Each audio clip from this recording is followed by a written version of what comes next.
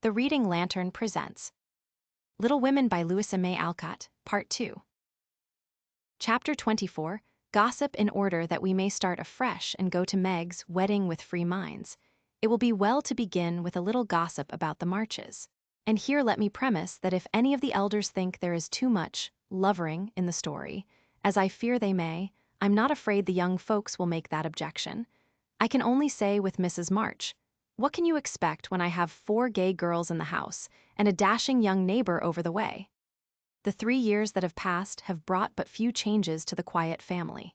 The war is over, and Mr. March safely at home, busy with his books and the small parish which found in him a minister by nature as by grace. A quiet, studious man, rich in the wisdom that is better than learning, the charity which calls all mankind brother, the piety that blossoms into character, making it august and lovely.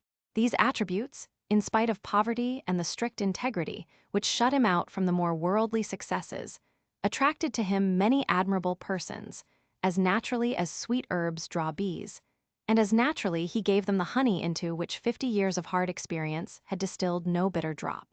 Earnest young men found the gray-headed scholar as young at heart as they. Thoughtful or troubled women instinctively brought their doubts to him, sure of finding the gentlest sympathy, the wisest counsel. Sinners told their sins to the pure-hearted old man and were both rebuked and saved. Gifted men found a companion in him. Ambitious men caught glimpses of nobler ambitions than their own, and even worldlings confessed that his beliefs were beautiful and true, although they wouldn't pay.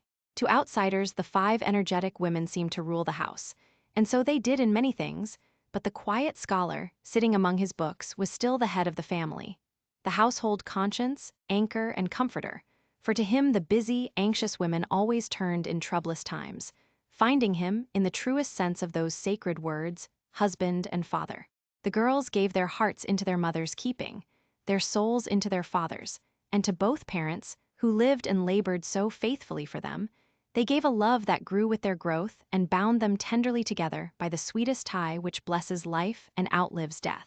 Mrs. March is as brisk and cheery, though rather grayer than when we saw her last, and just now so absorbed in Meg's affairs that the hospitals and homes, still full of wounded boys and soldiers' widows, decidedly missed the motherly missionaries' visits. John Brooke did his duty manfully for a year, got wounded, was sent home, and not allowed to return. He received no stars or bars, but he deserved them, for he cheerfully risked all he had, and life and love are very precious when both are in full bloom. Perfectly resigned to his discharge, he devoted himself to getting well, preparing for business, and earning a home for Meg. With the good sense and sturdy independence that characterized him, he refused Mr. Lawrence's more generous offers, and accepted the place of bookkeeper, feeling better satisfied to begin with an honestly earned salary than by running any risks with borrowed money. Meg had spent the time in working as well as waiting, growing womanly in character, wise in housewifely arts, and prettier than ever, for love is a great beautifier. She had her girlish ambitions and hopes, and felt some disappointment at the humble way in which the new life must begin. Ned Moffat had just married Sally Gardiner, and Meg couldn't help contrasting their fine house and carriage, many gifts, and splendid outfit with her own, and secretly wishing she could have the same. But somehow envy and discontent soon vanished when she thought of all the patient love and labor John had put into the little home awaiting her. And when they sat together in the twilight, talking over their small plans, the future always grew so beautiful and bright that she forgot Sally's splendor and felt herself the richest, happiest girl in Christendom. Jo never went back to Aunt March, for the old lady took such a fancy to Amy that she bribed her with the offer of drawing lessons from one of the best teachers going. And for the sake of this advantage, Amy would have served a far harder mistress. So she gave her mornings to duty, her afternoons to pleasure, and prospered finely. Jo meantime devoted herself to literature and Bate, who remained delicate long after the fever was a thing of the past. Not an invalid exactly, but never again the rosy, healthy creature she had been, yet always hopeful, happy, and serene, and busy with the quiet duties she loved, everyone's friend, and an angel in the house, long before those who loved her most had learned to know it. As long as the Spread Eagle paid her $1 a column for her rubbish, as she called it, Jo felt herself a woman of means and spun her little romances diligently. but great plans fermented in her busy brain and ambitious mind. And the old tin kitchen in the garret held a slowly increasing pile of blotted manuscript, which was one day to place the name of March upon the roll of fame. Laurie, having dutifully gone to college to please his grandfather, was now getting through it in the easiest possible manner to please himself. A universal favorite, thanks to money, manners, much talent, and the kindest heart that ever got its owner into scrapes by trying to get other people out of them. He stood in great danger of being spoiled, and probably would have been, like many another promising boy, if he had not possessed a talisman against evil in the memory of the kind old man who was bound up in his success, the motherly friend who watched over him as if he were her son, and last, but not least by any means, the knowledge that 4 innocent girls loved, admired, and believed in him with all their hearts. Being only a glorious human boy, of course he frolicked and flirted, grew dandified, aquatic, sentimental, or gymnastic, as college fashions ordained, hazed and was hazed, talked slang, and more than once came perilously near suspension and expulsion. But as high spirits and the love of fun were the causes of these pranks, he always managed to save himself by frank confession, honorable atonement, or the irresistible power of persuasion, which he possessed in perfection. In fact, he rather prided himself on his narrow escapes, and liked to thrill the girls with graphic accounts of his triumphs over wrathful tutors, dignified professors, and vanquished enemies. The men of my class were heroes in the eyes of the girls, who never wearied of the exploits of our fellows, and were frequently allowed to bask in the smiles of these great creatures when Laurie brought them home with him. Amy especially enjoyed this high honor, and became quite a belle among them, for her ladyship early felt and learned to use the gift of fascination with which she was endowed. Meg was too much absorbed in her private and particular John to care for any other lords of creation, and Bate too shy to do more than peep at them and wonder how Amy dared to order them about so. But Jo felt quite in her own element, and found it very difficult to refrain from imitating the gentlemanly attitudes, phrases, and feats, which seemed more natural to her than the decorums prescribed for young ladies. They all liked Jo immensely, but never fell in love with her, though very few escaped without paying the tribute of a sentimental sigh or two at Amy's shrine. And speaking of sentiment brings us very naturally to the Dovecote. That was the name of the little brown house Mr. Brooke had prepared for Meg's first home.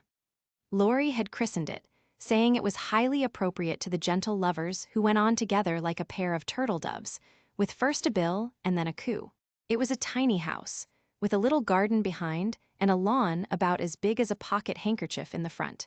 Here Meg meant to have a fountain, shrubbery, and a profusion of lovely flowers, though just at present the fountain was represented by a weather-beaten urn, very like a dilapidated slop bowl.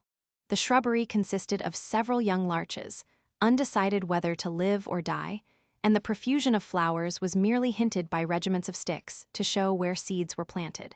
But inside, it was altogether charming, and the happy bride saw no fault from garret to cellar. To be sure, the hall was so narrow it was fortunate that they had no piano, for one never could have been gotten whole. The dining room was so small that 6 people were a tight fit, and the kitchen stairs seemed built for the express purpose of precipitating both servants and china pell-mell into the coal bin. But once get used to these slight blemishes, and nothing could be more complete, for good sense and good taste had presided over the furnishing, and the result was highly satisfactory. There were no marble-top tables, long mirrors, or lace curtains in the little parlor, but simple furniture, plenty of books, a fine picture or two, a stand of flowers in the bay window, and, scattered all about, the pretty gifts which came from friendly hands and were the fairer for the loving messages they brought. I don't think the Parian Psyche Laurie gave lost any of its beauty, because John put up the bracket it stood upon, that any upholsterer could have draped the plain muslin curtains more gracefully than Amy's artistic hand, or that any storeroom was ever better provided with good wishes, merry words, and happy hopes than that in which Jo and her mother put away Meg's few boxes, barrels, and bundles. And I am morally certain that the spandy new kitchen never could have looked so cozy and neat if Hannah had not arranged every pot and pan a dozen times over, and laid the fire all ready for lighting the minute Mies. Brooke came home. I also doubt if any young matron ever began life with so rich a supply of dusters, holders, and piece bags, for Bate made enough to last till the silver wedding came round, and invented 3 different kinds of dishcloths for the express service of the bridal china. People who hire all these things done for them never know what they lose, for the homeliest tasks get beautified if loving hands do them. And Meg found so many proofs of this that everything in her small nest, from the kitchen roller to the silver vase on her parlor table, was eloquent of home love and tender forethought. What happy times they had planning together. What solemn shopping excursions, what funny mistakes they made, and what shouts of laughter arose over Laurie's ridiculous bargains. In his love of jokes, this young gentleman, though nearly through college, was as much of a boy as ever. His last whim had been to bring with him on his weekly visits some new, useful, and ingenious article for the young housekeeper. Now a bag of remarkable clothespins next, a wonderful nutmeg grater which fell to pieces at the first trial, a knife cleaner that spoiled all the knives, or a sweeper that picked the nap neatly off the carpet and left the dirt. Labor-saving soap that took the skin off one's hands, infallible cements which stuck firmly to nothing but the fingers of the deluded buyer, and every kind of tinware, from a toy savings bank for odd pennies to a wonderful boiler, which would wash articles in its own steam with every prospect of exploding in the process. In vain, Meg begged him to stop. John laughed at him, and Joe called him Mr. Toodles. He was possessed with a mania for patronizing Yankee ingenuity and seeing his friends fitly furnished forth. So each week beheld some fresh absurdity. Everything was done at last, even to Amy's arranging different colored soaps to match the different colored rooms, and Bates setting the table for the first meal. "Are you satisfied? Does it seem like home, and do you feel as if you should be happy here?" asked Mrs. March, as she and her daughter went through the new kingdom arm in arm, for just then they seemed to cling together more tenderly than ever. "Yes, Mother, perfectly satisfied, thanks to you all, and so happy that I can't talk about it," with a look that was far better than words. "If she only had a servant or two, it would be all right," said Amy, coming out of the parlor, where she had been trying to decide whether the bronze Mercury looked best on the whatnot or the mantelpiece. "Mother and I have talked that over, and I have made up my mind to try her way first. There will be so little to do that with Lottie to run my errands and help me here and there. I shall only have enough work to keep me from getting lazy or homesick," answered Meg tranquilly. "Sally Moffat has 4, began Amy. "If Meg had 4, the house wouldn't hold them, and Master and Mrs. would have to camp in the garden," broke in Joe, who, enveloped in a big blue pinafore, was giving the last polish to the door handles. "Sally isn't a poor man's wife, and many maids are in keeping with her fine establishment. Meg and John begin humbly, but I have a feeling that there will be quite as much happiness in the little house as in the big one. It's a great mistake for young girls like Meg to leave themselves nothing to do but dress, give orders, and gossip. When I was first married, I used to long for my new clothes to wear out or get torn, so that I might have the pleasure of mending them, for I got heartily sick of doing fancy work and tending my pocket handkerchief." "Why didn't you go into the kitchen and make messes, as Sally says she does to amuse herself, though they never turn out well and the servants laugh at her?" said Meg. "I did after a while, not to mess, but to learn of Hannah how things should be done, that my servants need not laugh at me. It was play then, but there came a time when I was truly grateful that I not only possessed the will but the power to cook wholesome food for my little girls, and help myself when I could no longer afford to hire help.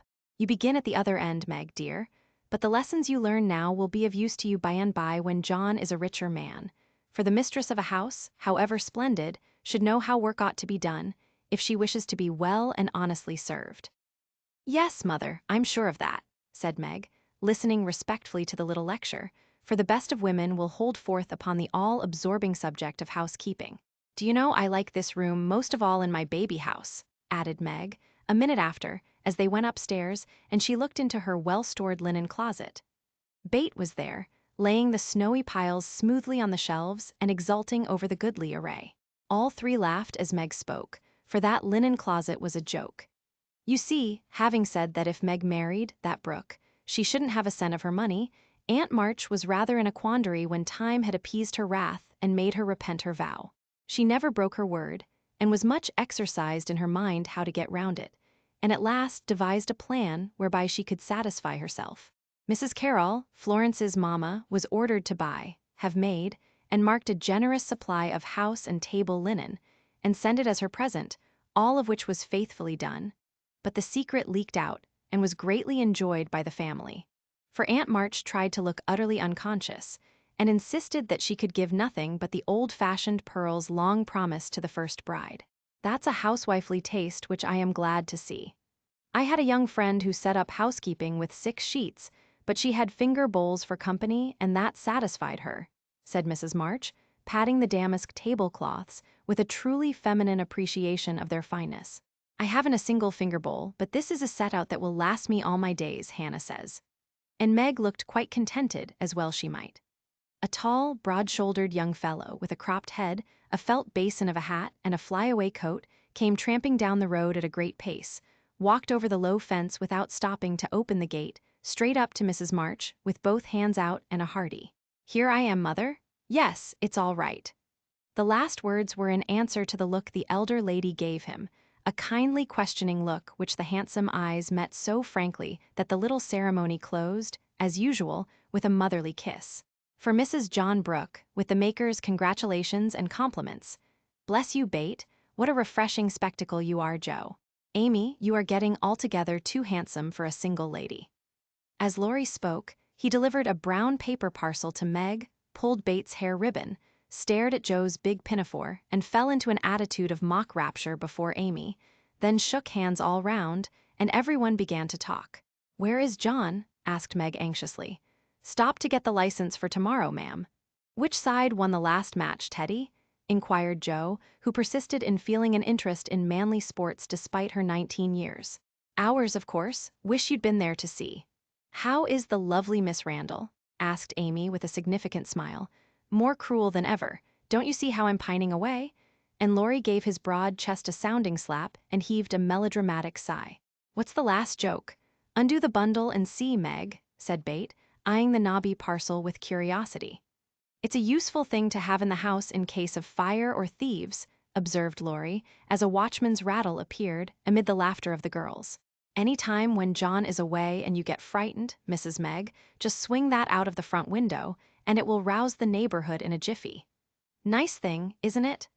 And Laurie gave them a sample of its powers that made them cover up their ears. "There's gratitude for you.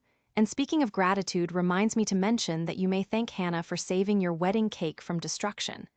I saw it going into your house as I came by, and if she hadn't defended it manfully, I'd have had a pick at it, for it looked like a remarkably plummy one." "I wonder if you will ever grow up, Laurie," said Meg in a matronly tone. "I'm doing my best, ma'am, but can't get much higher, I'm afraid, as 6 feet is about all men can do in these degenerate days," responded the young gentleman, whose head was about level with the little chandelier. "I suppose it would be profanation to eat anything in the spick-and-span bower, so as I'm tremendously hungry, I propose an adjournment," he added presently. "Mother and I are going to wait for John. There are some last things to settle," said Meg, bustling away. "Bate and I are going over to Kitty Bryant's to get more flowers for tomorrow," added Amy, tying a picturesque hat over her picturesque curls and enjoying the effect as much as anybody. "Come, Joe, don't desert a fellow. I'm in such a state of exhaustion I can't get home without help." "Don't take off your apron. Whatever you do, it's peculiarly becoming," said Laurie, as Joe bestowed his especial aversion in her capacious pocket and offered her arm to support his feeble steps. "Now, Teddy, I want to talk seriously to you about tomorrow," began Joe, as they strolled away together. "You must promise to behave well and not cut up any pranks and spoil our plans. Not a prank. And don't say funny things when we ought to be sober." "I never do. You are the one for that. And I implore you not to look at me during the ceremony. I shall certainly laugh if you do. You won't see me, you'll be crying so hard that the thick fog round you will obscure the prospect. I never cry unless for some great affliction." "Such as fellows going to college, hey?" cut in Laurie, with suggestive laugh. "Don't be a peacock. I only moaned a trifle to keep the girls company." "Exactly. I say, Joe, how is Grandpa this week? Pretty amiable?" "Very. Why, have you got into a scrape and want to know how he'll take it?" asked Joe rather sharply. "Now, Joe, do you think I'd look your mother in the face and say, 'All right,' if it wasn't?" And Laurie stopped short with an injured air. "No, I don't." "Then don't go and be suspicious." "I only want some money," said Laurie, walking on again, appeased by her hearty tone. You spend a great deal, Teddy. Bless you, I don't spend it, it spends itself somehow, and is gone before I know it. You are so generous and kind-hearted that you let people borrow, and can't say no to anyone. We heard about Henshaw and all you did for him. If you always spent money in that way, no one would blame you, said Joe warmly. Oh, he made a mountain out of a molehill. You wouldn't have me let that fine fellow work himself to death just for want of a little help, when he is worth a dozen of us lazy chaps, would you? Of course not, but I don't see the use of your having 17 waistcoats, endless neckties, and a new hat every time you come home. I thought you'd got over the dandy period, but every now and then it breaks out in a new spot.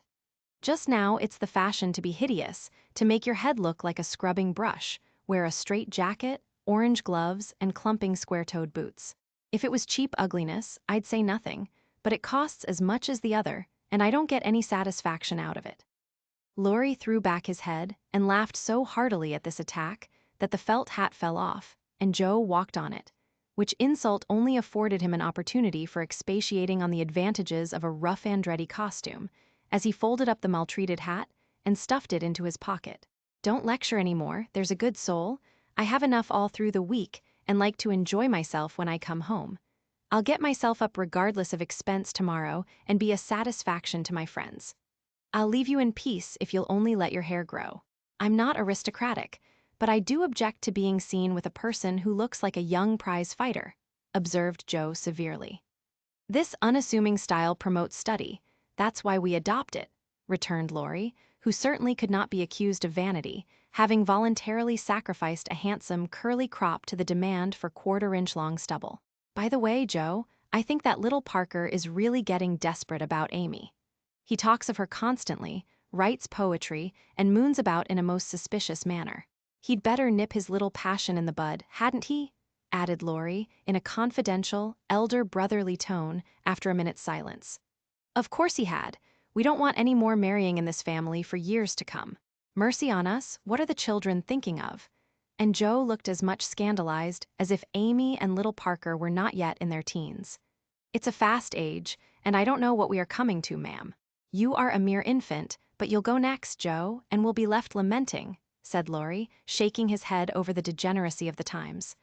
Don't be alarmed, I'm not one of the agreeable sort. Nobody will want me, and it's a mercy, for there should always be one old maid in a family. You won't give anyone a chance, said Laurie, with a sidelong glance and a little more color than before in his sunburned face. You won't show the soft side of your character, and if a fellow gets a peep at it by accident and can't help showing that he likes it, you treat him as Mrs. Gummidge did her sweetheart, throw cold water over him, and get so thorny no one dares touch or look at you. I don't like that sort of thing. I'm too busy to be worried with nonsense, and I think it's dreadful to break up families so. Now don't say any more about it. Meg's wedding has turned all our heads, and we talk of nothing but lovers and such absurdities. I don't wish to get cross, so let's change the subject. And Joe looked quite ready to fling cold water on the slightest provocation. Whatever his feelings might have been, Laurie found a vent for them in a long, low whistle and the fearful prediction as they parted at the gate. Mark my words, Joe, you'll go next. Chapter 25. The first wedding, the June roses over the porch were awake bright and early on that morning, rejoicing with all their hearts in the cloudless sunshine, like friendly little neighbors, as they were. Quite flushed with excitement were their ruddy faces, as they swung in the wind, whispering to one another what they had seen. For some peeped in at the dining room windows where the feast was spread. Some climbed up to nod and smile at the sisters as they dressed the bride. Others waved a welcome to those who came and went on various errands in garden, porch, and hall. And all, from the rosiest full-blown flower to the palest baby bud, offered their tribute of beauty and fragrance to the gentle mistress, who had loved and tended them so long. Meg looked very like a rose herself, for all that was best and sweetest in heart and soul seemed to bloom into her face that day, making it fair and tender, with a charm more beautiful than beauty. Neither silk, lace, nor orange flowers would she have. I don't want a fashionable wedding, but only those about me whom I love, and to them I wish to look and be my familiar self. So she made her wedding gown herself, sewing into it the tender hopes and innocent romances of a girlish heart. Her sisters braided up her pretty hair, and the only ornaments she wore were the lilies of the valley, which her John liked best of all the flowers that grew. "You do look just like our own dear Meg, only so very sweet and lovely that I should hug you if it wouldn't crumple your dress," cried Amy, surveying her with delight when all was done. "Then I am satisfied. But please hug and kiss me, everyone, and don't mind my dress. I want a great many crumples of this sort put into it today," and Meg opened her arms to her sisters, who clung about her with April faces for a minute, feeling that the new love had not changed the old. "Now I'm going to tie John's cravat for him, and then to stay a few minutes with father quietly in the study." And Meg ran down to perform these little ceremonies, and then to follow her mother wherever she went, conscious that in spite of the smiles on the motherly face, there was a secret sorrow hid in the motherly heart at the flight of the first bird from the nest. As the younger girls stand together, giving the last touches to their simple toilet, it may be a good time to tell of a few changes which 3 years have wrought in their appearance, for all are looking their best just now. Jo's angles are much softened. She has learned to carry herself with ease, if not grace. The curly crop has lengthened into a thick coil, more becoming to the small head atop of the tall figure. There is a fresh color in her brown cheeks, a soft shine in her eyes, and only gentle words fall from her sharp tongue today. Bate has grown slender, pale, and more quiet than ever. The beautiful, kind eyes are larger, and in them lies an expression that saddens one, although it is not sad itself. It is the shadow of pain which touches the young face with such pathetic patience, but Bate seldom complains and always speaks hopefully of being better soon. Amy is with truth considered the flower of the family, for at 16 she has the air and bearing of a full-grown woman, not beautiful, but possessed of that indescribable charm called grace. One saw it in the lines of her figure, the make and motion of her hands, the flow of her dress, the droop of her hair, unconscious yet harmonious, and as attractive to many as beauty itself. Amy's nose still afflicted her, for it never would grow Grecian, so did her mouth, being too wide and having a decided chin. These offending features gave character to her whole face, but she never could see it, and consoled herself with her wonderfully fair complexion, keen blue eyes, and curls more golden and abundant than ever. All 3 wore suits of thin silver gray, their best gowns for the summer, with blush roses in hair and bosom, and all 3 looked just what they were, fresh-faced, happy-hearted girls, pausing a moment in their busy lives to read with wistful eyes the sweetest chapter in the romance of womanhood. There were to be no ceremonious performances. Everything was to be as natural and homelike as possible. So when Aunt March arrived, she was scandalized to see the bride come running to welcome and lead her in, to find the bridegroom fastening up a garland that had fallen down, and to catch a glimpse of the paternal minister marching upstairs with a grave countenance and a wine bottle under each arm.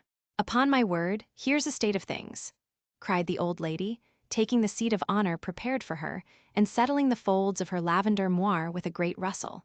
"You oughtn't to be seen till the last minute, child. I'm not a show, Auntie, and no one is coming to stare at me, to criticize my dress, or count the cost of my luncheon. I'm too happy to care what anyone says or thinks, and I'm going to have my little wedding just as I like it. John, dear, here's your hammer." And away went Meg to help that man in his highly improper employment. Mr. Brooke didn't even say, "Thank you." But as he stooped for the unromantic tool, he kissed his little bride behind the folding door, with a look that made Aunt March whisk out her pocket handkerchief with a sudden dew in her sharp old eyes.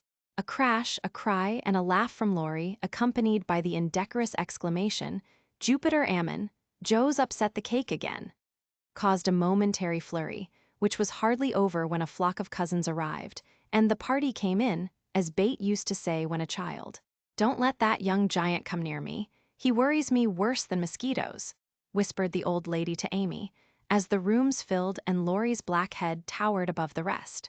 "He has promised to be very good today, and he can be perfectly elegant if he likes," returned Amy, and gliding away to warn Hercules to beware of the dragon, which warning caused him to haunt the old lady with a devotion that nearly distracted her.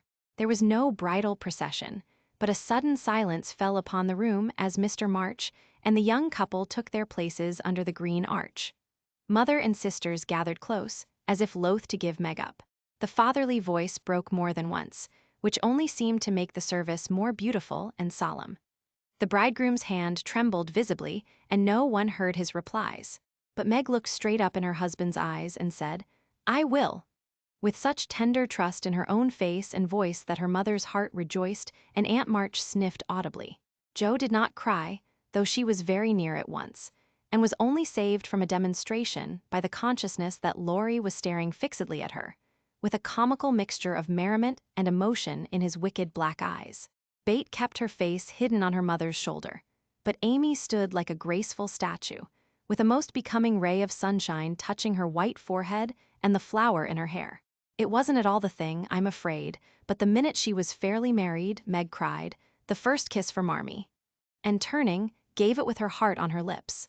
During the next 15 minutes she looked more like a rose than ever, for everyone availed themselves of their privileges to the fullest extent, from Mr. Lawrence to old Hannah, who, adorned with a headdress fearfully and wonderfully made, fell upon her in the hall, crying with a sob and a chuckle, "Bless you, dearie, 100 times. The cake ain't hurt a mite, and everything looks lovely." Everybody cleared up after that, and said something brilliant, or tried to, which did just as well, for laughter is ready when hearts are light. There was no display of gifts, for they were already in the little house, nor was there an elaborate breakfast, but a plentiful lunch of cake and fruit, dressed with flowers. Mr. Lawrence and Aunt March shrugged and smiled at one another when water, lemonade, and coffee were found to be the only sorts of nectar, which the three Hebes carried round. No one said anything, till Laurie, who insisted on serving the bride, appeared before her, with a loaded salver in his hand and a puzzled expression on his face. "Has Jo smashed all the bottles by accident?" he whispered. "Or am I merely laboring under a delusion that I saw some lying about loose this morning?" "No, your grandfather kindly offered us his best, and Aunt March actually sent some, but father put away a little for Bate and dispatched the rest to the soldiers' home. You know he thinks that wine should be used only in illness, and mother says that neither she nor her daughters will ever offer it to any young man under her roof." Meg spoke seriously and expected to see Laurie frown or laugh, but he did neither, for after a quick look at her, he said, in his impetuous way, "I like that, for I've seen enough harm done to wish other women would think as you do. You are not made wise by experience, I hope," and there was an anxious accent in Meg's voice. "No, I give you my word for it. Don't think too well of me, either, this is not one of my temptations. Being brought up where wine is as common as water and almost as harmless, I don't care for it, but when a pretty girl offers it, one doesn't like to refuse, you see. But you will, for the sake of others, if not for your own. Come, Laurie, promise, and give me one more reason to call this the happiest day of my life." A demand so sudden and so serious made the young man hesitate a moment, for ridicule is often harder to bear than self-denial. Meg knew that if he gave the promise he would keep it at all costs, and feeling her power, used it as a woman may for her friend's good. She did not speak, but she looked up at him with a face made very eloquent by happiness, and a smile which said, "No one can refuse me anything today." Laurie certainly could not, and with an answering smile, he gave her his hand, saying heartily, "I promise, Mrs. Brooke. I thank you very, very much. And I drink long life to your resolution, Teddy," cried Jo, baptizing him with a splash of lemonade, as she waved her glass and beamed approvingly upon him. So the toast was drunk, the pledge made and loyally kept in spite of many temptations, for with instinctive wisdom, the girls seized a happy moment to do their friend a service, for which he thanked them all his life. After lunch, people strolled about, by twos and threes, through the house and garden, enjoying the sunshine without and within. Meg and John happened to be standing together in the middle of the grass plot, when Laurie was seized with an inspiration which put the finishing touch to this unfashionable wedding. All the married people take hands and dance round the new-made husband and wife, as the Germans do, while we bachelors and spinsters prance in couples outside," cried Laurie, promenading down the path with Amy, with such infectious spirit and skill that everyone else followed their example without a murmur. Mr. and Mrs. March, Aunt and Uncle Carroll began it. Others rapidly joined in. Even Sally Moffat, after a moment's hesitation, threw her train over her arm and whisked Ned into the ring. But the crowning joke was Mr. Lawrence and Aunt March, for when the stately old gentleman chassied solemnly up to the old lady, she just tucked her cane under her arm and hopped briskly away to join hands with the rest and dance about the bridal pair. while the young folks pervaded the garden like butterflies on a midsummer day. One of breath brought the impromptu ball to a close, and then people began to go. "I wish you well, my dear, I heartily wish you well, but I think you'll be sorry for it," said Aunt March to Meg, adding to the bridegroom as he led her to the carriage. "You've got a treasure, young man, see that you deserve it." "That is the prettiest wedding I've been to for an age, Ned, and I don't see why, for there wasn't a bit of style about it," observed Mrs. Moffat to her husband as they drove away.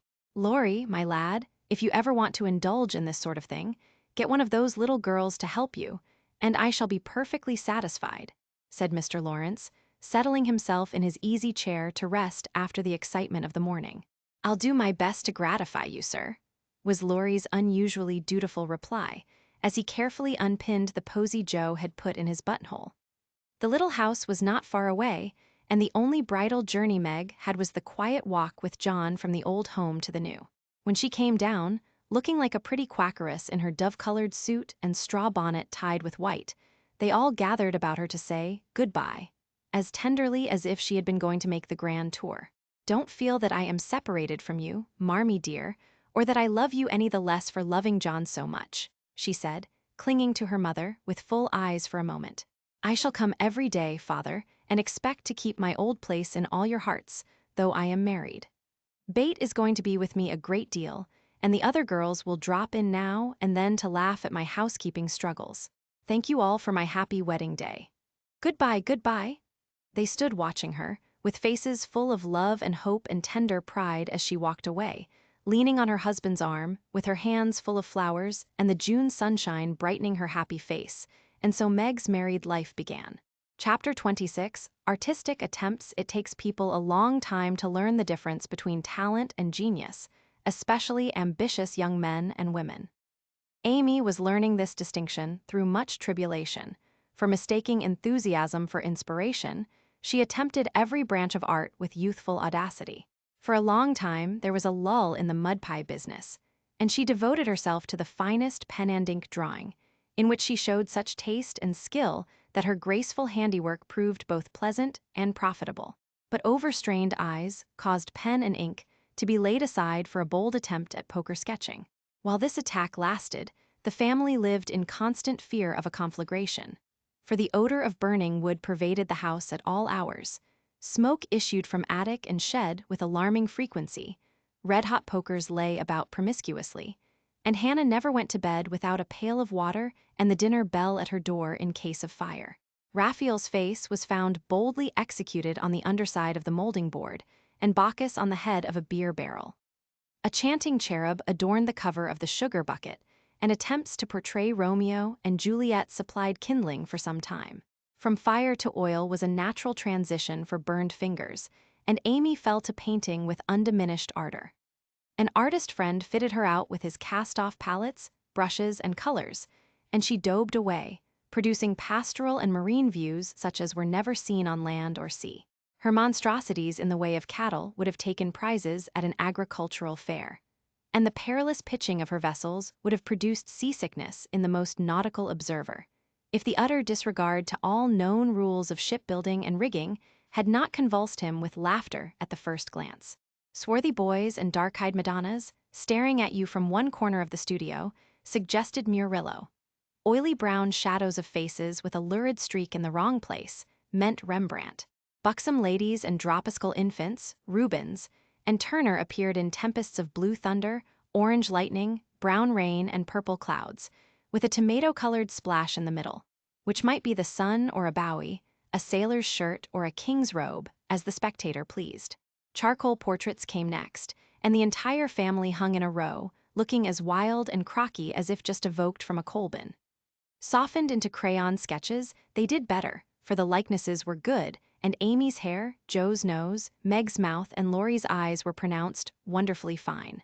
A return to clay and plaster followed, and ghostly casts of her acquaintances haunted corners of the house, or tumbled off closet shelves onto people's heads.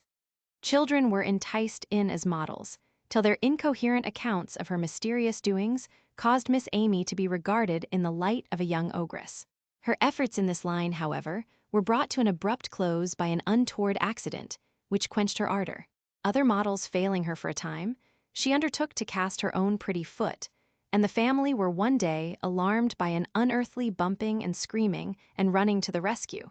Found the young enthusiast hopping wildly about the shed with her foot held fast in a pan full of plaster, which had hardened with unexpected rapidity. With much difficulty and some danger she was dug out, for Jo was so overcome with laughter while she excavated that her knife went too far, cut the poor foot, and left a lasting memorial of one artistic attempt at least. After this Amy subsided, till a mania for sketching from nature set her to haunting river, field, and wood for picturesque studies, and sighing for ruins to copy. She caught endless colds sitting on damp grass to book a delicious bit, composed of a stone, a stump, one mushroom, and a broken mullein stalk, or a heavenly mass of clouds that looked like a choice display of featherbeds when done. She sacrificed her complexion, floating on the river in the midsummer sun to study light and shade, and got a wrinkle over her nose trying after points of sight, or whatever the squintan string performance is called. If genius is eternal patience, as Michelangelo affirms, Amy had some claim to the divine attribute, for she persevered in spite of all obstacles, failures, and discouragements, firmly believing that in time she should do something worthy to be called high art.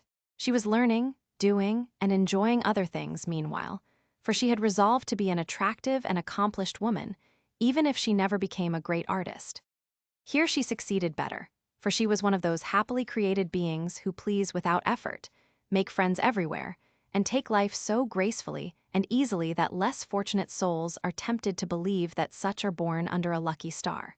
Everybody liked her, for among her good gifts was tact. She had an instinctive sense of what was pleasing and proper, always said the right thing to the right person, did just what suited the time and place, and was so self-possessed that her sisters used to say, if Amy went to court without any rehearsal beforehand, she'd know exactly what to do. One of her weaknesses was a desire to move in our best society without being quite sure what the best really was. Money, position, fashionable accomplishments, and elegant manners were most desirable things in her eyes, and she liked to associate with those who possessed them, often mistaking the false for the true and admiring what was not admirable. Never forgetting that by birth she was a gentlewoman, she cultivated her aristocratic tastes and feelings, so that when the opportunity came, she might be ready to take the place from which poverty now excluded her. My lady, as her friends called her, sincerely desired to be a genuine lady, and was so at heart, but had yet to learn that money cannot buy refinement of nature, that rank does not always confer nobility, and that true breeding makes itself felt in spite of external drawbacks. I want to ask a favor of you, Mama, Amy said, coming in with an important air one day. Well, little girl, what is it? Replied her mother, in whose eyes the stately young lady still remained the baby. Our drawing class breaks up next week, and before the girls separate for the summer, I want to ask them out here for a day. They are wild to see the river, sketch the broken bridge, and copy some of the things they admire in my book. They have been very kind to me in many ways, and I am grateful, for they are all rich and I know I am poor, yet they never made any difference. Why should they? And Mrs. March put the question with what the girls called her Maria Theresa air. You know as well as I that it does make a difference with nearly everyone, so don't ruffle up like a dear, motherly hen when your chickens get pecked by smarter birds. The ugly duckling turned out a swan, you know. And Amy smiled without bitterness, for she possessed a happy temper and hopeful spirit. Mrs. March laughed and smoothed down her maternal pride as she asked, "Well, my swan, what is your plan?" "I should like to ask the girls out to lunch next week, to take them for a drive to the places they want to see, a row on the river, perhaps, and make a little artistic fete for them." "That looks feasible. What do you want for lunch?" "Cake, sandwiches, fruit, and coffee will be all that is necessary, I suppose." "Oh, dear, no. We must have cold tongue and chicken, French chocolate and ice cream besides. The girls are used to such things, and I want my lunch to be proper and elegant, though I do work for my living." "How many young ladies are there?" asked her mother, beginning to look sober. 12 or 14 in the class, but I dare say they won't all come." "Bless me, child, you will have to charter an omnibus to carry them about." "Why, mother, how can you think of such a thing? Not more than 6 or 8 will probably come, so I shall hire a beach wagon and borrow Mr. Lawrence's cherry bounce." Hannah's pronunciation of charabanc. "All of this will be expensive, Amy." "Not very." I've calculated the cost, and I'll pay for it myself. Don't you think, dear, that as these girls are used to such things, and the best we can do will be nothing new, that some simpler plan would be pleasanter to them, as a change if nothing more, and much better for us than buying or borrowing what we don't need, and attempting a style not in keeping with our circumstances? If I can't have it as I like, I don't care to have it at all. I know that I can carry it out perfectly well if you and the girls will help a little, and I don't see why I can't if I'm willing to pay for it," said Amy, with the decision which opposition was apt to change into obstinacy. Mrs. March knew that experience was an excellent teacher, and when it was possible, she left her children to learn alone the lessons which she would gladly have made easier, if they had not objected to taking advice as much as they did salts and senna. "Very well, Amy, if your heart is set upon it, and you see your way through without too great an outlay of money, time, and temper, I'll say no more. Talk it over with the girls, and whichever way you decide, I'll do my best to help you." "Thanks, Mother, you are always so kind." And away went Amy to lay her plan before her sisters. Meg agreed at once, and promised her aid, gladly offering anything she possessed, from her little house itself to her very best salt spoons. But Joe frowned upon the whole project and would have nothing to do with it at first. "Why in the world should you spend your money, worry your family, and turn the house upside down for a parcel of girls who don't care a sixpence for you?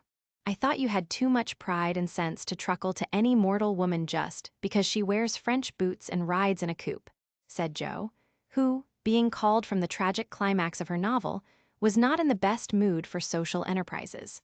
"I don't truckle, and I hate being patronized as much as you do," returned Amy indignantly, for the two still jangled when such questions arose. "The girls do care for me, and I for them, and there's a great deal of kindness and sense and talent among them, in spite of what you call fashionable nonsense. You don't care to make people like you, to go into good society, and cultivate your manners and tastes. I do, and I mean to make the most of every chance that comes. You can go through the world with your elbows out and your nose in the air, and call it independence, if you like. That's not my way." When Amy had wetted her tongue and freed her mind, she usually got the best of it, for she seldom failed to have common sense on her side, while Joe carried her love of liberty and hate of conventionalities to such an unlimited extent that she naturally found herself worsted in an argument. Amy's definition of Joe's idea of independence was such a good hit that both burst out laughing, and the discussion took a more amiable turn. Much against her will, Joe at length consented to sacrifice a day to Mrs. Grundy and help her sister through what she regarded as a nonsensical business. The invitations were sent, nearly all accepted, and the following Monday was set apart for the grand event. Hannah was out of humor because her week's work was deranged, and prophesied that "ef the washin' and ironin' warn't done reglar, nothin' would go well anywheres." This hitch in the mainspring of the domestic machinery had a bad effect upon the whole concern, but Amy's motto was nil desperandum, and having made up her mind what to do, she proceeded to do it in spite of all obstacles. To begin with, Hannah's cooking didn't turn out well. The chicken was tough, the tongue too salty, and the chocolate wouldn't froth properly. Then the cake and ice cost more than Amy expected, so did the wagon, and various other expenses, which seemed trifling at the outset, counted up rather alarmingly afterward. Bate got a cold and took to her bed. Meg had an unusual number of callers to keep her at home, and Joe was in such a divided state of mind that her breakages, accidents, and mistakes were uncommonly numerous, serious, and trying. If it was not fair on Monday, the young ladies were to come on Tuesday, an arrangement which aggravated Joe and Hannah to the last degree. On Monday morning, the weather was in that undecided state which is more exasperating than a steady pour. It drizzled a little, shone a little, blew a little, and didn't make up its mind till it was too late for anyone else to make up theirs. Amy was up at dawn, hustling people out of their beds and through their breakfasts that the house might be got in order. The parlor struck her as looking uncommonly shabby, but without stopping to sigh for what she had not, she skillfully made the best of what she had, arranging chairs over the worn places in the carpet, covering stains on the walls with homemade statuary, which gave an artistic air to the room, as did the lovely vases of flowers Joe scattered about. The lunch looked charming, and as she surveyed it, she sincerely hoped it would taste well, and that the borrowed glass, china, and silver would get safely home again. The carriages were promised, Meg and Mother were all ready to do the honors. Bate was able to help Hannah behind the scenes. Joe had engaged to be as lively and amiable as an absent mind, and aching head, and a very decided disapproval of everybody and everything would allow. And as she wearily dressed, Amy cheered herself with anticipations of the happy moment when, lunch safely over, she should drive away with her friends for an afternoon of artistic delights, for the cherry bounce and the broken bridge were her strong points. Then came the hours of suspense, during which she vibrated from parlor to porch, while public opinion varied like the weathercock. A smart shower at 11 had evidently quenched the enthusiasm of the young ladies who were to arrive at 12, for nobody came, and at 2 the exhausted family sat down in a blaze of sunshine to consume the perishable portions of the feast, that nothing might be lost. No doubt about the weather today, they will certainly come, so we must fly round and be ready for them, said Amy, as the sun woke her next morning. She spoke briskly, but in her secret soul she wished she had said nothing about Tuesday, for her interest, like her cake, was getting a little stale. I can't get any lobsters, so you will have to do without salad today, said Mr. March, coming in half an hour later with an expression of placid despair. Use the chicken then, the toughness won't matter in a salad, advised his wife. Hannah left it on the kitchen table a minute and the kittens got at it. I'm very sorry, Amy, added Bate, who was still a patroness of cats. Then I must have a lobster, for tongue alone won't do, said Amy decidedly. Shall I rush into town and demand one? Asked Joe, with the magnanimity of a martyr. You'd come bringing it home under your arm without any paper, just to try me. I'll go myself, answered Amy, whose temper was beginning to fail. Shrouded in a thick veil and armed with a genteel traveling basket, she departed, feeling that a cool drive would soothe her ruffled spirit and fit her for the labors of the day. After some delay, the object of her desire was procured, likewise a bottle of dressing to prevent further loss of time at home, and off she drove again, well pleased with her own forethought. As the omnibus contained only one other passenger, a sleepy old lady, Amy pocketed her veil and beguiled the tedium of the way by trying to find out where all her money had gone to. So busy was she with her card full of refractory figures that she did not observe a newcomer, who entered without stopping the vehicle, till a masculine voice said, "Good morning, Miss March," and looking up, she beheld one of Laurie's most elegant college friends. Fervently hoping that he would get out before she did, Amy utterly ignored the basket at her feet, and congratulating herself that she had on her new traveling dress, returned the young man's greeting with her usual suavity and spirit.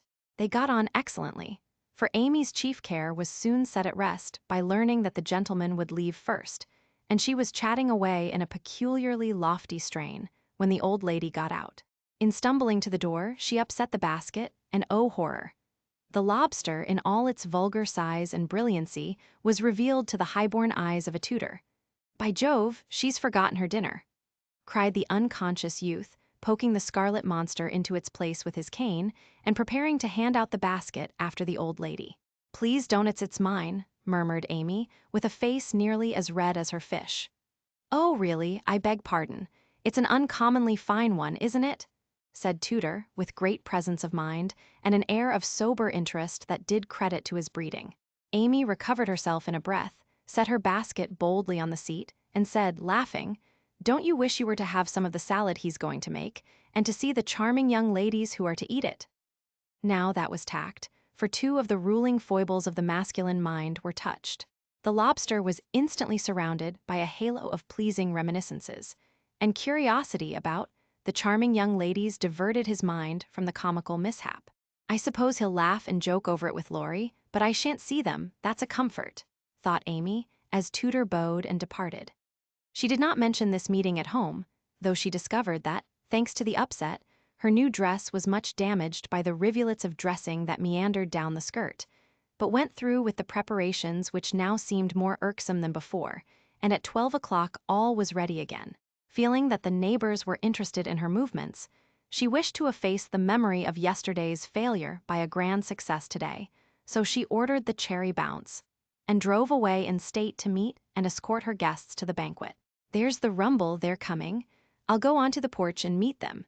It looks hospitable, and I want the poor child to have a good time after all her trouble," said Mrs. March, suiting the action to the word. But after one glance, She retired with an indescribable expression, for looking quite lost in the big carriage, sat Amy and one young lady. Run, bait, and help Hannah clear half the things off the table. It will be too absurd to put a luncheon for 12 before a single girl, cried Joe, hurrying away to the lower regions, too excited to stop even for a laugh. In came Amy, quite calm and delightfully cordial to the one guest who had kept her promise. The rest of the family, being of a dramatic turn, played their parts equally well, and Miss Elliot found them a most hilarious set, for it was impossible to control entirely the merriment which possessed them. The remodeled lunch being gaily partaken of, the studio and garden visited, and art discussed with enthusiasm, Amy ordered a buggy, alas for the elegant cherry bounce, and drove her friend quietly about the neighborhood till sunset, when the party went out. As she came walking in, looking very tired but as composed as ever, she observed that every vestige of the unfortunate fate had disappeared, except a suspicious pucker about the corners of Joe's mouth. "You've had a lovely afternoon for your drive, dear," said her mother, as respectfully as if the whole 12 had come. "Miss Elliot is a very sweet girl, and seemed to enjoy herself, I thought," observed Bate, with unusual warmth. "Could you spare me some of your cake? I really need some, I have so much company, and I can't make such delicious stuff as yours," asked Meg soberly. "Take it all. I'm the only one here who likes sweet things, and it will mold before I can dispose of it," answered Amy, thinking with a sigh of the generous store she had laid in for such an end as this. "It's a pity Laurie isn't here to help us," began Joe, as they sat down to ice cream and salad for the second time in 2 days. A warning look from her mother checked any further remarks, and the whole family ate in heroic silence, till Mr. March mildly observed, "Salad was one of the favorite dishes of the ancients, and Evelyn—" Here a general explosion of laughter cut short the history of salads, to the great surprise of the learned gentleman. "Bundle everything into a basket and send it to the Hummels. Germans like messes. I'm sick of the sight of this, and there's no reason you should all die of a surfeit because I've been a fool," cried Amy, wiping her eyes. "I thought I should have died when I saw you two girls rattling about in the what-you-call-it, like two little kernels in a very big nutshell, and mother waiting in state to receive the throng," sighed Joe, quite spent with laughter. "I'm very sorry you were disappointed, dear, but we all did our best to satisfy you," said Mrs. March, in a tone full of motherly regret.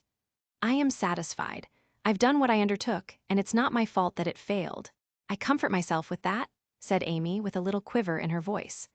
"I thank you all very much for helping me, and I'll thank you still more if you won't allude to it for a month, at least." No one did for several months, but the word fate always produced a general smile, and Laurie's birthday gift to Amy was a tiny coral lobster in the shape of a charm for her watchguard. Chapter 27, Literary Lessons. Fortune suddenly smiled upon Joe, and dropped a good luck penny in her path. Not a golden penny, exactly, but I doubt if 500,000 would have given more real happiness than did the little sum that came to her in this wise. Every few weeks she would shut herself up in her room, put on her scribbling suit, and fall into a vortex, as she expressed it, writing away at her novel with all her heart and soul. For till that was finished, she could find no peace. Her scribbling suit consisted of a black woolen pinafore on which she could wipe her pen at will, and a cap of the same material, adorned with a cheerful red bow, into which she bundled her hair when the decks were cleared for action. This cap was a beacon to the inquiring eyes of her family, who during these periods kept their distance, merely popping in their heads semi-occasionally to ask, with interest, "Does genius burn, Joe?" They did not always venture even to ask this question, but took an observation of the cap and judged accordingly. If this expressive article of dress was drawn low upon the forehead, it was a sign that hard work was going on. In exciting moments it was pushed rakishly askew, and when despair seized the author it was plucked wholly off and cast upon the floor.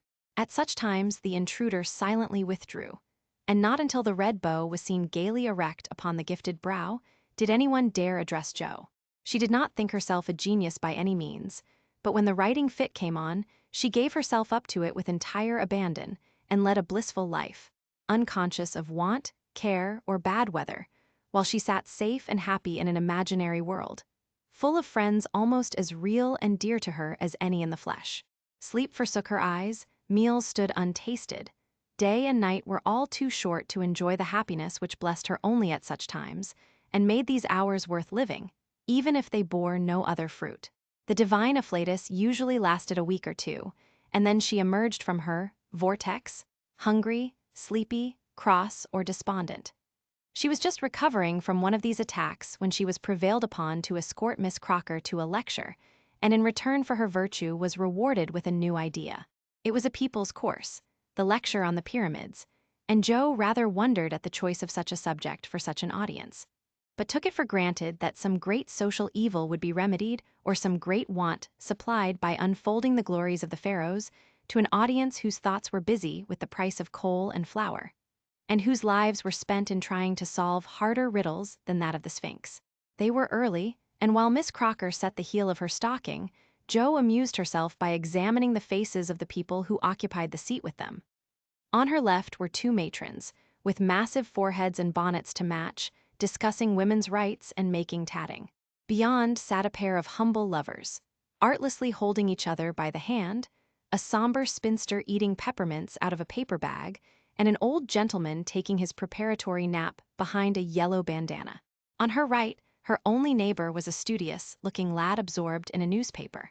It was a pictorial sheet, and Jo examined the work of art nearest her, idly wondering what fortuitous concatenation of circumstances needed the melodramatic illustration of an Indian in full war costume, tumbling over a precipice with a wolf at his throat, while two infuriated young gentlemen, with unnaturally small feet and big eyes, were stabbing each other close by, and a disheveled female was flying away in the background, with her mouth wide open.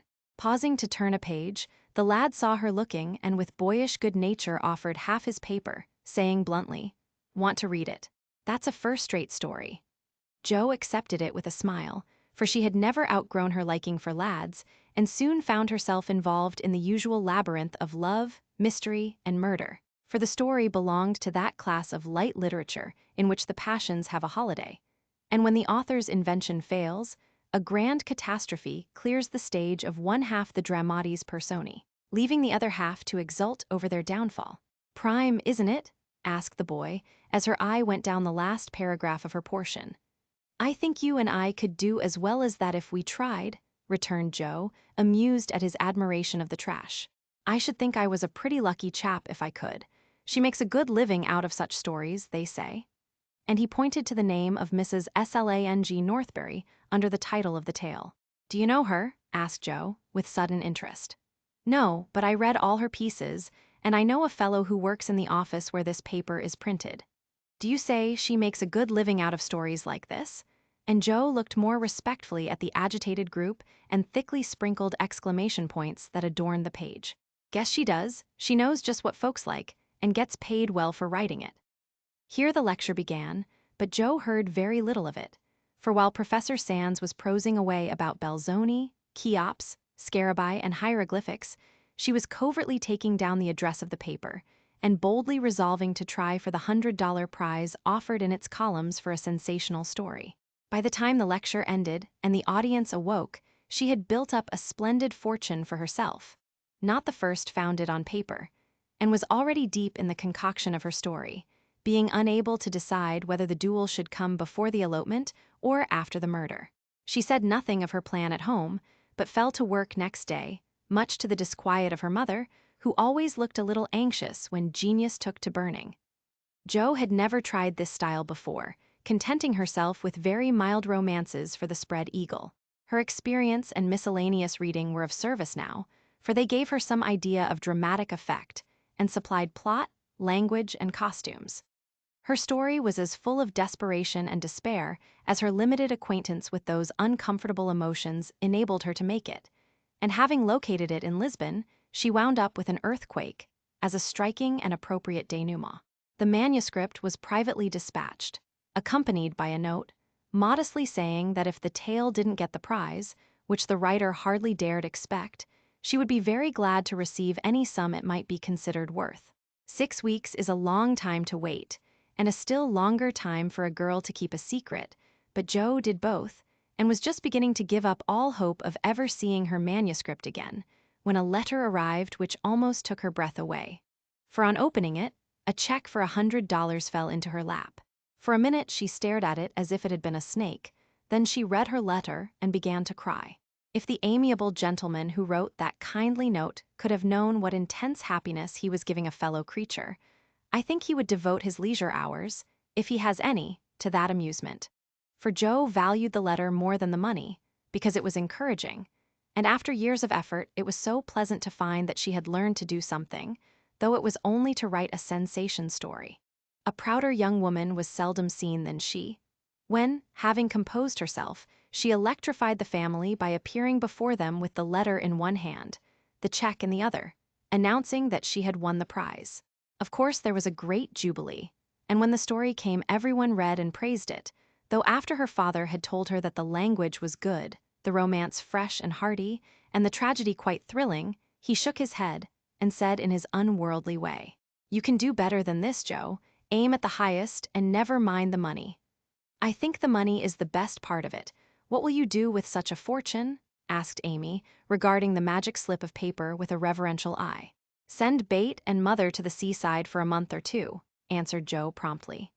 To the seaside they went, after much discussion, and though Bate didn't come home as plump and rosy as could be desired, she was much better, while Mrs. March declared she felt 10 years younger. So Jo was satisfied with the investment of her prize money, and fell to work with a cheery spirit, bent on earning more of those delightful checks. She did earn several that year, and began to feel herself a power in the house, for by the magic of a pen, her rubbish turned into comforts for them all. The Duke's daughter paid the butcher's bill, a phantom hand put down a new carpet, and the curse of the Coventrys proved the blessing of the Marches in the way of groceries and gowns. Wealth is certainly a most desirable thing, but poverty has its sunny side. And one of the sweet uses of adversity is the genuine satisfaction which comes from hearty work of head or hand. And to the inspiration of necessity, we owe half the wise, beautiful, and useful blessings of the world. Jo enjoyed a taste of this satisfaction, and ceased to envy richer girls, taking great comfort in the knowledge that she could supply her own wants, and need ask no one for a penny. Little notice was taken of her stories, but they found a market, and encouraged by this fact, she resolved to make a bold stroke for fame and fortune. Having copied her novel for the 4th time, read it to all her confidential friends, and submitted it with fear and trembling to 3 publishers, she at last disposed of it, on condition that she would cut it down 1/3 and omit all the parts which she particularly admired. Now I must either bundle it back into my tin kitchen to mold, pay for printing it myself, or chop it up to suit purchasers and get what I can for it. Fame is a very good thing to have in the house, but cash is more convenient, so I wish to take the sense of the meeting on this important subject," said Jo, calling a family council. "Don't spoil your book, my girl, for there is more in it than you know, and the idea is well worked out. Let it wait and ripen," was her father's advice, and he practiced what he preached, having waited patiently 30 years for fruit of his own to ripen, and being in no haste to gather it even now when it was sweet and mellow. "It seems to me that Jo will profit more by taking the trial than by waiting," said Mrs. March. "Criticism is the best test of such work, for it will show her both unsuspected merits and faults, and help her to do better next time. We are too partial, but the praise and blame of outsiders will prove useful, even if she gets but little money." "Yes," said Jo, knitting her brows, "that's just it. I've been fussing over the thing so long, I really don't know whether it's good, bad, or indifferent. It will be a great help to have cool, impartial persons take a look at it, and tell me what they think of it. I wouldn't leave a word out of it. You'll spoil it if you do, for the interest of the story is more in the minds than in the actions of the people, and it will be all a muddle if you don't explain as you go on," said Meg, who firmly believed that this book was the most remarkable novel ever written. "But Mr. Allen says, leave out the explanations, make it brief and dramatic, and let the characters tell the story," interrupted Jo, turning to the publisher's note. "Do as he tells you. He knows what will sell and we don't. Make a good, popular book and get as much money as you can. By and by, when you've got a name, you can afford to digress and have philosophical and metaphysical people in your novels," said Amy, who took a strictly practical view of the subject. "Well," said Jo, laughing, "if my people are philosophical and metaphysical, it isn't my fault, for I know nothing about such things except what I hear father say sometimes. If I've got some of his wise ideas jumbled up with my romance, so much the better for me. Now, Bate, what do you say? I should so like to see it printed soon, was all Bate said, and smiled in saying it.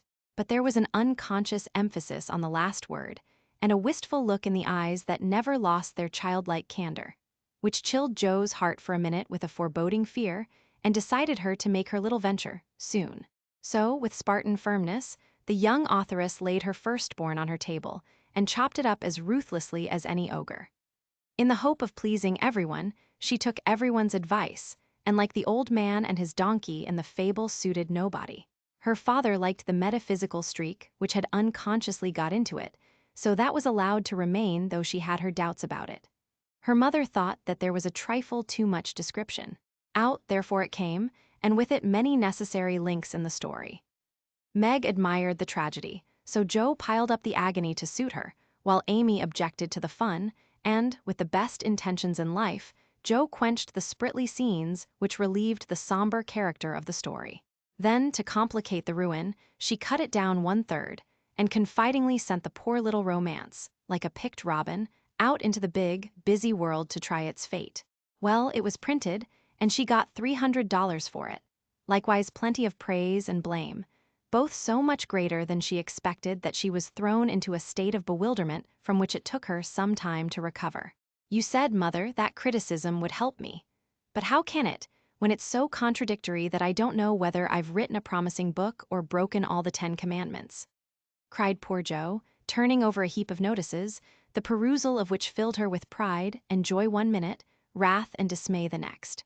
This man says, an exquisite book, full of truth, beauty, and earnestness.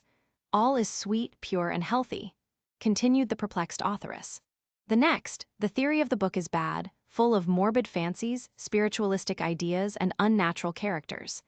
Now, as I had no theory of any kind, don't believe in spiritualism, and copied my characters from life, I don't see how this critic can be right.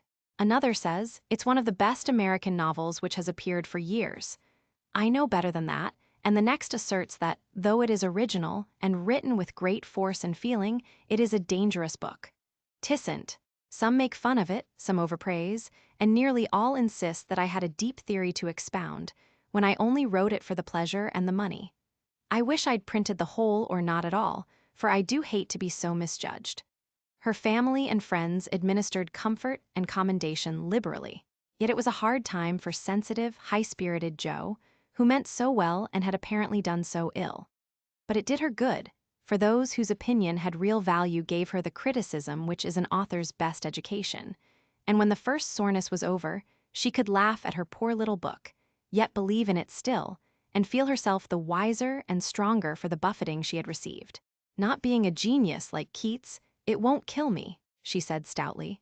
And I've got the joke on my side, after all, for the parts that were taken straight out of real life are denounced as impossible and absurd, and the scenes that I made up out of my own silly head are pronounced charmingly natural, tender, and true. So I'll comfort myself with that, and when I'm ready, I'll up again and take another. Chapter 28 Domestic Experiences. Like most other young matrons, Meg began her married life with the determination to be a model housekeeper. John should find home a paradise, he should always see a smiling face, should fare sumptuously every day, and never know the loss of a button. She brought so much love, energy, and cheerfulness to the work that she could not but succeed, in spite of some obstacles. Her paradise was not a tranquil one, for the little woman fussed, was over-anxious to please, and bustled about like a true Martha, cumbered with many cares. She was too tired, sometimes, even to smile. John grew dyspeptic after a course of dainty dishes and ungratefully demanded plain fare. As for buttons, she soon learned to wonder where they went, to shake her head over the carelessness of men, and to threaten to make him sew them on himself, and see if his work would stand impatient and clumsy fingers any better than hers. They were very happy, even after they discovered that they couldn't live on love alone. John did not find Meg's beauty diminished, though she beamed at him from behind the familiar coffee pot. Nor did Meg miss any of the romance from the daily parting, when her husband followed up his kiss with the tender inquiry, "Shall I send some veal or mutton for dinner, darling?" The little house ceased to be a glorified bower, but it became a home, and the young couple soon felt that it was a change for the better. At first they played keep house and frolicked over it like children. Then John took steadily to business, feeling the cares of the head of a family upon his shoulders, and Meg laid by her cambric wrappers, put on a big apron, and fell to work, as before said, with more energy than discretion. While the cooking mania lasted, she went through Mrs. Cornelius's receipt book as if it were a mathematical exercise, working out the problems with patience and care. Sometimes her family were invited in to help eat up a too bounteous feast of successes, or Lottie would be privately dispatched with a batch of failures, which were to be concealed from all eyes in the convenient stomachs of the little Hummels. An evening with John over the account books usually produced a temporary lull in the culinary enthusiasm, and a frugal fit would ensue, during which the poor man was put through a course of bread pudding, hash, and warmed-over coffee, which tried his soul, although he bore it with praiseworthy fortitude. Before the golden mean was found, however, Meg added to her domestic possessions what young couples seldom get on long without, a family jar. Fired with housewifely wish to see her storeroom stocked with homemade preserves, she undertook to put up her own currant jelly. John was requested to order home a dozen or so of little pots and an extra quantity of sugar, for their own currants were ripe and were to be attended to at once. As John firmly believed that my wife was equal to anything, and took a natural pride in her skill, he resolved that she should be gratified, and their only crop of fruit laid by in a most pleasing form for winter use. Home came 4 dozen delightful little pots, half a barrel of sugar, and a small boy to pick the currants for her. With her pretty hair tucked into a little cap, arms bared to the elbow, and a checked apron which had a coquettish look in spite of the bib, the young housewife fell to work, feeling no doubts about her success, for hadn't she seen Hannah do it hundreds of times? The array of pots rather amazed her at first, but John was so fond of jelly, and the nice little jars would look so well on the top shelf, that Meg resolved to fill them all, and spent a long day picking, boiling, straining, and fussing over her jelly. She did her best, she asked advice of Mrs. Cornelius, she racked her brain to remember what Hannah did that she left undone. She reboiled, resugared, and restrained, but that dreadful stuff wouldn't gel. She longed to run home, bib and all, and ask Mother to lend her a hand. But John and she had agreed that they would never annoy anyone with their private worries, experiments, or quarrels. They had laughed over that last word, as if the idea it suggested was a most preposterous one, but they had held to their resolve, and whenever they could get on without help they did so, and no one interfered, for Mrs. March had advised the plan. So Meg wrestled alone with the refractory sweetmeats all that hot summer day, and at 5 o'clock sat down in her topsy-turvy kitchen, wrung her bedaubed hands, lifted up her voice, and wept. Now, in the first flush of the new life, she had often said, "My husband shall always feel free to bring a friend home whenever he likes. I shall always be prepared. There shall be no flurry, no scolding, no discomfort, but a neat house, a cheerful wife, and a good dinner. John, dear, never stop to ask my leave, invite whom you please, and be sure of a welcome from me." How charming that was, to be sure. John quite glowed with pride to hear her say it, and felt what a blessed thing it was to have a superior wife. But although they had had company from time to time, it never happened to be unexpected, and Meg had never had an opportunity to distinguish herself till now. It always happens so in this vale of tears. There is an inevitability about such things which we can only wonder at, deplore, and bear as we best can. If John had not forgotten all about the jelly, it really would have been unpardonable in him to choose that day, of all the days in the year, to bring a friend home to dinner unexpectedly. Congratulating himself that a handsome repast had been ordered that morning, feeling sure that it would be ready to the minute, and indulging in pleasant anticipations of the charming effect it would produce, when his pretty wife came running out to meet him, he escorted his friend to his mansion, with the irrepressible satisfaction of a young host and husband. It is a world of disappointments, as John discovered when he reached the Dovecote. The front door usually stood hospitably open. Now it was not only shut, but locked, and yesterday's mud still adorned the steps. The parlor windows were closed and curtained. No picture of the pretty wife sewing on the piazza, in white, with a distracting little bow in her hair, or a bright-eyed hostess, smiling a shy welcome as she greeted her guest. Nothing of the sort, for not a soul appeared but a sanguinary-looking boy asleep under the currant bushes. "I'm afraid something has happened.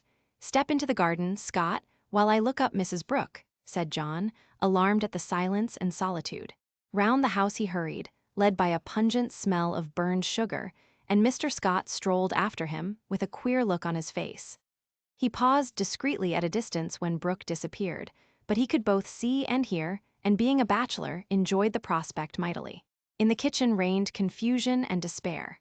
One edition of jelly was trickled from pot to pot, another lay upon the floor, and a third was burning gaily on the stove. Lottie, with Teutonic phlegm, was calmly eating bread and currant wine, for the jelly was still in a hopelessly liquid state, while Mrs. Brooke, with her apron over her head, sat sobbing dismally. "My dearest girl, what is the matter?" cried John, rushing in, with awful visions of scalded hands, sudden news of affliction, and secret consternation at the thought of the guest in the garden. "Oh, John, I am so tired and hot and cross and worried. I've been at it till I'm all worn out. Do come and help me, or I shall die." And the exhausted housewife cast herself upon his breast, giving him a sweet welcome in every sense of the word, for her pinafore had been baptized at the same time as the floor. "What worries you, dear? Has anything dreadful happened?" asked the anxious John, tenderly kissing the crown of the little cap, which was all askew. "Yes," sobbed Meg despairingly. "Tell me quick, then. Don't cry. I can bear anything better than that. Out with it, love." The jelly won't gel, and I don't know what to do." John Brooke laughed then, as he never dared to laugh afterward, and the derisive Scot smiled involuntarily as he heard the hearty peal, which put the finishing stroke to poor Meg's woe. "Is that all? Fling it out of the window, and don't bother any more about it. I'll buy you quartz if you want it, but for heaven's sake don't have hysterics, for I've brought Jack Scott home to dinner, and—" John got no further, for Meg cast him off and clasped her hands with a tragic gesture as she fell into a chair, exclaiming in a tone of mingled indignation, reproach, and dismay. "A man to dinner and everything in a mess. John Brooke, how could you do such a thing?" "Hush, he's in the garden. I forgot the confounded jelly, but it can't be helped now," said John, surveying the prospect with an anxious eye. "You ought to have sent word, or told me this morning, and you ought to have remembered how busy I was," continued Meg petulantly, "for even turtle doves will peck when ruffled. I didn't know it this morning, and there was no time to send word, for I met him on the way out. I never thought of asking leave, when you have always told me to do as I liked. I never tried it before, and hang me if I ever do again," added John, with an aggrieved air. "I should hope not. Take him away at once. I can't see him, and there isn't any dinner." "Well, I like that. Where's the beef and vegetables I sent home, and the pudding you promised?" cried John, rushing to the larder. "I hadn't time to cook anything. I meant to dine at Mother's. I'm sorry, but I was so busy," and Meg's tears began again. John was a mild man, but he was human, and after a long day's work to come home tired, hungry, and hopeful, to find a chaotic house, an empty table, and a cross wife was not exactly conducive to repose of mind or manner. He restrained himself, however, and the little squall would have blown over, but for one unlucky word. "It's a scrape, I acknowledge, but if you will lend a hand, we'll pull through and have a good time yet. Don't cry, dear, but just exert yourself a bit and fix us up something to eat. We're both as hungry as hunters, so we shan't mind what it is. Give us the cold meat and bread and cheese. We won't ask for jelly." He meant it to be a good-natured joke, but that one word sealed his fate. Meg thought it was too cruel to hint about her sad failure, and the last atom of patience vanished as he spoke. "You must get yourself out of the scrape as you can. I'm too used up to exert myself for anyone. It's like a man to propose a bone and vulgar bread and cheese for company. I won't have anything of the sort in my house. Take that Scot up to Mother's and tell him I'm away, sick, dead, anything. I won't see him, and you two can laugh at me and my jelly as much as you like. You won't have anything else here." And having delivered her defiance all on one breath, Meg cast away her pinafore and precipitately left the field to bemoan herself in her own room. What those two creatures did in her absence, she never knew, but Mr. Scott was not taken up to Mother's. And when Meg descended, after they had strolled away together, she found traces of a promiscuous lunch which filled her with horror. Lottie reported that they had eaten a much and greatly laughed, and the master bid her throw away all the sweet stuff and hide the pots. Meg longed to go and tell Mother, but a sense of shame at her own shortcomings, of loyalty to John, who might be cruel but nobody should know it, restrained her, and after a summary cleaning up, she dressed herself prettily and sat down to wait for John to come and be forgiven. Unfortunately, John didn't come, not seeing the matter in that light. He had carried it off as a good joke with Scott, excused his little wife as well as he could, and played the host so hospitably that his friend enjoyed the impromptu dinner and promised to come again. But John was angry, though he did not show it. He felt that Meg had deserted him in his hour of need. It wasn't fair to tell a man to bring folks home anytime, with perfect freedom, and when he took you at your word, to flame up and blame him and leave him in the lurch, to be laughed at or pitied. No, by George, it wasn't. And Meg must know it. He had fumed inwardly during the feast, but when the flurry was over and he strolled home after seeing Scott off, a milder mood came over him. Poor little thing. It was hard upon her when she tried so heartily to please me. She was wrong, of course, but then she was young. I must be patient and teach her. He hoped she had not gone home. He hated gossip and interference. For a minute he was ruffled again at the mere thought of it. And then the fear that Meg would cry herself sick softened his heart, and sent him on at a quicker pace, resolving to be calm and kind, but firm, quite firm, and show her where she had failed in her duty to her spouse. Meg likewise resolved to be calm and kind, but firm, and show him his duty. She longed to run to meet him and beg pardon and be kissed and comforted, as she was sure of being, but of course she did nothing of the sort, and when she saw John coming, began to hum quite naturally, as she rocked and sewed, like a lady of leisure in her best parlor. John was a little disappointed not to find a tender Niobe, but feeling that his dignity demanded the first apology, he made none, only came leisurely in and laid himself upon the sofa with the singularly relevant remark, "We are going to have a new moon, my dear." "I've no objection," was Meg's equally soothing remark. A few other topics of general interest were introduced by Mr. Brooke and wet-blanketed by Mrs. Brooke, and conversation languished. John went to one window, unfolded his paper, and wrapped himself in it, figuratively speaking. Meg went to the other window, and sewed as if new rosettes for slippers were among the necessaries of life. Neither spoke. Both looked quite calm and firm, and both felt desperately uncomfortable. Oh dear, thought Meg, married life is very trying, and does need infinite patience as well as love, as mother says. The word mother suggested other maternal counsels given long ago and received with unbelieving protests. John is a good man, but he has his faults, and you must learn to see and bear with them, remembering your own. He is very decided, but never will be obstinate, if you reason kindly, not oppose impatiently. He is very accurate and particular about the truth, a good trait, though you call him fussy. Never deceive him by look or word, Meg, and he will give you the confidence you deserve, the support you need.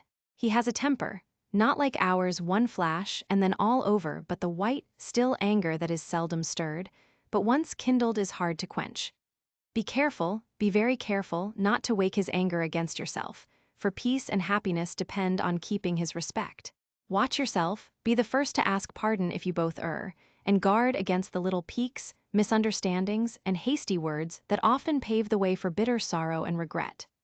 These words came back to Meg, as she sat sewing in the sunset, especially the last. This was the first serious disagreement. Her own hasty speeches sounded both silly and unkind. As she recalled them, her own anger looked childish now, and thoughts of poor John coming home to such a scene quite melted her heart. She glanced at him with tears in her eyes, but he did not see them. She put down her work and got up, thinking, I will be the first to say, "Forgive me," but he did not seem to hear her. She went very slowly across the room, for pride was hard to swallow, and stood by him, but he did not turn his head. For a minute she felt as if she really couldn't do it, then came the thought, this is the beginning. I'll do my part and have nothing to reproach myself with, and stooping down, she softly kissed her husband on the forehead. Of course that settled it. The penitent kiss was better than a world of words, and John had her on his knee in a minute, saying tenderly, it was too bad to laugh at the poor little jelly pots. Forgive me, dear, I never will again. But he did, oh bless you, yes, hundreds of times, and so did Meg, both declaring that it was the sweetest jelly they ever made, for family peace was preserved in that little family jar. After this, Meg had Mr. Scott to dinner by special invitation, and served him up a pleasant feast without a cooked wife for the first course, on which occasion she was so gay and gracious, and made everything go off so charmingly, that Mr. Scott told John he was a lucky fellow, and shook his head over the hardships of bachelorhood all the way home. In the autumn, new trials and experiences came to Meg. Sally Moffat renewed her friendship, was always running out for a dish of gossip at the little house, or inviting that poor dear to come in and spend the day at the big house. It was pleasant, for in dull weather Meg often felt lonely. All were busy at home, John absent till night, and nothing to do but sew or read or potter about. So it naturally fell out that Meg got into the way of gadding and gossiping with her friend. Seeing Sally's pretty things made her long for such, and pity herself because she had not got them. Sally was very kind, and often offered her the coveted trifles, but Meg declined them, knowing that John wouldn't like it, and then this foolish little woman went and did what John disliked even worse. She knew her husband's income, and she loved to feel that he trusted her, not only with his happiness, but what some men seem to value more, his money. She knew where it was free to take what she liked, and all he asked was that she should keep account of every penny, pay bills once a month, and remember that she was a poor man's wife. Till now she had done well, been prudent and exact, kept her little account books neatly, and showed them to him monthly without fear. But that autumn, the serpent got into Meg's paradise, and tempted her like many a modern Eve, not with apples, but with dress. Meg didn't like to be pitied and made to feel poor. It irritated her, but she was ashamed to confess it, and now and then she tried to console herself by buying something pretty, so that Sally needn't think she had to economize. She always felt wicked after it, for the pretty things were seldom necessaries. But then they cost so little, it wasn't worth worrying about, so the trifles increased unconsciously, and in the shopping excursions she was no longer a passive looker-on. But the trifles cost more than one would imagine, and when she cast up her accounts at the end of the month, the sum total rather scared her. John was busy that month and left the bills to her.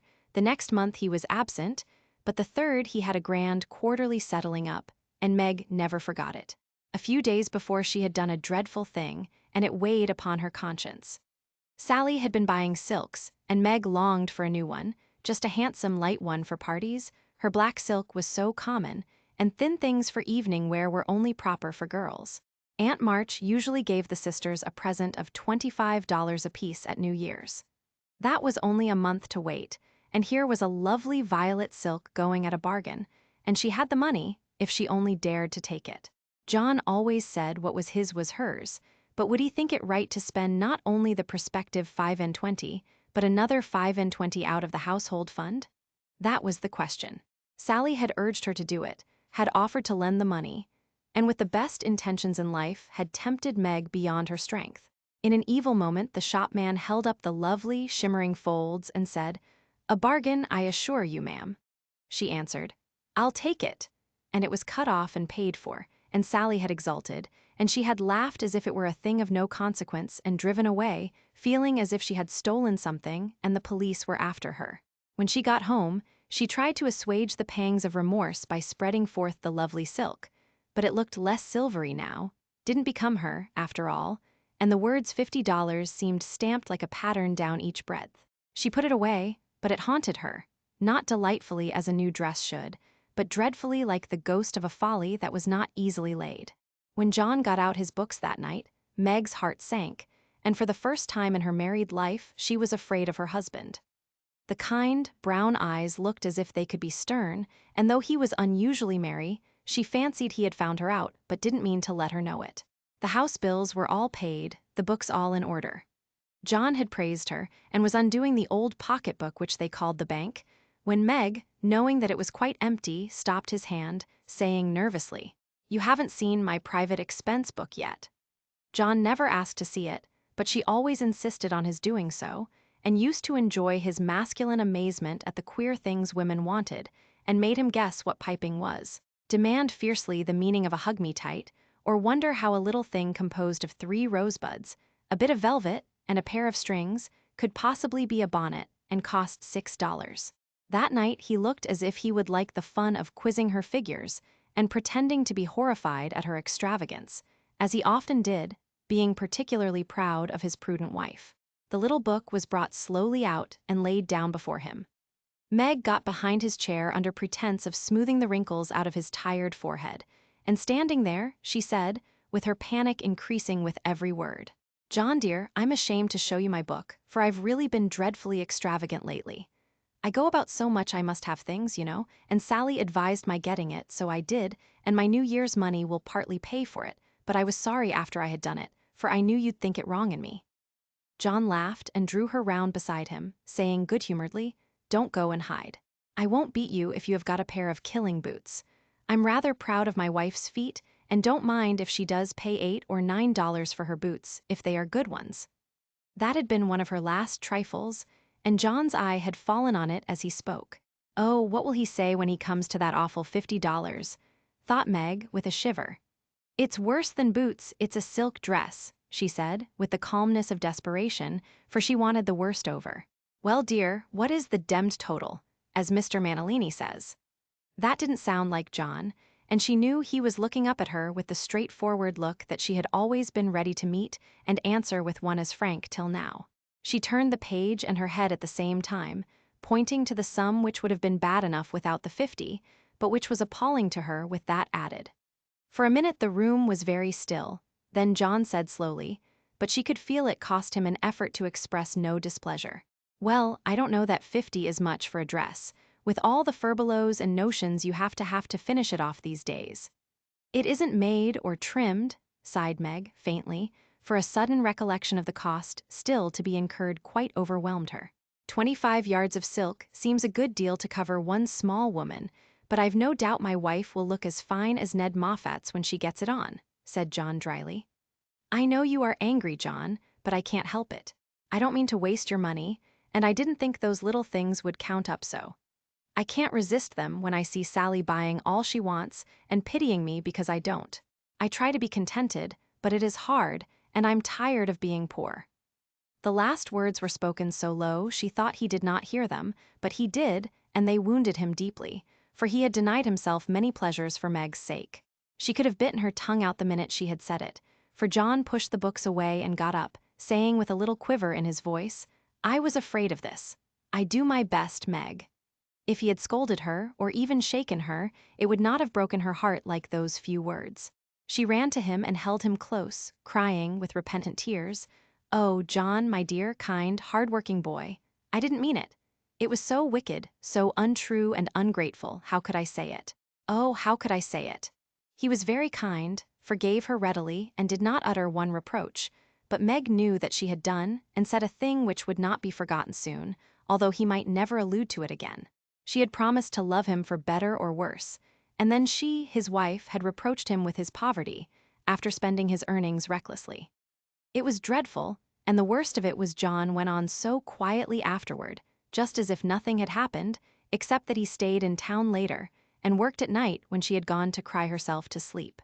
A week of remorse nearly made Meg sick, and the discovery that John had countermanded the order for his new greatcoat reduced her to a state of despair which was pathetic to behold.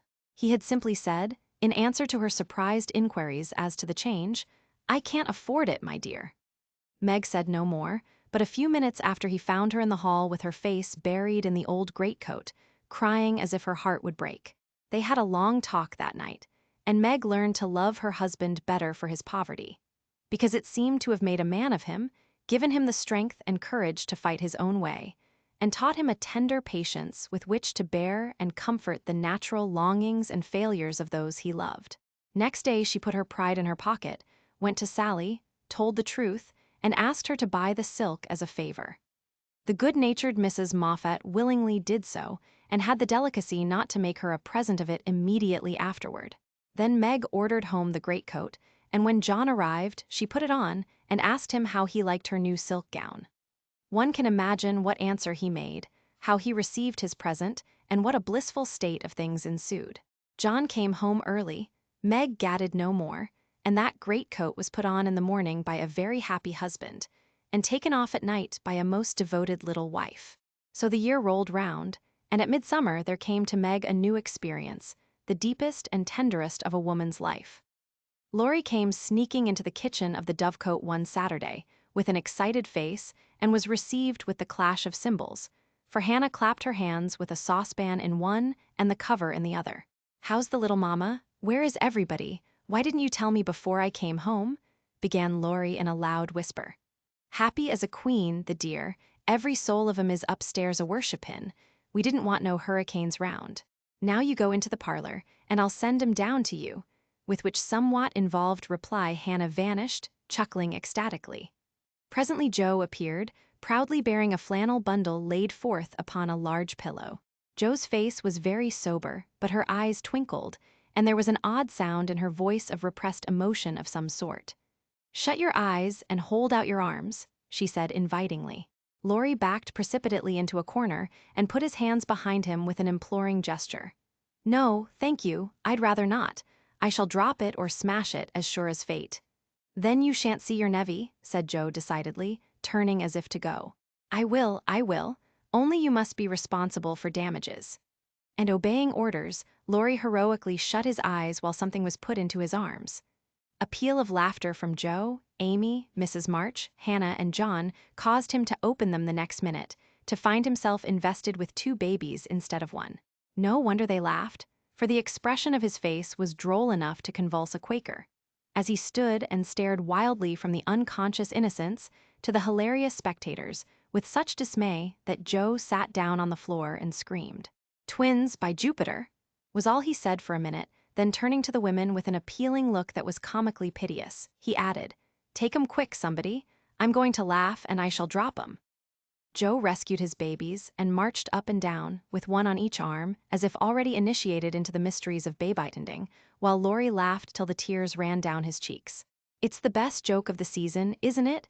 I wouldn't have told you, for I set my heart on surprising you, and I flatter myself I've done it," said Joe, when she got her breath.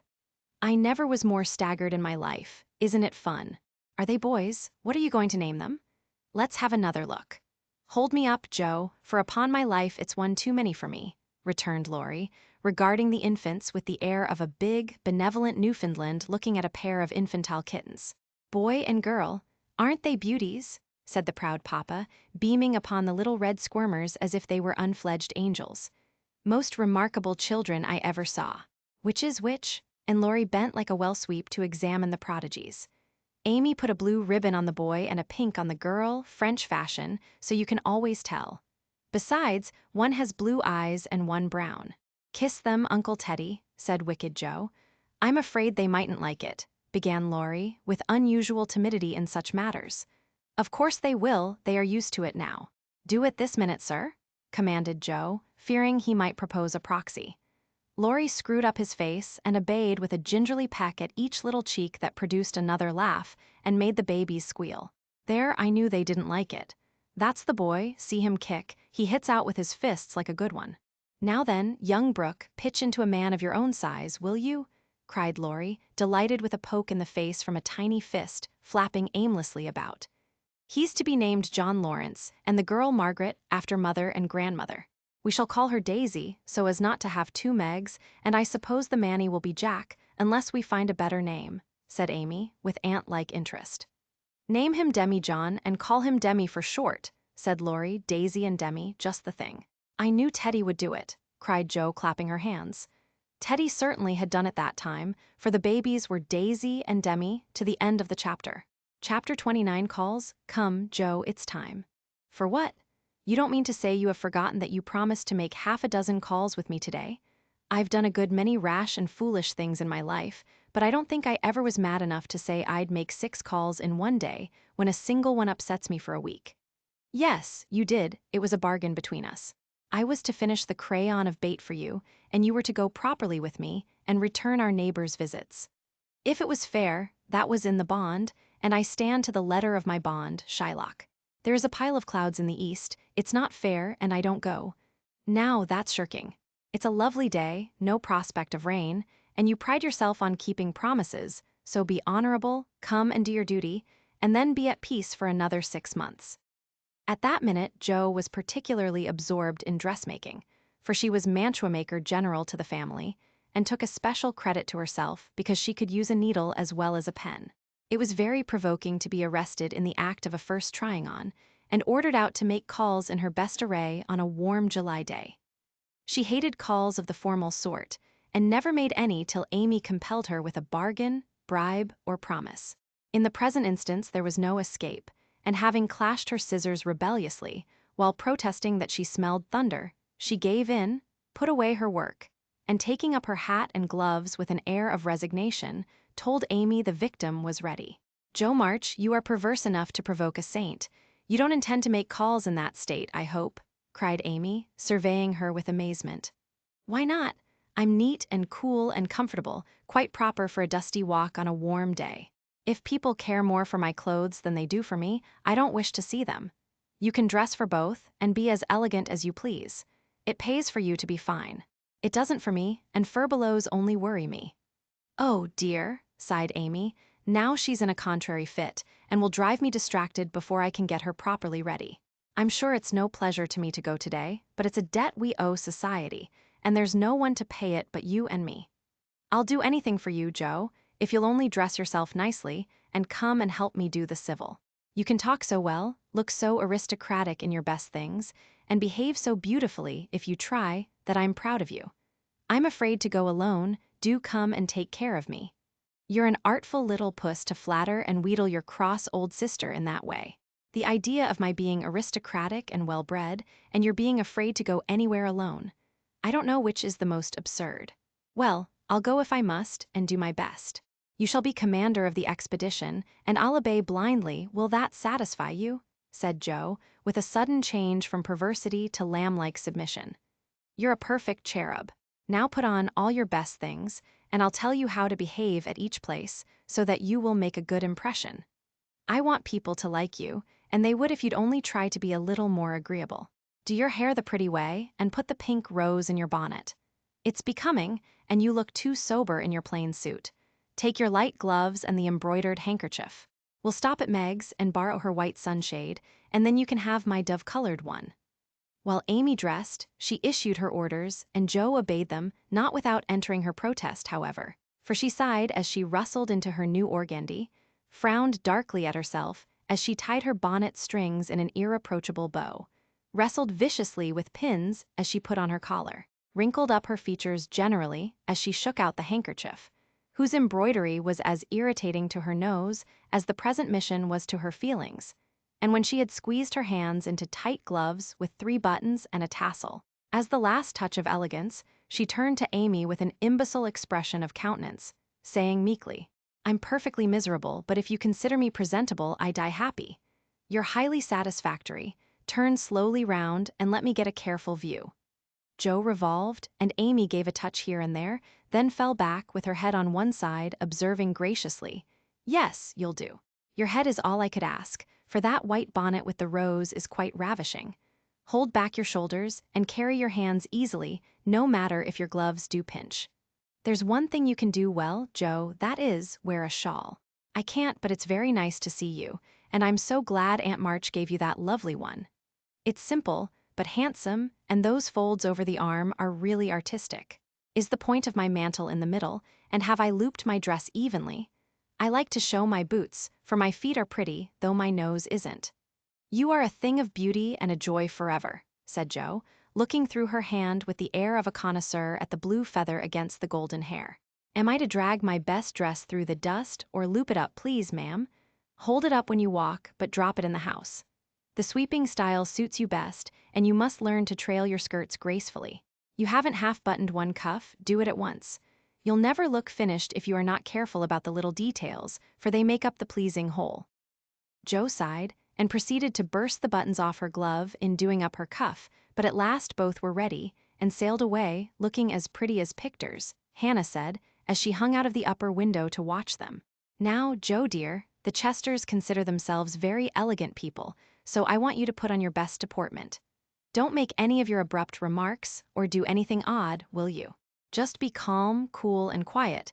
That's safe and ladylike, and you can easily do it for 15 minutes, said Amy, as they approached the first place, having borrowed the white parasol and been inspected by Meg, with a baby on each arm. "Let me see. Calm, cool, and quiet. Yes, I think I can promise that. I've played the part of a prim young lady on the stage, and I'll try it off. My powers are great, as you shall see, so be easy in your mind, my child." Amy looked relieved, but naughty Jo took her at her word. For during the first call she sat with every limb gracefully composed, every fold correctly draped, calm as a summer sea, cool as a snowbank, and as silent as the Sphinx. In vain, Mrs. Chester alluded to her charming novel, and the Mrs. Chester introduced parties, picnics, the opera, and the fashions. Each and all were answered by a smile, a bow, and a demure yes or no with the chill on. In vain, Amy telegraphed the word talk, tried to draw her out, and administered covert pokes with her foot. Jo sat as if blandly unconscious of it all, with deportment like Maud's face, icily regular, splendidly null. What a haughty, uninteresting creature that oldest Miss March is, was the unfortunately audible remark of one of the ladies, as the door closed upon their guests. Jo laughed noiselessly all through the hall, but Amy looked disgusted at the failure of her instructions, and very naturally laid the blame upon Jo. "How could you mistake me so?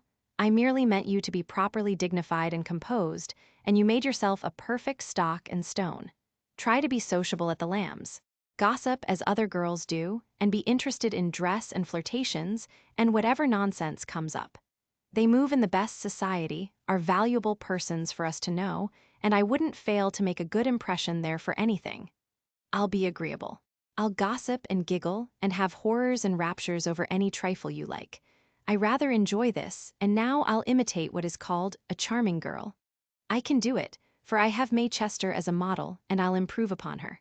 See if the Lambs don't say, 'What a lively, nice creature that Jo March is.'" Amy felt anxious, as well she might, for when Jo turned freakish there was no knowing where she would stop. Amy's face was a study when she saw her sister skim into the next drawing-room, kiss all the young ladies with effusion, beam graciously upon the young gentlemen, and join in the chat with a spirit which amazed the beholder.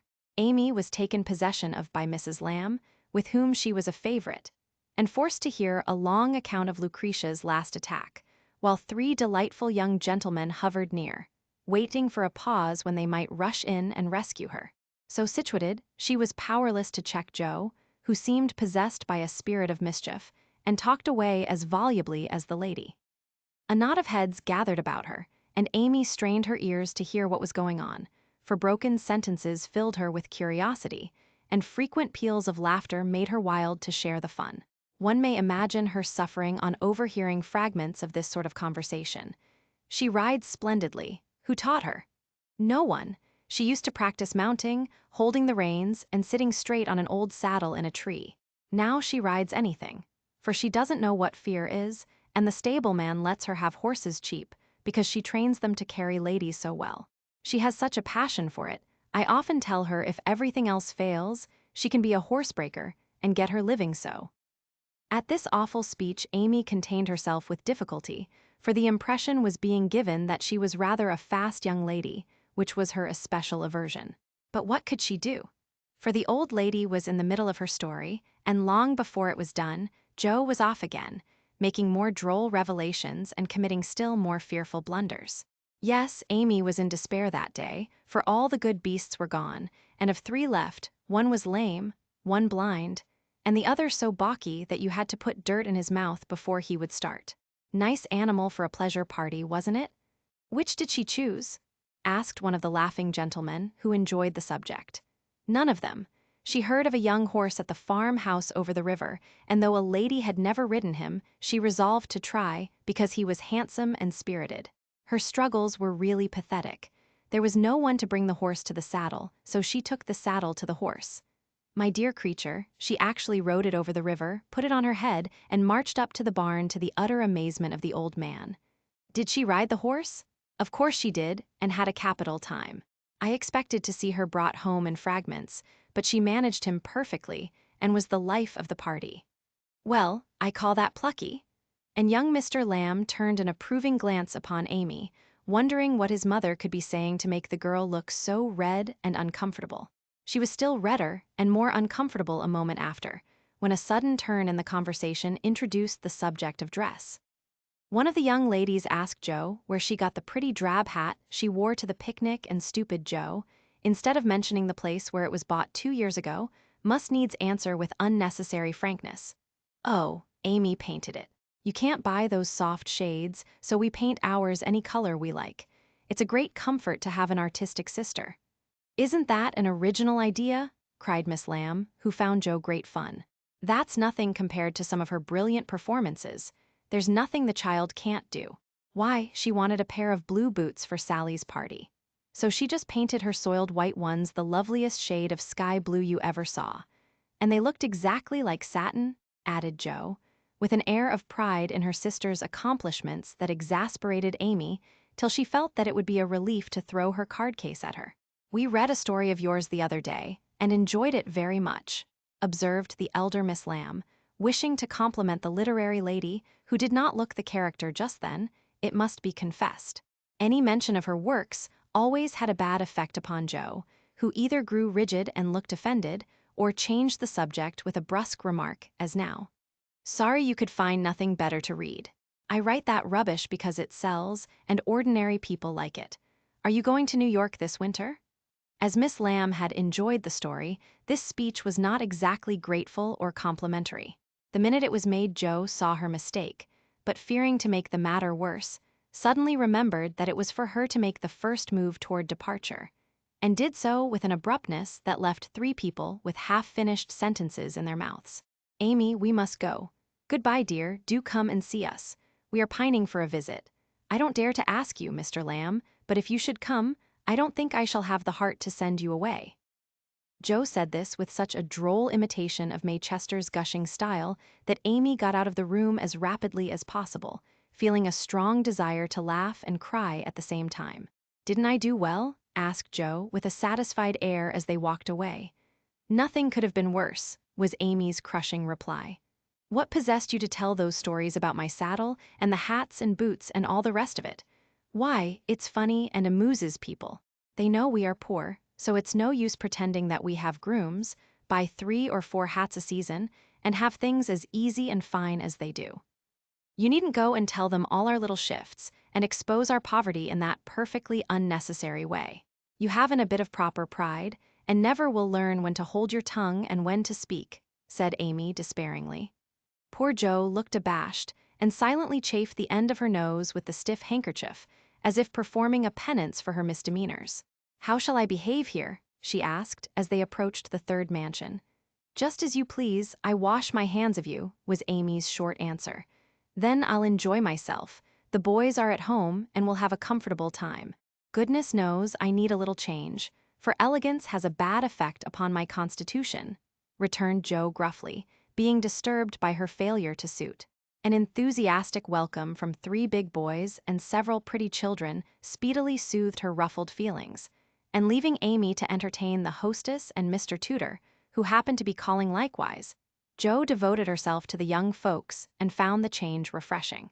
She listened to college stories with deep interest, caressed pointers and poodles without a murmur, agreed heartily that Tom Brown was a brick, regardless of the improper form of praise, and when one lad proposed a visit to his turtle tank, she went with an alacrity which caused Mama to smile upon her, as that motherly lady settled the cap which was left in a ruinous condition by filial hugs, bear-like but affectionate, and dearer to her than the most faultless coiffure from the hands of an inspired Frenchwoman.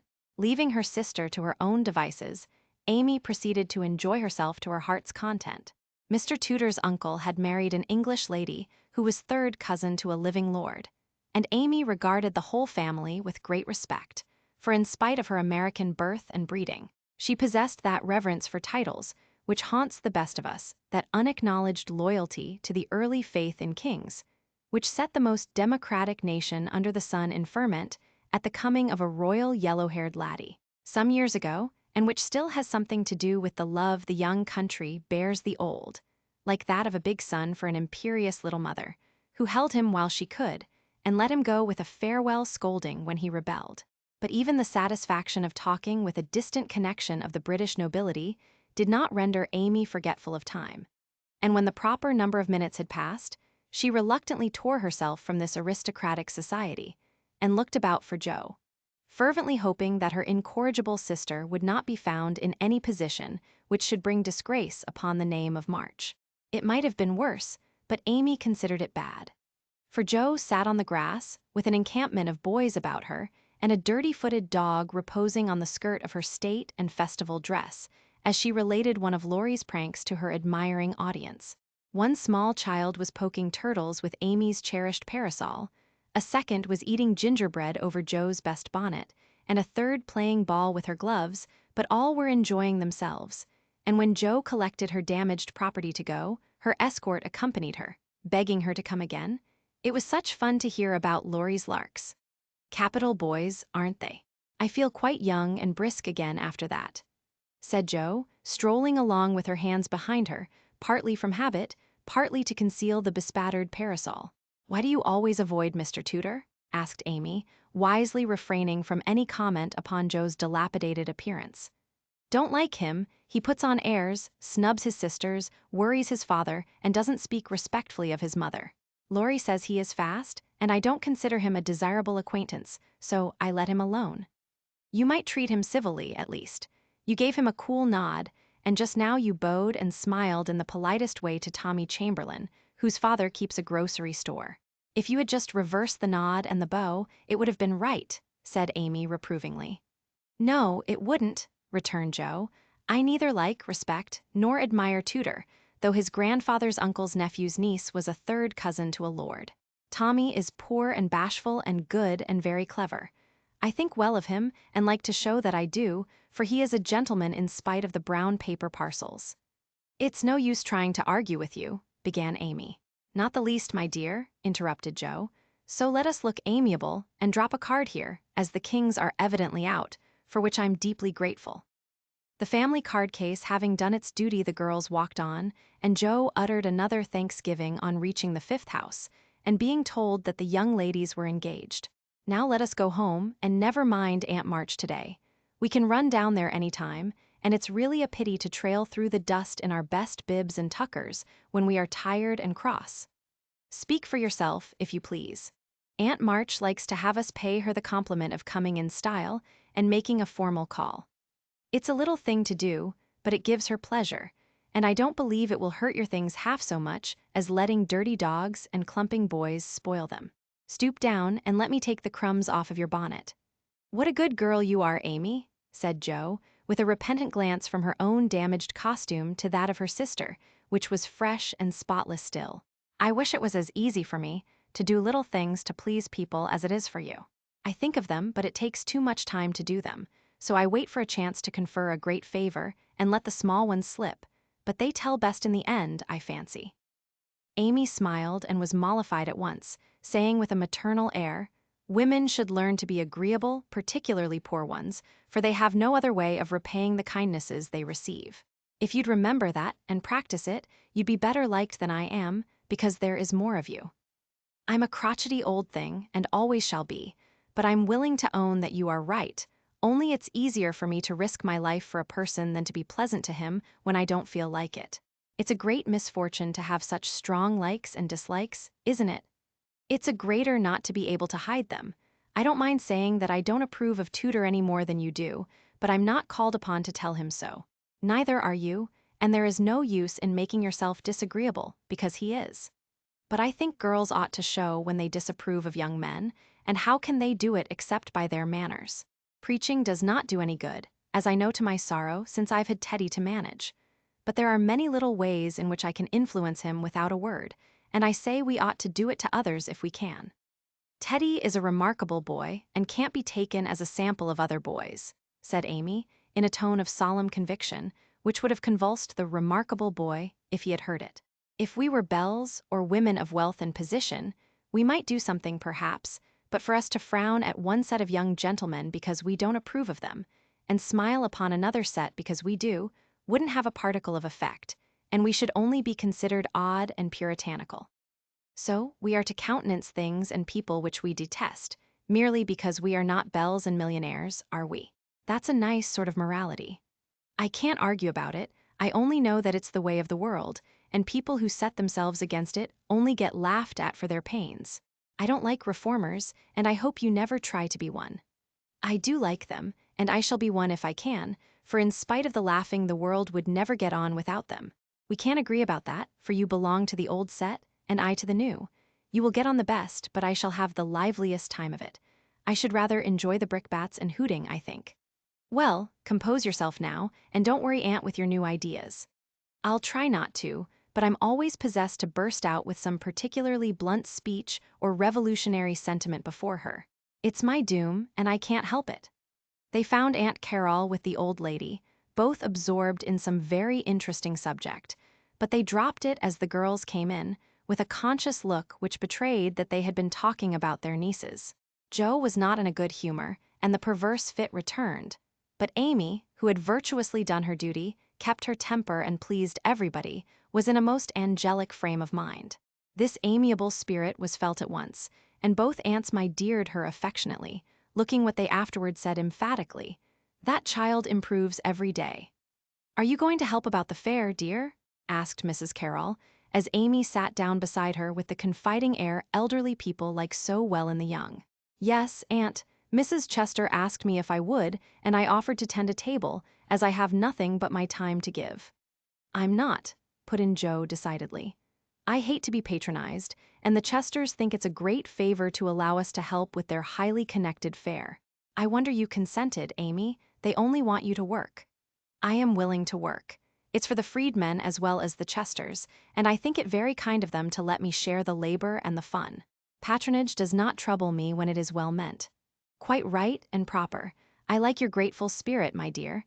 It's a pleasure to help people who appreciate our efforts." "Some do not, and that is trying," observed Aunt March, looking over her spectacles at Joe, who sat apart, rocking herself with a somewhat morose expression.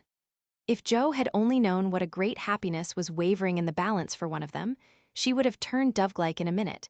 But unfortunately, we don't have windows in our breasts, and cannot see what goes on in the minds of our friends.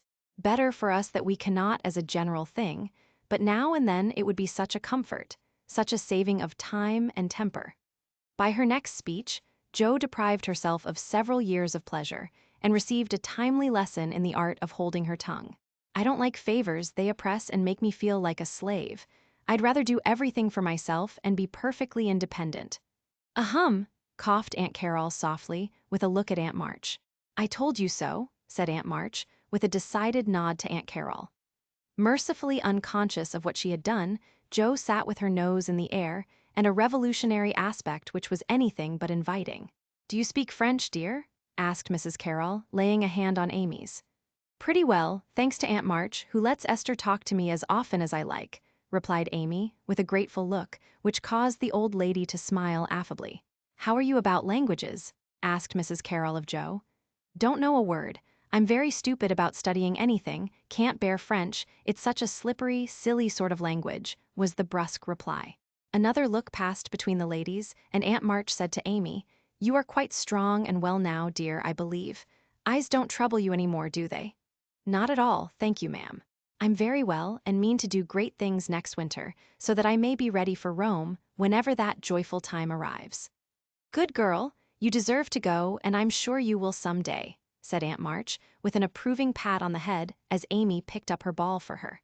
"Crossbatch, draw the latch, sit by the fire and spin," squalled Polly, bending down from his perch on the back of her chair to peep into Joe's face, with such a comical air of impertinent inquiry that it was impossible to help laughing. "Most observing bird," said the old lady. "Come and take a walk, my dear," cried Polly, hopping toward the china closet with a look suggestive of a lump of sugar. "Thank you, I will. Come, Amy." And Joe brought the visit to an end, feeling more strongly than ever that calls did have a bad effect upon her constitution. She shook hands in a gentlemanly manner, but Amy kissed both the aunts, and the girls departed, leaving behind them the impression of shadow and sunshine, which impression caused Aunt March to say, as they vanished, "You'd better do it, Mary. I'll supply the money." And Aunt Carol to reply decidedly, "I certainly will, if her father and mother consent." Chapter 30 Consequences. Mrs. Chester's fare was so very elegant and select that it was considered a great honor by the young ladies of the neighborhood to be invited to take a table, and everyone was much interested in the matter. Amy was asked, but Joe was not, which was fortunate for all parties, as her elbows were decidedly akimbo at this period of her life, and it took a good many hard knocks to teach her how to get on easily. The haughty, uninteresting creature was let severely alone, but Amy's talent and taste were duly complemented by the offer of the art table, and she exerted herself to prepare and secure appropriate and valuable contributions to it. Everything went on smoothly till the day before the fair opened. Then there occurred one of the little skirmishes which it is almost impossible to avoid, when some 25 women, old and young, with all their private piques and prejudices, try to work together. May Chester was rather jealous of Amy because the latter was a greater favorite than herself. And just at this time, several trifling circumstances occurred to increase the feeling. Amy's dainty pen and ink work entirely eclipsed May's painted vases. That was one thorn. Then the all-conquering tutor had danced 4 times with Amy at a late party, and only once with May. That was thorn number 2.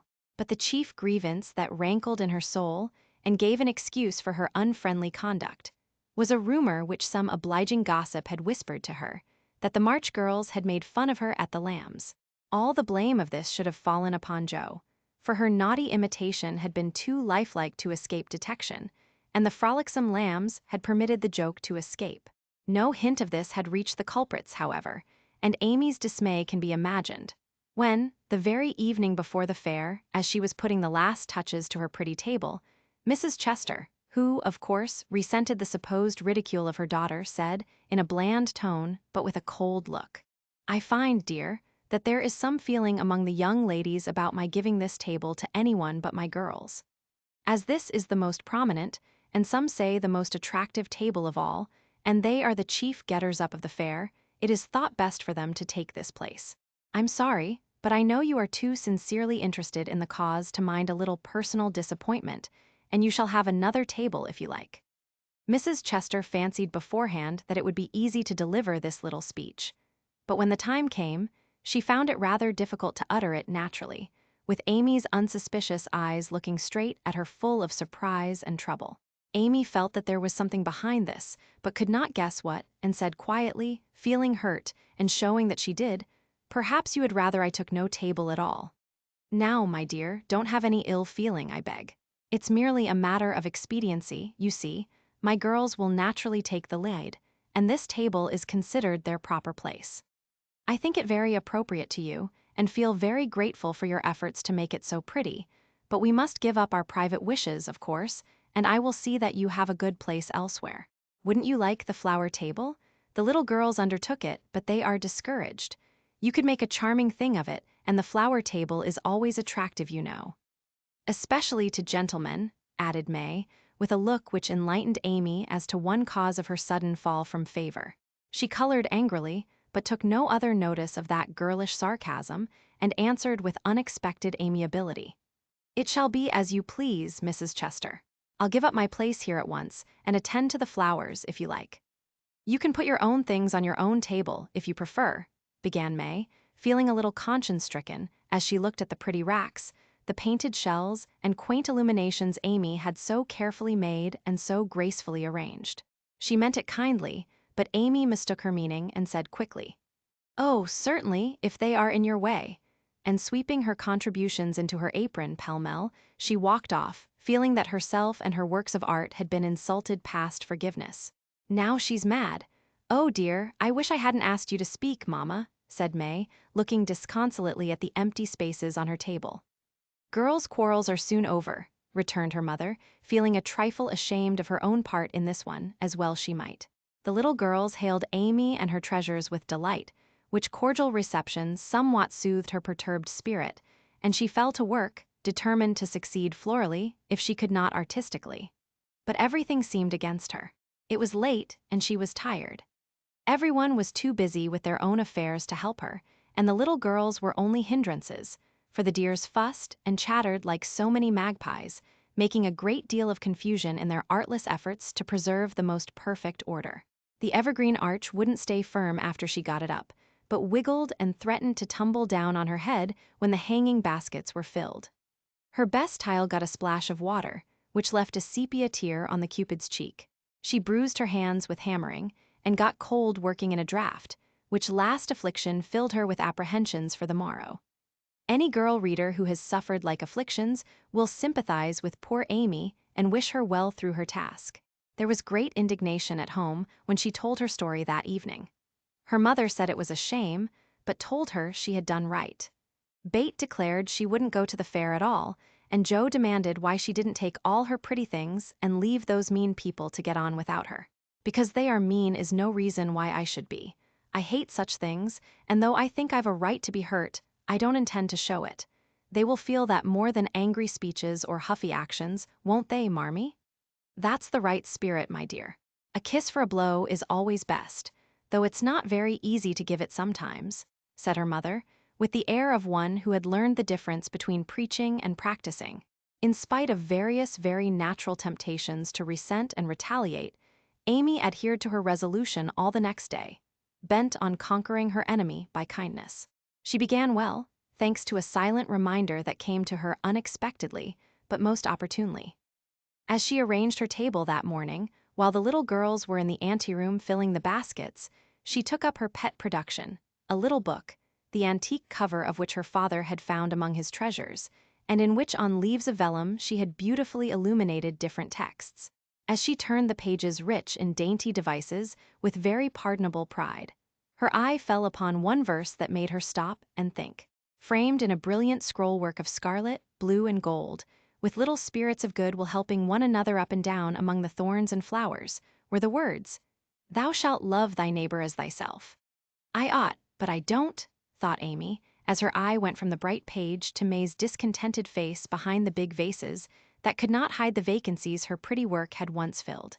Amy stood a minute, turning the leaves in her hand, reading on each some sweet rebuke for all heartburnings and uncharitableness of spirit. Many wise and true sermons are preached us every day by unconscious ministers in street, school, office, or home. Even a fair table may become a pulpit, if it can offer the good and helpful words which are never out of season. Amy's conscience preached her a little sermon from that text, then and there, and she did what many of us do not always do, took the sermon to heart, and straightway put it in practice. A group of girls were standing about May's table, admiring the pretty things and talking over the change of saleswomen.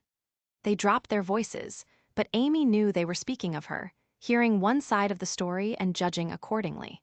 It was not pleasant, but a better spirit had come over her, and presently a chance offered for proving it. She heard May say sorrowfully, "It's too bad, for there is no time to make other things, and I don't want to fill up with odds and ends. The table was just complete then, now it's spoiled." "I dare say she'd put them back if you asked her," suggested someone. "How could I after all the fuss?" began May, but she did not finish, for Amy's voice came across the hall, saying pleasantly, "You may have them, and welcome, without asking, if you want them. I was just thinking I'd offer to put them back, for they belong to your table rather than mine. Here they are, please take them, and forgive me if I was hasty in carrying them away last night." As she spoke, Amy returned her contribution, with a nod and a smile, and hurried away again, feeling that it was easier to do a friendly thing than it was to stay and be thanked for it. "Now I call that lovely of her, don't you?" cried one girl. May's answer was inaudible, but another young lady, whose temper was evidently a little soured by making lemonade, added with a disagreeable laugh, "Very lovely," for she knew she wouldn't sell them at her own table. Now, that was hard.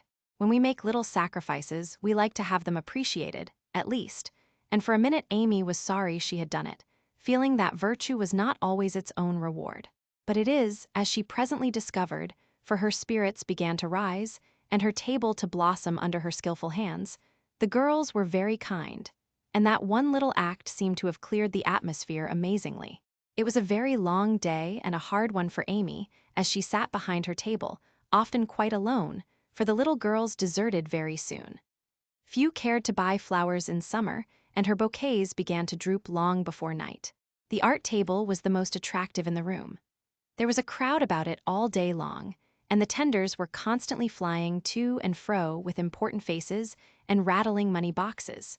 Amy often looked wistfully across, longing to be there, where she felt at home and happy, instead of in a corner with nothing to do. It might seem no hardship to some of us, but to a pretty, blithe young girl, it was not only tedious, but very trying, and the thought of Laurie and his friends made it a real martyrdom. She did not go home till night, and then she looked so pale and quiet that they knew the day had been a hard one, though she made no complaint, and did not even tell what she had done. Her mother gave her an extra cordial cup of tea. Bate helped her dress, and made a charming little wreath for her hair, while Jo astonished her family by getting herself up with unusual care, and hinting darkly that the tables were about to be turned. "Don't do anything rude, pray, Jo. I won't have any fuss made, so let it all pass and behave yourself," begged Amy, as she departed early, hoping to find a reinforcement of flowers to refresh her poor little table. I merely intend to make myself entrancingly agreeable to everyone I know, and to keep them in your corner as long as possible. Teddy and his boys will lend a hand, and we'll have a good time yet," returned Joe, leaning over the gate to watch for Laurie. Presently the familiar tramp was heard in the dusk, and she ran out to meet him. "Is that my boy? As sure as this is my girl?" And Laurie tucked her hand under his arm with the air of a man whose every wish was gratified. "Oh, Teddy, such doings?" And Joe told Amy's wrongs with sisterly zeal. "A flock of our fellows are going to drive over by and by, and I'll be hanged if I don't make them buy every flower she's got, and camp down before her table afterward," said Laurie, espousing her cause with warmth. "The flowers are not at all nice, Amy says, and the fresh ones may not arrive in time. I don't wish to be unjust or suspicious, but I shouldn't wonder if they never came at all. When people do one mean thing, they are very likely to do another," observed Joe in a disgusted tone. "Didn't Hayes give you the best out of our gardens? I told him to." "I didn't know that, he forgot, I suppose, and, as your grandpa was poorly, I didn't like to worry him by asking, though I did want some." "Now, Joe, how could you think there was any need of asking? They are just as much yours as mine. Don't we always go halves in everything?" began Laurie, in the tone that always made Joe turn thorny. "Gracious, I hope not. Half of some of your things wouldn't suit me at all. But we mustn't stand philandering here. I've got to help Amy, so you go and make yourself splendid, and if you'll be so very kind as to let Hayes take a few nice flowers up to the hall, I'll bless you forever." "Couldn't you do it now?" asked Laurie, so suggestively that Joe shut the gate in his face with inhospitable haste, and called through the bars, "Go away, Teddy, I'm busy." Thanks to the conspirators, the tables were turned that night, for Hayes sent up a wilderness of flowers, with a loverly basket, arranged in his best manner for a centerpiece. Then the March family turned out en masse, and Joe exerted herself to some purpose, for people not only came, but stayed, laughing at her nonsense, admiring Amy's taste, and apparently enjoying themselves very much. Laurie and his friends gallantly threw themselves into the breach, bought up the bouquets, encamped before the table, and made that corner the liveliest spot in the room. Amy was in her element now, and out of gratitude, if nothing more, was as sprightly and gracious as possible, coming to the conclusion, about that time, that virtue was its own reward after all. Jo behaved herself with exemplary propriety, and when Amy was happily surrounded by her guard of honor, Jo circulated about the hall, picking up various bits of gossip, which enlightened her upon the subject of the Chester change of base. She reproached herself for her share of the ill feeling, and resolved to exonerate Amy as soon as possible. She also discovered what Amy had done about the things in the morning, and considered her a model of magnanimity. As she passed the art table, she glanced over it for her sister's things, but saw no sign of them. "Tucked away out of sight, I dare say," thought Jo, who could forgive her own wrongs, but hotly resented any insult offered her family. "Good evening, Miss Jo. How does Amy get on?" asked May with a conciliatory air, for she wanted to show that she also could be generous. "She has sold everything she had that was worth selling, and now she is enjoying herself. The flower table is always attractive, you know, especially to gentlemen." Jo couldn't resist giving that little slap, but May took it so meekly she regretted it a minute after, and fell to praising the great vases, which still remained unsold. "Is Amy's illumination anywhere about? I took a fancy to buy that for father," said Jo, very anxious to learn the fate of her sister's work. "Everything of Amy's sold long ago. I took care that the right people saw them, and they made a nice little sum of money for us," returned May, who had overcome sundry small temptations, as well as Amy had that day. Much gratified, Jo rushed back to tell the good news, and Amy looked both touched and surprised by the report of May's word and manner. "Now, gentlemen, I want you to go and do your duty by the other tables as generously as you have by mine, especially the art table," she said, ordering out Teddy's own, as the girls called the college friends. "Charge, Chester, charge," is the motto for that table, but do your duty like men, and you'll get your money's worth of art in every sense of the word," said the irrepressible Jo, as the devoted phalanx prepared to take the field. "To hear is to obey, but March is fairer far than May," said little Parker, making a frantic effort to be both witty and tender, and getting promptly quenched by Laurie, who said, "Very well, my son, for a small boy. and walked him off with a paternal pat on the head. "Buy the vases," whispered Amy to Laurie, as a final heaping of coals of fire on her enemy's head. To May's great delight, Mr. Lawrence not only bought the vases, but pervaded the hall with one under each arm. The other gentlemen speculated with equal rashness in all sorts of frail trifles, and wandered helplessly about afterward, burdened with wax flowers, painted fans, filigree portfolios, and other useful and appropriate purchases. Aunt Carol was there, heard the story, looked pleased, and said something to Mrs. March in a corner, which made the latter lady beam with satisfaction, and watch Amy with a face full of mingled pride and anxiety, though she did not betray the cause of her pleasure till several days later. The fair was pronounced a success, and when May bade Amy good night, she did not gush as usual, but gave her an affectionate kiss, and a look which said, "Forgive and forget." That satisfied Amy, and when she got home, she found the vases paraded on the parlor chimney-piece with a great bouquet in each. The reward of merit for a magnanimous march, as Laurie announced with a flourish.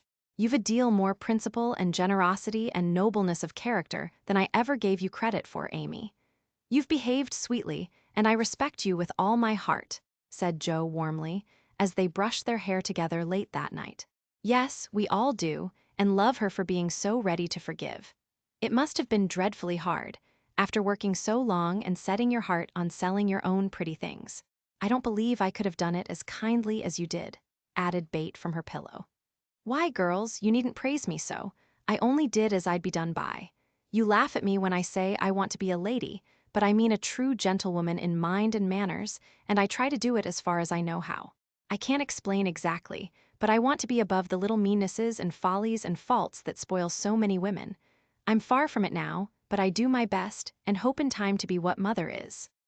Amy spoke earnestly, and Joe said with a cordial hug, "I understand now what you mean, and I'll never laugh at you again. You are getting on faster than you think, and I'll take lessons of you in true politeness, for you've learned the secret, I believe. Try away, dearie, you'll get your reward some day, and no one will be more delighted than I shall." A week later Amy did get her reward, and poor Joe found it hard to be delighted. A letter came from Aunt Carol, and Mrs. March's face was illuminated to such a degree when she read it that Joe and Bate, who were with her, demanded what the glad tidings were. "Aunt Carol is going abroad next month and wants me to go with her," burst in Joe, flying out of her chair in an uncontrollable rapture. "No, dear, not you, it's Amy." "Oh, Mother, she's too young, it's my turn first.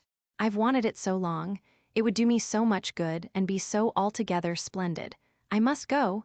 "I'm afraid it's impossible, Joe," Aunt says Amy, decidedly, "and it is not for us to dictate when she offers such a favor. It's always so. Amy has all the fun and I have all the work. It isn't fair, oh, it isn't fair," cried Joe passionately. "I'm afraid it's partly your own fault, dear. When Aunt spoke to me the other day, she regretted your blunt manners and too independent spirit, and here she writes, as if quoting something you had said, 'I planned at first to ask Joe, but as favors burden her, and she hates French, I think I won't venture to invite her. Amy is more docile, will make a good companion for Flo, and receive gratefully any help the trip may give her.'" "Oh, my tongue, my abominable tongue, why can't I learn to keep it quiet?" groaned Joe, remembering words which had been her undoing. When she had heard the explanation of the quoted phrases, Mrs. March said sorrowfully, "I wish you could have gone, but there is no hope of it this time, so try to bear it cheerfully, and don't sadden Amy's pleasure by reproaches or regrets." "I'll try," said Joe, winking hard as she knelt down to pick up the basket she had joyfully upset. "I'll take a leaf out of her book and try not only to seem glad, but to be so, and not grudge her 1 minute of happiness. But it won't be easy, for it is a dreadful disappointment." And poor Joe bedewed the little fat pincushion she held with several very bitter tears. "Joe dear, I'm very selfish, but I couldn't spare you, and I'm glad you are not going quite yet," whispered Bate, embracing her, basket and all, with such a clinging touch and loving face that Joe felt comforted in spite of the sharp regret that made her want to box her own ears, and humbly beg Aunt Carol to burden her with this favor, and see how gratefully she would bear it.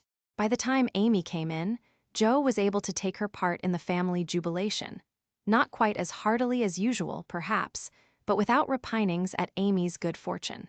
The young lady herself received the news as tidings of great joy, went about in a solemn sort of rapture, and began to sort her colors and pack her pencils that evening, leaving such trifles as clothes, money, and passports to those less absorbed in visions of art than herself. "It isn't a mere pleasure trip to me, girls," she said impressively as she scraped her best palette. "It will decide my career, for if I have any genius, I shall find it out in Rome and will do something to prove it." "Suppose you haven't?" said Jo, sewing away, with red eyes, at the new collars which were to be handed over to Amy. "Then I shall come home and teach drawing for my living," replied the aspirant for fame, with philosophically composure. But she made a wry face at the prospect, and scratched away at her palette as if bent on vigorous measures before she gave up her hopes. "No, you won't. You hate hard work, and you'll marry some rich man and come home to sit in the lap of luxury all your days," said Jo. "Your predictions sometimes come to pass, but I don't believe that one will. I'm sure I wish it would, for if I can't be an artist myself, I should like to be able to help those who are," said Amy, smiling, as if the part of Lady Bountiful would suit her better than that of a poor drawing teacher. Said Jo, with a sigh. "If you wish it, you'll have it, for your wishes are always granted, mine never." "Would you like to go?" asked Amy, thoughtfully patting her nose with her knife. "Rather. Well, in a year or two I'll send for you, and we'll dig in the forum for relics, and carry out all the plans we've made so many times." "Thank you. I'll remind you of your promise when that joyful day comes, if it ever does," returned Jo, accepting the vague but magnificent offer as gratefully as she could. There was not much time for preparation, and the house was in a ferment till Amy was off. Jo bore up very well till the last flutter of blue ribbon vanished, when she retired to her refuge, the garret, and cried till she couldn't cry any more. Amy likewise bore up stoutly till the steamer sailed. Then, just as the gangway was about to be withdrawn, it suddenly came over her that a whole ocean was soon to roll between her and those who loved her best, and she clung to Laurie, the last lingerer, saying with a sob, "Oh, take care of them for me, and if anything should happen." "I will, dear, I will, and if anything happens, I'll come and comfort you," whispered Laurie, little dreaming that he would be called upon to keep his word. So Amy sailed away to find the old world, which is always new and beautiful to young eyes, while her father and friend watched her from the shore, fervently hoping that none but gentle fortunes would befall the happy-hearted girl, who waved her hand to them till they could see nothing but the summer sunshine dazzling on the sea. Chapter 31. Our Foreign Correspondent. London. Dearest people, here I really sit at a front window of the Bath Hotel, Piccadilly. It's not a fashionable place, but Uncle stopped here years ago and won't go anywhere else. However, we don't mean to stay long, so it's no great matter. Oh, I can't begin to tell you how I enjoy it all. I never can, so I'll only give you bits out of my notebook, for I've done nothing but sketch and scribble since I started. I sent a line from Halifax, when I felt pretty miserable, but after that I got on delightfully, seldom ill, on deck all day, with plenty of pleasant people to amuse me. Everyone was very kind to me, especially the officers. Don't laugh, Jo. Gentlemen really are very necessary aboard ship, to hold on to or to wait upon one, and as they have nothing to do, it's a mercy to make them useful, otherwise they would smoke themselves to death, I'm afraid. Aunt and Flo were poorly all the way, and liked to be let alone, so when I had done what I could for them, I went and enjoyed myself. Such walks on deck, such sunsets, such splendid air and waves. It was almost as exciting as riding a fast horse, when we went rushing on so grandly. I wish Bate could have come, it would have done her so much good. As for Jo, she would have gone up and sat on the main-top jib, or whatever the high thing is called, made friends with the engineers, and tooted on the captain's speaking trumpet. She'd have been in such a state of rapture. It was all heavenly, but I was glad to see the Irish coast, and found it very lovely, so green and sunny, with brown cabins here and there, ruins on some of the hills, and gentlemen's country-sats in the valleys, with deer feeding in the parks. It was early in the morning, but I didn't regret getting up to see it, for the bay was full of little boats, the shore so picturesque, and a rosy sky overhead. I never shall forget it. At Queenstown, one of my new acquaintances left us, Mr. Lennox, and when I said something about the lakes of Killarney, he sighed and sung with a look at me. "Oh, have you e'er heard of Kate Kearney? She lives on the banks of Killarney. From the glance of her eye, shun danger and fly, for fatal's the glance of Kate Kearney." Wasn't that nonsensical? We only stopped at Liverpool a few hours. It's a dirty, noisy place, and I was glad to leave it. Uncle rushed out and bought a pair of dogskin gloves, some ugly, thick shoes, and an umbrella, and got shaved a la mutton chop, the first thing. Then he flattered himself that he looked like a true Briton, but the first time he had the mud cleaned off his shoes, the little bootblack knew that an American stood in them, and said, with a grin, "There your har, sir. I've given him the latest Yankee shine." It amused Uncle immensely. Oh, I must tell you what that absurd Lennox did. He got his friend Ward, who came on with us, to order a bouquet for me, and the first thing I saw in my room was a lovely one, with "Robert Lennox's compliments" on the card. Wasn't that fun, girls? I like traveling. I never shall get to London if I don't hurry. The trip was like riding through a long picture gallery full of lovely landscapes. The farmhouses were my delight, with thatched roofs, ivy up to the eaves, latticed windows, and stout women with rosy children at the doors. The very cattle looked more tranquil than ours, as they stood knee-deep in clover, and the hens had a contented cluck, as if they never got nervous like Yankee biddies. Such perfect color I never saw, the grass so green, sky so blue, grain so yellow, wood so dark. I was in a rapture all the way. So was Flo, and we kept bouncing from one side to the other, trying to see everything while we were whisking along at the rate of 60 miles an hour. Aunt was tired and went to sleep, but Uncle read his guidebook and wouldn't be astonished at anything. This is the way we went on. Amy, flying up, oh, that must be Kenilworth, that gray place among the trees. Flo, darting to my window, how sweet. We must go there sometime, won't we, Papa? Uncle, calmly admiring his boots, no, my dear, not unless you want beer, that's a brewery. A pause, then Flo cried out, "Bless me, there's a gallows and a man going up." Where? Shrieks Amy, staring out at two tall posts with a crossbeam and some dangling chains. "A colliery," remarks Uncle, with a twinkle of the eye. "Here's a lovely flock of lambs all lying down," says Amy. "See, Papa, aren't they pretty?" added Flo sentimentally. "Geese, young ladies," returns Uncle, in a tone that keeps us quiet till Flo settles down to enjoy the flirtations of Captain Cavendish. And I have the scenery all to myself. Of course it rained when we got to London, and there was nothing to be seen but fog and umbrellas.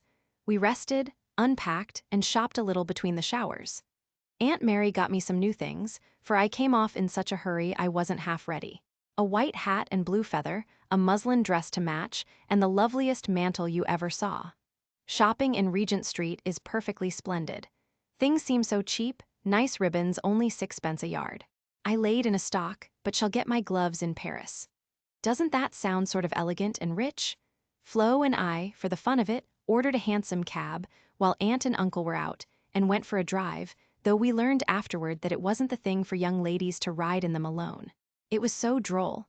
For when we were shut in by the wooden apron, the man drove so fast that Flo was frightened, and told me to stop him, but he was up outside behind somewhere, and I couldn't get at him. He didn't hear me call, nor see me flap my parasol in front, and there we were, quite helpless, rattling away, and whirling around corners at a breakneck pace. At last, in my despair, I saw a little door in the roof, and on poking it open, a red eye appeared, and a beery voice said, "Now then, Mum." I gave my order as soberly as I could, and slamming down the door with an "Aye, Mum," the man made his horse walk, as if going to a funeral. I poked again and said, "A little faster." Then off he went, helter-skelter as before, and we resigned ourselves to our fate. Today was fair, and we went to Hyde Park, close by, for we are more aristocratic than we look. The Duke of Devonshire lives near. I often see his footmen lounging at the back gate, and the Duke of Wellington's house is not far off. Such sights as I saw, my dear. It was as good as punch, for there were fat dowagers rolling about in their red and yellow coaches, with gorgeous gemecies in silk stockings and velvet coats, up behind, and powdered coachmen in front. Smart maids, with the rosiest children I ever saw, handsome girls, looking half asleep, dandies in queer English hats and lavender kids lounging about, and tall soldiers, in short red jackets and muffin caps stuck on one side, looking so funny I longed to sketch them. Rotten Row means Route de Roy, or the King's Way, but now it's more like a riding school than anything else. The horses are splendid, and the men, especially the grooms, ride well, but the women are stiff and bounce, which isn't according to our rules. I longed to show them a tearing American gallop, for they trotted solemnly up and down, in their scant habits and high hats, looking like the women in a toy Noah's Ark. Everyone rides old men, Stout ladies, little children, and the young folks do a deal of flirting here. I saw a pair exchange rose buds, for it's the thing to wear one in the buttonhole, and I thought it rather a nice little idea. In the PM to Westminster Abbey, but don't expect me to describe it. That's impossible, so I'll only say it was sublime. This evening we are going to see Fetchter, which will be an appropriate end to the happiest day of my life. It's very late, but I can't let my letter go in the morning without telling you what happened last evening. Who do you think came in, as we were at tea? Laurie's English friends, Fred and Frank Vaughan. I was so surprised, for I shouldn't have known them but for the cards. Both are tall fellows with whiskers, Fred handsome in the English style and Frank much better, for he only limps slightly and uses no crutches. They had heard from Laurie where we were to be, and came to ask us to their house, but Uncle won't go, so we shall return the call and see them as we can. They went to the theater with us, and we did have such a good time, for Frank devoted himself to Flo, and Fred and I talked over past, present, and future fun as if we had known each other all our days. Tell Bate Frank asked for her, and was sorry to hear of her ill health. Fred laughed when I spoke of Joe, and sent his respectful compliments to the big hat. Neither of them had forgotten Camp Lawrence or the fun we had there. What ages ago it seems, doesn't it? Aunt is tapping on the wall for the third time, so I must stop. I really feel like a dissipated London fine lady, writing here so late, with my room full of pretty things, and my head a jumble of parks, theaters, new gowns, and gallant creatures who say, ah, and twirl their blonde mustaches with the true English lordliness. I long to see you all, and in spite of my nonsense am, as ever, your loving Amy Paris. Dear girls, in my last I told you about our London visit, how kind the Vaughans were, and what pleasant parties they made for us. I enjoyed the trips to Hampton Court and the Kensington Museum more than anything else. For at Hampton I saw Raphael's cartoons, and at the museum, rooms full of pictures by Turner, Lawrence, Reynolds, Hogarth, and the other great creatures. The day in Richmond Park was charming, for we had a regular English picnic, and I had more splendid oaks and groups of deer than I could copy, also heard a nightingale, and saw larks go up. We did London to our heart's content, thanks to Fred and Frank, and were sorry to go away, for though English people are slow to take you in, when they once make up their minds to do it, they cannot be outdone in hospitality, I think. The Vaughans hope to meet us in Rome next winter, and I shall be dreadfully disappointed if they don't, for Grace and I are great friends, and the boys very nice fellows, especially Fred. Well, we were hardly settled here when he turned up again, saying he had come for a holiday and was going to Switzerland. Aunt looked sober at first, but he was so cool about it she couldn't say a word. And now we get on nicely and are very glad he came, for he speaks French like a native, and I don't know what we should do without him. Uncle doesn't know 10 words and insists on talking English very loud, as if it would make people understand him. Aunt's pronunciation is old-fashioned, and Flo and I, though we flattered ourselves that we knew a good deal, find we don't, and are very grateful to have Fred do the parley-vooing, as Uncle calls it. Such delightful times as we are having. Sightseeing from morning till night, stopping for nice lunches in the gay cafes, and meeting with all sorts of droll adventures. Rainy days I spend in the Louvre, reveling in pictures. Jo would turn up her naughty nose at some of the finest, because she has no soul for art, but I have, and I'm cultivating eye and taste as fast as I can. She would like the relics of great people better, for I've seen her Napoleon's cocked hat and gray coat, his baby's cradle and his old toothbrush, also Marie Antoinette's little shoe, the ring of Saint Denis, Charlemagne's sword, and many other interesting things.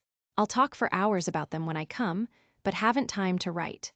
The Palais Royal is a heavenly place, so full of bijouterie and lovely things that I'm nearly distracted because I can't buy them. Fred wanted to get me some, but of course I didn't allow it. Then the boys and Champs-Élysées are très magnifiques. I've seen the imperial family several times, the emperor an ugly, hard-looking man, the empress pale and pretty, but dressed in bad taste. I thought purple dress, green hat, and yellow gloves. Little Nap is a handsome boy, who sits chatting to his tutor, and kisses his hand to the people as he passes in his 4-horse barouche, with postilions in red satin jackets and a mounted guard before and behind. We often walk in the Tuileries gardens, for they are lovely, though the antique Luxembourg gardens suit me better. Père Lachaise is very curious, for many of the tombs are like small rooms, and looking in, one sees a table, with images or pictures of the dead, and chairs for the mourners to sit in when they come to lament. That is so Frenchy.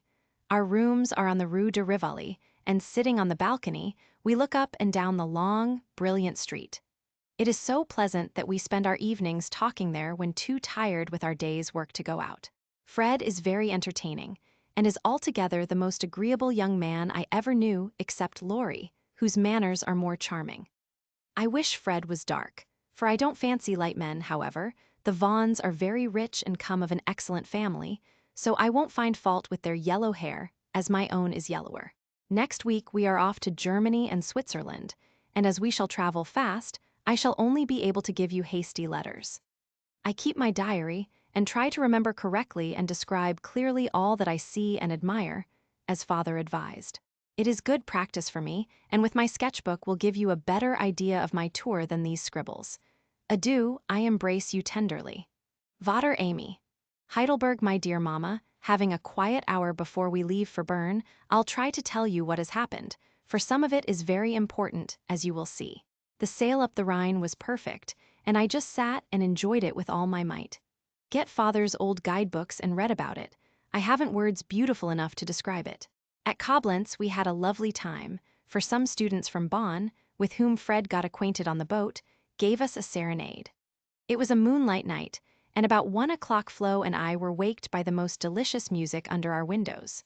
We flew up and hid behind the curtains, but sly peeps showed us Fred and the students singing away down below. It was the most romantic thing I ever saw. The river, the bridge of boats, the great fortress opposite, moonlight everywhere, and music fit to melt a heart of stone. When they were done we threw down some flowers, and saw them scramble for them, kiss their hands to the invisible ladies, and go laughing away, to smoke and drink beer, I suppose. Next morning Fred showed me one of the crumpled flowers in his vest pocket, and looked very sentimental. I laughed at him, and said I didn't throw it, but Flo, which seemed to disgust him, for he tossed it out of the window, and turned sensible again. I'm afraid I'm going to have trouble with that boy. It begins to look like it. The baths at Nassau were very gay, so was Baden-Baden, where Fred lost some money, and I scolded him. He needs someone to look after him when Frank is not with him. Kate said once she hoped he'd marry soon, and I quite agree with her that it would be well for him. Frankfurt was delightful. I saw Goethe's house, Schiller's statue, and Danneker's famous Ariadne. It was very lovely, but I should have enjoyed it more if I had known the story better. I didn't like to ask, as everyone knew it or pretended they did. I wish Joe would tell me all about it. I ought to have read more, for I find I don't know anything, and it mortifies me. Now comes the serious part, for it happened here, and Fred has just gone. He has been so kind and jolly that we all got quite fond of him. I never thought of anything but a traveling friendship till the serenade night. Since then, I've begun to feel that the moonlight walks, balcony talks, and daily adventures were something more to him than fun. I haven't flirted, Mother, truly, but remembered what you said to me, and have done my very best. I can't help it if people like me. I don't try to make them, and it worries me if I don't care for them, though Joe says I haven't got any heart. Now I know Mother will shake her head, and the girls say, "Oh, the mercenary little wretch." But I've made up my mind, and if Fred asks me, I shall accept him, though I'm not madly in love. I like him, and we get on comfortably together. He is handsome, young, clever enough, and very rich, ever so much richer than the Lawrences. I don't think his family would object, and I should be very happy, for they are all kind, well-bred, generous people, and they like me. Fred, as the eldest twin, will have the estate, I suppose, and such a splendid one it is. A city house in a fashionable street, not so showy as our big houses, but twice as comfortable and full of solid luxury, such as English people believe in. I like it for it's genuine. I've seen the plate, the family jewels, the old servants, and pictures of the country place, with its park, great house, lovely grounds, and fine horses. Oh, it would be all I should ask. And I'd rather have it than any title such as girls snap up so readily and find nothing behind. I may be mercenary, but I hate poverty, and don't mean to bear it a minute longer than I can help. One of us must marry well. Meg didn't, Joe won't, Bate can't yet, so I shall, and make everything okay all round. I wouldn't marry a man I hated or despised. You may be sure of that, and though Fred is not my model hero, he does very well, and in time I should get fond enough of him if he was very fond of me and let me do just as I liked. So I've been turning the matter over in my mind the last week, for it was impossible to help seeing that Fred liked me. He said nothing, but little things showed it. He never goes with flow, always gets on my side of the carriage, table, or promenade, looks sentimental when we are alone, and frowns at anyone else who ventures to speak to me. Yesterday at dinner, when an Austrian officer stared at us and then said something to his friend, a rakish-looking baron, about ein Wunderschönes Blondchen, Fred looked as fierce as a lion and cut his meat so savagely it nearly flew off his plate. He isn't one of the cool, stiff Englishmen, but is rather peppery, for he has Scotch blood in him, as one might guess from his bonny blue eyes. Well, last evening we went up to the castle about sunset, at least all of us but Fred, who was to meet us there after going to the poste restante for letters. We had a charming time poking about the ruins, the vaults where the monster tun is, and the beautiful gardens made by the elector long ago for his English wife. I liked the great terrace best, for the view was divine, so while the rest went to see the rooms inside, I sat there trying to sketch the gray stone lion's head on the wall, with scarlet woodbine sprays hanging round it. I felt as if I'd got into a romance, sitting there, watching the Neckar rolling through the valley, listening to the music of the Austrian band below, and waiting for my lover, like a real storybook girl. I had a feeling that something was going to happen and I was ready for it. I didn't feel blushy or quaky, but quite cool and only a little excited. By and by I heard Fred's voice, and then he came hurrying through the great arch to find me. He looked so troubled that I forgot all about myself and asked what the matter was. He said he'd just got a letter begging him to come home, for Frank was very ill. So he was going at once on the night train and only had time to say goodbye. I was very sorry for him and disappointed for myself, but only for a minute because he said, as he shook hands, and said it in a way that I could not mistake, "I shall soon come back, you won't forget me, Amy?"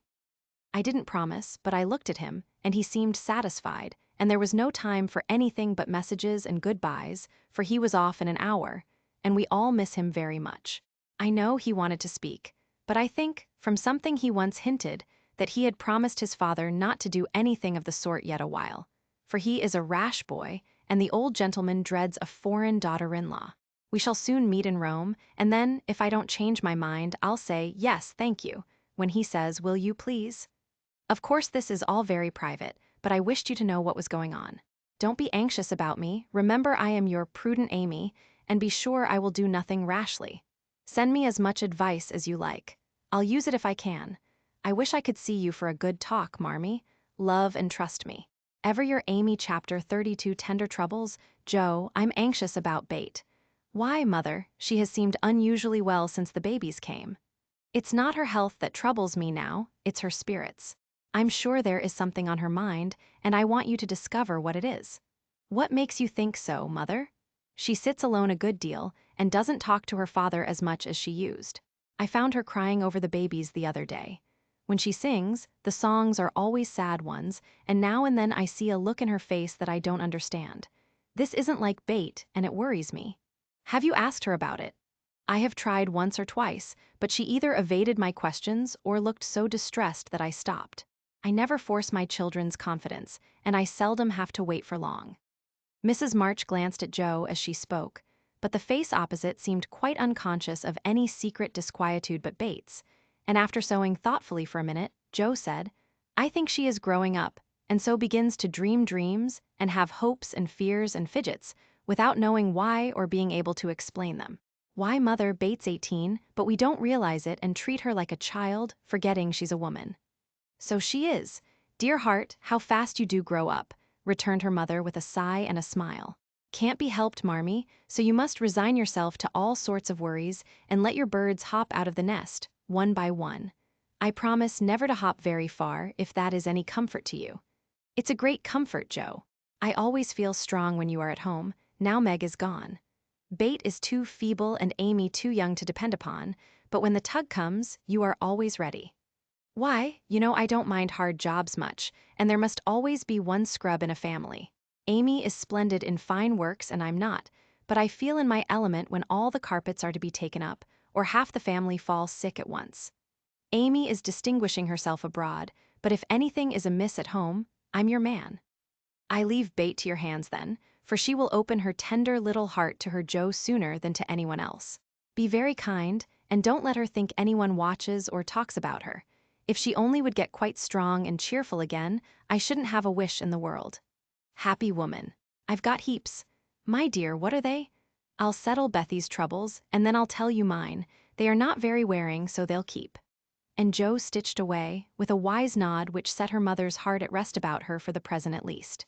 While apparently absorbed in her own affairs, Joe watched Bate, and after many conflicting conjectures, finally settled upon one which seemed to explain the change in her. A slight incident gave Joe the clue to the mystery, she thought, and lively fancy, loving heart did the rest. She was affecting to write busily one Saturday afternoon, when she and Bate were alone together. Yet as she scribbled, she kept her eye on her sister, who seemed unusually quiet. Sitting at the window, Bate's work often dropped into her lap, and she leaned her head upon her hand, in a dejected attitude, while her eyes rested on the dull, autumnal landscape. Suddenly someone passed below, whistling like an operatic blackbird, and a voice called out, "All serene. Coming in tonight." Bate started, leaned forward, smiled and nodded, watched the passerby till his quick tramp died away, then said softly as if to herself, "How strong and well and happy that dear boy looks." "Hum," said Joe, still intent upon her sister's face, for the bright color faded as quickly as it came, the smile vanished, and presently a tear lay shining on the window ledge. Bate whisked it off, and in her half-averted face read a tender sorrow that made her own eyes fill. Fearing to betray herself, she slipped away, murmuring something about needing more paper. "Mercy on me, Bate loves Laurie," she said, sitting down in her own room, pale with the shock of the discovery which she believed she had just made. "I never dreamed of such a thing. What will mother say? I wonder if her—" There Joe stopped and turned scarlet with a sudden thought. If he shouldn't love back again, how dreadful it would be. He must. "I'll make him." And she shook her head threateningly at the picture of the mischievous-looking boy laughing at her from the wall. Oh dear, we are growing up with a vengeance. Here's Meg married and a mama, Amy flourishing away at Paris, and Bate in love. I'm the only one that has sense enough to keep out of mischief. Joe thought intently for a minute with her eyes fixed on the picture, then she smoothed out her wrinkled forehead and said, with a decided nod at the face opposite, "No thank you, sir, you're very charming, but you've no more stability than a weathercock. So you needn't write touching notes and smile in that insinuating way, for it won't do a bit of good, and I won't have it." Then she sighed, and fell into a reverie from which she did not wake till the early twilight sent her down to take new observations, which only confirmed her suspicion. Though Laurie flirted with Amy and joked with Joe, his manner to Bate had always been peculiarly kind and gentle, but so was everybody's. Therefore, no one thought of imagining that he cared more for her than for the others. Indeed, a general impression had prevailed in the family of late that our boy was getting fonder than ever of Joe, who, however, wouldn't hear a word upon the subject, and scolded violently if anyone dared to suggest it. If they had known the various tender passages which had been nipped in the bud, they would have had the immense satisfaction of saying, "I told you so." But Joe hated philandering, and wouldn't allow it, always having a joke or a smile ready at the least sign of impending danger. When Laurie first went to college, he fell in love about once a month, but these small flames were as brief as ardent, did no damage, and much amused Joe, who took great interest in the alternations of hope, despair, and resignation, which were confided to her in their weekly conferences. But there came a time when Laurie ceased to worship at many shrines, hinted darkly at one all-absorbing passion, and indulged occasionally in Byronic fits of gloom.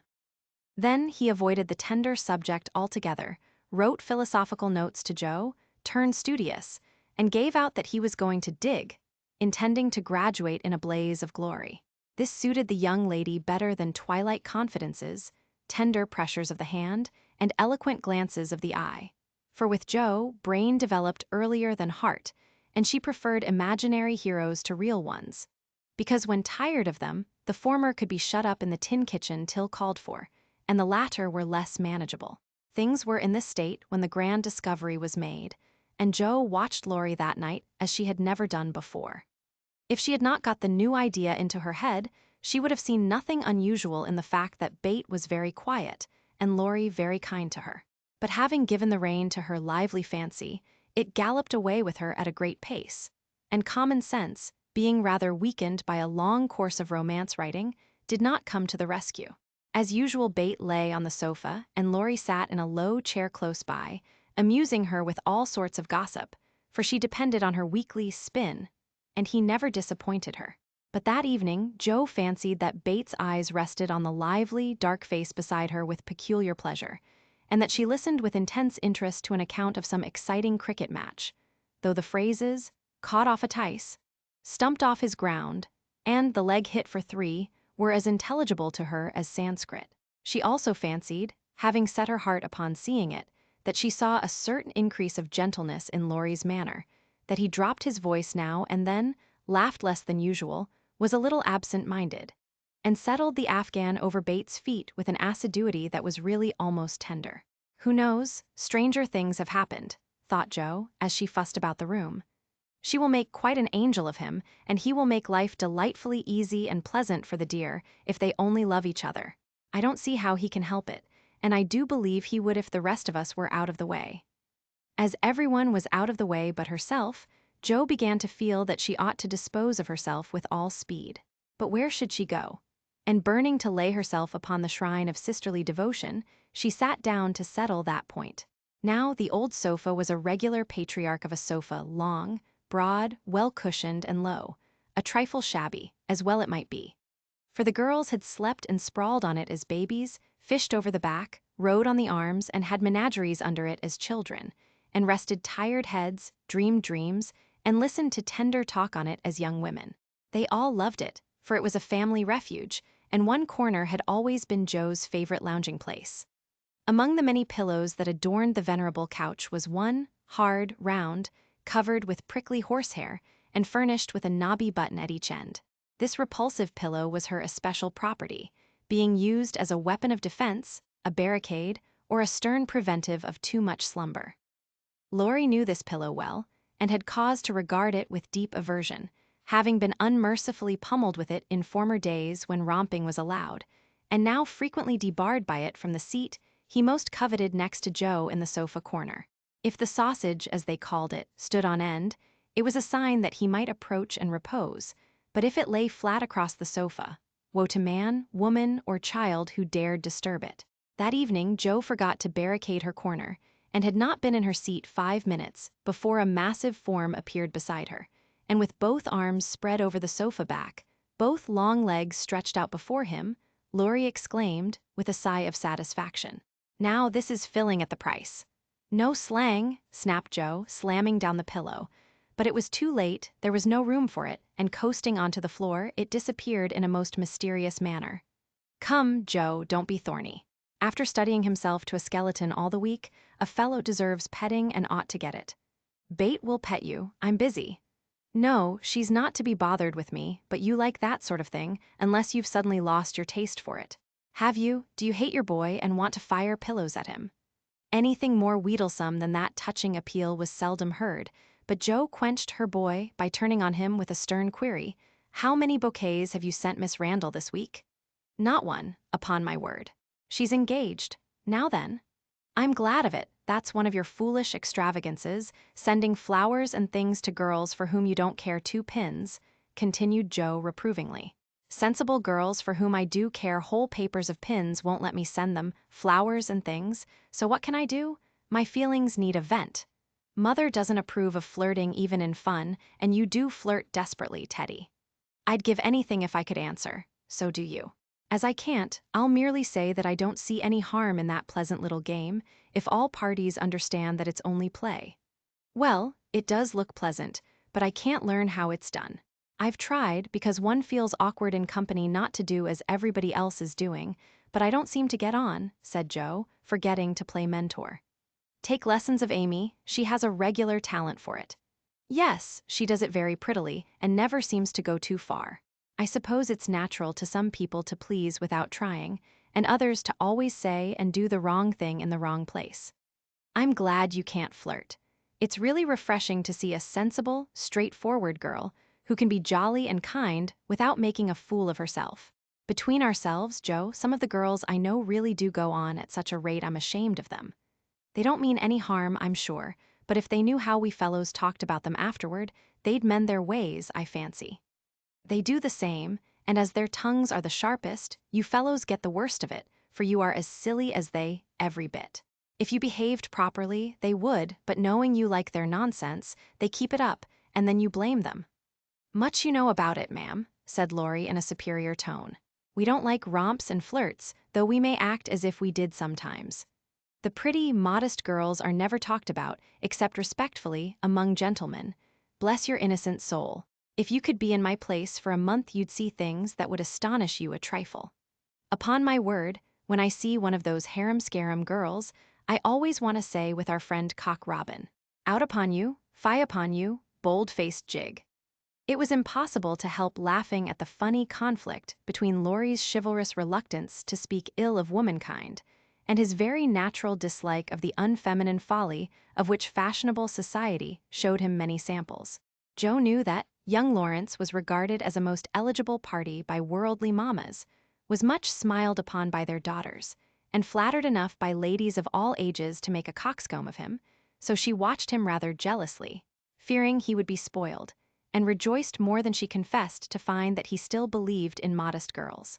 Returning suddenly to her admonitory tone, she said, dropping her voice, "If you must have a vent, Teddy, go and devote yourself to one of the pretty, modest girls whom you do respect, and not waste your time with the silly ones. You really advise it." And Laurie looked at her with an odd mixture of anxiety and merriment in his face. "Yes, I do, but you'd better wait till you are through college, on the whole, and be fitting yourself for the place meantime.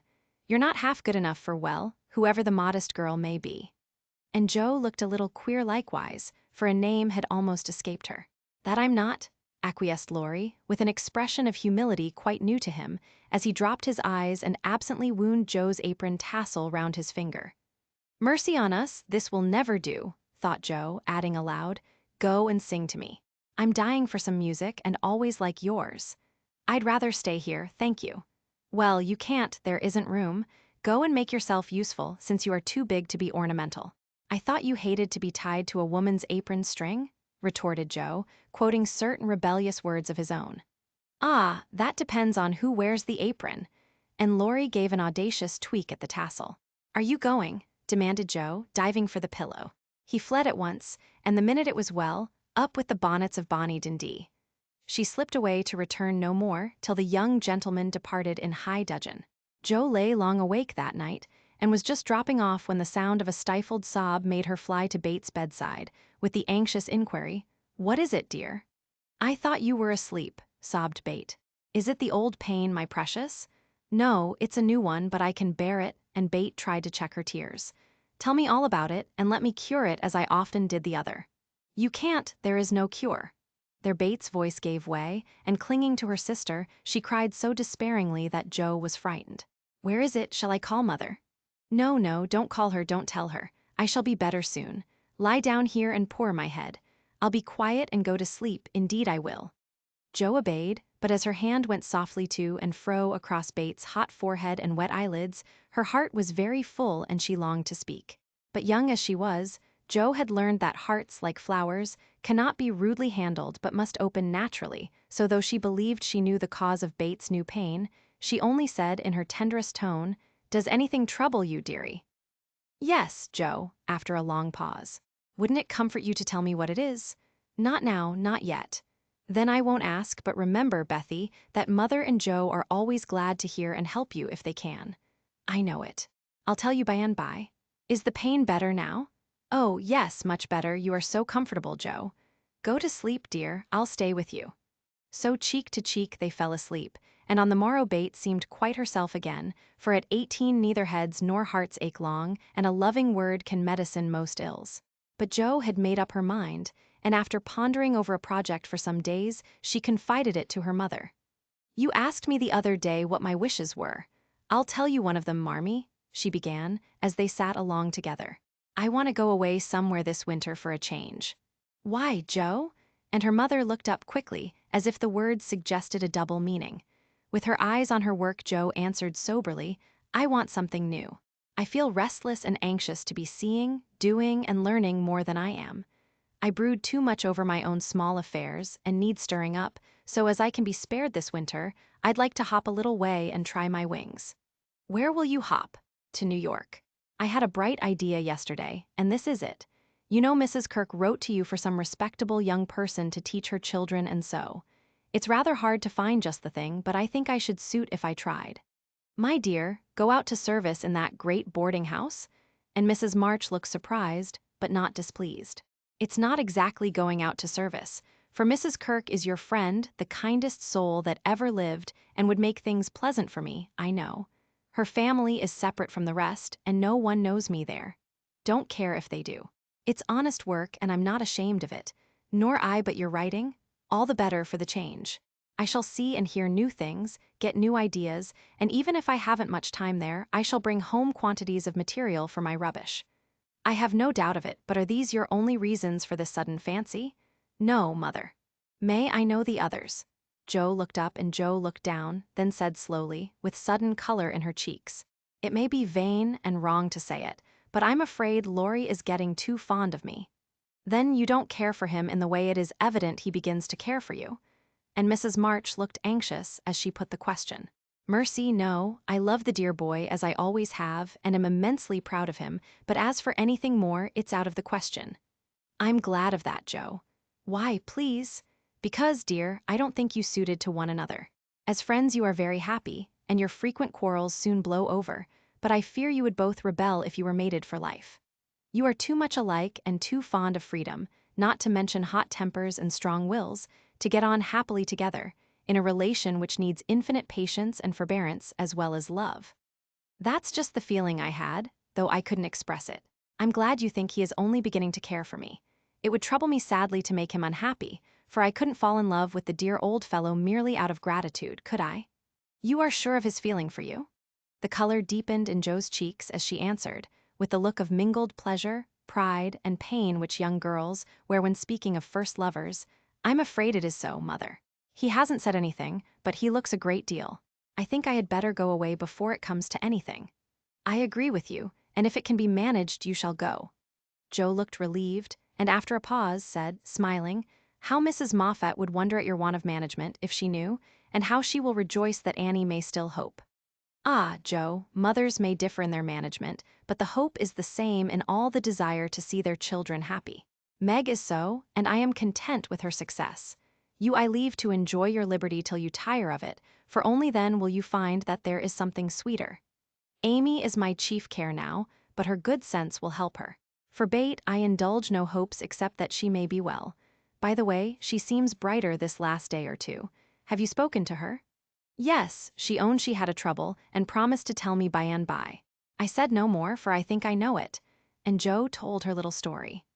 Mrs. March shook her head, and did not take so romantic a view of the case, but looked grave, and repeated her opinion that for Laurie's sake Jo should go away for a time. Let us say nothing about it to him till the plan is settled, then I'll run away before he can collect his wits and be tragic. Bate must think I'm going to please myself, as I am, for I can't talk about Laurie to her. But she can pet and comfort him after I'm gone, and so cure him of this romantic notion. He's been through so many little trials of the sort, he's used to it, and will soon get over his lovelornity.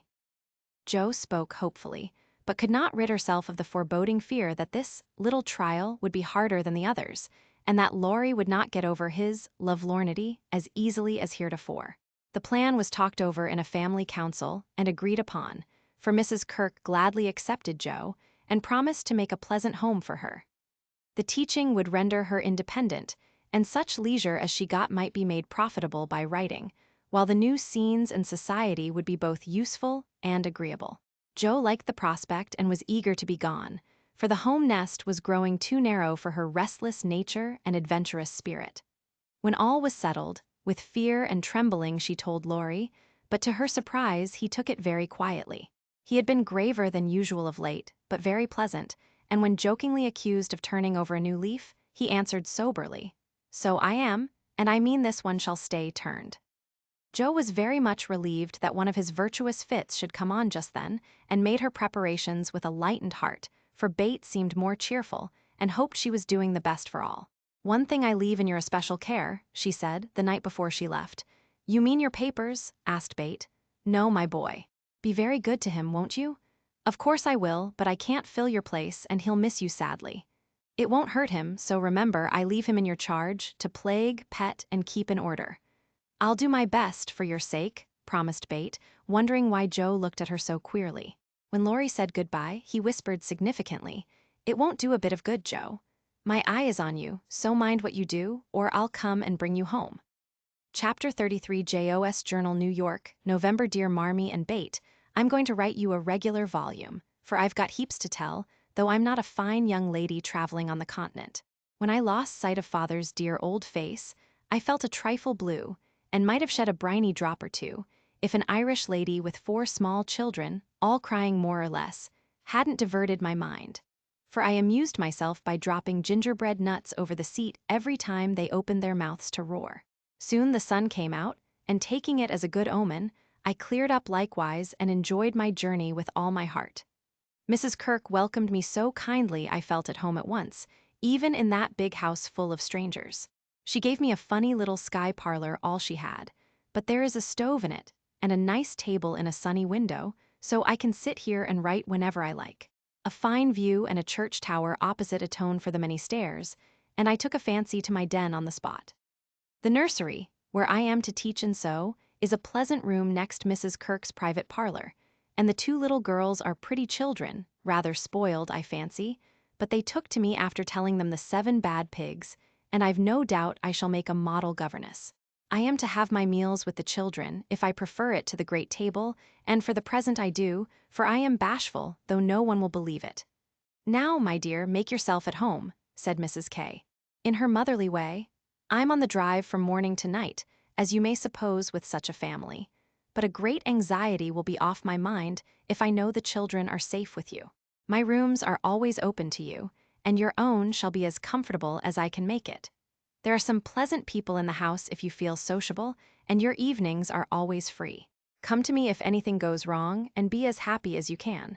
There's the tea bell, I must run and change my cap. And off she bustled, leaving me to settle myself in my new nest. As I went downstairs soon after, I saw something I liked. The flights are very long in this tall house, and as I stood waiting at the head of the 3rd one for a little servant girl to lumber up, I saw a gentleman come along behind her, take the heavy hod of coal out of her hand, carry it all the way up, put it down at a door nearby, and walk away, saying, with a kind nod and a foreign accent, "It goes better so. The little back is too young to have such heaviness." Wasn't it good of him? I like such things, for as father says, trifles show character. When I mentioned it to Mrs. K. that evening, she laughed and said, "That must have been Professor Bear, he's always doing things of that sort." Mrs. K. told me he was from Berlin, very learned and good, but poor as a church mouse, and gives lessons to support himself and 2 little orphan nephews whom he is educating here, according to the wishes of his sister, who married an American. Not a very romantic story, but it interested me, and I was glad to hear that Mrs. K. lends him her parlor for some of his scholars. There is a glass door between it and the nursery, and I mean to peep at him, and then I'll tell you how he looks. He's almost 40, so it's no harm, Marmee. After tea and a go-to-bed romp with the little girls, I attacked the big work basket and had a quiet evening chatting with my new friend. I shall keep a journal letter and send it once a week, so good night and more tomorrow. Tuesday Eve had a lively time in my seminary this morning, for the children acted like Sancho, and at one time I really thought I should shake them all round. Some good angel inspired me to try gymnastics, and I kept it up till they were glad to sit down and keep still. After luncheon, the girl took them out for a walk, and I went to my needlework like little Mabel, with a willing mind. I was thanking my stars that I'd learned to make nice buttonholes, when the parlor door opened and shut, and someone began to hum "Kennst du das Land" like a big bumblebee. It was dreadfully improper, I know, but I couldn't resist the temptation, and lifting one end of the curtain before the glass door, I peeped in. Professor Bear was there, and while he arranged his books, I took a good look at him. A regular German, rather stout, with brown hair tumbled all over his head, a bushy beard, good nose, the kindest eyes I ever saw, and a splendid big voice that does one's ears good, after our sharp or slipshod American gabble. His clothes were rusty, his hands were large, and he hadn't a really handsome feature in his face except his beautiful teeth. Yet I liked him, for he had a fine head, his linen was very nice, and he looked like a gentleman, though 2 buttons were off his coat and there was a patch on one shoe. He looked sober in spite of his humming, till he went to the window to turn the hyacinth bulbs toward the sun and stroke the cat, who received him like an old friend. Then he smiled, and when a tap came at the door, called out in a loud, brisk tone, "Herein." I was just going to run, when I caught sight of a morsel of a child carrying a big book and stopped to see what was going on. "Me wants me bear," said the mite, slamming down her book and running to meet him. "Thou shalt have thy bear. Come, then, and take a goot hug from him, my Tina," said the professor, catching her up with a laugh and holding her so high over his head that she had to stoop her little face to kiss him. "Now me muse tuddy my lesson," went on the funny little thing. So he put her up at the table, opened the great dictionary she had brought, and gave her a paper and pencil, and she scribbled away, turning a leaf now and then, and passing her little fat finger down the page, as if finding a word, so soberly that I nearly betrayed myself by a laugh, while Mr. Bear stood stroking her pretty hair with a fatherly look that made me think she must be his own, though she looked more French than German. Another knock and the appearance of 2 young ladies sent me back to my work, and there I virtuously remained through all the noise and gabbling that went on next door. One of the girls kept laughing affectedly, and saying, "Now, Professor," in a coquettish tone, and the other pronounced her German with an accent that must have made it hard for him to keep sober. Both seemed to try his patience sorely, for more than once I heard him say emphatically, "No, no, it is not so, you have not attend to what I say." And once there was a loud rap, as if he struck the table with his book, followed by the despairing exclamation, "Prut! It all goes bad this day." Poor man, I pitied him, and when the girls were gone, took just one more peep to see if he survived it. He seemed to have thrown himself back in his chair, tired out, and sat there with his eyes shut till the clock struck 2, when he jumped up, put his books in his pocket, as if ready for another lesson, and taking little Tina, who had fallen asleep on the sofa, in his arms, he carried her quietly away. I fancy he has a hard life of it. Mrs. Kirk asked me if I wouldn't go down to the 5 o'clock dinner, and feeling a little bit homesick, I thought I would, just to see what sort of people are under the same roof with me. So I made myself respectable and tried to slip in behind Mrs. Kirk, but as she is short and I'm tall, my efforts at concealment were rather a failure. She gave me a seat by her, and after my face cooled off, I plucked up courage and looked about me.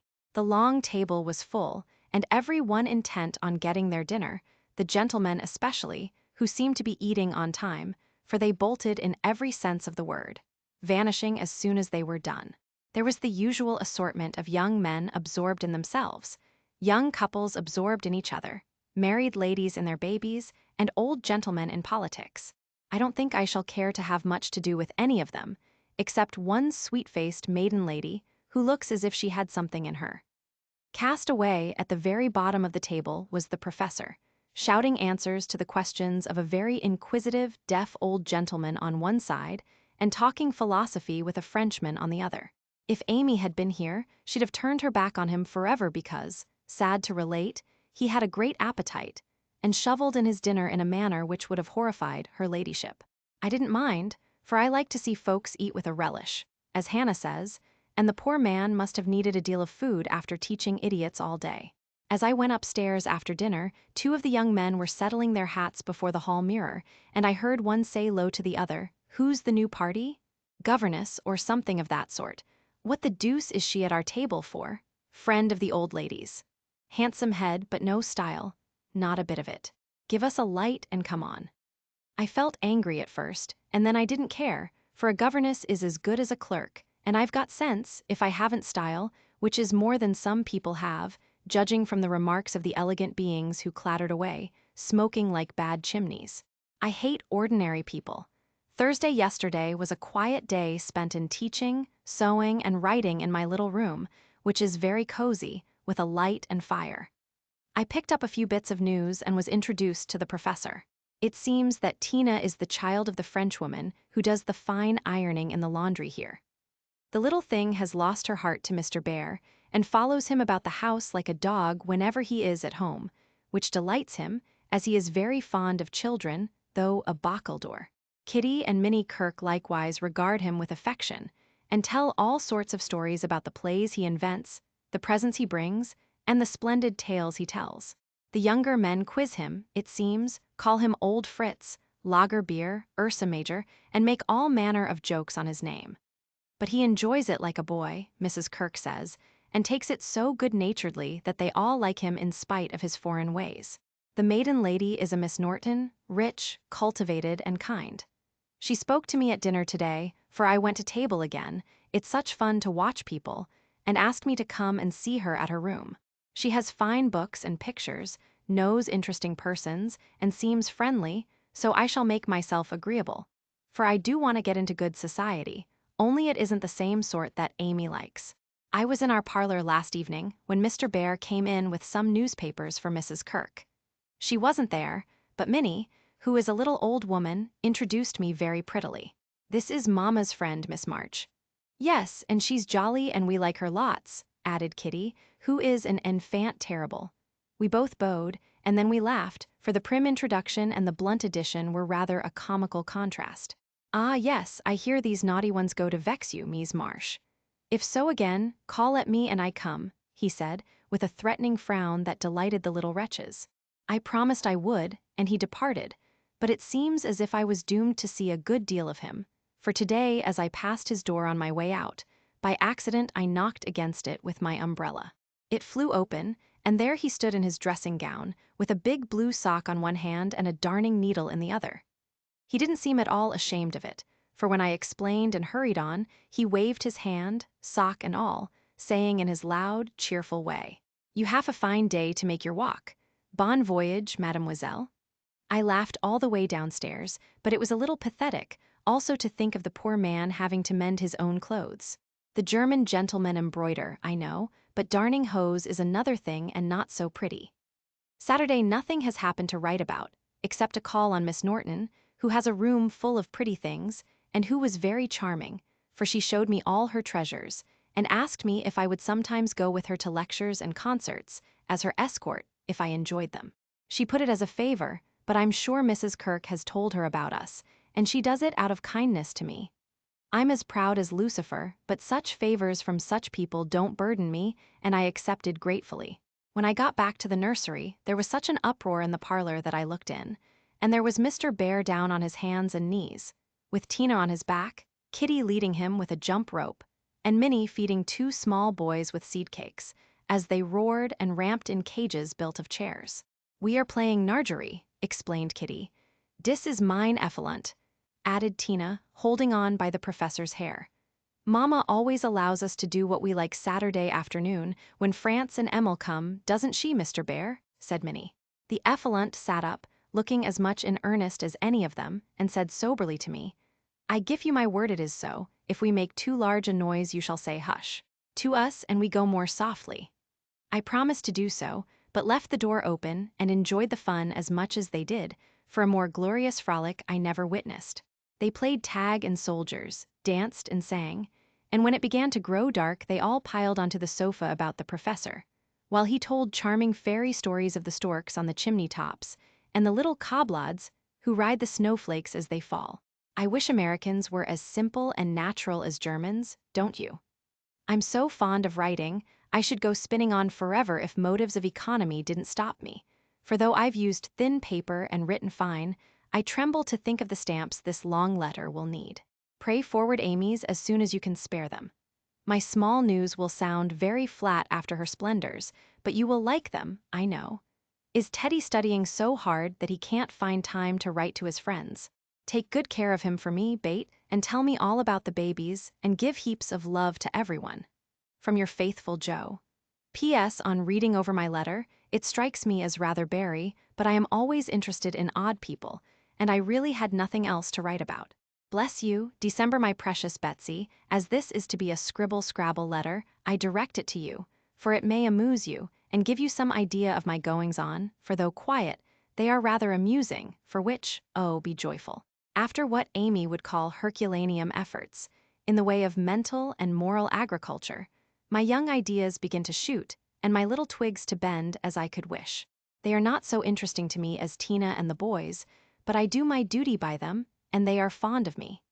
France and Emil are jolly little lads, quite after my own heart, for the mixture of German and American spirit in them produces a constant state of effervescence. Saturday afternoons are riotous times, whether spent in the house or out, for on pleasant days they all go to walk, like a seminary, with the professor and myself to keep order. And then such fun. We are very good friends now, and I've begun to take lessons. I really couldn't help it, and it all came about in such a droll way that I must tell you. To begin at the beginning, Mrs. Kirk called to me one day as I passed Mr. Bear's room where she was rummaging. "Did you ever see such a den, my dear?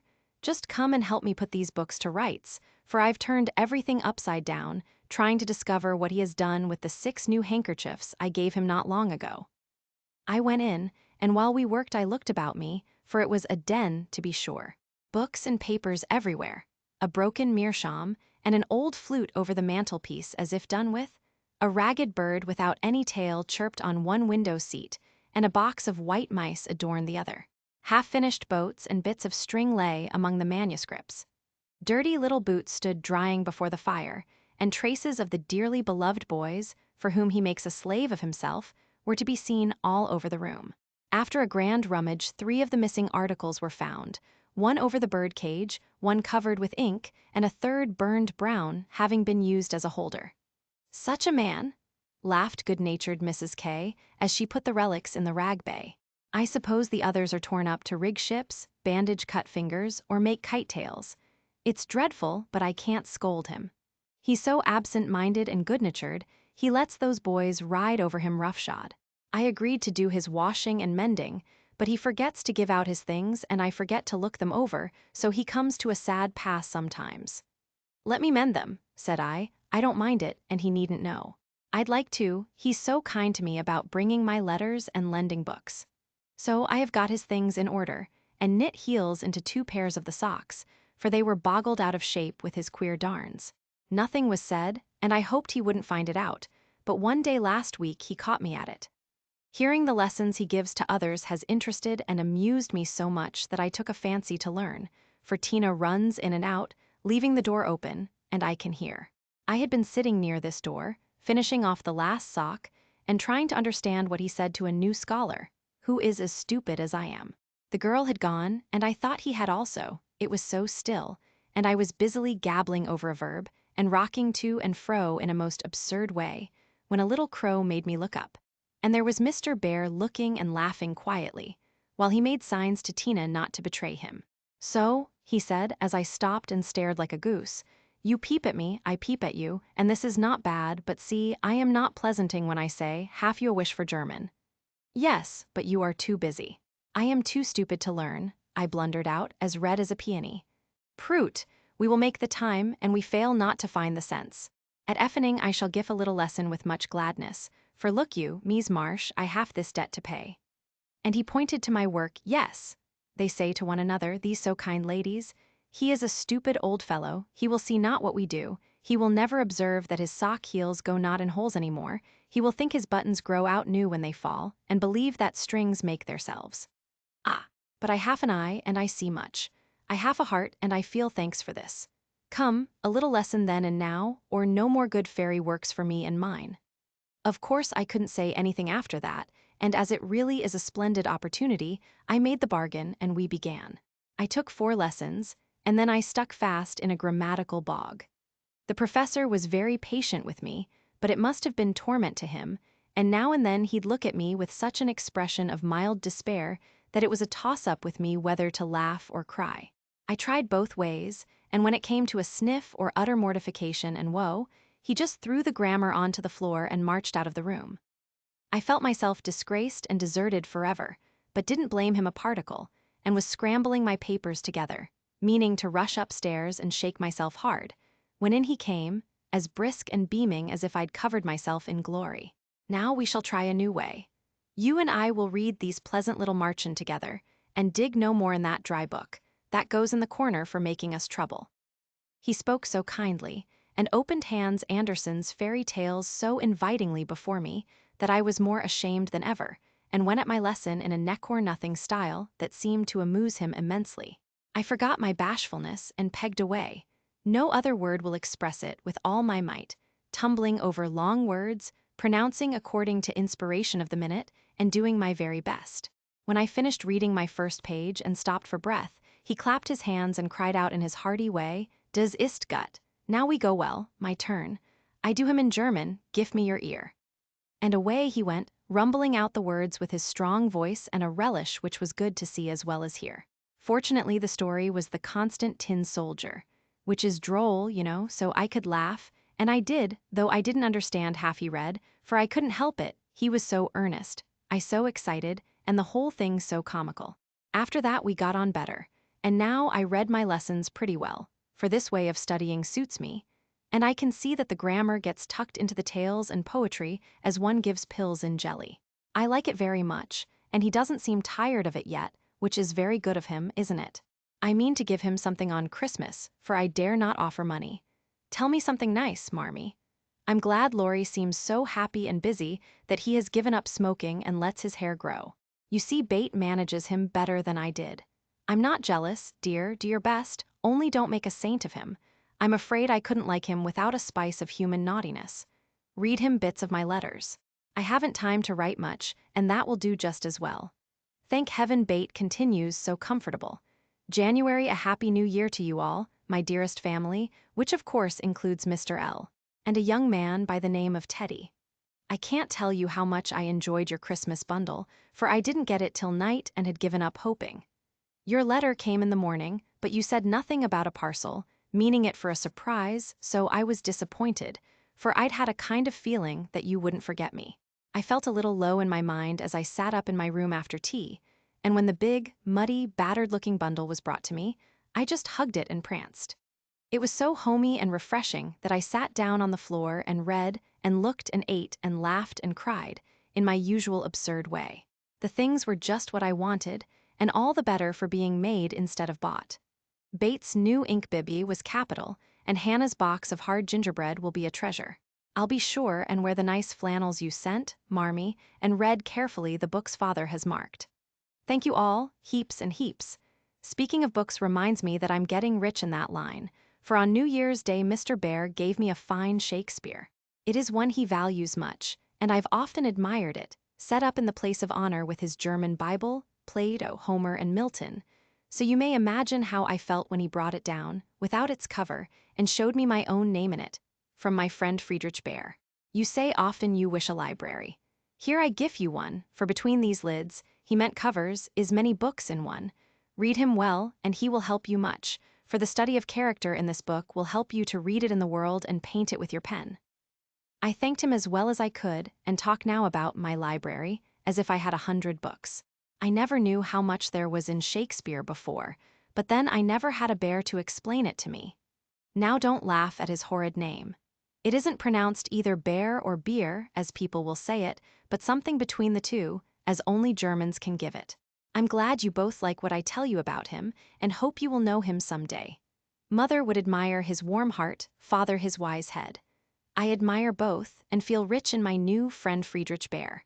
Not having much money, or knowing what he'd like, I got several little things and put them about the room where he would find them unexpectedly. They were useful, pretty, or funny, a new standish on his table, a little vase for his flower.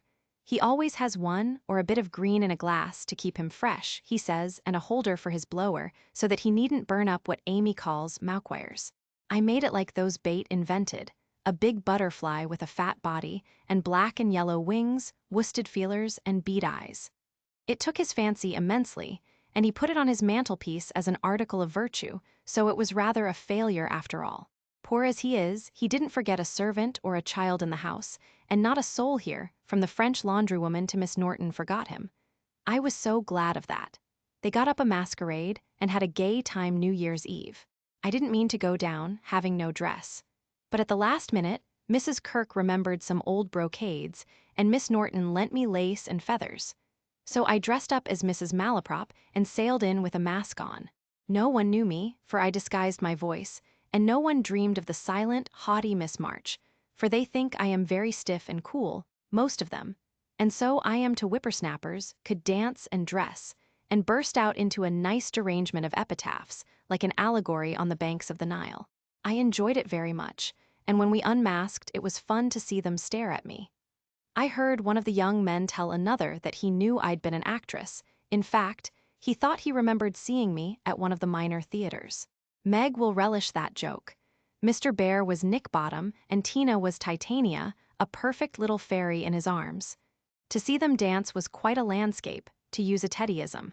I had a very happy new year, after all, and when I thought it over in my room, I felt as if I was getting on a little in spite of my many failures. For I'm cheerful all the time now, work with a will, and take more interest in other people than I used to, which is satisfactory. Bless you all, ever your loving. Jo. Chapter 34. Friend, though very happy in the social atmosphere about her, and very busy with the daily work that earned her bread and made it sweeter for the effort, Jo still found time for literary labors.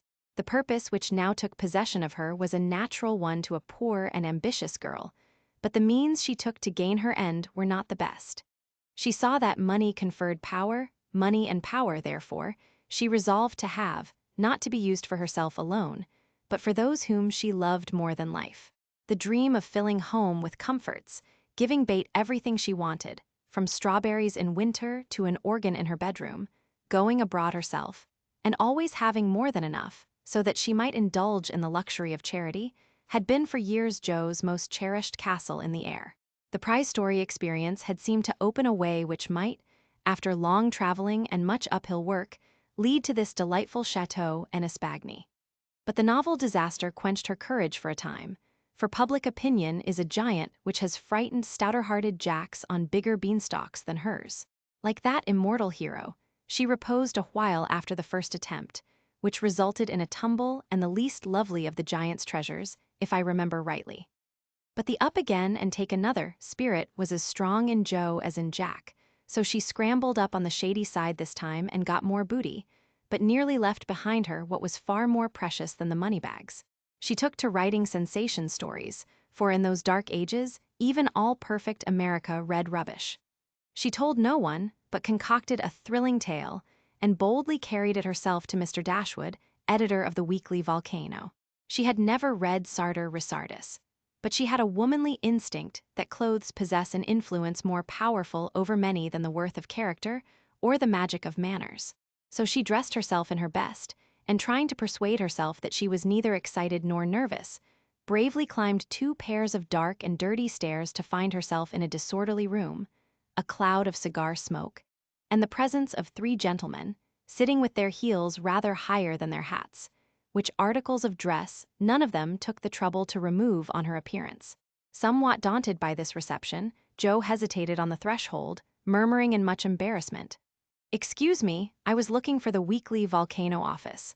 I wish to see Mr. Dashwood."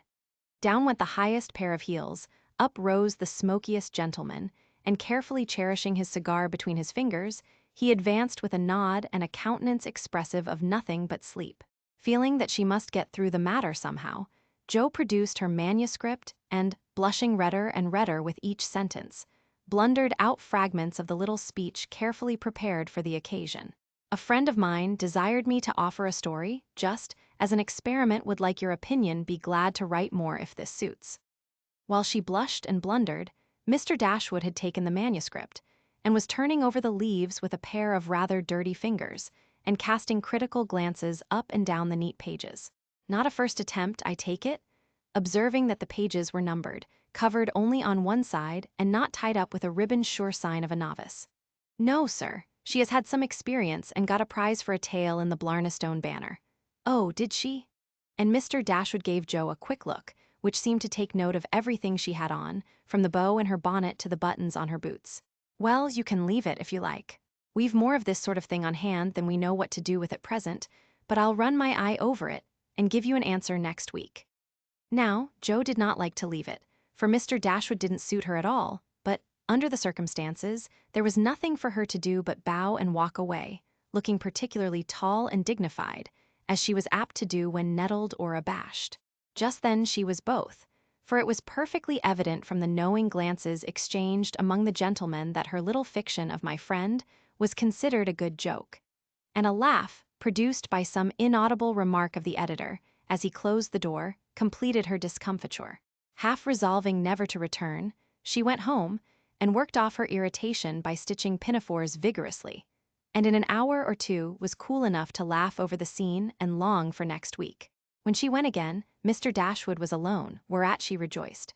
Mr. Dashwood was much wider awake than before, which was agreeable, and Mr. Dashwood was not too deeply absorbed in a cigar to remember his manners, so the second interview was much more comfortable than the first. "We'll take this, editors never say I, if you don't object to a few alterations. It's too long, but omitting the passages I've marked will make it just the right length," he said, in a businesslike tone. Jo hardly knew her own MS. Again, so crumpled and underscored were its pages and paragraphs, but feeling as a tender parent might on being asked to cut off her baby's legs in order that it might fit into a new cradle, she looked at the marked passages and was surprised to find that all the moral reflections, which she had carefully put in as ballast for much romance, had been stricken out. "But, sir, I thought every story should have some sort of a moral, so I took care to have a few of my sinners repent." Mr. Dashwood's editorial gravity relaxed into a smile, for Jo had forgotten her friend and spoken as only an author could. "People want to be amused, not preached at, you know. Morals don't sell nowadays." Which was not quite a correct statement, by the way. "You think it would do with these alterations, then?" "Yes, it's a new plot, and pretty well worked up language good, and so on," was Mr. Dashwood's affable reply. "What do you that is? What compensation," began Jo, not exactly knowing how to express herself. "Oh, yes, well, we give from 25 to 30 for things of this sort. Pay when it comes out," returned Mr. Dashwood, as if that point had escaped him. Such trifles do escape the editorial mind, it is said. "Very well, you can have it," said Jo, handing back the story with a satisfied air, for after the $1-a-column work, even 25 seemed good pay. "Shall I tell my friend you will take another if she has one better than this?" asked Jo, unconscious of her little slip of the tongue and emboldened by her success. "Well, we'll look at it. Can't promise to take it. Tell her to make it short and spicy, and never mind the moral. What name would your friend like to put on it?" In a careless tone. "None at all, if you please. She doesn't wish her name to appear and has no nom de plume," said Jo, blushing in spite of herself. "Just as she likes, of course. The tale will be out next week. Will you call for the money, or shall I send it?" asked Mr. Dashwood, who felt a natural desire to know who his new contributor might be. "I'll call. Good morning, sir." As she departed, Mr. Dashwood put up his feet, with the graceful remark, "Poor and proud, as usual, but she'll do." Following Mr. Dashwood's directions, and making Mrs. Northberry her model, Jo rashly took a plunge into the frothy sea of sensational literature, but thanks to the life-preserver thrown her by a friend, she came up again not much the worse for her ducking. Like most young scribblers, she went abroad for her characters and scenery, and banditti, counts, gypsies, nuns, and duchesses appeared upon her stage, and played their parts with as much accuracy and spirit as could be expected.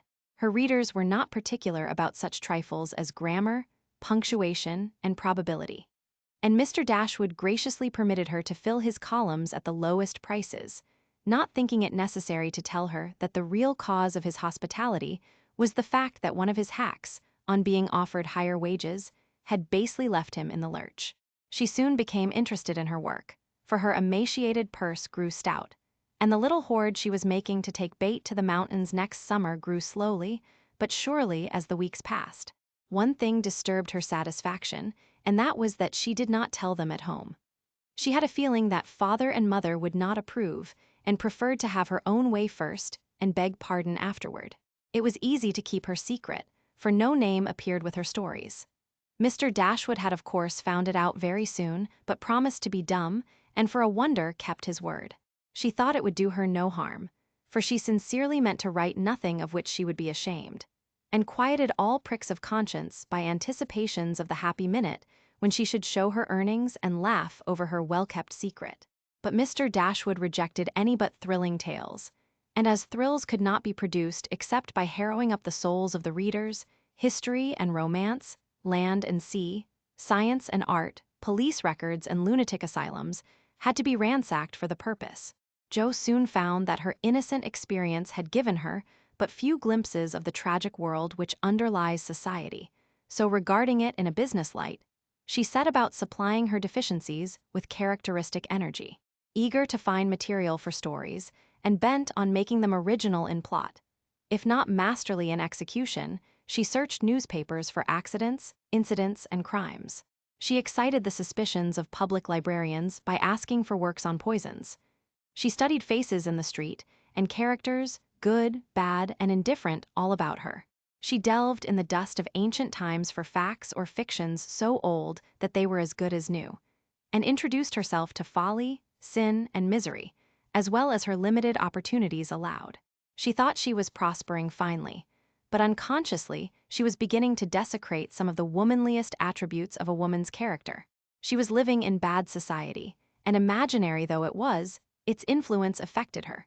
For she was feeding heart and fancy on dangerous and unsubstantial food, and was fast brushing the innocent bloom from her nature by a premature acquaintance with the darker side of life, which comes soon enough to all of us. She was beginning to feel rather than see this, for much describing of other people's passions and feelings set her to studying and speculating about her own. A morbid amusement in which healthy young minds do not voluntarily indulge. Wrongdoing always brings its own punishment, and when Jo most needed hers, she got it. I don't know whether the study of Shakespeare helped her to read character, or the natural instinct of a woman for what was honest, brave, and strong, but while endowing her imaginary heroes with every perfection under the sun, Jo was discovering a live hero who interested her in spite of many human imperfections. Mr. Bear, in one of their conversations, had advised her to study simple, true, and lovely characters, wherever she found them, as good training for a writer. Jo took him at his word, for she coolly turned round and studied him a proceeding which would have much surprised him, had he known it, for the worthy professor was very humble in his own conceit. Why everybody liked him was what puzzled Jo, at first. He was neither rich nor great, young nor handsome, in no respect what is called fascinating, imposing, or brilliant, and yet he was as attractive as a genial fire, and people seemed to gather about him as naturally as about a warm hearth. He was poor, yet always appeared to be giving something away. A stranger, yet everyone was his friend. No longer young, but as happy-hearted as a boy. Plain and peculiar, yet his face looked beautiful to many, and his oddities were freely forgiven for his sake. Jo often watched him, trying to discover the charm, and at last decided that it was benevolence which worked the miracle. If he had any sorrow, it sat with its head under its wing, and he turned only his sunny side to the world. There were lines upon his forehead, but time seemed to have touched him gently, remembering how kind he was to others. The pleasant curves about his mouth were the memorials of many friendly words and cheery laughs. His eyes were never cold or hard, and his big hand had a warm, strong grasp that was more expressive than words. His very clothes seemed to partake of the hospitable nature of the wearer. They looked as if they were at ease and liked to make him comfortable. His capacious waistcoat was suggestive of a large heart underneath. His rusty coat had a social air, and the baggy pockets plainly proved that little hands often went in empty and came out full. His very boots were benevolent, and his collars never stiff and raspy like other people's. "That's it," said Jo to herself, when she at length discovered that genuine goodwill toward one's fellow men could beautify and dignify even a stout German teacher, who shoveled in his dinner, darned his own socks, and was burdened with the name of Bear. Jo valued goodness highly, but she also possessed a most feminine respect for intellect, and a little discovery which she made about the professor added much to her regard for him. He never spoke of himself, and no one ever knew that in his native city he had been a man much honored and esteemed for learning and integrity, till a countryman came to see him. He never spoke of himself, and in a conversation with Miss Norton divulged the pleasing fact.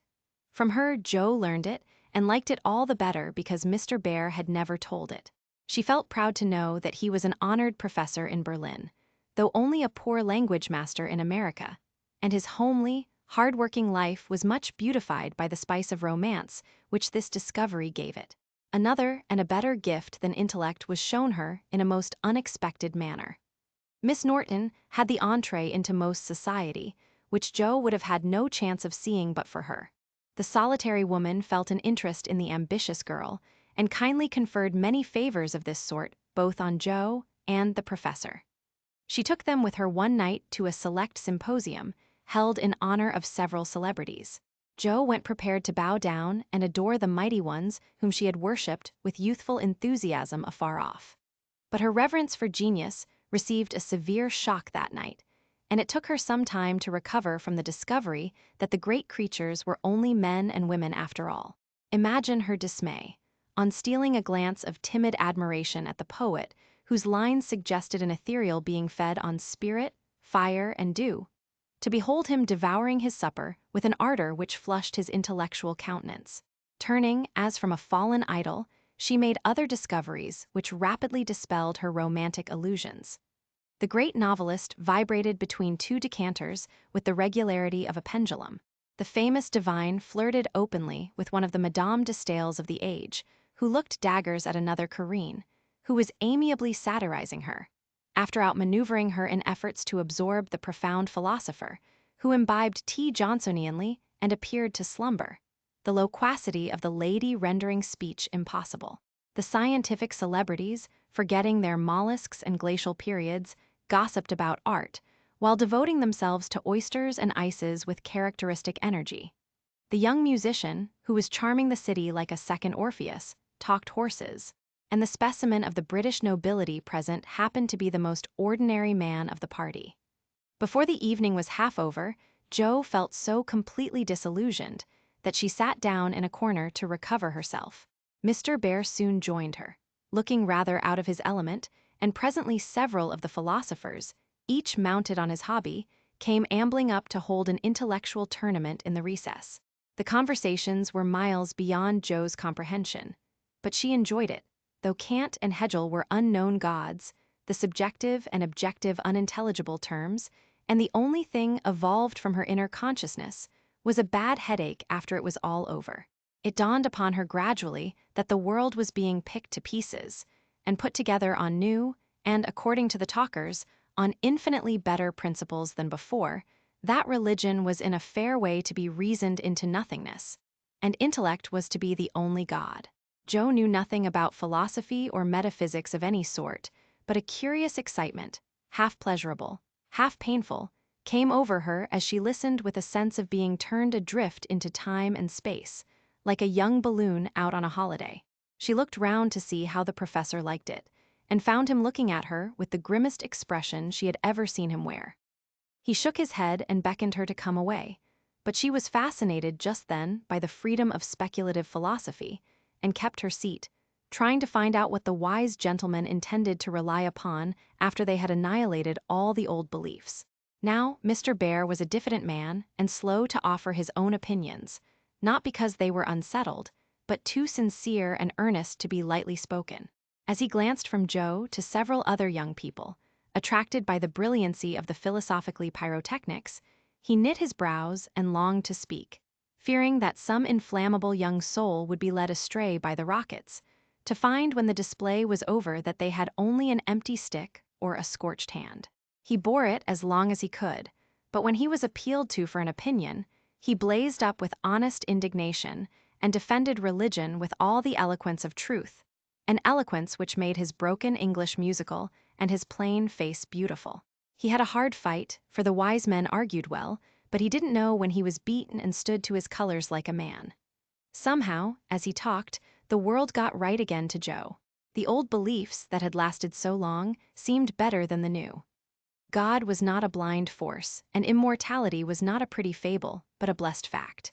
She felt as if she had solid ground under her feet again, and when Mr. Bear paused, out-talked but not one whit convinced, Jo wanted to clap her hands and thank him. She did neither, but she remembered the scene and gave the professor her heartiest respect, for she knew it cost him an effort to speak out then and there, because his conscience would not let him be silent.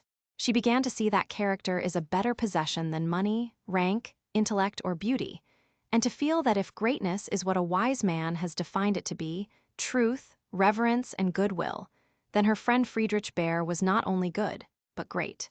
This belief strengthened daily. She valued his esteem, she coveted his respect, she wanted to be worthy of his friendship, and just when the wish was sincerest, she came near to losing everything. It all grew out of a cocked hat. For one evening the professor came in to give Jo her lesson with a paper soldier cap on his head, which Tina had put there, and he had forgotten to take off. It's evident he doesn't look in his glass before coming down, thought Jo, with a smile as he said, "Gut Effening," and sat soberly down, quite unconscious of the ludicrous contrast between his subject and his headgear, for he was going to read her the death of Wallenstein. She said nothing at first, for she liked to hear him laugh out his big, hearty laugh when anything funny happened, so she left him to discover it for himself, and presently forgot all about it. For to hear a German read Schiller is rather an absorbing occupation. After the reading came the lesson, which was a lively one, for Jo was in a gay mood that night, and the cocked hat kept her eyes dancing with merriment. The professor didn't know what to make of her, and stopped at last to ask with an air of mild surprise that was irresistible. "Mies Marsh, for what do you laugh in your master's face? Have you no respect for me, that you go on so bad?" "How can I be respectful, sir, when you forget to take your hat off?" said Jo. Lifting his hand to his head, the absent-minded professor gravely felt and removed the little cocked hat, looked at it a minute, and then threw back his head and laughed like a merry bass viol. "Ah, I see him now, it is that imp Tina who makes me a fool with my cap. Well, it is nothing, but see you, if this lesson goes not well, you too shall wear him." But the lesson did not go at all for a few minutes because Mr. Bear caught sight of a picture on the hat, and unfolding it, said with great disgust, "I wish these papers did not come in the house. They are not for children to see, nor young people to read. It is not well, and I have no patience with those who make this harm." Jo glanced at the sheet and saw a pleasing illustration composed of a lunatic, a corpse, a villain, and a viper. She did not like it, but the impulse that made her turn it over was not one of displeasure but fear, because for a minute she fancied the paper was the volcano. It was not, however, and her panic subsided as she remembered that even if it had been and one of her own tales in it, there would have been no name to betray her. She had betrayed herself, however, by a look and a blush, for though an absent man, the professor saw a good deal more than people fancied. He knew that Jo wrote, and had met her down among the newspaper offices more than once, but as she never spoke of it, he asked no questions in spite of a strong desire to see her work. Now it occurred to him that she was doing what she was ashamed to own, and it troubled him.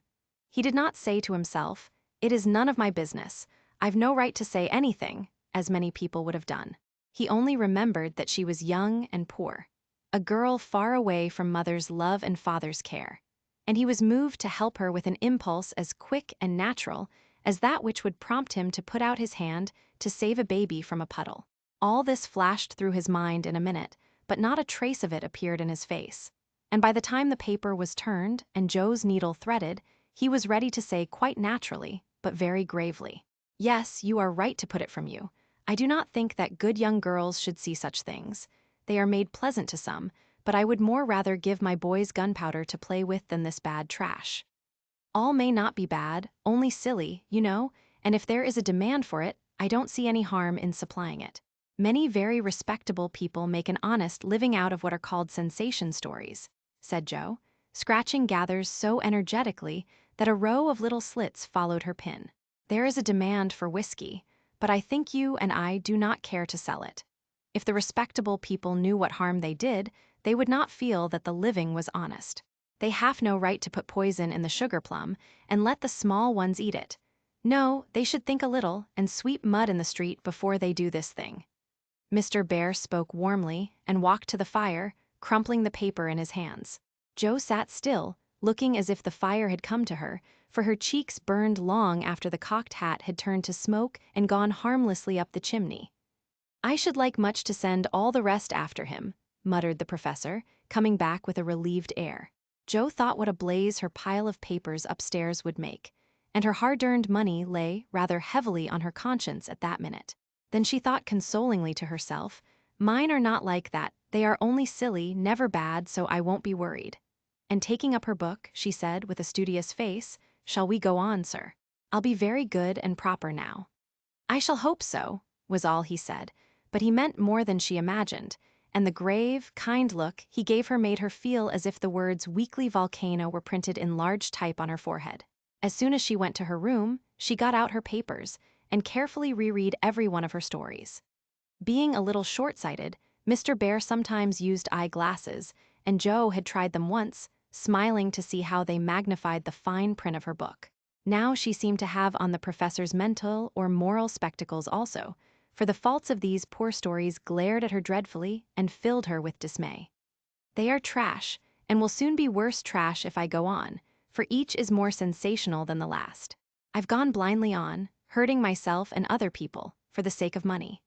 I know it's so, for I can't read this stuff in sober earnest without being horribly ashamed of it, and what should I do if they were seen at home or Mr. Bear got hold of them? Joe turned hot at the bare idea and stuffed the whole bundle into her stove, nearly setting the chimney afire with the blaze. Yes, that's the best place for such inflammable nonsense. I'd better burn the house down, I suppose, than let other people blow themselves up with my gunpowder, she thought as she watched the demon of the Jura whisk away, a little black cinder with fiery eyes. But when nothing remained of all her 3 months' work except a heap of ashes and the money in her lap, Joe looked sober, as she sat on the floor, wondering what she ought to do about her wages. I think I haven't done much harm yet, and may keep this to pay for my time, she said, after a long meditation, adding impatiently, I almost wish I hadn't any conscience, it's so inconvenient. If I didn't care about doing right, and didn't feel uncomfortable when doing wrong, I should get on capsly. I can't help wishing sometimes that mother and father hadn't been so particular about such things. Ah, Joe, instead of wishing that, thank God that father and mother were particular. And pity from your heart those who have no such guardians to hedge them round with principles which may seem like prison walls to impatient youth, but which will prove sure foundations to build character upon in womanhood. Joe wrote no more sensational stories, deciding that the money did not pay for her share of the sensation, but going to the other extreme, as is the way with people of her stamp. She took a course of Mrs. Sherwood, Miss Edgeworth, and Hannah More, and then produced a tale which might have been more properly called an essay or a sermon, so intensely moral was it. She had her doubts about it from the beginning, for her lively fancy and girlish romance felt as ill at ease in the new style as she would have done masquerading in the stiff and cumbrous costume of the last century. She sent this didactic gem to several markets, but it found no purchaser, and she was inclined to agree with Mr. Dashwood that morals didn't sell. Then she tried a child's story, which she could easily have disposed of if she had not been mercenary enough to demand filthy lucre for it.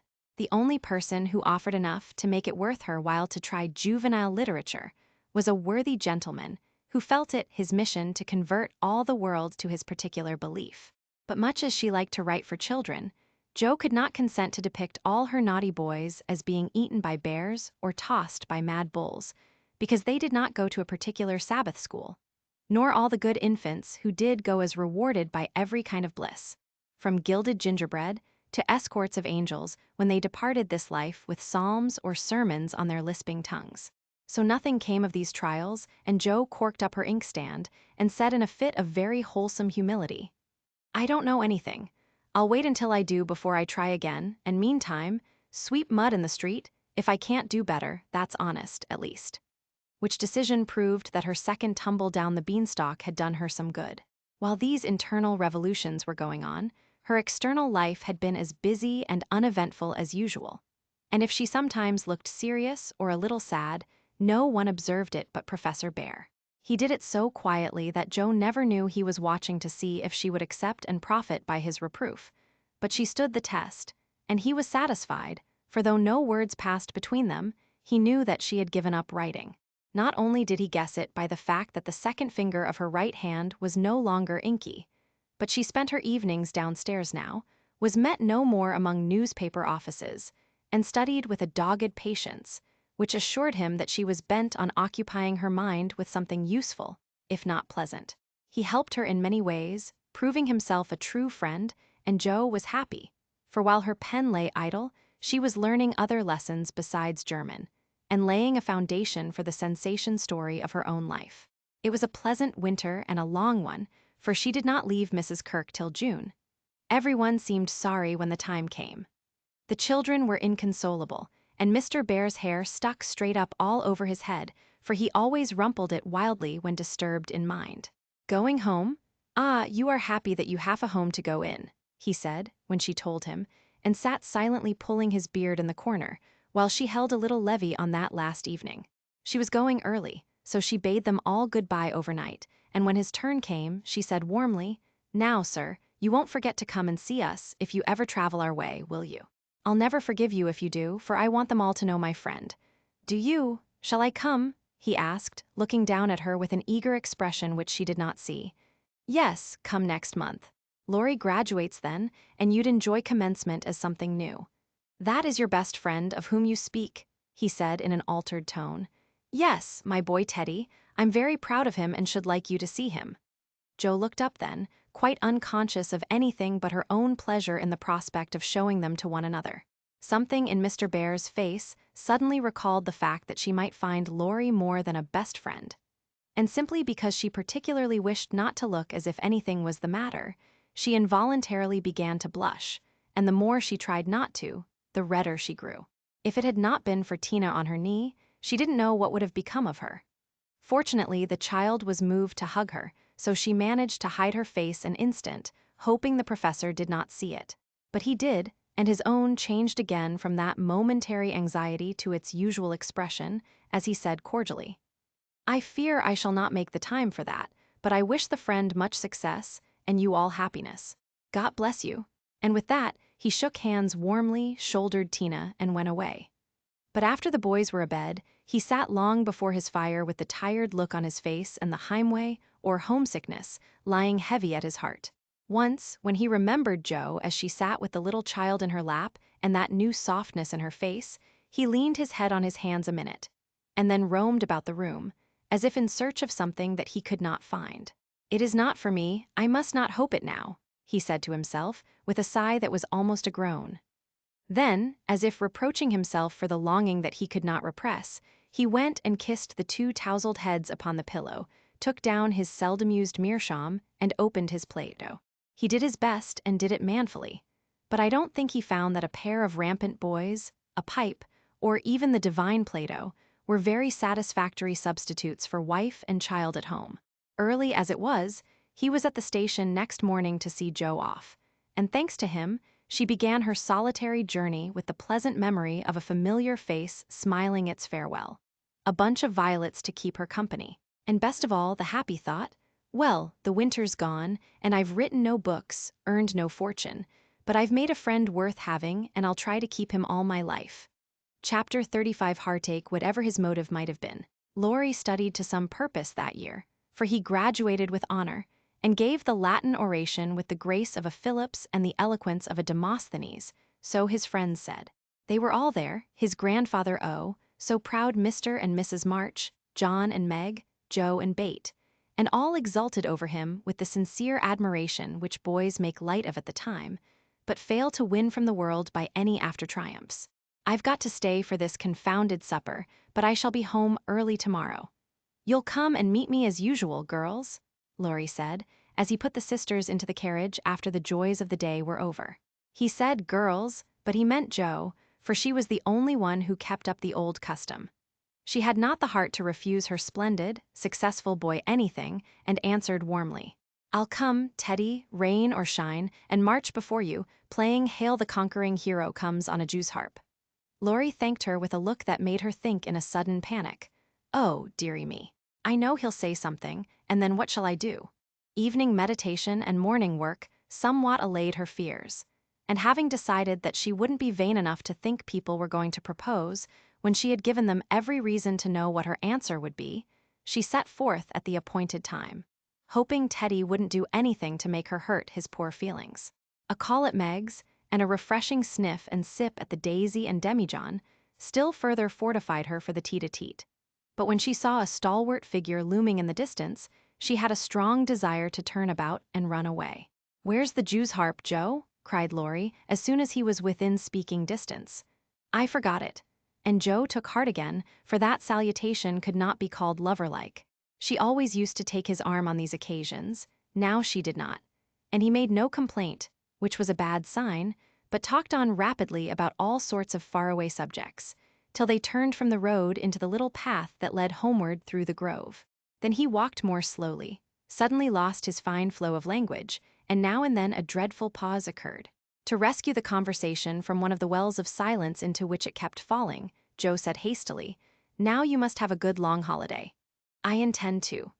Something in his resolute tone made Jo look up quickly to find him looking down at her with an expression that assured her the dreaded moment had come, and made her put out her hand with an imploring, No, Teddy. Please don't, I will, and you must hear me. It's no use, Joe, we've got to have it out, and the sooner the better for both of us, he answered, getting flushed and excited all at once.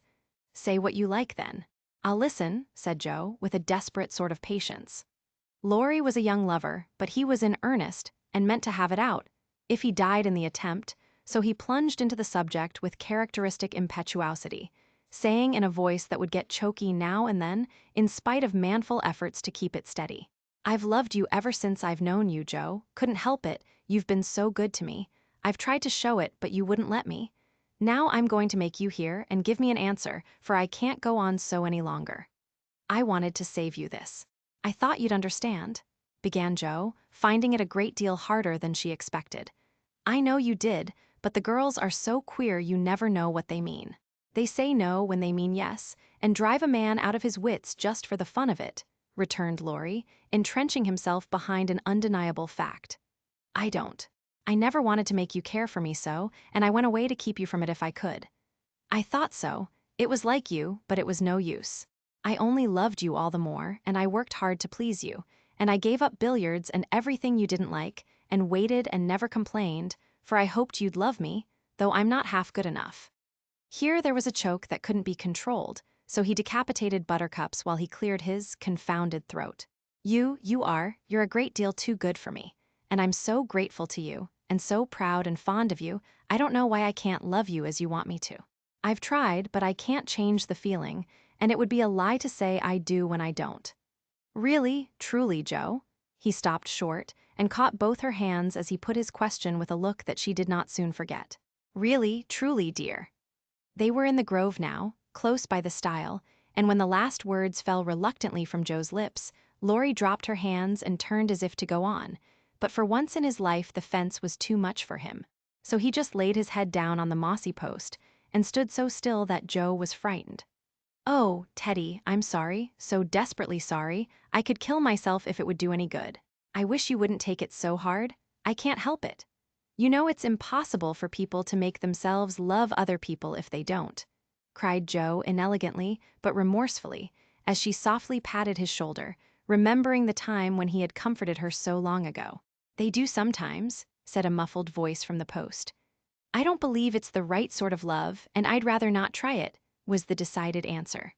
There was a long pause while a blackbird sung blithely on the willow by the river and the tall grass rustled in the wind. Presently Joe said very soberly, as she sat down on the step of the stile, Laurie, I want to tell you something. He started as if he had been shot, threw up his head, and cried out in a fierce tone, Don't tell me that, Joe, I can't bear it now. Tell what? She asked, wondering at his violence. That you love that old man. What old man? Demanded Joe, thinking he must mean his grandfather. That devilish professor you were always writing about. If you say you love him, I know I shall do something desperate.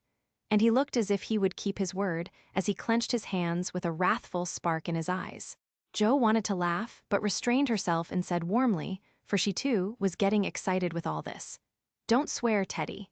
He isn't old, nor anything bad, but good and kind, and the best friend I've got next to you. Pray, don't fly into a passion. I want to be kind, but I know I shall get angry if you abuse my professor. I haven't the least idea of loving him or anybody else. But you will after a while, and then what will become of me?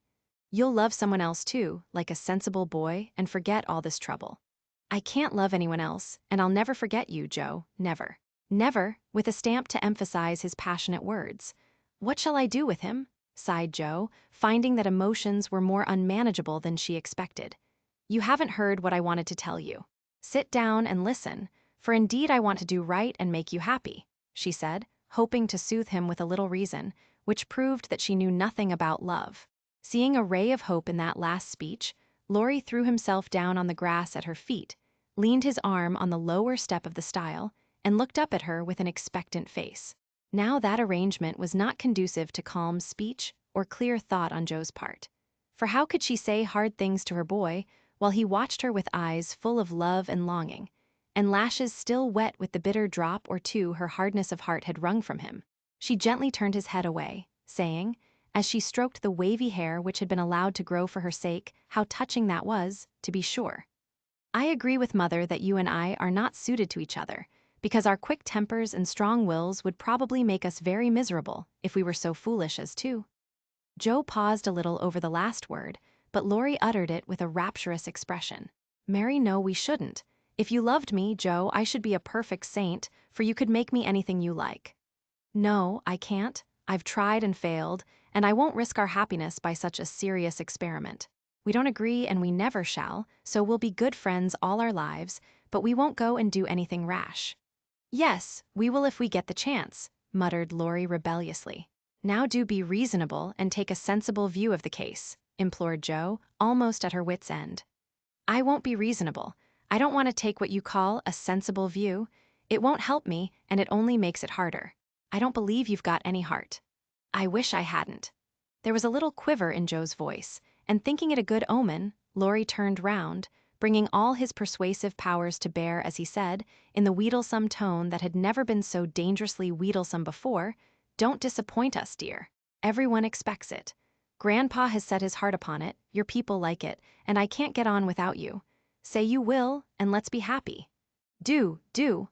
Not until months afterward did Joe understand how she had the strength of mind to hold fast to the resolution she had made when she decided that she did not love her boy and never could. It was very hard to do, but she did it, knowing that delay was both useless and cruel. I can't say yes, truly, so I won't say it at all. You'll see that I'm right by and by and thank me for it, she began solemnly. I'll be hanged if I do, and Lori bounced up off the grass, burning with indignation at the very idea. Yes, you will, persisted Joe. You'll get over this after a while and find some lovely, accomplished girl who will adore you and make a fine mistress for your fine house. I shouldn't. I'm homely and awkward and odd and old, and you'd be ashamed of me, and we should quarrel we can't help it even now, you see, and I shouldn't like elegant society and you would, and you'd hate my scribbling, and I couldn't get on without it, and we should be unhappy, and wish we hadn't done it, and everything would be horrid. Anything more? Asked Lori, finding it hard to listen patiently to this prophetic burst. Nothing more, except that I don't believe I shall ever marry. I'm happy as I am, and love my liberty too well to be in a hurry to give it up for any mortal man. I know better, broke in Lori. You think so now, but there'll come a time when you will care for somebody, and you'll love him tremendously, and live and die for him. I know you will, it's your way, and I shall have to stand by and see it. And the despairing lover cast his hat upon the ground with a gesture that would have seemed comical if his face had not been so tragic. Yes, I will live and die for him, if he ever comes and makes me love him in spite of myself, and you must do the best you can, cried Joe, losing patience with poor Teddy. I've done my best, but you won't be reasonable, and it's selfish of you to keep teasing for what I can't give. I shall always be fond of you, very fond indeed as a friend, but I'll never marry you, and the sooner you believe it the better for both of us so now. That speech was like gunpowder. Lori looked at her a minute as if he did not quite know what to do with himself, then turned sharply away, saying in a desperate sort of tone, "You'll be sorry some day, Joe." "Oh, where are you going?" she cried, for his face frightened her. "To the devil," was the consoling answer. For a minute Joe's heart stood still, as he swung himself down the bank toward the river, but it takes much folly, sin, or misery to send a young man to a violent death, and Lori was not one of the weak sort who are conquered by a single failure. He had no thought of a melodramatic plunge, but some blind instinct led him to fling hat and coat into his boat and row away with all his might, making better time up the river than he had done in any race. Joe drew a long breath and unclasped her hands as she watched the poor fellow trying to outstrip the trouble which he carried in his heart. That will do him good, and he'll come home in such a tender, penitent state of mind that I shan't dare to see him, she said, adding, as she went slowly home, feeling as if she had murdered some innocent thing and buried it under the leaves. Now I must go and prepare Mr. Lawrence to be very kind to my poor boy. I wish he'd love Bate, perhaps he may in time, but I begin to think I was mistaken about her. Oh dear, how can girls like to have lovers and refuse them? I think it's dreadful. Being sure that no one could do it so well as herself, she went straight to Mr. Lawrence, told the hard story bravely through, and then broke down, crying so dismally over her own insensibility that the kind old gentleman, though sorely disappointed, did not utter a reproach. He found it difficult to understand how any girl could help loving Lori, and hoped she would change her mind. But he knew even better than Joe that love cannot be forced. So he shook his head sadly and resolved to carry his boy out of harm's way. For young impetuosity's parting words to Joe disturbed him more than he would confess. When Laurie came home, dead tired but quite composed, his grandfather met him as if he knew nothing, and kept up the delusion very successfully for an hour or two. But when they sat together in the twilight, the time they used to enjoy so much, it was hard work for the old man to ramble on as usual, and harder still for the young one to listen to praises of the last year's success, which to him now seemed like love's labor lost. He bore it as long as he could, then went to his piano and began to play. The windows were open, and Joe, walking in the garden with Beth, for once understood music better than her sister, for he played the Sonata Pathétique, and played it as he never did before. "That's very fine, I dare say, but it's sad enough to make one cry." "Give us something gayer, lad," said Mr. Lawrence, whose kind old heart was full of sympathy, which he longed to show but knew not how. Laurie dashed into a livelier strain, played stormily for several minutes, and would have got through bravely, if in a momentary lull Mrs. March's voice had not been heard calling, "Joe, dear, come in. I want you." Just what Laurie longed to say, with a different meaning. As he listened, he lost his place, the music ended with a broken chord, and the musician sat silent in the dark. "I can't stand this," muttered the old gentleman. Up he got, groped his way to the piano, laid a kind hand on either of the broad shoulders, and said, as gently as a woman, "I know, my boy, I know." No answer for an instant, then Laurie asked sharply, "Who told you?" "Joe herself." "Then there's an end of it." And he shook off his grandfather's hands with an impatient motion, for though grateful for the sympathy, his man's pride could not bear a man's pity. "Not quite. I want to say one thing, and then there shall be an end of it," returned Mr. Lawrence with unusual mildness. "You won't care to stay at home now, perhaps? I don't intend to run away from a girl. Joe can't prevent my seeing her, and I shall stay and do it as long as I like," interrupted Laurie in a defiant tone. "Not if you are the gentleman I think you. I'm disappointed, but the girl can't help it, and the only thing left for you to do is to go away for a time. Where will you go?" "Anywhere. I don't care what becomes of me," and Laurie got up with a reckless laugh that grated on his grandfather's ear. "Take it like a man, and don't do anything rash, for God's sake. Why not go abroad as you planned and forget it?" "I can't. But you've been wild to go, and I promised you should when you got through college." "Ah, but I didn't mean to go alone." And Laurie walked fast through the room with an expression which it was well his grandfather did not see. "I don't ask you to go alone. There's someone ready and glad to go with you, anywhere in the world." "Who, sir?" stopping to listen. "Myself." Laurie came back as quickly as he went and put out his hand, saying huskily, "I'm a selfish brute, but you know grandfather, Lord help me, yes, I do know, for I've been through it all before, once in my own young days, and then with your father.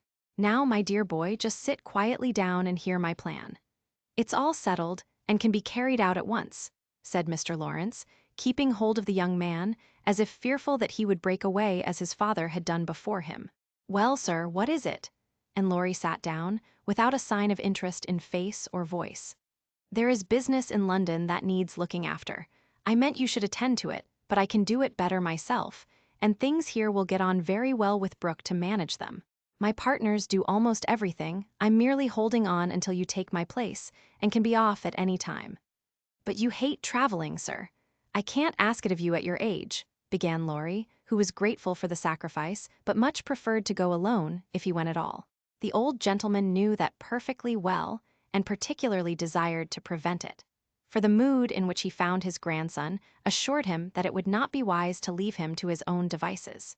So, stifling a natural regret at the thought of the home comforts he would leave behind him, he said stoutly, "Bless your soul, I'm not superannuated yet.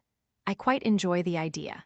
It will do me good, and my old bones won't suffer, for traveling nowadays is almost as easy as sitting in a chair." A restless movement from Laurie suggested that his chair was not easy, or that he did not like the plan, and made the old man add hastily, "I don't mean to be a marplot or a burden. I go because I think you'd feel happier than if I was left behind. I don't intend to gad about with you, but leave you free to go where you like, while I amuse myself in my own way. I've friends in London and Paris, and should like to visit them. Meantime you can go to Italy, Germany, Switzerland, where you will, and enjoy pictures, music, scenery, and adventures to your heart's content. Now, Laurie felt just then that his heart was entirely broken and the world a howling wilderness.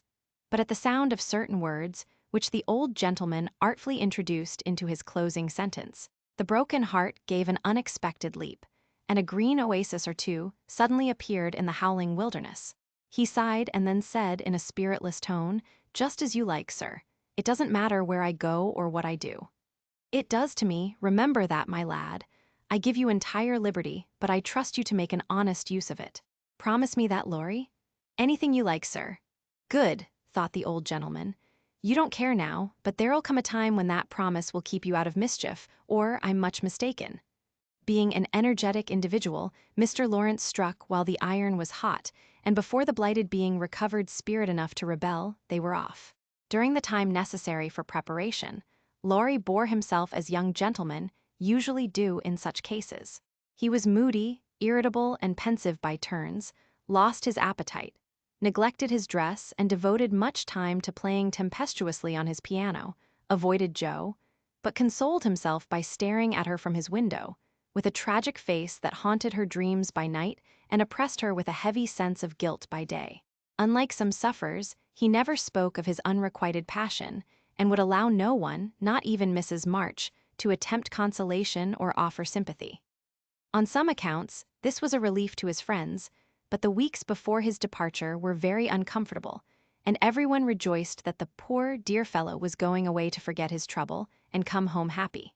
Of course, he smiled darkly at their delusion, but passed it by with the sad superiority of one who knew that his fidelity, like his love, was unalterable. When the parting came, he affected high spirits, to conceal certain inconvenient emotions which seemed inclined to assert themselves. This gaiety did not impose upon anybody, but they tried to look as if it did for his sake, and he got on very well till Mrs. March kissed him, with a whisper full of motherly solicitude. Then, feeling that he was going very fast, he hastily embraced them all round, not forgetting the afflicted Hannah, and ran downstairs as if for his life. Jo followed a minute after to wave her hand to him if he looked round. He did look round, came back, put his arms about her as she stood on the step above him, and looked up at her with a face that made his short appeal eloquent and pathetic. "Oh, Jo, can't you?" "Teddy, dear, I wish I could." That was all, except a little pause. Then Laurie straightened himself up, said, "It's all right, never mind," and went away without another word. Ah, but it wasn't all right, and Jo did mind, for while the curly head lay on her arm a minute after her hard answer, she felt as if she had stabbed her dearest friend. And when he left her without a look behind him, she knew that the boy Laurie never would come again. Chapter 36. Bates' secret. When Jo came home that spring, she had been struck with the change in Bate. No one spoke of it or seemed aware of it, for it had come too gradually to startle those who saw her daily, but to eyes sharpened by absence, it was very plain, and a heavy weight fell on Jo's heart as she saw her sister's face. It was no paler, and but littler thinner than in the autumn, yet there was a strange, transparent look about it, as if the mortal was being slowly refined away, and the immortal shining through the frail flesh with an indescribably pathetic beauty. Jo saw and felt it, but said nothing at the time, and soon the first impression lost much of its power. For Bate seemed happy, no one appeared to doubt that she was better, and presently in other cares Jo for a time forgot her fear. But when Laurie was gone and peace prevailed again, the vague anxiety returned and haunted her. She had confessed her sins and been forgiven, but when she showed her savings and proposed a mountain trip, Bate had thanked her heartily, but begged not to go so far away from home. Another little visit to the seashore would suit her better. And as Grandma could not be prevailed upon to leave the babies, Jo took Bate down to the quiet place, where she could live much in the open air, and let the fresh sea breezes blow a little color into her pale cheeks.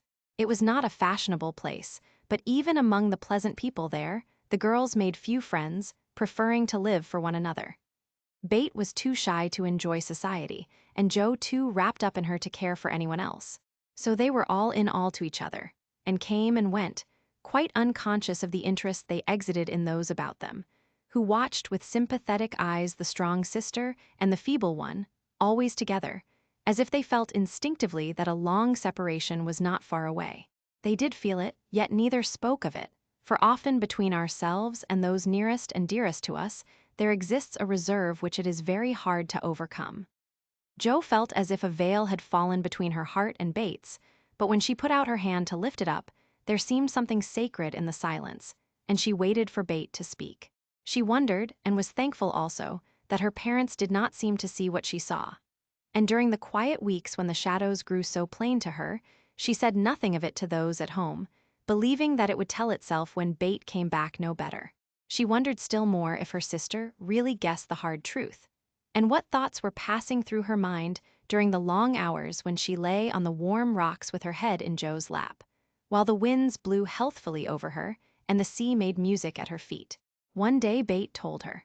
Jo thought she was asleep, she lay so still, and putting down her book, sat looking at her with wistful eyes, trying to see signs of hope in the faint color on Bates' cheeks.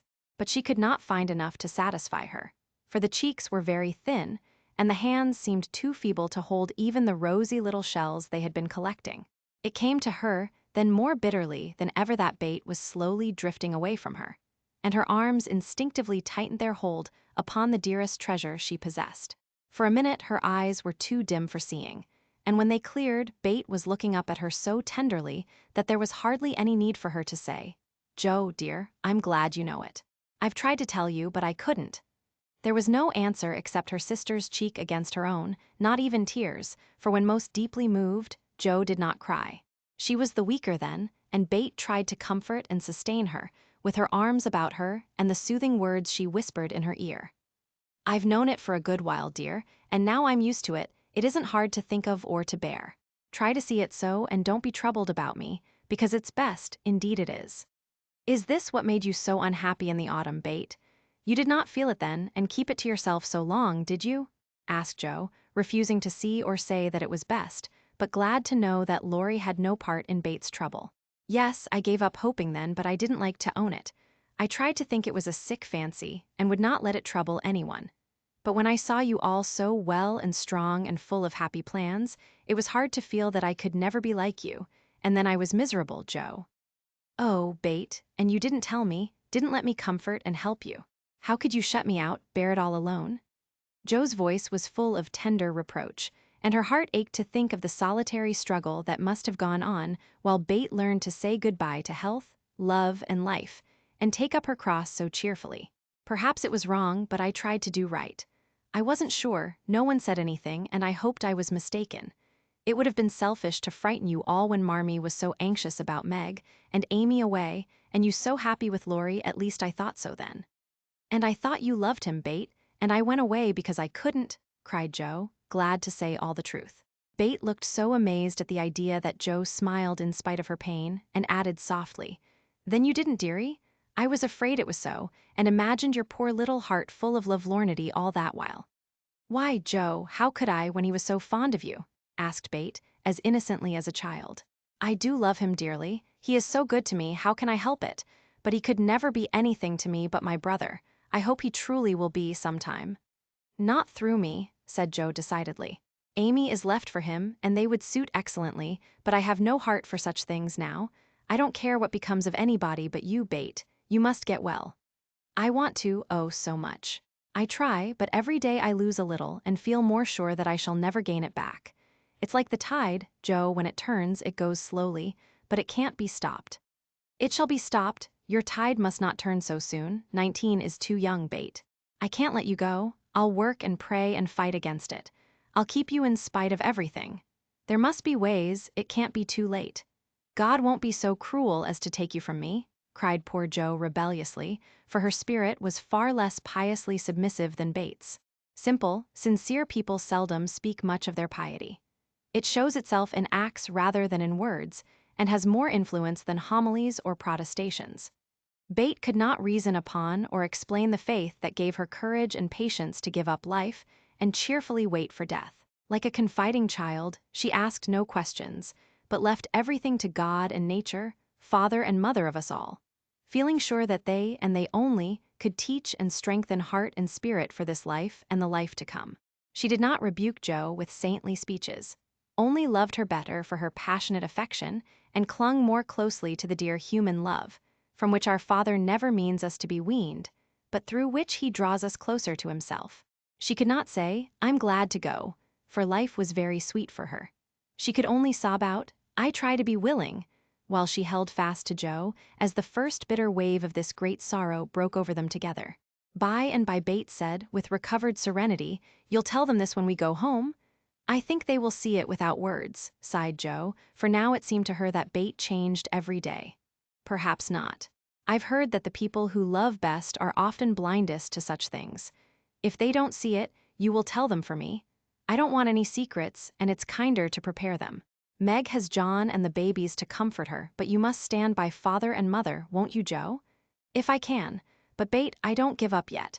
I'm going to believe that it is a sick fancy and not let you think it's true," said Joe, trying to speak cheerfully. Bate lay a minute thinking, and then said in her quiet way, "I don't know how to express myself, and shouldn't try to anyone but you, because I can't speak out except to my Joe. I only mean to say that I have a feeling that it never was intended I should live long. I'm not like the rest of you. I never made any plans about what I'd do when I grew up. I never thought of being married, as you all did.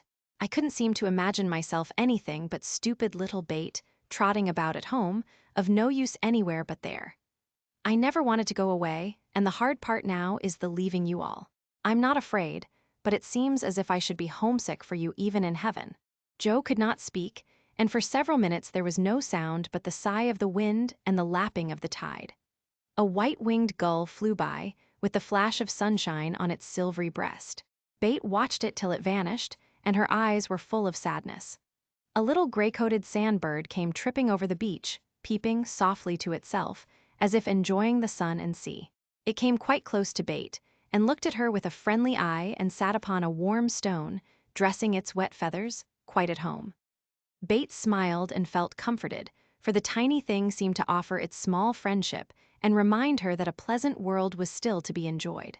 "Dear little bird, see, Joe, how tame it is. I like Peeps better than the gulls. They are not so wild and handsome, but they seem happy, confiding little things. I used to call them my birds last summer, and Mother said they reminded her of me, busy, Quaker-colored creatures, always near the shore, and always chirping that contented little song of theirs. You are the gull, Joe, strong and wild, fond of the storm and the wind, flying far out to sea, and happy all alone. Meg is the turtle dove, and Amy is like the lark she writes about, trying to get up among the clouds, but always dropping down into its nest again. Dear little girl, she's so ambitious, but her heart is good and tender, and no matter how high she flies, she never will forget home. I hope I shall see her again, but she seems so far away. She is coming in the spring, and I mean that you shall be all ready to see and enjoy her. I'm going to have you well and rosy by that time," began Joe, feeling that of all the changes in Bate, the talking change was the greatest, for it seemed to cost no effort now, and she thought aloud in a way quite unlike bashful Bate. "Joe, dear, don't hope any more. It won't do any good, I'm sure of that. We won't be miserable, but enjoy being together while we wait. We'll have happy times, for I don't suffer much, and I think the tide will go out easily if you help me." Joe leaned down to kiss the tranquil face, and with that silent kiss, she dedicated herself soul and body to Bate. She was right. There was no need of any words when they got home, for father and mother saw plainly now what they had prayed to be saved from seeing. Tired with her short journey, Bate went at once to bed, saying how glad she was to be home, and when Joe went down, she found that she would be spared the hard task of telling Bate's secret. Her father stood leaning his head on the mantelpiece and did not turn as she came in, but her mother stretched out her arms as if for help, and Joe went to comfort her without a word. Chapter 37, New Impressions at 3 o'clock in the afternoon. All the fashionable world at Nice may be seen on the Promenade des Anglais, a charming place. For the wide walk, bordered with palms, flowers, and tropical shrubs, is bounded on one side by the sea, on the other by the Grand Drive, lined with hotels and villas, while beyond lie orange orchards and the hills.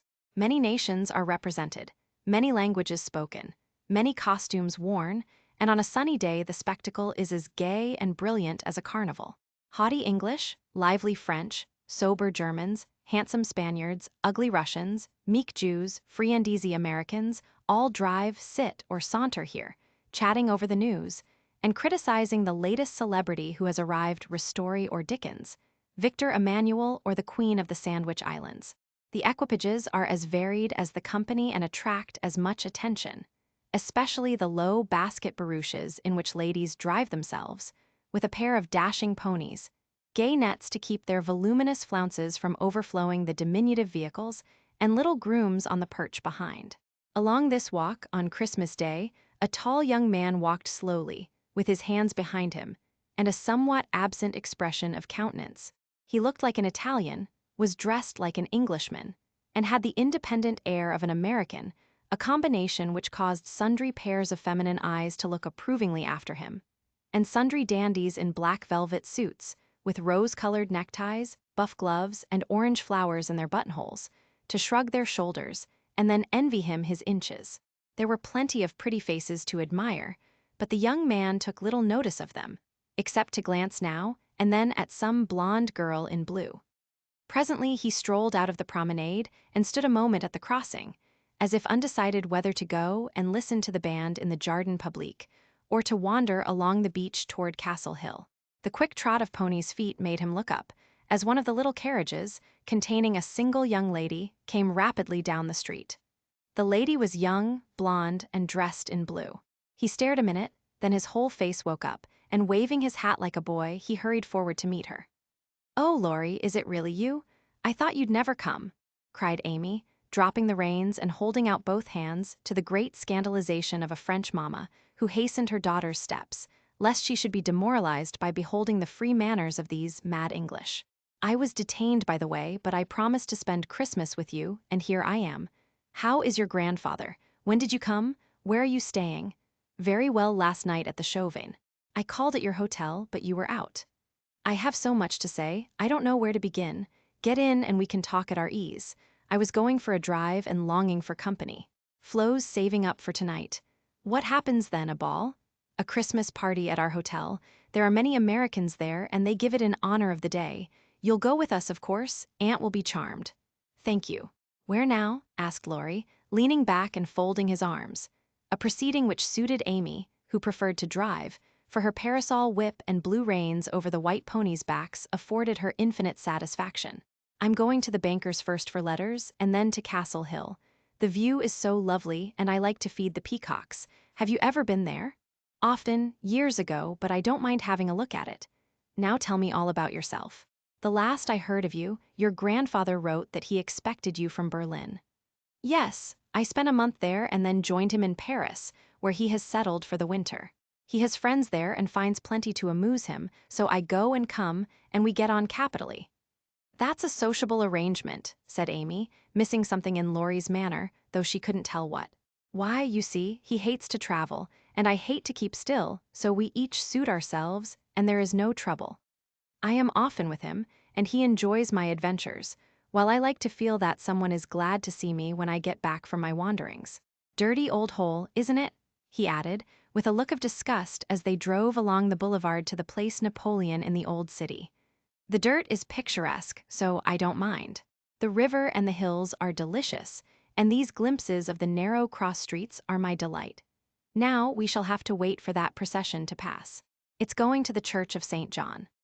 While Laurie listlessly watched the procession of priests under their canopies, white-veiled nuns bearing lighted tapers, and some brotherhood in blue chanting as they walked, Amy watched him, and felt a new sort of shyness steal over her, for he was changed, and she could not find the merry-faced boy she left in the moody-looking man beside her.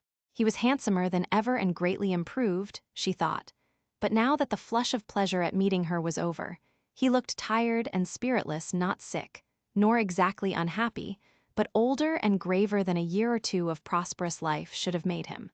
She couldn't understand it, and did not venture to ask questions, so she shook her head and touched up her ponies, as the procession wound away across the arches of the Paglioni Bridge and vanished in the church.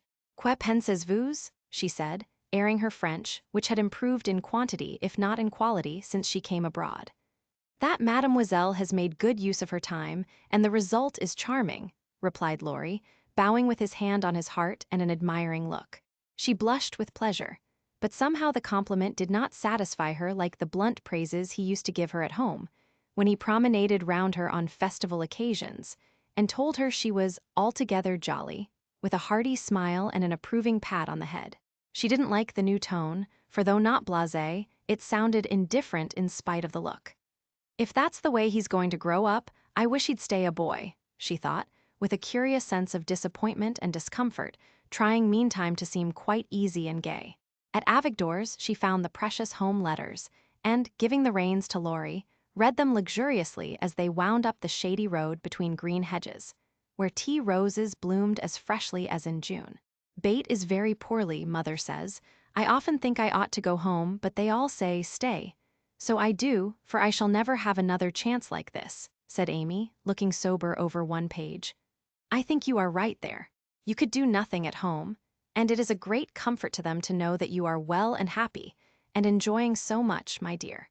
He drew a little nearer, and looked more like his old self as he said that, and the fear that sometimes weighed on Amy's heart was lightened.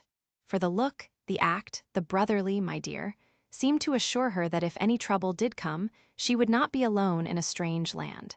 Presently she laughed and showed him a small sketch of Jo in her scribbling suit, with the bow rampantly erect upon her cap, and issuing from her mouth the words, "Genius Burns."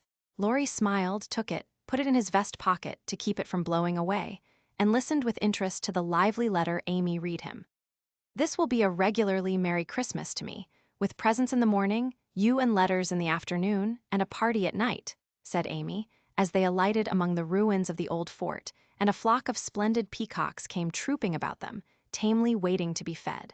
While Amy stood laughing on the bank above him as she scattered crumbs to the brilliant birds, Laurie looked at her as she had looked at him, with a natural curiosity to see what changes time and absence had wrought. He found nothing to perplex or disappoint, much to admire and approve, for overlooking a few little affectations of speech and manner, she was as sprightly and graceful as ever, with the addition of that indescribable something in dress and bearing which we call elegance. Always mature for her age, she had gained a certain aplomb in both carriage and conversation, which made her seem more of a woman of the world than she was, but her old petulance now and then showed itself, her strong will still held its own, and her native frankness was unspoiled by foreign polish. Laurie did not read all this while he watched her feed the peacocks, but he saw enough to satisfy and interest him, and carried away a pretty little picture of a bright-faced girl standing in the sunshine, which brought out the soft hue of her dress, the fresh color of her cheeks, the golden gloss of her hair, and made her a prominent figure in the pleasant scene. As they came up onto the stone plateau that crowns the hill, Amy waved her hand as if welcoming him to her favorite haunt, and said, pointing here and there, "Do you remember the cathedral and the Corso, the fishermen dragging their nets in the bay, and the lovely road to Villafranca, Schubert's tower, just below, and best of all, that speck far out to sea which they say is Corsica?" "I remember. It's not much changed," he answered without enthusiasm. "What Jo would give for a sight of that famous speck," said Amy, feeling in good spirits and anxious to see him so also. "Yes," was all he said, but he turned and strained his eyes to see the island which a greater usurper than even Napoleon now made interesting in his sight. "Take a good look at it for her sake, and then come and tell me what you have been doing with yourself all this while," said Amy, seating herself, ready for a good talk. But she did not get it, for though he joined her and answered all her questions freely, she could only learn that he had roved about the continent and been to Greece. So after idling away an hour, they drove home again, and having paid his respects to Mrs. Carroll, Laurie left them, promising to return in the evening. It must be recorded of Amy that she deliberately prinked that night. Time and absence had done its work on both the young people. She had seen her old friend in a new light, not as our boy, but as a handsome and agreeable man, and she was conscious of a very natural desire to find favor in his sight. Amy knew her good points, and made the most of them with the taste and skill which is a fortune to a poor and pretty woman.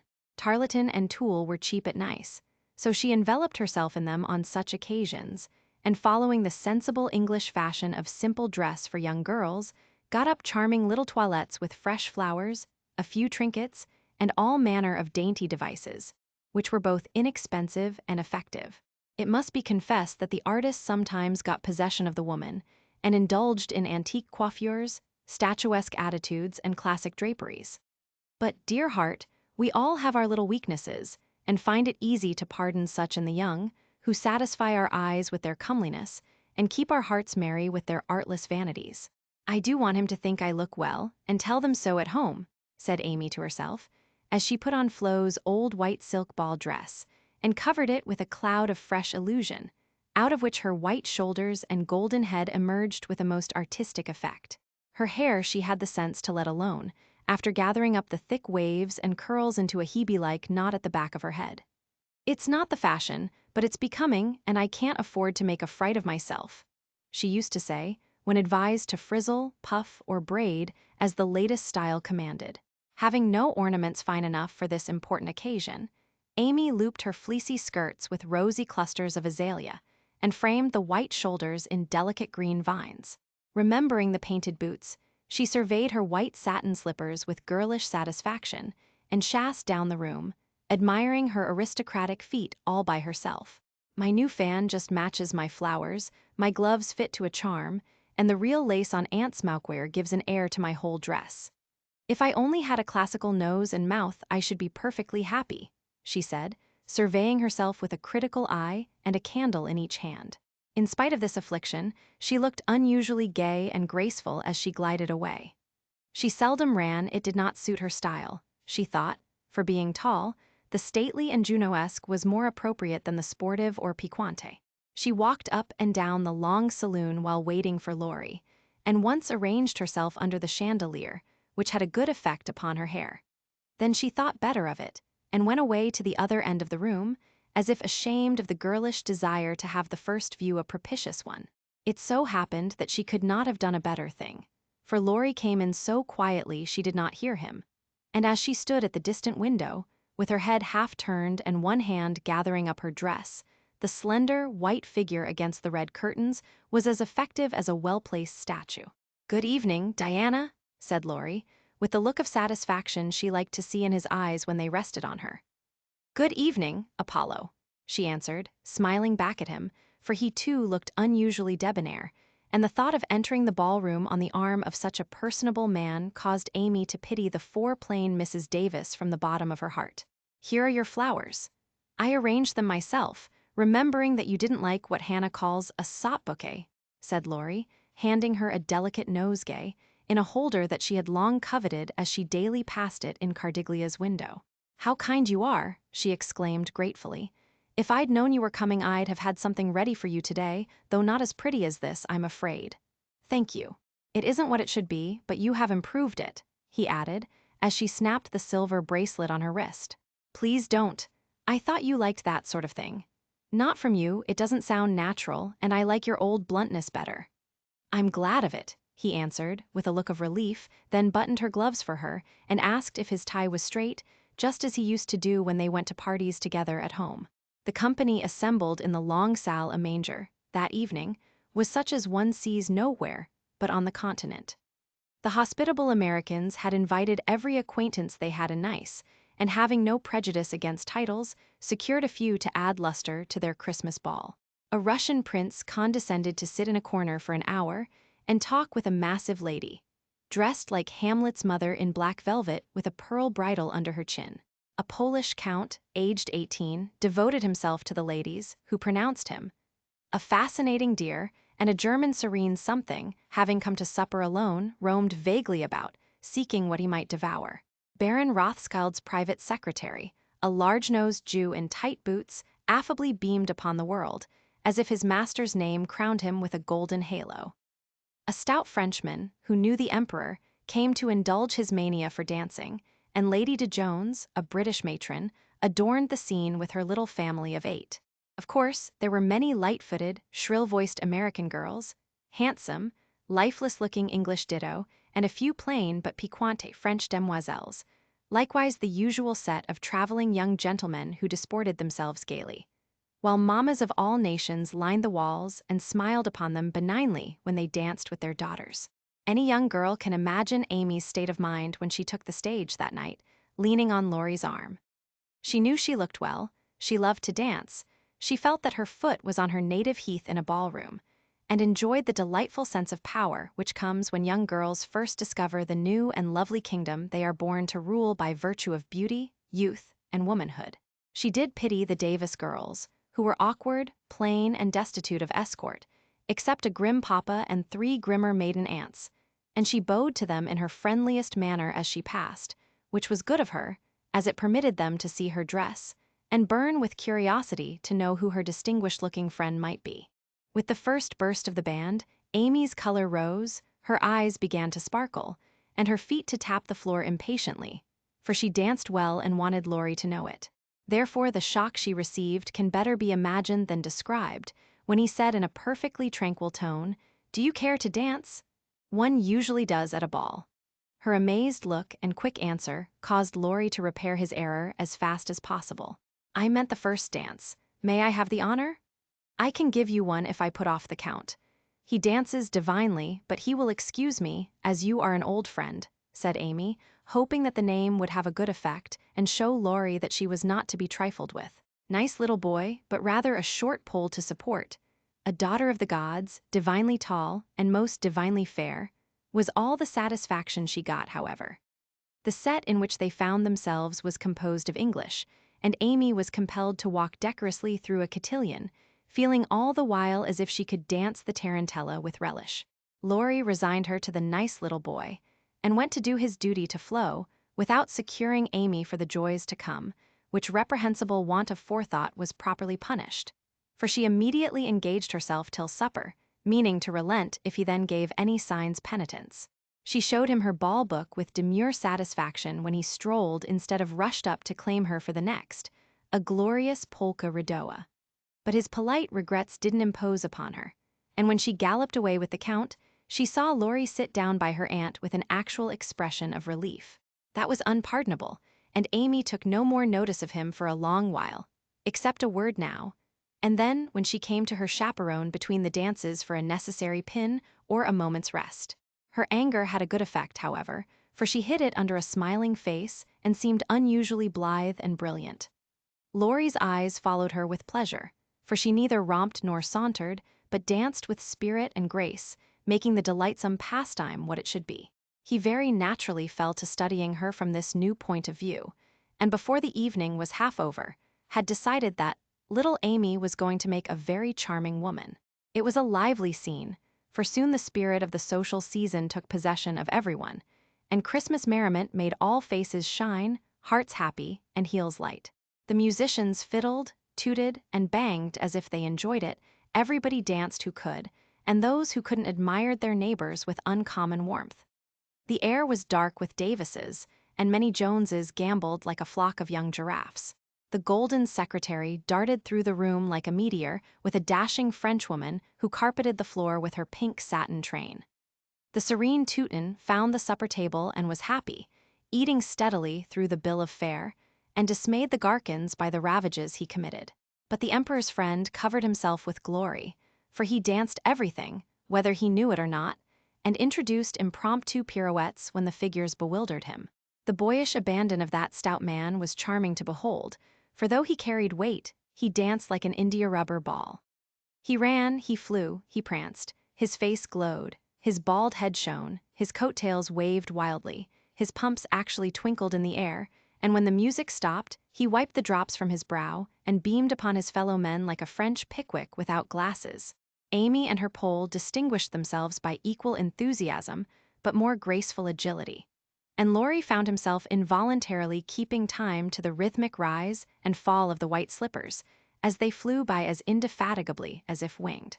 When little Vladimir finally relinquished her, with assurances that he was desolated to leave so early, she was ready to rest, and see how her recreant knight had borne his punishment.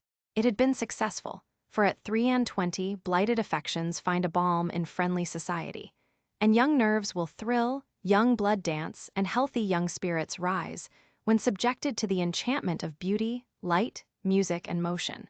Laurie had a waked-up look as he rose to give her his seat, and when he hurried away to bring her some supper, she said to herself, with a satisfied smile, "Ah, I thought that would do him good." "You look like Balzac's femme peint par elle-même," he said, as he fanned her with one hand and held her coffee cup in the other. "My rouge won't come off." And Amy rubbed her brilliant cheek and showed him her white glove with a sober simplicity that made him laugh outright. "What do you call this stuff?" he asked, touching a fold of her dress that had blown over his knee. "Illusion? Good name for it. It's very pretty new thing, isn't it? It's as old as the hills. You have seen it on dozens of girls, and you never found out that it was pretty till now stupid. I never saw it on you before, which accounts for the mistake, you see. None of that, it is forbidden. I'd rather take coffee than compliments just now. No, don't lounge, it makes me nervous. Laurie sat bolt upright and meekly took her empty plate, feeling an odd sort of pleasure in having little Amy order him about, for she had lost her shyness now, and felt an irresistible desire to trample on him, as girls have a delightful way of doing when lords of creation show any signs of subjection. "Where did you learn all this sort of thing?" he asked with a quizzical look. "As this sort of thing is rather a vague expression, would you kindly explain?" returned Amy, knowing perfectly well what he meant, but wickedly leaving him to describe what is indescribable. "Well, the general air, the style, the self-possession, the illusion, you know," laughed Laurie, breaking down and helping himself out of his quandary with the new word. Amy was gratified, but of course didn't show it, and demurely answered, "Foreign life polishes one in spite of oneself. I study as well as play, and as for this," with a little gesture toward her dress, "why, tulle is cheap, posies to be had for nothing, and I am used to making the most of my poor little things." Amy rather regretted that last sentence, fearing it wasn't in good taste, but Laurie liked her better for it, and found himself both admiring and respecting the brave patience that made the most of opportunity, and the cheerful spirit that covered poverty with flowers. Amy did not know why he looked at her so kindly, nor why he filled up her book with his own name, and devoted himself to her for the rest of the evening in the most delightful manner. But the impulse that wrought this agreeable change was the result of one of the new impressions which both of them were unconsciously giving and receiving. Chapter 38. Oh, and the shelf in France, the young girls have a dull time of it till they are married, when "Vive la Liberté" becomes their motto. In America, as everyone knows, girls early sign the Declaration of Independence and enjoy their freedom with republican zest, but the young matrons usually abdicate with the first heir to the throne and go into a seclusion almost as close as a French nunnery, though by no means as quiet. Whether they like it or not, they are virtually put upon the shelf as soon as the wedding excitement is over, and most of them might exclaim, as did a very pretty woman the other day, "I'm as handsome as ever, but no one takes any notice of me because I'm married." Not being a belle or even a fashionable lady, Meg did not experience this affliction till her babies were a year old, for in her little world primitive customs prevailed, and she found herself more admired and beloved than ever. As she was a womanly little woman, the maternal instinct was very strong, and she was entirely absorbed in her children, to the utter exclusion of everything and everybody else. Day and night she brooded over them with tireless devotion and anxiety, leaving John to the tender mercies of the help, for an Irish lady now presided over the kitchen department. Being a domestic man, John decidedly missed the wifely attentions he had been accustomed to receive, but as he adored his babies, he cheerfully relinquished his comfort for a time, supposing with masculine ignorance that peace would soon be restored. But 3 months passed, and there was no return of repose. Meg looked worn and nervous, the babies absorbed every minute of her time, the house was neglected, and Kitty, the cook who took life easy, kept him on short commons. When he went out in the morning, he was bewildered by small commissions for the captive mama. If he came gaily in at night, eager to embrace his family, he was quenched by a hush. They are just asleep after worrying all day. If he proposed a little amusement at home, no, it would disturb the babies. If he hinted at a lecture or a concert, he was answered with a reproachful look and a decided, "Leave my children for pleasure, never." His sleep was broken by infant wails and visions of a phantom figure pacing noiselessly to and fro in the watches of the night. His meals were interrupted by the frequent flight of the presiding genius, who deserted him, half-helped, if a muffled chirp sounded from the nest above. And when he read his paper of an evening, Demi's colic got into the shipping list, and Daisy's fall affected the price of stocks, for Mrs. Brooke was only interested in domestic news. The poor man was very uncomfortable, for the children had bereft him of his wife. Home was merely a nursery, and the perpetual hushing made him feel like a brutal intruder whenever he entered the sacred precincts of Babyland.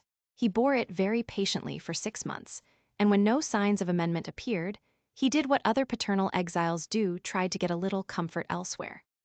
Scott had married and gone to housekeeping not far off, and John fell into the way of running over for an hour or two of an evening, when his own parlor was empty, and his own wife singing lullabies that seemed to have no end. Mrs. Scott was a lively, pretty girl with nothing to do but be agreeable, and she performed her mission most successfully. The parlor was always bright and attractive, the chessboard ready, the piano in tune, plenty of gay gossip, and a nice little supper set forth in tempting style. John would have preferred his own fireside if it had not been so lonely, but as it was, he gratefully took the next best thing and enjoyed his neighbors' society. Meg rather approved of the new arrangement at first, and found it a relief to know that John was having a good time instead of dozing in the parlor or tramping about the house and waking the children.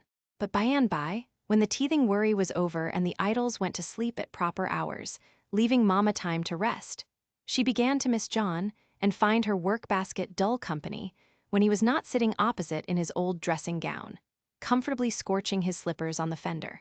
She would not ask him to stay at home, but felt injured because he did not know that she wanted him without being told, entirely forgetting the many evenings he had waited for her in vain. She was nervous and worn out with watching and worry, and in that unreasonable frame of mind which the best of mothers occasionally experience when domestic cares oppress them. Want of exercise robs them of cheerfulness, and too much devotion to that idol of American women, the teapot, makes them feel as if they were all nerve and no muscle. "Yes," she would say, looking in the glass, "I'm getting old and ugly. John doesn't find me interesting any longer, so he leaves his faded wife and goes to see his pretty neighbor, who has no encumbrances. Well, the babies love me. They don't care if I am thin and pale and haven't time to crimp my hair. They are my comfort, and someday John will see what I've gladly sacrificed for them. Won't he, my precious?" To which pathetic appeal Daisy would answer with a coo or Demi with a crow, and Meg would put by her lamentations for a maternal revel, which soothed her solitude for the time being. But the pain increased as politics absorbed John, who was always running over to discuss interesting points with Scott, quite unconscious that Meg missed him. Not a word did she say, however, till her mother found her in tears one day and insisted on knowing what the matter was, for Meg's drooping spirits had not escaped her observation. "I wouldn't tell anyone except you, Mother, but I really do need advice, for if John goes on much longer I might as well be widowed," replied Mrs. Brooke, drying her tears on Daisy's bib with an injured air. "Goes on how, my dear?" asked her mother anxiously. "He's away all day, and at night when I want to see him, he is continually going over to the Scots. It isn't fair that I should have the hardest work and never any amusement. Men are very selfish, even the best of them. So are women. Don't blame John till you see where you are wrong yourself. But it can't be right for him to neglect me. Don't you neglect him? Why, Mother, I thought you'd take my part. So I do as far as sympathizing goes, but I think the fault is yours, Meg. I don't see how. Let me show you. Did John ever neglect you, as you call it, while you made it a point to give him your society of an evening, his only leisure time? No, but I can't do it now with 2 babies to tend. I think you could, dear, and I think you ought. May I speak quite freely, and will you remember that it's mother who blames as well as mother who sympathizes? Indeed I will. Speak to me as if I were little Meg again. I often feel as if I needed teaching more than ever since these babies look to me for everything." Meg drew her low chair beside her mother's, and with a little interruption in either lap, the 2 women rocked and talked lovingly together, feeling that the tie of motherhood made them more one than ever. "You have only made the mistake that most young wives make, forgotten your duty to your husband in your love for your children. A very natural and forgivable mistake, Meg, but one that had better be remedied before you take to different ways. For children should draw you nearer than ever, not separate you, as if they were all yours, and John had nothing to do but support them. I've seen it for some weeks, but have not spoken, feeling sure it would come right in time. I'm afraid it won't. If I ask him to stay, he'll think I'm jealous, and I wouldn't insult him by such an idea. He doesn't see that I want him, and I don't know how to tell him without words. Make it so pleasant he won't want to go away. My dear, he's longing for his little home, but it isn't home without you, and you are always in the nursery. Oughtn't I to be there? Not all the time. Too much confinement makes you nervous, and then you are unfitted for everything. Besides, you owe something to John as well as to the babies. Don't neglect husband for children, don't shut him out of the nursery, but teach him how to help in it. His place is there as well as yours, and the children need him. Let him feel that he has a part to do, and he will do it gladly and faithfully, and it will be better for you all. You really think so, Mother?" I know it, Meg, for I've tried it, and I seldom give advice unless I've proved its practicability. When you and Joe were little, I went on just as you are, feeling as if I didn't do my duty unless I devoted myself wholly to you. Poor father took to his books, after I had refused all offers of help, and left me to try my experiment alone. I struggled along as well as I could, but Joe was too much for me. I nearly spoiled her by indulgence. You were poorly, and I worried about you till I fell sick myself. Then father came to the rescue, quietly managed everything, and made himself so helpful that I saw my mistake and never have been able to get on without him since. That is the secret of our home happiness. He does not let business wean him from the little cares and duties that affect us all, and I try not to let domestic worries destroy my interest in his pursuits. Each do our part alone in many things, but at home we work together always. It is so, mother, and my great wish is to be to my husband and children what you have been to yours. Show me how, I'll do anything you say. You always were my docile daughter. Well, dear, if I were you, I'd let John have more to do with the management of Demi, for the boy needs training, and it's none too soon to begin. Then I'd do what I have often proposed, let Hannah come and help you. She is a capital nurse, and you may trust the precious babies to her while you do more housework. You need the exercise, Hannah would enjoy the rest, and John would find his wife again. Go out more, keep cheerful as well as busy, for you are the sunshine maker of the family, and if you get dismal, there is no fair weather. Then I'd try to take an interest in whatever John likes, talk with him, let him read to you, exchange ideas, and help each other in that way. Don't shut yourself up in a bandbox because you are a woman, but understand what is going on, and educate yourself to take your part in the world's work, for it all affects you and yours. John is so sensible, I'm afraid he will think I'm stupid if I ask questions about politics and things. I don't believe he would. Love covers a multitude of sins, and of whom could you ask more freely than of him? Try it, and see if he doesn't find your society far more agreeable than Mrs. Scott's suppers. I will, poor John. I'm afraid I have neglected him sadly, but I thought I was right, and he never said anything. He tried not to be selfish, but he has felt rather forlorn, I fancy. This is just the time, Meg, when young married people are apt to grow apart, and the very time when they ought to be most together, for the first tenderness soon wears off, unless care is taken to preserve it. And no time is so beautiful and precious to parents as the first years of the little lives given to them to train. Don't let John be a stranger to the babies, for they will do more to keep him safe and happy in this world of trial and temptation than anything else, and through them, you will learn to know and love one another as you should. Now, dear, goodbye. Think over Mother's preachment, act upon it if it seems good, and God bless you all. Meg did think it over, found it good, and acted upon it, though the first attempt was not made exactly as she planned to have it. Of course, the children tyrannized over her, and ruled the house as soon as they found out that kicking and squalling brought them whatever they wanted. Mama was an abject slave to their caprices, but Papa was not so easily subjugated, and occasionally afflicted his tender spouse by an attempt at paternal discipline with his obstreperous son. For Demi inherited a trifle of his sire's firmness of character, we won't call it obstinacy, and when he made up his little mind to have or to do anything, all the king's horses and all the king's men could not change that pertinacious little mind. Mama thought the dear too young to be taught to conquer his prejudices, but Papa believed that it never was too soon to learn obedience. So Master Demi early discovered that when he undertook to wrestle with Parpar, he always got the worst of it, yet like the Englishman, Baby respected the man who conquered him and loved the father whose grave, no, was more impressive than all Mama's love pats. A few days after the talk with her mother, Meg resolved to try a social evening with John, so she ordered a nice supper, set the parlor in order, dressed herself prettily, and put the children to bed early, that nothing should interfere with her experiment. But unfortunately, Demi's most unconquerable prejudice was against going to bed, and that night he decided to go on a rampage. So poor Meg sang and rocked, told stories and tried every sleep-provoking wile she could devise, but all in vain. The big eyes wouldn't shut, and long after Daisy had gone to Biolo, like the chubby little bunch of good nature she was, naughty Demi lay staring at the light, with the most discouragingly wide-awake expression of countenance. Will Demi lie still like a good boy, while Mama runs down and gives poor Papa his tea? Asked Meg, as the hall door softly closed, and the well-known step went tiptoeing into the dining room. "Me has tea," said Demi, preparing to join in the revel. "No, but I'll save you some little cakeys for breakfast if you'll go bye-bye like Daisy. Will you, lovey?" "Iss." And Demi shut his eyes tight, as if to catch sleep and hurry the desired day.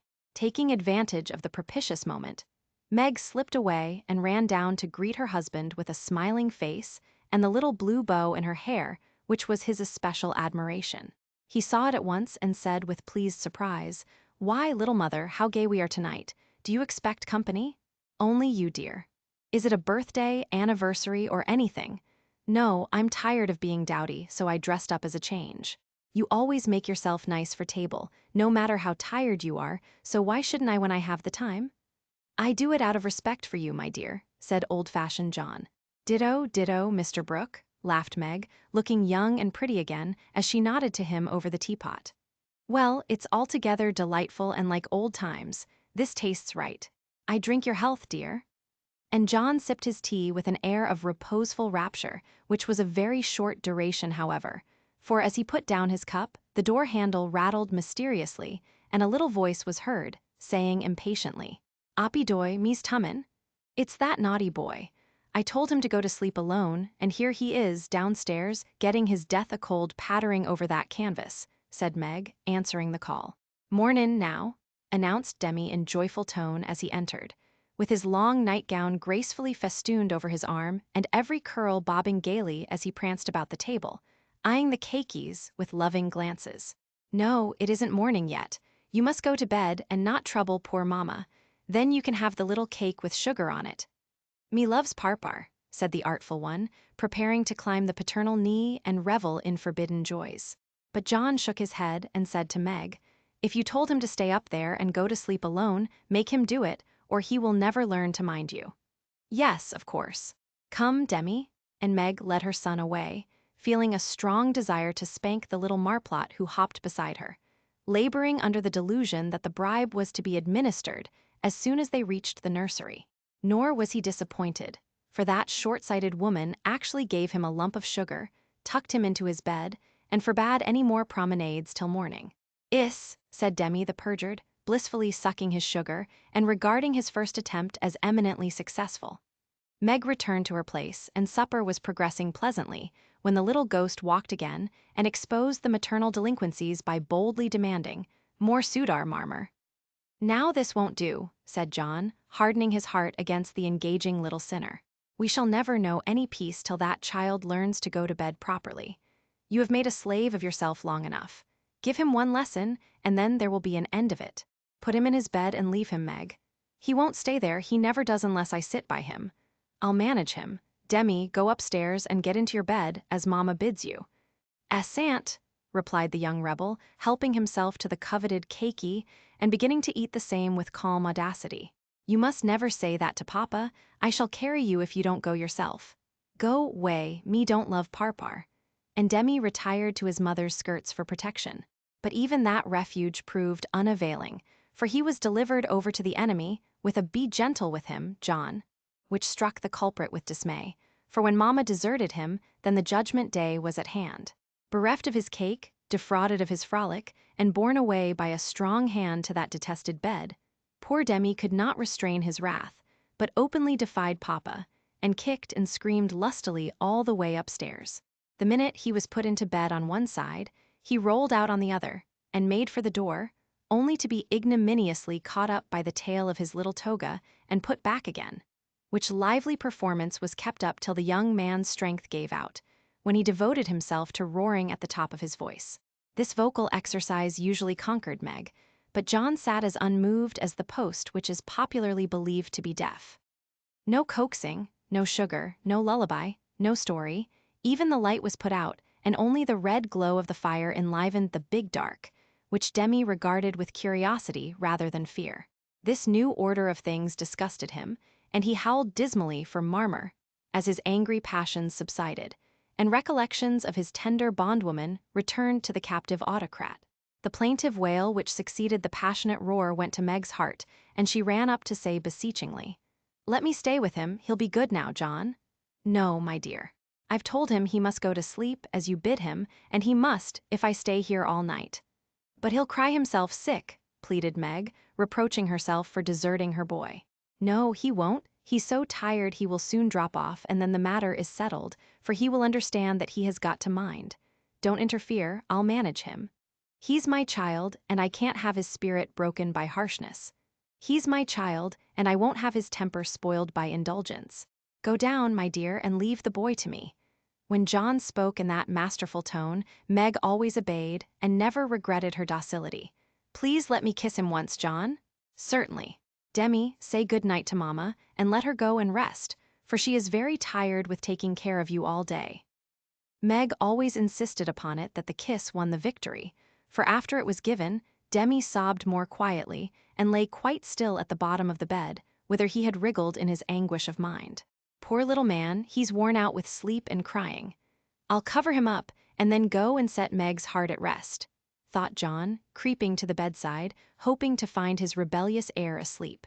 But he wasn't, for the moment his father peeped at him, Demi's eyes opened, his little chin began to quiver, and he put up his arms, saying with a penitent hiccup, "Me's dude now." Sitting on the stairs outside, Meg wondered at the long silence which followed the uproar, and after imagining all sorts of impossible accidents, she slipped into the room to set her fears at rest. Demi lay fast asleep, not in his usual spread-eagle attitude, but in a subdued bunch, cuddled close in the circle of his father's arm and holding his father's finger, as if he felt that justice was tempered with mercy, and had gone to sleep a sadder and wiser baby. So held, John had waited with a womanly patience till the little hand relaxed its hold, and while waiting had fallen asleep, more tired by that tussle with his son than with his whole day's work. As Meg stood watching the two faces on the pillow, she smiled to herself and then slipped away again, saying in a satisfied tone, "I never need fear that John will be too harsh with my babies. He does know how to manage them and will be a great help, for Demi is getting too much for me." When John came down at last, expecting to find a pensive or reproachful wife, he was agreeably surprised to find Meg placidly trimming a bonnet, and to be greeted with the request to read something about the election, if he was not too tired. John saw in a minute that a revolution of some kind was going on, but wisely asked no questions, knowing that Meg was such a transparent little person. She couldn't keep a secret to save her life, and therefore the clue would soon appear. He read a long debate with the most amiable readiness, and then explained it in his most lucid manner, while Meg tried to look deeply interested, to ask intelligent questions, and keep her thoughts from wandering from the state of the nation to the state of her bonnet.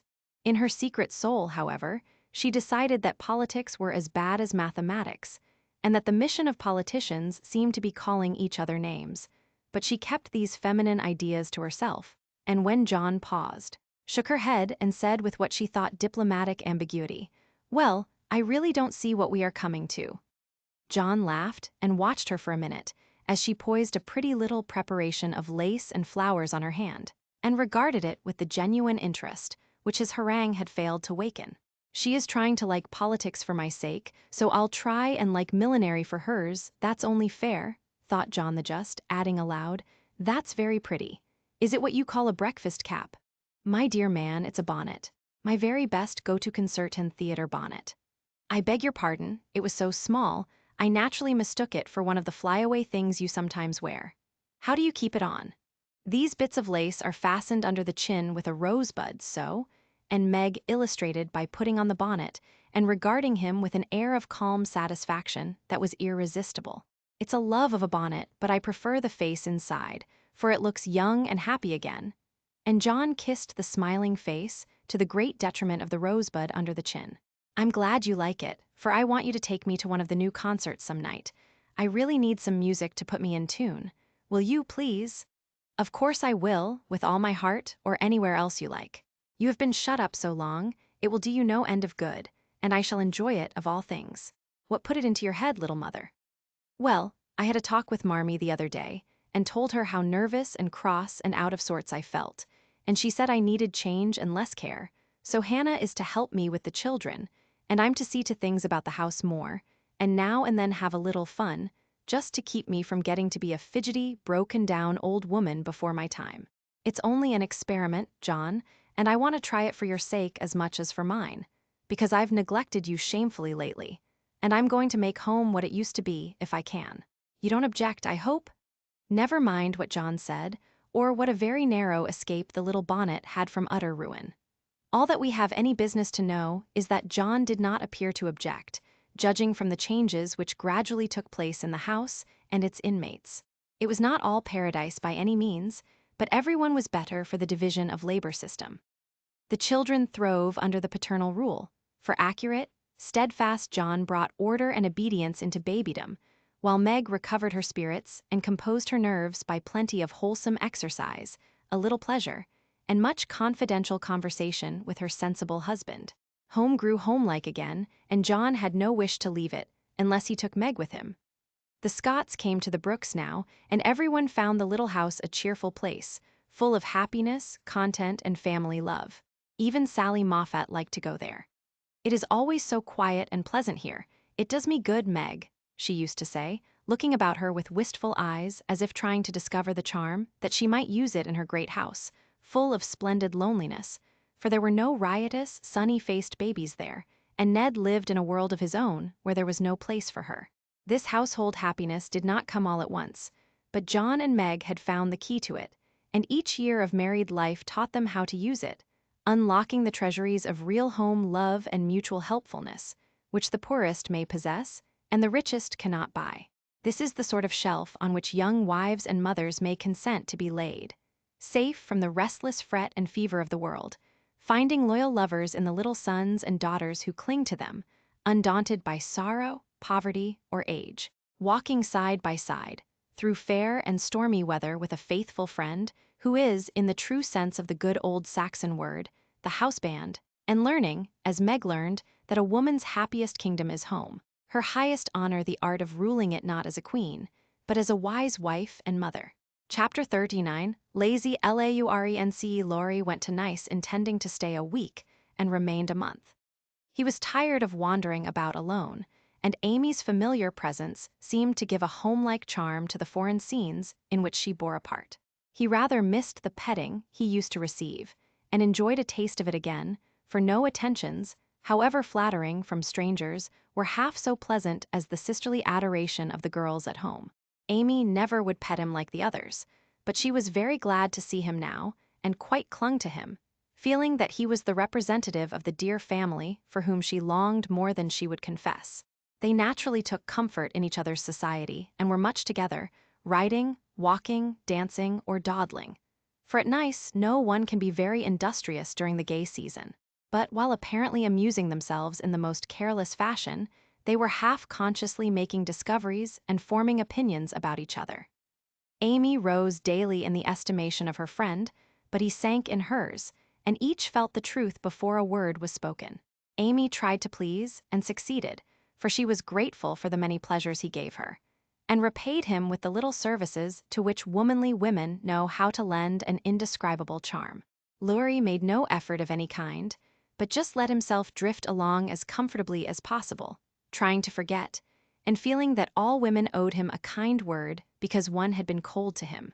It cost him no effort to be generous, and he would have given Amy all the trinkets in Nice if she would have taken them. But at the same time, he felt that he could not change the opinion she was forming of him, and he rather dreaded the keen blue eyes that seemed to watch him with such half-sorrowful, half-scornful surprise. "All the rest have gone to Monaco for the day. I preferred to stay at home and write letters. They are done now, and I am going to Valrosa to sketch. Will you come?" said Amy, as she joined Laurie one lovely day when he lounged in as usual, about noon. "Well, yes, but isn't it rather warm for such a long walk?" he answered slowly, for the shaded salon looked inviting after the glare without. "I'm going to have the little carriage, and Baptiste can drive, so you'll have nothing to do but hold your umbrella and keep your gloves nice," returned Amy, with a sarcastic glance at the immaculate kids, which were a weak point with Laurie. "Then I'll go with pleasure," and he put out his hand for her sketchbook, but she tucked it under her arm with a sharp, "Don't trouble yourself. It's no exertion to me, but you don't look equal to it." Laurie lifted his eyebrows and followed at a leisurely pace as she ran downstairs, but when they got into the carriage, he took the reins himself, and left little Baptiste nothing to do but fold his arms and fall asleep on his perch. The two never quarreled. Amy was too well-bred, and just now Laurie was too lazy, so in a minute he peeped under her hat brim with an inquiring air. She answered him with a smile, and they went on together in the most amicable manner. It was a lovely drive, along winding roads rich in the picturesque scenes that delight beauty-loving eyes. Here an ancient monastery, whence the solemn chanting of the monks came down to them. There a bare-legged shepherd, in wooden shoes, pointed hat, and rough jacket over one shoulder, sat piping on a stone while his goats skipped among the rocks or lay at his feet. Meek, mouse-colored donkeys, laden with panniers of freshly cut grass, passed by, with a pretty girl in a capeline sitting between the green piles, or an old woman spinning with a distaff as she went. Brown, soft-eyed children ran out from the quaint stone hovels to offer nosegays, or bunches of oranges still on the bough. Gnarled olive trees covered the hills with their dusky foliage, fruit hung golden in the orchard, and great scarlet anemones fringed the roadside, while beyond green slopes and craggy heights, the maritime Alps rose sharp and white against the blue Italian sky. Valrosa well deserved its name, for in that climate of perpetual summer roses blossomed everywhere. They overhung the archway, thrust themselves between the bars of the great gate with a sweet welcome to passers-by, and lined the avenue, winding through lemon trees and feathery palms up to the villa on the hill. Every shadowy nook, where seats invited one to stop and rest, was a mass of bloom. Every cool grotto had its marble nymph smiling from a veil of flowers, and every fountain reflected crimson, white, or pale pink roses, leaning down to smile at their own beauty. Roses covered the walls of the house, draped the cornices, climbed the pillars, and ran riot over the balustrade of the wide terrace, whence one looked down on the sunny Mediterranean and the white-walled city on its shore. "This is a regular honeymoon paradise, isn't it? Did you ever see such roses?" asked Amy, pausing on the terrace to enjoy the view and a luxurious whiff of perfume that came wandering by. "No, nor felt such thorns," returned Laurie, with his thumb in his mouth, after a vain attempt to capture a solitary scarlet flower that grew just beyond his reach. "Try lower down and pick those that have no thorns," said Amy, gathering 3 of the tiny cream-colored ones that starred the wall behind her. She put them in his buttonhole as a peace offering, and he stood a minute looking down at them with a curious expression. For in the Italian part of his nature there was a touch of superstition, and he was just then in that state of half-sweet, half-bitter melancholy, when imaginative young men find significance in trifles and food for romance everywhere. He had thought of Jo in reaching after the thorny red rose, for vivid flowers became her, and she had often worn ones like that from the greenhouse at home. The pale roses Amy gave him were the sort that the Italians lay in dead hands, never in bridal wreaths, and for a moment he wondered if the omen was for Jo or for himself. But the next instant, his American common sense got the better of sentimentality, and he laughed a heartier laugh than Amy had heard since he came. "It's good advice, you'd better take it and save your fingers," she said, thinking her speech amused him. "Thank you, I will," he answered in jest, and a few months later he did it in earnest. "Laurie, when are you going to your grandfather?" she asked presently, as she settled herself on a rustic seat. "Very soon. You have said that a dozen times within the last 3 weeks. I dare say short answers save trouble. He expects you, and you really ought to go." "Hospitable creature." "I know it. Then why don't you do it?" "Natural depravity, I suppose." "Natural indolence, you mean? It's really dreadful?" And Amy looked severe. "Not so bad as it seems, for I should only plague him if I went, so I might as well stay and plague you a little longer. You can bear it better. In fact, I think it agrees with you excellently." And Laurie composed himself for a lounge on the broad ledge of the balustrade. Amy shook her head and opened her sketchbook with an air of resignation, but she had made up her mind to lecture that boy, and in a minute she began again. "What are you doing just now?" "Watching lizards." "No, no. I mean, what do you intend and wish to do?" "Smoke a cigarette, if you'll allow me." "How provoking you are. I don't approve of cigars, and I will only allow it on condition that you let me put you into my sketch. I need a figure." "With all the pleasure in life. How will you have me, full length or 3/4, on my head or my heels? I should respectfully suggest a recumbent posture, then put yourself in also, and call it dolce far niente.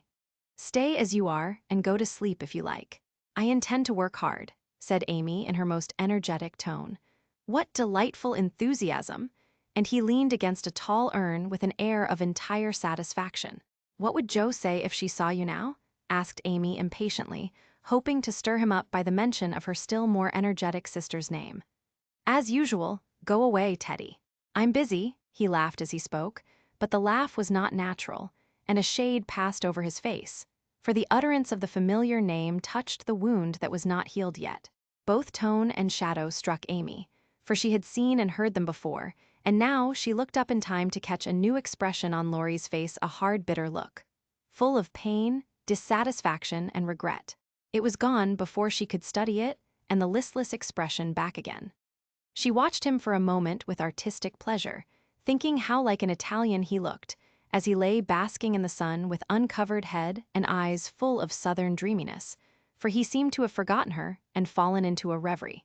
"You look like the effigy of a young knight asleep on his tomb," she said, carefully tracing the well-cut profile defined against the dark stone. "Wish I was. That's a foolish wish, unless you have spoiled your life.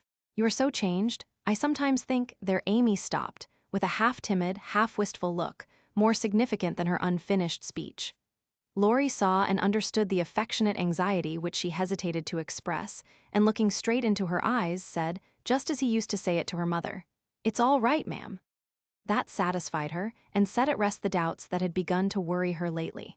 It also touched her, and she showed that it did, by the cordial tone in which she said, "I'm glad of that. I didn't think you'd been a very bad boy, but I fancied you might have wasted money at that wicked Baden-Baden, lost your heart to some charming Frenchwoman with a husband, or got into some of the scrapes that young men seem to consider a necessary part of a foreign tour. Don't stay out there in the sun, come and lie on the grass here and let us be friendly, as Jo used to say when we got in the sofa corner and told secrets." Laurie obediently threw himself down on the turf, and began to amuse himself by sticking daisies into the ribbons of Amy's hat that lay there. "I'm all ready for the secrets," and he glanced up with a decided expression of interest in his eyes. "I've none to tell, you may begin." "Haven't one to bless myself with. I thought perhaps you'd had some news from home. You have heard all that has come lately. Don't you hear often? I fancied Jo would send you volumes." "She's very busy. I'm roving about so, it's impossible to be regular, you know." "When do you begin your great work of art, Raffla?" he asked, changing the subject abruptly after another pause, in which he had been wondering if Amy knew his secret and wanted to talk about it. "Never," she answered, with a despondent but decided air. "Rome took all the vanity out of me, for after seeing the wonders there, I felt too insignificant to live and gave up all my foolish hopes in despair." "Why should you, with so much energy and talent?" "That's just why, because talent isn't genius, and no amount of energy can make it so. I want to be great or nothing. I won't be a commonplace dauber, so I don't intend to try any more." "And what are you going to do with yourself now, if I may ask?" "Polish up my other talents, and be an ornament to society if I get the chance." It was a characteristic speech, and sounded daring, but audacity becomes young people, and Amy's ambition had a good foundation. Laurie smiled, but he liked the spirit with which she took up a new purpose when a long-cherished one died, and spent no time lamenting. "Good, and here is where Fred Vaughn comes in, I fancy." Amy preserved a discreet silence, but there was a conscious look in her downcast face that made Laurie sit up and say gravely, "Now I'm going to play brother and ask questions. May I? I don't promise to answer. Your face will, if your tongue won't. You aren't woman of the world enough yet to hide your feelings, my dear. I heard rumors about Fred and you last year, and it's my private opinion that if he had not been called home so suddenly and detained so long, something would have come of it, hey?" "That's not for me to say," was Amy's grim reply, but her lips would smile, and there was a traitorous sparkle of the eye which betrayed that she knew her power and enjoyed the knowledge. "You are not engaged, I hope?" And Laurie looked very elder brotherly and grave all of a sudden. "No. But you will be, if he comes back and goes properly down on his knees, won't you?" "Very likely." "Then you are fond of old Fred?" "I could be, if I tried." "But you don't intend to try till the proper moment." "Bless my soul, what unearthly prudence. He's a good fellow, Amy, but not the man I fancied you'd like." "He is rich, a gentleman, and has delightful manners," began Amy, trying to be quite cool and dignified, but feeling a little ashamed of herself, in spite of the sincerity of her intentions. "I understand. Queens of society can't get on without money, so you mean to make a good match and start in that way? Quite right and proper, as the world goes, but it sounds odd from the lips of one of your mother's girls. True, nevertheless. A short speech, but the quiet decision with which it was uttered contrasted curiously with the young speaker. Laurie felt this instinctively and laid himself down again, with a sense of disappointment which he could not explain. His look and silence, as well as a certain inward self-disapproval, ruffled Amy and made her resolve to deliver her lecture without delay. "I wish you'd do me the favor to rouse yourself a little," she said sharply. "Do it for me, there's a dear girl." "I could if I tried," and she looked as if she would like doing it in the most summary style. "Try, then." "I give you leave," returned Laurie, who enjoyed having someone to tease after his long abstinence from his favorite pastime. "You'd be angry in 5 minutes." "I'm never angry with you. It takes 2 flints to make a fire. You are as cool and soft as snow. You don't know what I can do. Snow produces a glow and a tingle if applied rightly. Your indifference is half affectation, and a good stirring up would prove it. Stir away, it won't hurt me and it may amuse you, as the big man said when his little wife beat him. Regard me in the light of a husband or a carpet, and beat till you are tired, if that sort of exercise agrees with you." Being decidedly nettled herself, and longing to see him shake off the apathy that so altered him, Amy sharpened both tongue and pencil, and began. "Flo and I have got a new name for you. It's Lazy Lawrence. How do you like it?" She thought it would annoy him, but he only folded his arms under his head with an imperturbable, "That's not bad." "Thank you, ladies. Do you want to know what I honestly think of you? Pining to be told. Well, I despise you." If she had even said, "I hate you," in a petulant or coquettish tone, he would have laughed and rather liked it. But the grave, almost sad, accent in her voice made him open his eyes and ask quickly, "Why, if you please?" "Because with every chance for being good, useful, and happy, you are faulty, lazy, and miserable." "Strong language, mademoiselle. If you like it, I'll go on." "Pray do, it's quite interesting." "I thought you'd find it so. Selfish people always like to talk about themselves." "Am I selfish?" The question slipped out involuntarily and in a tone of surprise, for the one virtue on which he prided himself was generosity. "Yes, very selfish," continued Amy, in a calm, cool voice twice as effective just then as an angry one. "I'll show you how, for I've studied you while we were frolicking, and I'm not at all satisfied with you. Here you have been abroad nearly 6 months, and done nothing but waste time and money and disappoint your friends. Isn't a fellow to have any pleasure after a 4-year grind? You don't look as if you'd had much. At any rate, you are none the better for it, as far as I can see. I said when we first met that you had improved. Now I take it all back, for I don't think you half so nice as when I left you at home. You have grown abominably lazy. You like gossip, and waste time on frivolous things. You are contented to be petted and admired by silly people, instead of being loved and respected by wise ones. With money, talent, position, health, and beauty, you like that old vanity. But it's the truth, so I can't help saying it. With all these splendid things to use and enjoy, you can find nothing to do but dawdle, and instead of being the man you ought to be, you are only." There she stopped, with a look that had both pain and pity in it. "St. Lawrence on a gridiron," added Laurie, blandly finishing the sentence. But the lecture began to take effect, for there was a wide-awake sparkle in his eyes now, and a half-angry, half-injured expression replaced the former indifference. "I supposed you'd take it so. You men tell us we are angels, and say we can make you what we will, but the instant we honestly try to do you good, you laugh at us and won't listen, which proves how much your flattery is worth." Amy spoke bitterly, and turned her back on the exasperating martyr at her feet. In a minute a hand came down over the page, so that she could not draw, and Laurie's voice said, with a droll imitation of a penitent child, "I will be good, oh, I will be good." But Amy did not laugh, for she was in earnest, and tapping on the outspread hand with her pencil, said soberly, "Aren't you ashamed of a hand like that? It's as soft and white as a woman's, and looks as if it never did anything but wear Juven's best gloves and pick flowers for ladies. You are not a dandy, thank heaven, so I'm glad to see there are no diamonds or big seal rings on it, only the little old one Joe gave you so long ago. Dear soul, I wish she was here to help me." "So do I." The hand vanished as suddenly as it came, and there was energy enough in the echo of her wish to suit even Amy. She glanced down at him with a new thought in her mind, but he was lying with his hat half over his face, as if for shade, and his mustache hid his mouth.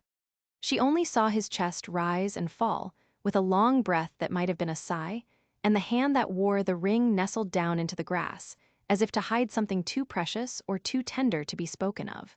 All in a minute, various hints and trifles assumed shape and significance in Amy's mind, and told her what her sister never had confided to her. She remembered that Laurie never spoke voluntarily of Joe. She recalled the shadow on his face just now, the change in his character, and the wearing of the little old ring which was no ornament to a handsome hand. Girls are quick to read such signs and feel their eloquence. Amy had fancied that perhaps a love trouble was at the bottom of the alteration, and now she was sure of it. Her keen eyes filled, and when she spoke again, it was in a voice that could be beautifully soft and kind when she chose to make it so. I know I have no right to talk so to you, Laurie, and if you weren't the sweetest-tempered fellow in the world, you'd be very angry with me. But we are all so fond and proud of you. I couldn't bear to think they should be disappointed in you at home as I have been, though perhaps they would understand the change better than I do. I think they would, came from under the hat, in a grim tone, quite as touching as a broken one. They ought to have told me, and not let me go blundering and scolding, when I should have been more kind and patient than ever. I never did like that Miss Randall, and now I hate her, said artful Amy, wishing to be sure of her facts this time. Hang Miss Randall? And Laurie knocked the hat off his face with a look that left no doubt of his sentiments toward that young lady. I beg pardon, I thought. And there, she paused diplomatically. No, you didn't. You knew perfectly well I never cared for anyone but Joe. Laurie said that in his old, impetuous tone, and turned his face away as he spoke. I did think so, but as they never said anything about it and you came away, I supposed I was mistaken. And Joe wouldn't be kind to you? Why, I was sure she loved you dearly. She was kind, but not in the right way, and it's lucky for her she didn't love me, if I'm the good-for-nothing fellow you think me. It's her fault, though, and you may tell her so. The hard, bitter look came back again as he said that, and it troubled Amy, for she did not know what balm to apply. I was wrong, I didn't know. I'm very sorry I was so cross, but I can't help wishing you'd bear it better, Teddy, dear. Don't, that's her name for me. And Laurie put up his hand with a quick gesture to stop the words spoken in Joe's half-kind, half-reproachful tone. Wait till you've tried it yourself, he added in a low voice as he pulled up the grass by the handful. I'd take it manfully and be respected if I couldn't be loved, said Amy, with the decision of one who knew nothing about it. Now, Laurie flattered himself that he had borne it remarkably well, making no moan, asking no sympathy, and taking his trouble away to live it down alone. Amy's lecture put the matter in a new light, and for the first time it did look weak and selfish to lose heart at the first failure, and shut himself up in moody indifference. He felt as if suddenly shaken out of a pensive dream and found it impossible to go to sleep again. Presently he sat up and asked slowly, "Do you think Joe would despise me as you do?" "Yes, if she saw you now. She hates lazy people. Why don't you do something splendid and make her love you? I did my best, but it was no use." "Graduating well, you mean? That was no more than you ought to have done, for your grandfather's sake. It would have been shameful to fail after spending so much time and money, when everyone knew that you could do well." "I did fail, say what you will, for Joe wouldn't love me," began Laurie, leaning his head on his hand in a despondent attitude. "No, you didn't, and you'll say so in the end, for it did you good, and proved that you could do something if you tried. If you'd only set about another task of some sort, you'd soon be your hearty, happy self again and forget your trouble. That's impossible. Try it and see. You needn't shrug your shoulders and think, much she knows about such things. I don't pretend to be wise, but I am observing, and I see a great deal more than you'd imagine. I'm interested in other people's experiences and inconsistencies, and though I can't explain, I remember and use them for my own benefit. Love Joe all your days, if you choose, but don't let it spoil you, for it's wicked to throw away so many good gifts because you can't have the one you want. There, I won't lecture anymore, for I know you'll wake up and be a man in spite of that hard-hearted girl." Neither spoke for several minutes. Laurie sat turning the little ring on his finger, and Amy put the last touches to the hasty sketch she had been working at while she talked. Presently she put it on his knee, merely saying, "How do you like that?" He looked and then he smiled, as he could not well help doing, for it was capitally done, the long, lazy figure on the grass, with listless face, half-shut eyes, and one hand holding a cigar, from which came the little wreath of smoke that encircled the dreamer's head. "How well you draw," he said, with a genuine surprise and pleasure at her skill, adding with a half-laugh, "Yes, that's me. As you are, this is as you were."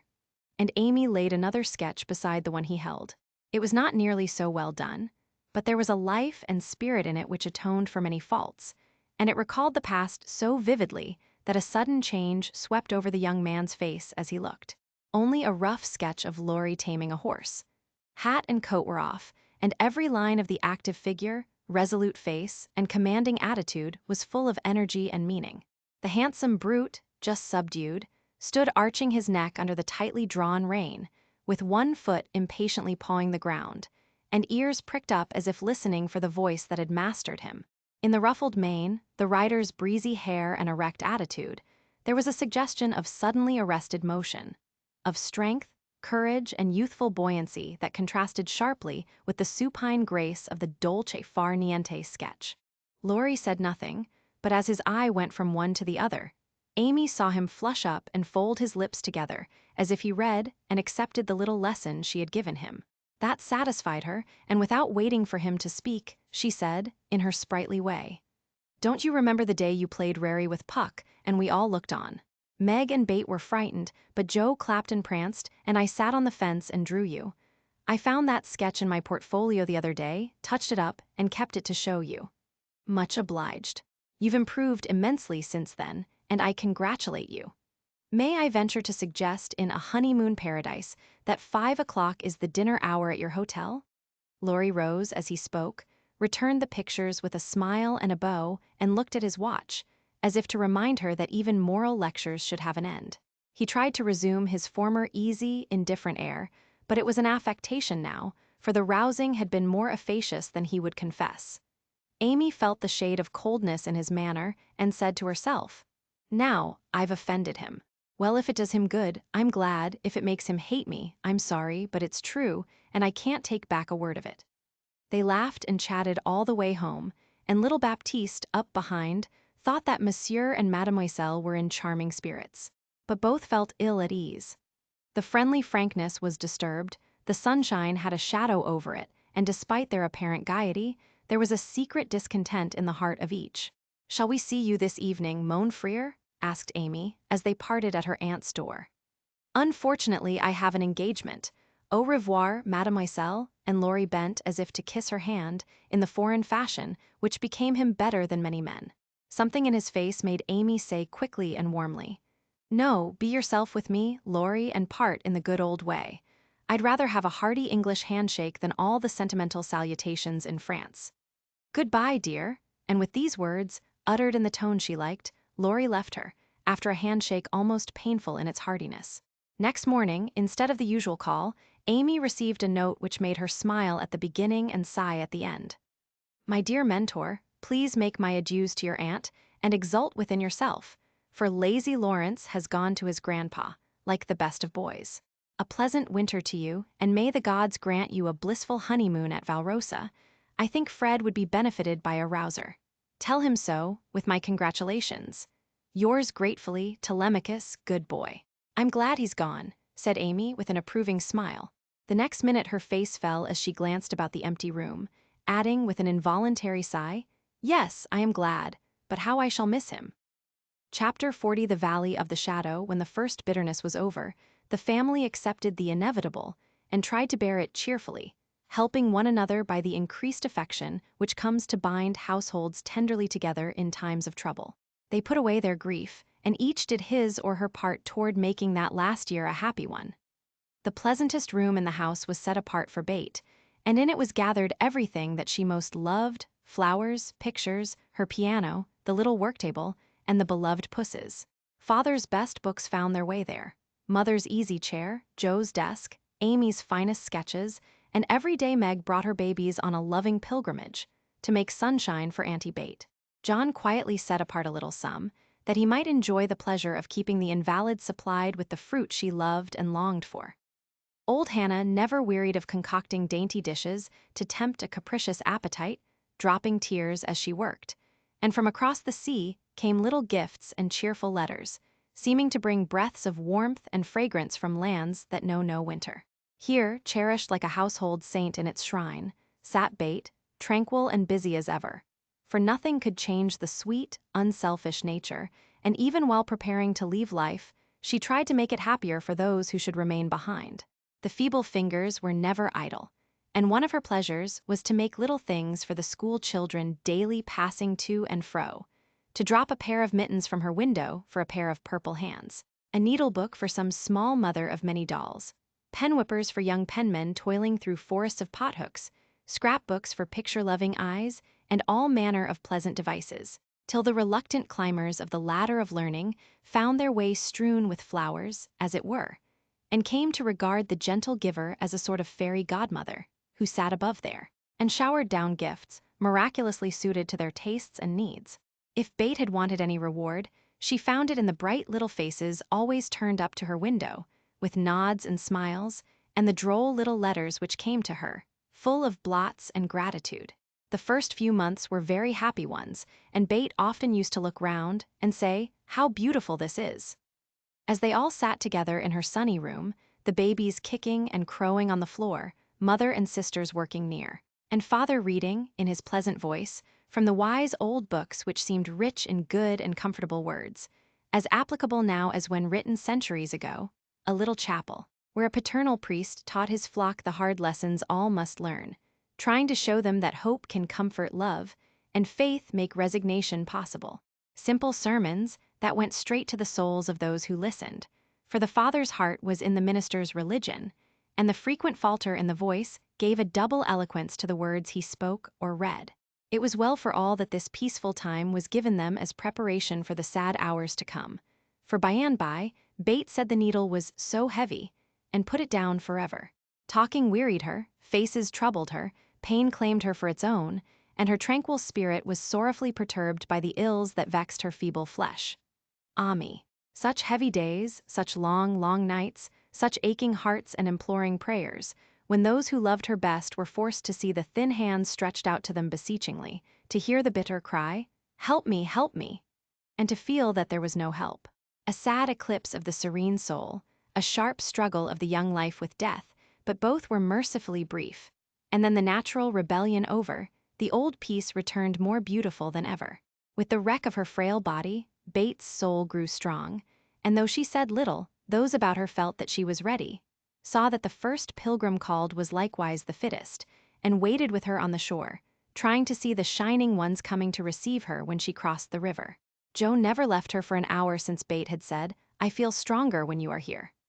She slept on a couch in the room, waking often to renew the fire, to feed, lift, or wait upon the patient creature who seldom asked for anything, and tried not to be a trouble.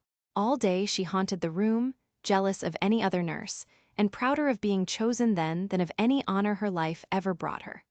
Precious and helpful hours to Joe, for now her heart received the teaching that it needed. Lessons in patience were so sweetly taught her that she could not fail to learn them: charity for all, the lovely spirit that can forgive and truly forget unkindness, the loyalty to duty that makes the hardest easy, and the sincere faith that fears nothing, but trusts undoubtingly. Often when she woke, Joe found Beth reading in her well-worn little book, heard her singing softly, to beguile the sleepless night, or saw her lean her face upon her hands, while slow tears dropped through the transparent fingers, and Joe would lie watching her with thoughts too deep for tears, feeling that Beth, in her simple, unselfish way, was trying to wean herself from the dear old life, and fit herself for the life to come, by sacred words of comfort, quiet prayers, and the music she loved so well. Seeing this did more for Joe than the wisest sermons, the saintliest hymns, the most fervent prayers that any voice could utter.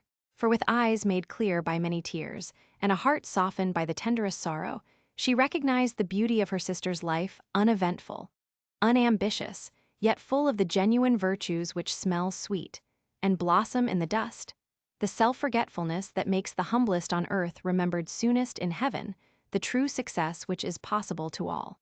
One night when Beth looked among the books upon her table, to find something to make her forget the mortal weariness that was almost as hard to bear as pain, as she turned the leaves of her old favorite, Pilgrim's Progress, she found a little paper, scribbled over in Joe's hand. The name caught her eye, and the blurred look of the lines made her sure that tears had fallen on it. "Poor Joe, she's fast asleep, so I won't wake her to ask leave. She shows me all her things, and I don't think she'll mind if I look at this, thought Bate with a glance at her sister, who lay on the rug with the tongs beside her, ready to wake up the minute the log fell apart. My Bate sitting patient in the shadow till the blessed light shall come. A serene and saintly presence sanctifies our troubled home. Earthly joys and hopes and sorrows break like ripples on the strand of the deep and solemn river where her willing feet now stand. O my sister, passing from me, out of human care and strife, leave me, as a gift, those virtues which have beautified your life. Dear, bequeath me that great patience which has power to sustain a cheerful, uncomplaining spirit in its prison house of pain. Give me, for I need it sorely, of that courage, wise and sweet, which has made the path of duty green beneath your willing feet. Give me that unselfish nature, that with charity divine can pardon wrong for love's dear sake meek heart, forgive me mine. Thus our parting daily loseth something of its bitter pain, and while learning this hard lesson, my great loss becomes my gain. For the touch of grief will render my wild nature more serene, give to life new aspirations, a new trust in the unseen. Henceforth, safe across the river, I shall see forevermore a beloved, household spirit waiting for me on the shore. Hope and faith, born of my sorrow, guardian angels shall become, and the sister gone before me by their hands shall lead me home. Blurred and blotted, faulty and feeble as the lines were, they brought a look of inexpressible comfort to Bate's face. For her one regret had been that she had done so little, and this seemed to assure her that her life had not been useless, that her death would not bring the despair she feared. As she sat with the paper folded between her hands, the charred log fell asunder. Joe started up, revived the blaze, and crept to the bedside, hoping Bates slept. Not asleep, but so happy, dear. See, I found this and read it. I knew you wouldn't care. Have I been all that to you, Joe? She asked, with wistful, humble earnestness. Oh, Bate, so much, so much? And Joe's head went down upon the pillow beside her sister's. Then I don't feel as if I'd wasted my life. I'm not so good as you make me, but I have tried to do right. And now, when it's too late to begin even to do better, it's such a comfort to know that someone loves me so much and feels as if I'd help them. More than anyone in the world, Bate. I used to think I couldn't let you go, but I'm learning to feel that I don't lose you, that you'll be more to me than ever, and death can't part us, though it seems to. I know it cannot, and I don't fear it any longer, for I'm sure I shall be your Bate still, to love and help you more than ever. You must take my place, Joe, and be everything to father and mother when I'm gone. They will turn to you, don't fail them, and if it's hard to work alone, remember that I don't forget you, and that you'll be happier in doing that than writing splendid books or seeing all the world. For love is the only thing that we can carry with us when we go, and it makes the end so easy. I'll try, Bate.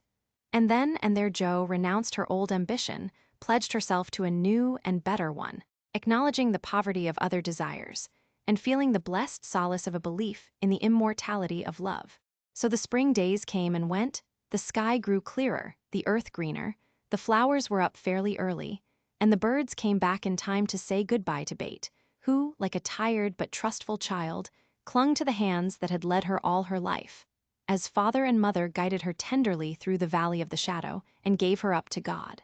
Seldom, except in books, do the dying utter memorable words, see visions, or depart with beatified countenances. And those who have sped many parting souls know that to most the end comes as naturally and simply as sleep. As Bate had hoped, the tide went out easily, and in the dark hour before dawn, on the bosom where she had drawn her first breath, she quietly drew her last, with no farewell but one loving look, one little sigh. With tears and prayers and tender hands, mother and sisters made her ready for the long sleep that pain would never mar again, seeing with grateful eyes the beautiful serenity that soon replaced the pathetic patience that had wrung their hearts so long, and feeling with reverent joy that to their darling death was a benignant angel, not a phantom full of dread. When morning came, for the first time in many months the fire was out, Joe's place was empty, and the room was very still. But a bird sang blithely on a budding bough, close by, the snowdrops blossomed freshly at the window, and the spring sunshine streamed in like a benediction over the placid face upon the pillow. A face so full of painless peace that those who loved it best smiled through their tears, and thanked God that Bate was well at last. Chapter 41, Learning to Forget Amy's lecture, did Laurie good, though, of course, he did not own it till long afterward. Men seldom do, for when women are the advisors, the lords of creation don't take the advice till they have persuaded themselves that it is just what they intended to do. Then they act upon it, and, if it succeeds, they give the weaker vessel half the credit of it. If it fails, they generously give her the whole. Laurie went back to his grandfather and was so dutifully devoted for several weeks that the old gentleman declared the climate of Nice had improved him wonderfully, and he had better try it again. There was nothing the young gentleman would have liked better, but elephants could not have dragged him back after the scolding he had received. Pride forbid, and whenever the longing grew very strong, he fortified his resolution by repeating the words that had made the deepest impression: "I despise you. Go and do something splendid that will make her love you." Laurie turned the matter over in his mind so often that he soon brought himself to confess that he had been selfish and lazy. But then, when a man has a great sorrow, he should be indulged in all sorts of vagaries till he has lived it down. He felt that his blighted affections were quite dead now, and though he should never cease to be a faithful mourner, there was no occasion to wear his weeds ostentatiously. Jo wouldn't love him, but he might make her respect and admire him by doing something which should prove that a girl's no had not spoiled his life. He had always meant to do something, and Amy's advice was quite unnecessary. He had only been waiting till the aforesaid blighted affections were decently interred. That being done, he felt that he was ready to hide his stricken heart and still toil on. As Goethe, when he had a joy or a grief, put it into a song, so Laurie resolved to embalm his love-sorrow in music, and to compose a requiem which should harrow up Jo's soul and melt the heart of every hearer. Therefore, the next time the old gentleman found him getting restless and moody and ordered him off, he went to Vienna, where he had musical friends, and fell to work with the firm determination to distinguish himself. But whether the sorrow was too vast to be embodied in music, or music too ethereal to uplift a mortal woe, he soon discovered that the requiem was beyond him just at present. It was evident that his mind was not in working order yet, and his ideas needed clarifying, for often in the middle of a plaintive strain, he would find himself humming a dancing tune that vividly recalled the Christmas ball at Nice, especially the stout Frenchman, and put an effectual stop to tragic composition for the time being. Then he tried an opera, for nothing seemed impossible in the beginning, but here again unforeseen difficulties beset him. He wanted Jo for his heroine, and called upon his memory to supply him with tender recollections and romantic visions of his love. But memory turned traitor, and as if possessed by the perverse spirit of the girl, would only recall Jo's oddities, faults, and freaks, would only show her in the most unsentimental aspects, beating mats with her head tied up in a bandana, barricading herself with the sofa pillow, or throwing cold water over his passion à la gummidge, and an irresistible laugh spoiled the pensive picture he was endeavoring to paint. Jo wouldn't be put into the opera at any price, and he had to give her up with a "bless that girl, what a torment she is," and a clutch at his hair, as became a distracted composer. When he looked about him for another and a less intractable damsel to immortalize in melody, memory produced one with the most obliging readiness. This phantom wore many faces, but it always had golden hair, was enveloped in a diaphanous cloud, and floated airily before his mind's eye in a pleasing chaos of roses, peacocks, white ponies, and blue ribbons. He did not give the complacent wraith any name, but he took her for his heroine and grew quite fond of her, as well he might, for he gifted her with every gift and grace under the sun, and escorted her, unscathed, through trials which would have annihilated any mortal woman. Thanks to this inspiration, he got on swimmingly for a time, but gradually the work lost its charm, and he forgot to compose, while he sat musing, pen in hand, or roamed about the gay city to get some new ideas and refresh his mind, which seemed to be in a somewhat unsettled state that winter. He did not do much, but he thought a great deal and was conscious of a change of some sort going on in spite of himself. "It's genius simmering, perhaps. I'll let it simmer and see what comes of it," he said, with a secret suspicion all the while that it wasn't genius, but something far more common. Whatever it was, it simmered to some purpose, for he grew more and more discontented with his desultory life, began to long for some real and earnest work to go at, soul and body, and finally came to the wise conclusion that everyone who loved music was not a composer. Returning from one of Mozart's grand operas, splendidly performed at the Royal Theatre, he looked over his own, played a few of the best parts, sat staring at the busts of Mendelssohn, Beethoven, and Bach, who stared benignly back again. Then suddenly he tore up his music sheets, one by one, and as the last fluttered out of his hand, he said soberly to himself, "She is right. Talent isn't genius, and you can't make it so. That music has taken the vanity out of me as Rome took it out of her, and I won't be a humbug any longer. Now what shall I do?" That seemed a hard question to answer, and Laurie began to wish he had to work for his daily bread. Now, if ever, occurred an eligible opportunity for going to the devil, as he once forcibly expressed it, for he had plenty of money and nothing to do, and Satan is proverbially fond of providing employment for full and idle hands. The poor fellow had temptations enough from without and from within, but he withstood them pretty well. For much as he valued liberty, he valued good faith and confidence more. So his promise to his grandfather, and his desire to be able to look honestly into the eyes of the women who loved him, and say, "All's well," kept him safe and steady. Very likely some Mrs. Grundy will observe, "I don't believe it. Boys will be boys, young men must sow their wild oats, and women must not expect miracles." I dare say you don't, Mrs. Grundy, but it's true nevertheless. Women work a good many miracles, and I have a persuasion that they may perform even that of raising the standard of manhood by refusing to echo such sayings. Let the boys be boys, the longer the better, and let the young men sow their wild oats if they must. But mothers, sisters, and friends may help to make the crop a small one, and keep many tares from spoiling the harvest, by believing, and showing that they believe, in the possibility of loyalty to the virtues which make men manliest in good women's eyes. If it is a feminine delusion, leave us to enjoy it while we may. For without it half the beauty and the romance of life is lost, and sorrowful forebodings would embitter all our hopes of the brave, tender-hearted little lads, who still love their mothers better than themselves and are not ashamed to own it. Laurie thought that the task of forgetting his love for Joe would absorb all his powers for years, but to his great surprise, he discovered it grew easier every day.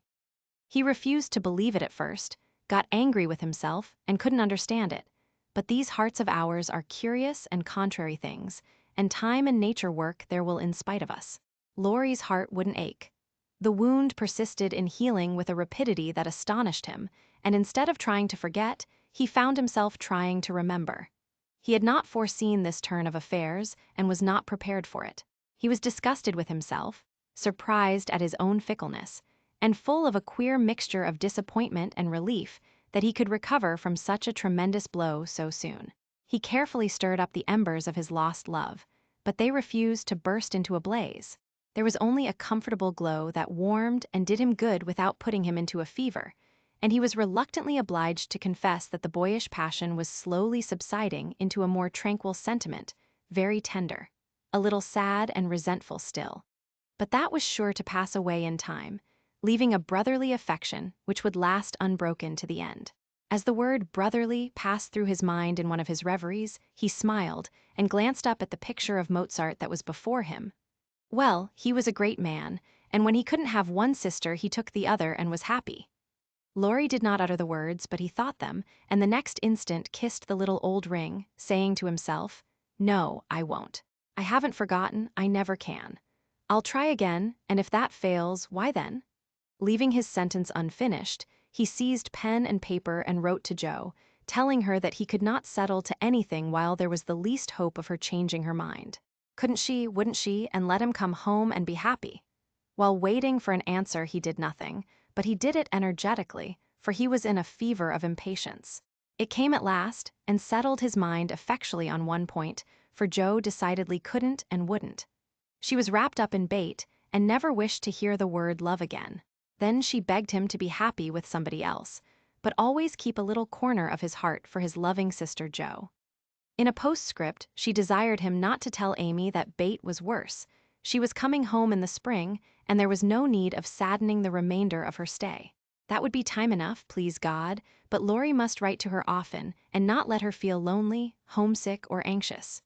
"So I will at once. Poor little girl, it will be a sad going home for her, I'm afraid." And Laurie opened his desk, as if writing to Amy had been the proper conclusion of the sentence left unfinished some weeks before.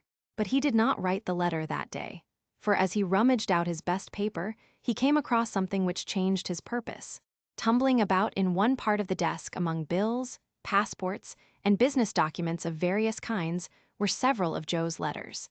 And in another compartment were 3 notes from Amy, carefully tied up with one of her blue ribbons and sweetly suggestive of the little dead roses put away inside.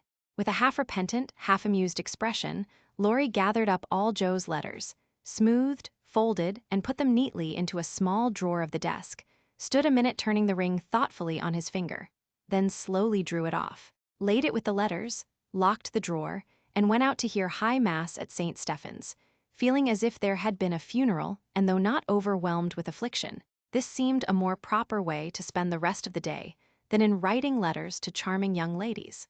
The letter went very soon, however, and was promptly answered, for Amy was homesick, and confessed it in the most delightfully confiding manner. The correspondence flourished famously, and letters flew to and fro with unfailing regularity all through the early spring. Laurie sold his busts, made alamettes of his opera, and went back to Paris, hoping somebody would arrive before long.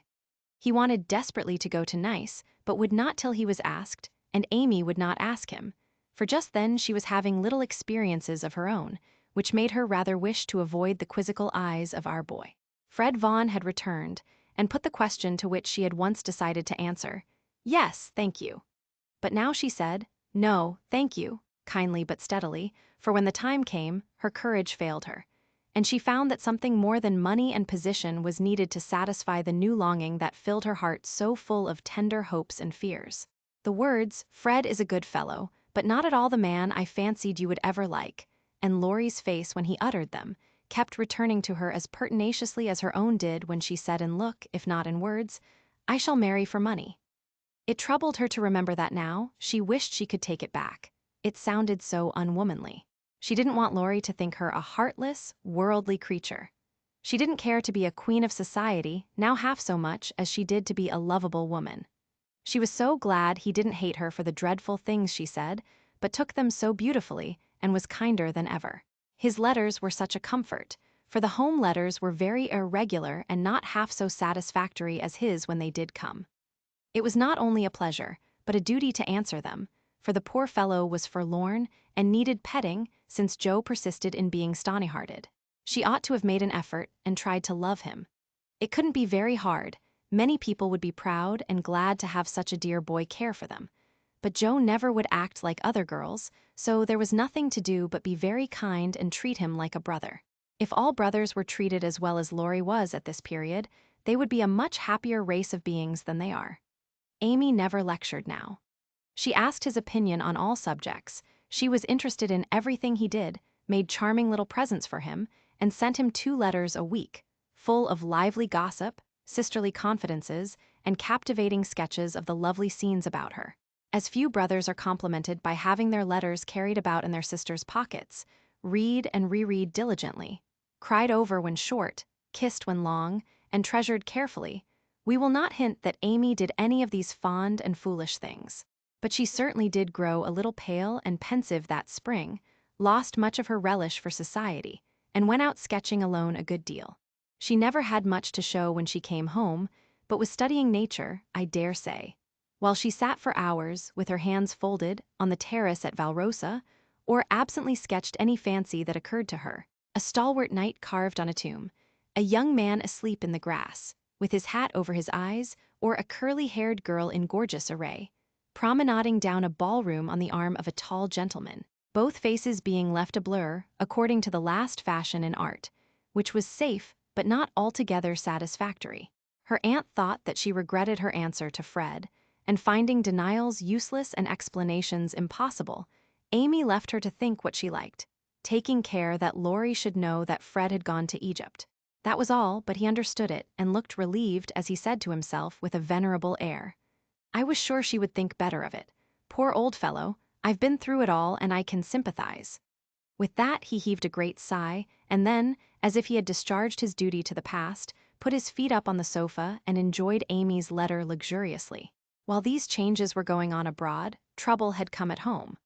But the letter telling that bait was failing never reached Amy, and when the next found her at Vevey, for the heat had driven them from Nice in May, and they had traveled slowly to Switzerland, by way of Genoa and the Italian lakes. She bore it very well, and quietly submitted to the family decree that she should not shorten her visit, for since it was too late to say goodbye to Bate, she had better stay, and let absence soften her sorrow. But her heart was very heavy, she longed to be at home, and every day looked wistfully across the lake, waiting for Laurie to come and comfort her. He did come very soon, for the same mail brought letters to them both, but he was in Germany, and it took some days to reach him. The moment he read it, he packed his knapsack, bade adieu to his fellow pedestrians, and was off to keep his promise, with a heart full of joy and sorrow, hope and suspense. He knew Vevey well, and as soon as the boat touched the little quay, he hurried along the shore to La Tour, where the Carrolls were living en pension. The Garcon was in despair that the whole family had gone to take a promenade on the lake, but no, the blonde mademoiselle might be in the chateau garden. If Monsieur would give himself the pain of sitting down, a flash of time should present her. But Monsieur could not wait even a flash of time, and in the middle of the speech departed to find Mademoiselle himself. A pleasant old garden on the borders of the lovely lake, with chestnuts rustling overhead, ivy climbing everywhere, and the black shadow of the tower falling far across the sunny water. At one corner of the wide, low wall was a seat, and here Amy often came to read or work, or console herself with the beauty all about her. She was sitting here that day, leaning her head on her hand, with a homesick heart and heavy eyes, thinking of Bate and wondering why Laurie did not come. She did not hear him cross the courtyard beyond, nor see him pause in the archway that led from the subterranean path into the garden. He stood a minute looking at her with new eyes, seeing what no one had ever seen before, the tender side of Amy's character. Everything about her mutely suggested love and sorrow, the blotted letters in her lap, the black ribbon that tied up her hair, the womanly pain and patience in her face, even the little ebony cross at her throat seemed pathetic to Laurie, for he had given it to her, and she wore it as her only ornament.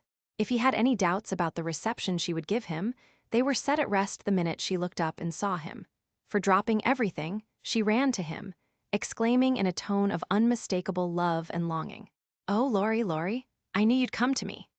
I think everything was said and settled then, for as they stood together quite silent for a moment, with the dark head bent down protectingly over the light one, Amy felt that no one could comfort and sustain her so well as Laurie, and Laurie decided that Amy was the only woman in the world who could fill Joe's place and make him happy. He did not tell her so, but she was not disappointed, for both felt the truth, were satisfied, and gladly left the rest to silence. In a minute Amy went back to her place, and while she dried her tears, Laurie gathered up the scattered papers, finding in the sight of sundry well-worn letters and suggestive sketches good omens for the future. As he sat down beside her, Amy felt shy again and turned rosy red at the recollection of her impulsive greeting. "I couldn't help it. I felt so lonely and sad, and was so very glad to see you. It was such a surprise to look up and find you, just as I was beginning to fear you wouldn't come," she said, trying in vain to speak quite naturally. "I came the minute I heard. I wish I could say something to comfort you for the loss of dear little Bate, but I can only feel, and—" He could not get any further, for he too turned bashful all of a sudden and did not quite know what to say. He longed to lay Amy's head down on his shoulder and tell her to have a good cry, but he did not dare, so took her hand instead and gave it a sympathetic squeeze that was better than words. "You needn't say anything, this comforts me," she said softly. "Bate is well and happy, and I mustn't wish her back, but I dread the going home, much as I long to see them all.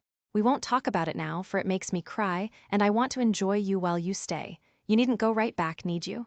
Not if you want me, dear. I do, so much. Aunt and Flo are very kind, but you seem like one of the family, and it would be so comfortable to have you for a little while." Amy spoke and looked so like a homesick child whose heart was full that Laurie forgot his bashfulness all at once, and gave her just what she wanted, the petting she was used to and the cheerful conversation she needed. "Poor little soul, you look as if you'd grieved yourself half sick. I'm going to take care of you, so don't cry any more, but come and walk about with me. The wind is too chilly for you to sit still," he said, in the half-caressing, half-commanding way that Amy liked, as he tied on her hat, drew her arm through his, and began to pace up and down the sunny walk under the new-leaved chestnuts. He felt more at ease upon his legs, and Amy found it pleasant to have a strong arm to lean upon, a familiar face to smile at her, and a kind voice to talk delightfully for her alone. The quaint old garden had sheltered many pairs of lovers, and seemed expressly made for them. So sunny and secluded was it, with nothing but the tower to overlook them, and the wide lake to carry away the echo of their words as it rippled by below. For an hour this new pair walked and talked, or rested on the wall, enjoying the sweet influences which gave such a charm to time and place. And when an unromantic dinner bell warned them away, Amy felt as if she left her burden of loneliness and sorrow behind her in the chateau garden. The moment Mrs. Carroll saw the girl's altered face, she was illuminated with a new idea and exclaimed to herself, "Now I understand it all, the child has been pining for young Lawrence. Bless my heart, I never thought of such a thing." With praiseworthy discretion, the good lady said nothing, and betrayed no sign of enlightenment, but cordially urged Laurie to stay and begged Amy to enjoy his society, for it would do her more good than so much solitude. Amy was a model of docility, and as her aunt was a good deal occupied with Flo, she was left to entertain her friend, and did it with more than her usual success. At Nice, Laurie had lounged and Amy had scolded. At Vevey, Laurie was never idle, but always walking, riding, boating, or studying in the most energetic manner, while Amy admired everything he did and followed his example as far and as fast as she could. He said the change was owing to the climate, and she did not contradict him, being glad of a like excuse for her own recovered health and spirits. The invigorating air did them both good, and much exercise worked wholesome changes in minds as well as bodies. They seemed to get clearer views of life and duty up there among the everlasting hills. The fresh winds blew away desponding doubts, delusive fancies, and moody mists. The warm spring sunshine brought out all sorts of aspiring ideas, tender hopes, and happy thoughts. The lake seemed to wash away the troubles of the past, and the grand old mountains to look benignly down upon them, saying, "Little children, love one another." In spite of the new sorrow, it was a very happy time, so happy that Laurie could not bear to disturb it by a word. It took him a little while to recover from his surprise at the cure of his first, and as he had firmly believed, his last and only love. He consoled himself for the seeming disloyalty by the thought that Joe's sister was almost the same as Joe's self, and the conviction that it would have been impossible to love any other woman but Amy so soon and so well. His first wooing had been of the tempestuous order, and he looked back upon it as if through a long vista of years with a feeling of compassion blended with regret. He was not ashamed of it, but put it away as one of the bittersweet experiences of his life, for which he could be grateful when the pain was over. His second wooing, he resolved, should be as calm and simple as possible. There was no need of having a scene, hardly any need of telling Amy that he loved her.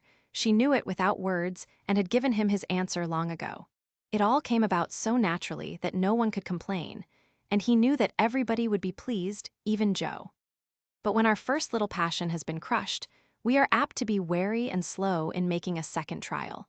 So Laurie let the days pass, enjoying every hour, and leaving to chance the utterance of the word that would put an end to the first and sweetest part of his new romance. He had rather imagined that the denouement would take place in the chateau garden by moonlight, and in the most graceful and decorous manner, but it turned out exactly the reverse, for the matter was settled on the lake at noonday in a few blunt words. They had been floating about all the morning, from gloomy St. Gingolph to sunny Montreux, with the Alps of Savoy on one side, Mont St. Bernard and the Dent du Midi on the other, pretty Vevey in the valley, and Lausanne upon the hill beyond, a cloudless blue sky overhead, and the bluer lake below, dotted with the picturesque boats that look like white-winged gulls. They had been talking of Bonnivard, as they glided past Chillon, and of Rousseau, as they looked up at Clarens, where he wrote his Hellas. Neither had read it, but they knew it was a love story, and each privately wondered if it was half as interesting as their own. Amy had been dabbling her hand in the water during the little pause that fell between them, and when she looked up, Laurie was leaning on his oars with an expression in his eyes that made her say hastily, merely for the sake of saying something, "You must be tired. Rest a little and let me row. It will do me good, for since you came I have been altogether lazy and luxurious." "I'm not tired, but you may take an oar if you like. There's room enough, though I have to sit nearly in the middle, else the boat won't trim," returned Laurie, as if he rather liked the arrangement. Feeling that she had not mended matters much, Amy took the offered third of a seat, shook her hair over her face, and accepted an oar. She rowed as well as she did many other things, and though she used both hands and Laurie but one, the oars kept time, and the boat went smoothly through the water. "How well we pull together, don't we?" said Amy, who objected to silence just then. "So well that I wish we might always pull in the same boat. Will you, Amy?" very tenderly. "Yes, Laurie," very low. Then they both stopped rowing and unconsciously added a pretty little tableau of human love and happiness to the dissolving views reflected in the lake. Chapter 42. All alone, it was easy to promise self-abnegation when self was wrapped up in another, and heart and soul were purified by a sweet example. But when the helpful voice was silent, the daily lesson over, the beloved presence gone, and nothing remained but loneliness and grief, then Jo found her promise very hard to keep. How could she comfort father and mother when her own heart ached with a ceaseless longing for her sister? How could she make the house cheerful when all its light and warmth and beauty seemed to have deserted it when Bate left the old home for the new? And where in all the world could she find some useful, happy work to do that would take the place of the loving service which had been its own reward? She tried in a blind, hopeless way to do her duty, secretly rebelling against it all the while, for it seemed unjust that her few joys should be lessened, her burdens made heavier, and life get harder and harder as she toiled along. Some people seemed to get all sunshine and some all shadow. It was not fair, for she tried more than Amy to be good, but never got any reward, only disappointment, trouble, and hard work. Poor Jo, these were dark days to her, for something like despair came over her when she thought of spending all her life in that quiet house, devoted to humdrum cares, a few small pleasures, and the duty that never seemed to grow any easier. "I can't do it. I wasn't meant for a life like this, and I know I shall break away and do something desperate if somebody doesn't come and help me," she said to herself, when her first efforts failed and she fell into the moody, miserable state of mind which often comes when strong wills have to yield to the inevitable. But someone did come and help her, though Jo did not recognize her good angels at once because they wore familiar shapes and used the simple spells best fitted to poor humanity. Often she started up at night, thinking Bate called her, and when the sight of the little empty bed made her cry with the bitter cry of unsubmissive sorrow, "Oh, Bate, come back, come back!"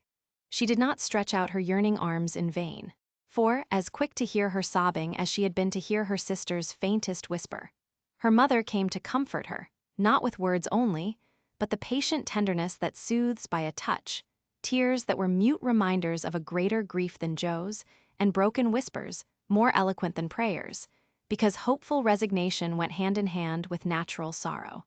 Sacred moments, when heart talked to heart in the silence of the night, turning affliction to a blessing, which chastened grief and strengthened love. Feeling this, Jo's burden seemed easier to bear, duty grew sweeter, and life looked more endurable, seen from the safe shelter of her mother's arms. When aching heart was a little comforted, troubled mind likewise found help. For one day she went to the study, and leaning over the good gray head lifted to welcome her with a tranquil smile, she said very humbly, "Father, talk to me as you did to Bate. I need it more than she did, for I'm all wrong." "My dear, nothing can comfort me like this," he answered, with a falter in his voice and both arms round her, as if he too needed help and did not fear to ask for it. Then, sitting in Bate's little chair close beside him, Jo told her troubles, the resentful sorrow for her loss, the fruitless efforts that discouraged her, the want of faith that made life look so dark, and all the sad bewilderment which we call despair. She gave him entire confidence, he gave her the help she needed, and both found consolation in the act. For the time had come when they could talk together not only as father and daughter, but as man and woman, able and glad to serve each other with mutual sympathy as well as mutual love. Happy, thoughtful times there in the old study which Jo called the Church of One Member, and from which she came with fresh courage, recovered cheerfulness, and a more submissive spirit. For the parents who had taught one child to meet death without fear were trying now to teach another to accept life without despondency or distrust, and to use its beautiful opportunities with gratitude and power. Other helps had Jo humble, wholesome duties and delights that would not be denied their part in serving her, and which she slowly learned to see and value. Brooms and dishcloths never could be as distasteful as they once had been, for Bate had presided over both, and something of her housewifely spirit seemed to linger around the little mop and the old brush, never thrown away. As she used them, Jo found herself humming the songs Bate used to hum, imitating Bate's orderly ways, and giving the little touches here and there that kept everything fresh and cozy, which was the first step toward making home happy, though she didn't know it till Hannah said with an approving squeeze of the hand, "You thoughtful creeter, you're determined we shan't miss that dear lamb ef you can help it. We don't say much, but we see it, and the Lord will bless you for it, see ef he don't."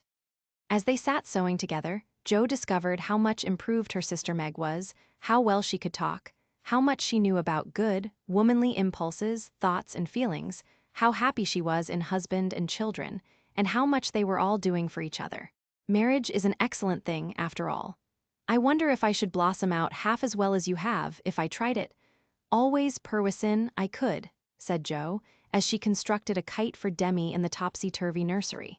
It's just what you need to bring out the tender, womanly half of your nature, Jo. You are like a chestnut burr, prickly outside, but silky soft within, and a sweet kernel, if one can only get at it. Love will make you show your heart one day, and then the rough burr will fall off. Frost opens chestnut burrs, ma'am, and it takes a good shake to bring them down.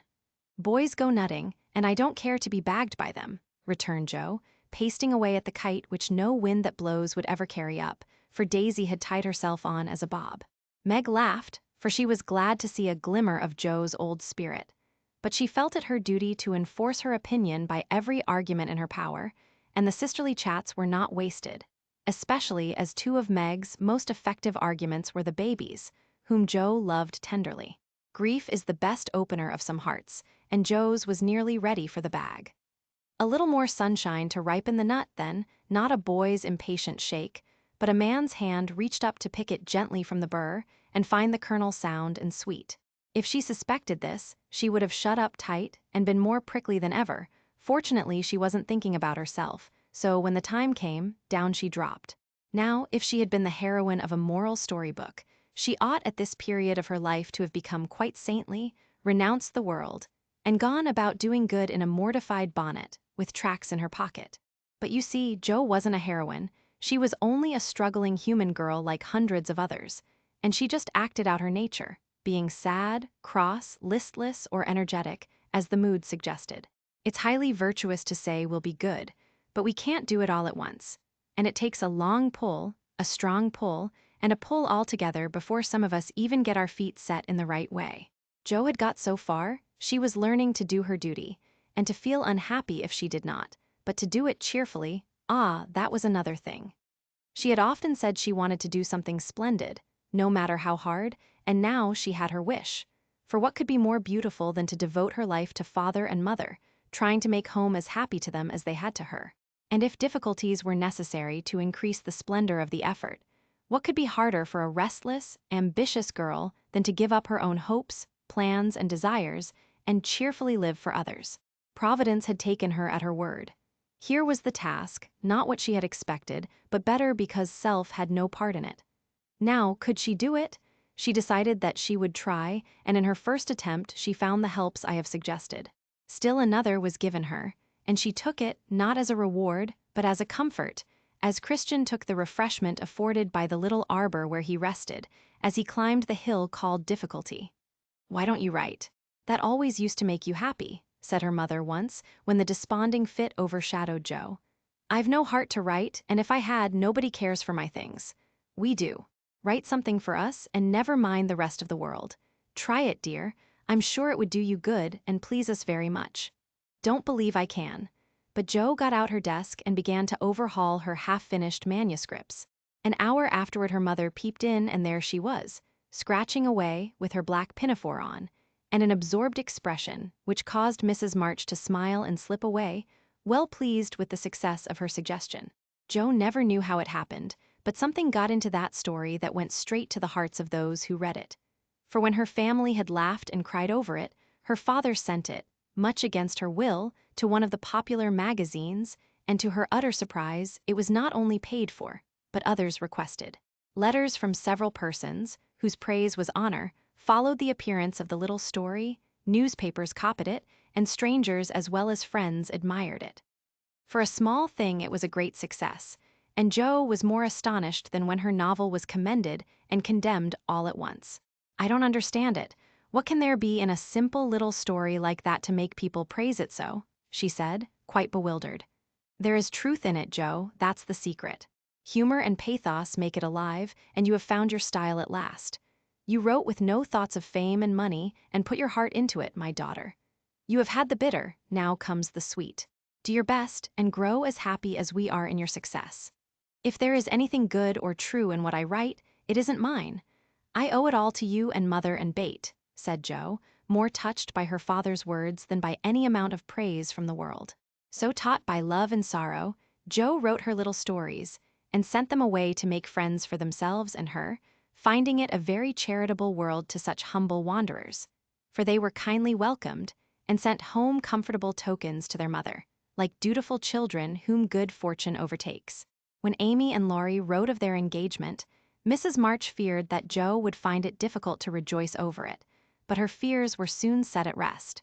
For though Joe looked grave at first, she took it very quietly and was full of hopes and plans for the children before she read the letter twice. It was a sort of written duet, wherein each glorified the other in lover-like fashion, very pleasant to read and satisfactory to think of, for no one had any objection to make. "You like it, Mother?" said Joe, as they laid down the closely written sheets and looked at one another. "Yes, I hoped it would be so, ever since Amy wrote that she had refused Fred. I felt sure then that something better than what you call the mercenary spirit had come over her, and a hint here and there in her letters made me suspect that love and Laurie would win the day. How sharp you are, Marmee, and how silent. You never said a word to me. Mothers have need of sharp eyes and discreet tongues when they have girls to manage. I was half afraid to put the idea into your head, lest you should write and congratulate them before the thing was settled. I'm not the scatterbrain I was. You may trust me. I'm sober and sensible enough for anyone's confidant now. So you are, my dear, and I should have made you mine, only I fancied it might pain you to learn that your Teddy loved someone else. Now, Mother, did you really think I could be so silly and selfish, after I'd refused his love, when it was freshest, if not best? I knew you were sincere then, Joe, but lately I have thought that if he came back and asked again, you might perhaps feel like giving another answer. Forgive me, dear, I can't help seeing that you are very lonely, and sometimes there is a hungry look in your eyes that goes to my heart, so I fancied that your boy might fill the empty place if he tried now. No, Mother, it is better as it is, and I'm glad Amy has learned to love him. But you are right in one thing. I am lonely, and perhaps if Teddy had tried again, I might have said yes, not because I love him anymore, but because I care more to be loved than when he went away. I'm glad of that, Joe, for it shows that you are getting on. There are plenty to love you, so try to be satisfied with father and mother, sisters and brothers, friends and babies, till the best lover of all comes to give you your reward.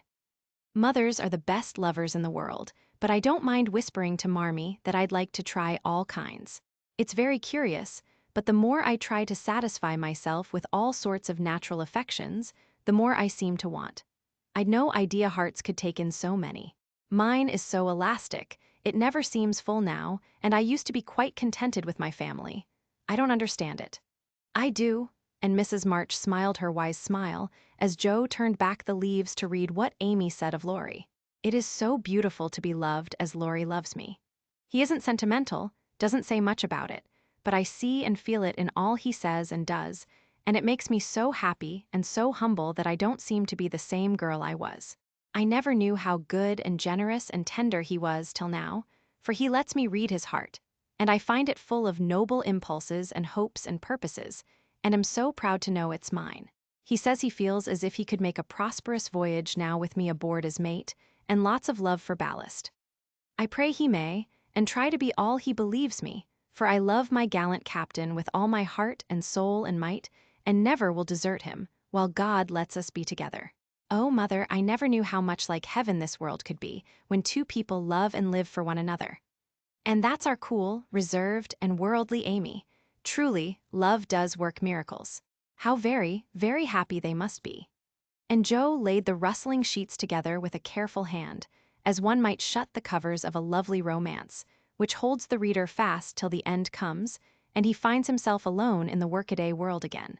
By and by Joe roamed away upstairs, for it was rainy, and she could not walk. A restless spirit possessed her, and the old feeling came again, not bitter as it once was, but a sorrowfully patient wonder why one sister should have all she asked, the other nothing. It was not true, she knew that and tried to put it away, but the natural craving for affection was strong, and Amy's happiness woke the hungry longing for someone to love with heart and soul, and cling to while God let them be together. Up in the garret, where Joe's unquiet wanderings ended, stood 4 little wooden chests in a row, each marked with its owner's name, and each filled with relics of the childhood and girlhood ended now for all. Joe glanced into them, and when she came to her own, leaned her chin on the edge and stared absently at the chaotic collection, till a bundle of old exercise books caught her eye.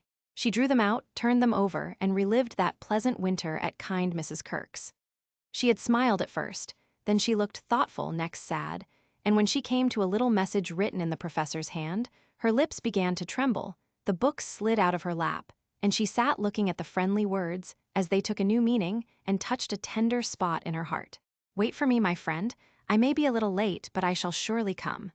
Oh, if he only would. So kind, so good, so patient with me always, my dear old Fritz. I didn't value him half enough when I had him, but now how I should love to see him, for everyone seems going away from me, and I'm all alone. And holding the little paper fast, as if it were a promise yet to be fulfilled, Jo laid her head down on a comfortable rag bag and cried, as if in opposition to the rain pattering on the roof.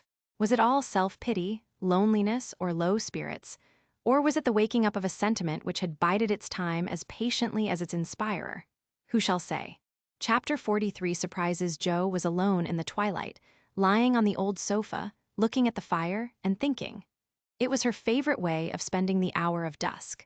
No one disturbed her, and she used to lie there on Bates' little red pillow, planning stories, dreaming dreams, or thinking tender thoughts of the sister who never seemed far away. Her face looked tired, grave, and rather sad, for tomorrow was her birthday, and she was thinking how fast the years went by, how old she was getting, and how little she seemed to have accomplished. Almost 25 and nothing to show for it. Jo was mistaken in that. There was a good deal to show, and by she saw and was grateful for it. An old maid, that's what I'm to be. A literary spinster, with a pen for a spouse, a family of stories for children, and 20 years hence a morsel of fame, perhaps, when, like poor Johnson, I'm old and can't enjoy it, solitary, and can't share it, independent, and don't need it. Well, I needn't be a sour saint nor a selfish sinner, and, I dare say, old maids are very comfortable when they get used to it, but... And there Jo sighed, as if the prospect was not inviting. It seldom is, at first, and 30 seems the end of all things to 5 and 20. But it's not as bad as it looks, and one can get on quite happily if one has something in oneself to fall back upon. At 25, girls begin to talk about being old maids, but secretly resolve that they never will be. At 30, they say nothing about it, but quietly accept the fact, and if sensible, console themselves by remembering that they have 20 more useful, happy years, in which they may be learning to grow old gracefully. Don't laugh at the spinsters, dear girls, for often very tender. Tragic romances are hidden away in the hearts that beat so quietly under the sober gowns, and many silent sacrifices of youth, health, ambition, love itself, make the faded faces beautiful in God's sight. Even the sad, sour sisters should be kindly dealt with, because they have missed the sweetest part of life, if for no other reason. And looking at them with compassion, not contempt, girls in their bloom should remember that they too may miss the blossom time. That rosy cheeks don't last forever, that silver threads will come in the bonny brown hair, and that, by and by, kindness and respect will be as sweet as love and admiration now.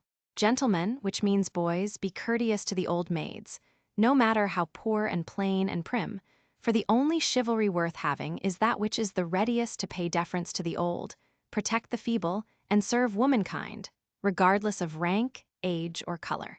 Just recollect the good aunts who have not only lectured and fussed, but nursed and petted, too often without thanks, the scrapes they have helped you out of, the tips they have given you from their small store, the stitches the patient old fingers have set for you, the steps the willing old feet have taken, and gratefully pay the dear old ladies the little attentions that women love to receive as long as they live. The bright-eyed girls are quick to see such traits, and will like you all the better for them. And if death, almost the only power that can part mother and son, should rob you of yours, you will be sure to find a tender welcome and maternal cherishing from some Aunt Priscilla, who has kept the warmest corner of her lonely old heart for the best nevy in the world. Jo must have fallen asleep, as I dare say my reader has during this little homily. For suddenly Laurie's ghost seemed to stand before her, a substantial, lifelike ghost, leaning over her with the very look he used to wear when he felt a good deal and didn't like to show it. But like Jenny in the ballad, she could not think it he, and lay staring up at him in startled silence till he stooped and kissed her. Then she knew him and flew up, crying joyfully, "Oh, my Teddy! Oh, my Teddy! Dear Jo, you are glad to see me then? Glad, my blessed boy, words can't express my gladness. Where's Amy? Your mother has got her down at Meg's. We stopped there by the way, and there was no getting my wife out of their clutches." "You're what?" cried Jo, for Laurie uttered those two words with an unconscious pride and satisfaction which betrayed him. "Oh, the dickens. Now I've done it," and he looked so guilty that Jo was down on him like a flash. "You've gone and got married." "Yes, please, but I never will again," and he went down upon his knees, with a penitent clasping of hands, and a face full of mischief, mirth, and triumph. "Actually married?" "Very much so, thank you." "Mercy on us, what dreadful thing will you do next?" And Jo fell into her seat with a gasp. "A characteristic, but not exactly complimentary, congratulation," returned Laurie, still in an abject attitude, but beaming with satisfaction. "What can you expect, when you take one's breath away, creeping in like a burglar, and letting cats out of bags like that? Get up, you ridiculous boy, and tell me all about it." "Not a word, unless you let me come in my old place, and promise not to barricade." Jo laughed at that as she had not done for many a long day, and patted the sofa invitingly, as she said in a cordial tone, "The old pillow is up garret, and we don't need it now. So come and fess, Teddy." "How good it sounds to hear you say Teddy. No one ever calls me that but you," and Laurie sat down with an air of great content. "What does Amy call you?" "My lord." "That's like her." "Well, you look it," and Jo's eye plainly betrayed that she found her boy comelier than ever. The pillow was gone, but there was a barricade, nevertheless, a natural one, raised by time, absence, and change of heart. Both felt it, and for a minute looked at one another as if that invisible barrier cast a little shadow over them. It was gone directly, however, for Laurie said, with a vain attempt at dignity. "Don't I look like a married man and the head of a family?" "Not a bit, and you never will. You've grown bigger and bonnier, but you are the same scapegrace as ever." "Now really, Jo, you ought to treat me with more respect," began Laurie, who enjoyed it all immensely. "How can I, when the mere idea of you, married and settled, is so irresistibly funny that I can't keep sober?" answered Jo, smiling all over her face, so infectiously that they had another laugh, and then settled down for a good talk, quite in the pleasant old fashion. "It's no use your going out in the cold to get Amy, for they are all coming up presently. I couldn't wait. I wanted to be the one to tell you the grand surprise, and have first skim, as we used to say when we squabbled about the cream." "Of course you did, and spoiled your story by beginning at the wrong end. Now start right and tell me how it all happened. I'm pining to know." "Well, I did it to please Amy," began Laurie, with a twinkle that made Jo exclaim. "Fib number 1, Amy did it to please you. Go on and tell the truth if you can, sir." "Now she's beginning to marmot. Isn't it jolly to hear her?" said Laurie to the fire, and the fire glowed and sparkled as if it quite agreed. "It's all the same, you know, she and I being one. We planned to come home with the Carrolls a month or more ago, but they suddenly changed their minds and decided to pass another winter in Paris. But Grandpa wanted to come home. He went to please me, and I couldn't let him go alone, neither could I leave Amy. And Mrs. Carroll had got English notions about chaperones and such nonsense, and wouldn't let Amy come with us. So I just settled the difficulty by saying, 'Let's be married, and then we can do as we like.' Of course you did. You always have things to suit you." "Not always," and something in Laurie's voice made Jo say hastily, "How did you ever get Aunt to agree?"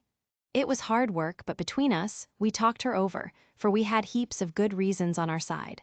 There wasn't time to write and ask leave, but you all liked it, had consented to it by and by, and it was only taking time by the fetlock, as my wife says." "Aren't we proud of those 2 words, and don't we like to say them?"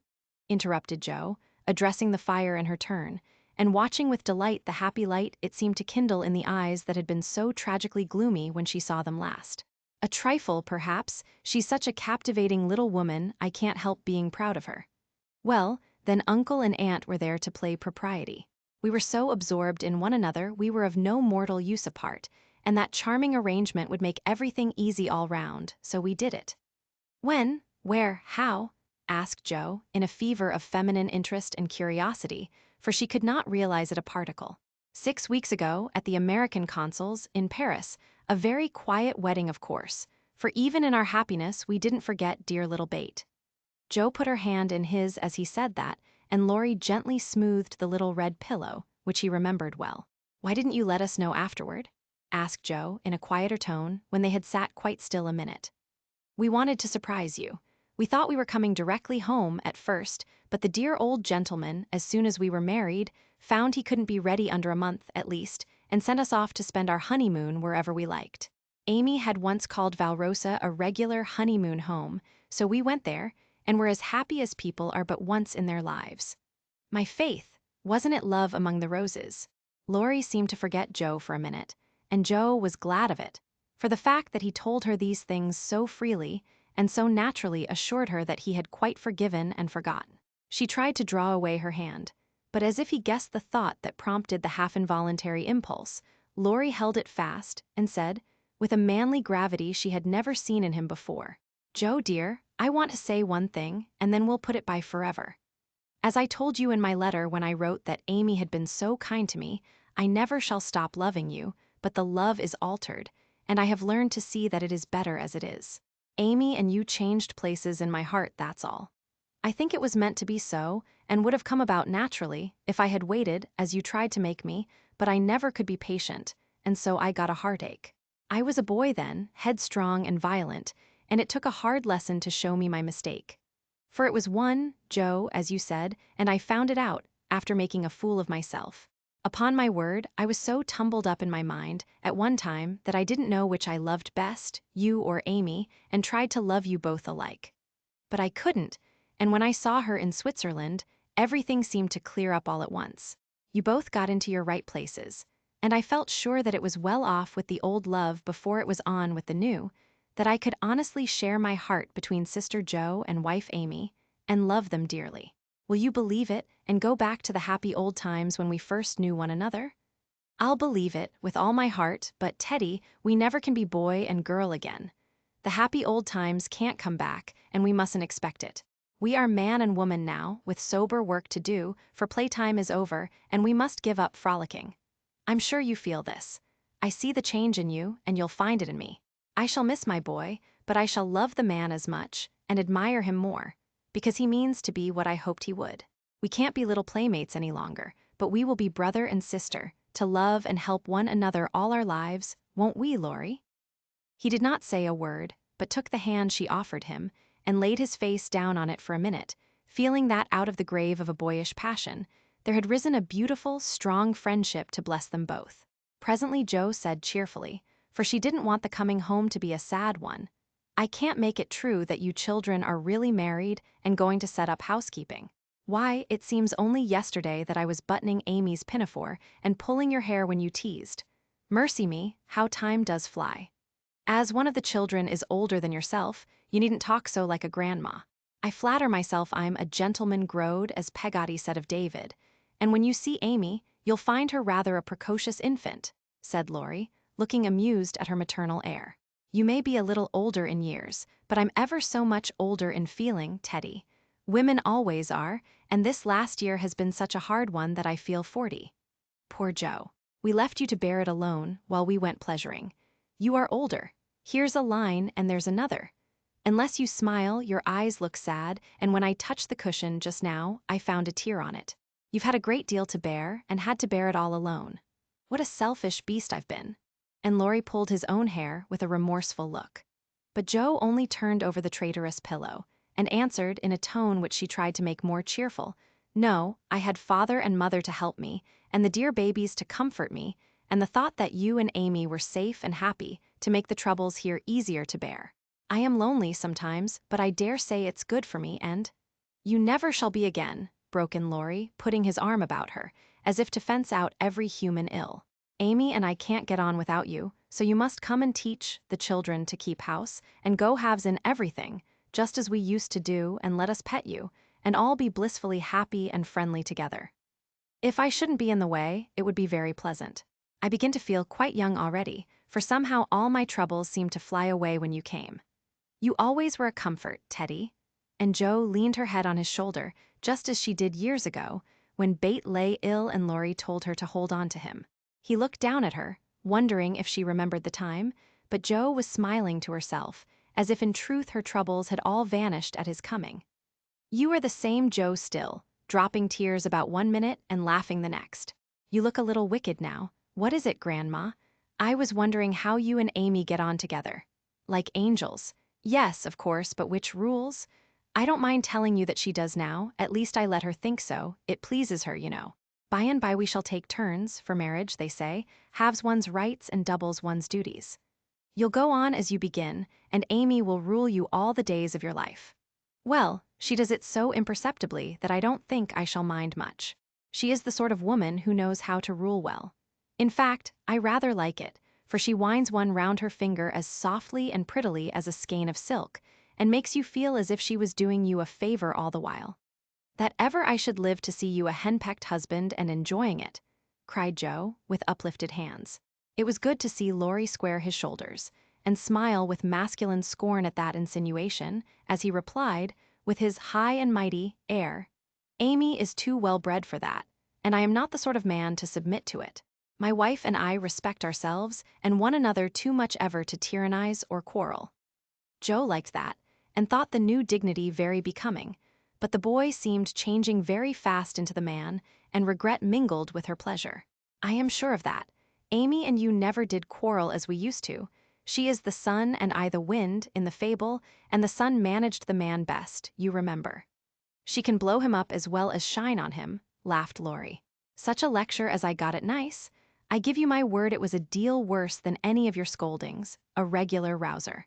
I'll tell you all about it sometime. She never will, because after telling me that she despised and was ashamed of me, she lost her heart to the despicable party and married the good-for-nothing." "What baseness! Well, if she abuses you, come to me and I'll defend you." "I look as if I needed it, don't I?" said Laurie, getting up and striking an attitude which suddenly changed from the imposing to the rapturous, as Amy's voice was heard calling, "Where is she? Where's my dear old Jo?" In trooped the whole family, and everyone was hugged and kissed all over again, and after several vain attempts, the 3 wanderers were set down to be looked at and exulted over. Mr. Lawrence, hale and hearty as ever, was quite as much improved as the others by his foreign tour, for the crustiness seemed to be nearly gone, and the old-fashioned courtliness had received a polish which made it kindlier than ever. It was good to see him beam at "my children," as he called the young pair. It was better still to see Amy pay him the daughterly duty and affection which completely won his old heart, and best of all, to watch Laurie revolve about the two, as if never tired of enjoying the pretty picture they made. The minute she put her eyes upon Amy, Meg became conscious that her own dress hadn't a Parisian air, that young Mrs. Moffat would be entirely eclipsed by young Mrs. Lawrence, and that her ladyship was altogether a most elegant and graceful woman. Jo thought, as she watched the pair, how well they looked together. I was right, and Laurie has found the beautiful, accomplished girl who will become his home better than clumsy old Jo, and be a pride, not a torment to him. Mrs. March and her husband smiled and nodded at each other with happy faces, for they saw that their youngest had done well, not only in worldly things, but the better wealth of love, confidence, and happiness. For Amy's face was full of the soft brightness which betokens a peaceful heart, her voice had a new tenderness in it, and the cool, prim carriage was changed to a gentle dignity, both womanly and winning. No little affectations marred it, and the cordial sweetness of her manner was more charming than the new beauty or the old grace, for it stamped her at once with the unmistakable sign of the true gentlewoman she had hoped to become. "Love has done much for our little girl," said her mother softly. "She has had a good example before her all her life, my dear," Mr. March whispered back, with a loving look at the worn face and gray head beside him. Daisy found it impossible to keep her eyes off her "pitty auntie," but attached herself like a lap dog to the wonderful chatelaine full of delightful charms. Demi paused to consider the new relationship before he compromised himself by the rash acceptance of a bribe, which took the tempting form of a family of wooden bears from Bern. A flank movement produced an unconditional surrender, however, for Laurie knew where to have him. "Young man, when I first had the honor of making your acquaintance, you hit me in the face. Now I demand the satisfaction of a gentleman." And with that the tall uncle proceeded to toss and touzle the small nephew in a way that damaged his philosophical dignity as much as it delighted his boyish soul. "Blessed if she ain't in silk from head to foot. Ain't it a religion sight to see her settin' there as fine as a fiddle, and hear folks calling little Amy Mies." "Lawrence," muttered old Hannah, who could not resist frequent peeks through the slide as she set the table in a most decidedly promiscuous manner. Mercy on us, how they did talk. First one, then the other, then all burst out together trying to tell the history of 3 years in half an hour. It was fortunate that tea was at hand, to produce a lull and provide refreshment, for they would have been hoarse and faint if they had gone on much longer. Such a happy procession as filed away into the little dining room. Mr. March proudly escorted Mrs. Lawrence. Mrs. March as proudly leaned on the arm of my son. The old gentleman took Joe, with a whispered, "You must be my girl now," and a glance at the empty corner by the fire that made Joe whisper back, "I'll try to fill her place, sir." The twins pranced behind, feeling that the millennium was at hand, for everyone was so busy with the newcomers that they were left to revel at their own sweet will, and you may be sure they made the most of the opportunity. Didn't they steal sips of tea, stuff gingerbread ad libitum, get a hot biscuit apiece? And as a crowning trespass, didn't they each whisk a captivating little tart into their tiny pockets, there to stick and crumble treacherously, teaching them that both human nature and a pastry are frail?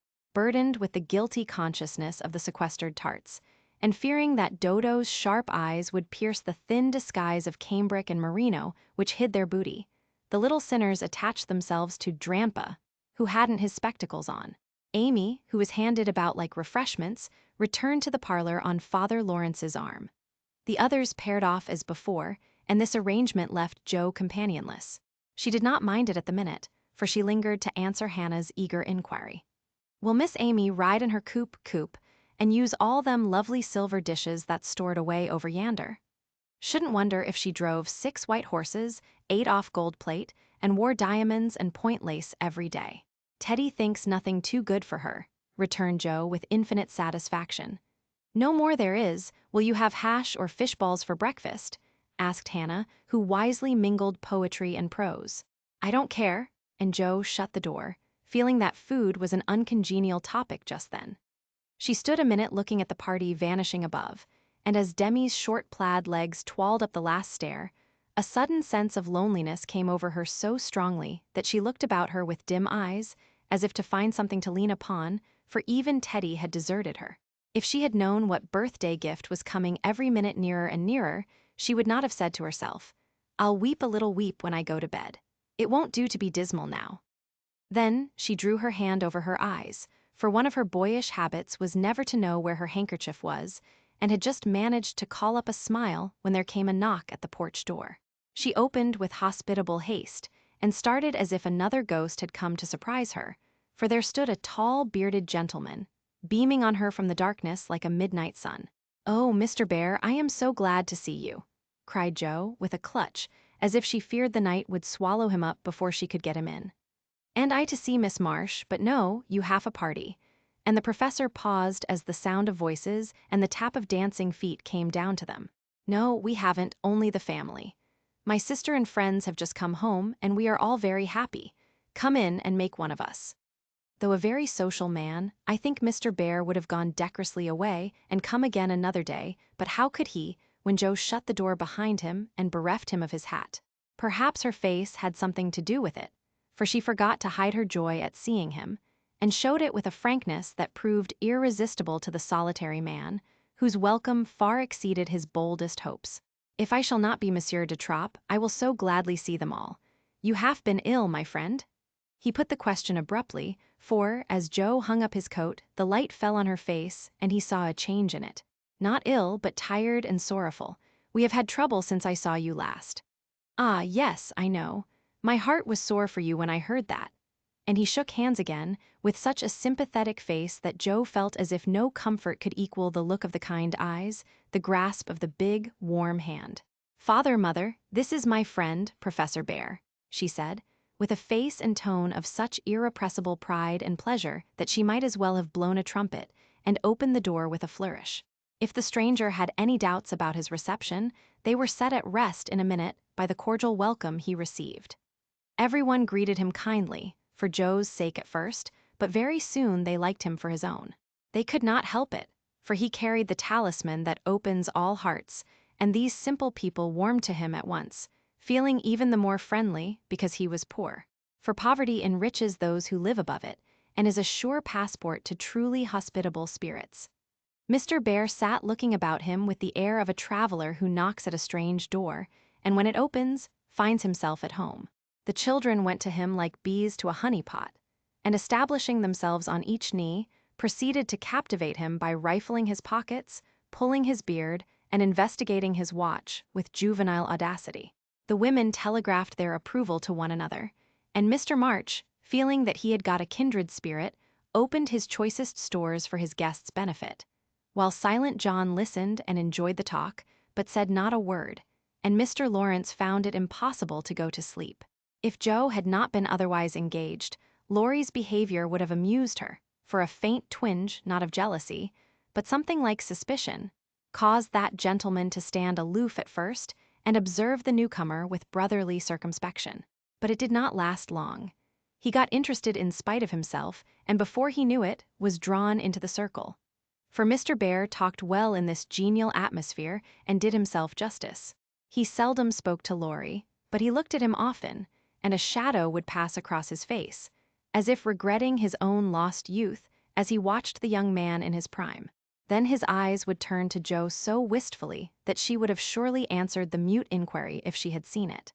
But Joe had her own eyes to take care of, and feeling that they could not be trusted, she prudently kept them on the little sock she was knitting, like a model maiden aunt. A stealthy glance now and then refreshed her like sips of fresh water after a dusty walk, for the sidelong peeps showed her several propitious omens. Mr. Bear's face had lost the absent-minded expression, and looked all alive with interest in the present moment, actually young and handsome, she thought, forgetting to compare him with Laurie, as she usually did strange men, to their great detriment. Then he seemed quite inspired, though the burial customs of the ancients, to which the conversation had strayed, might not be considered an exhilarating topic.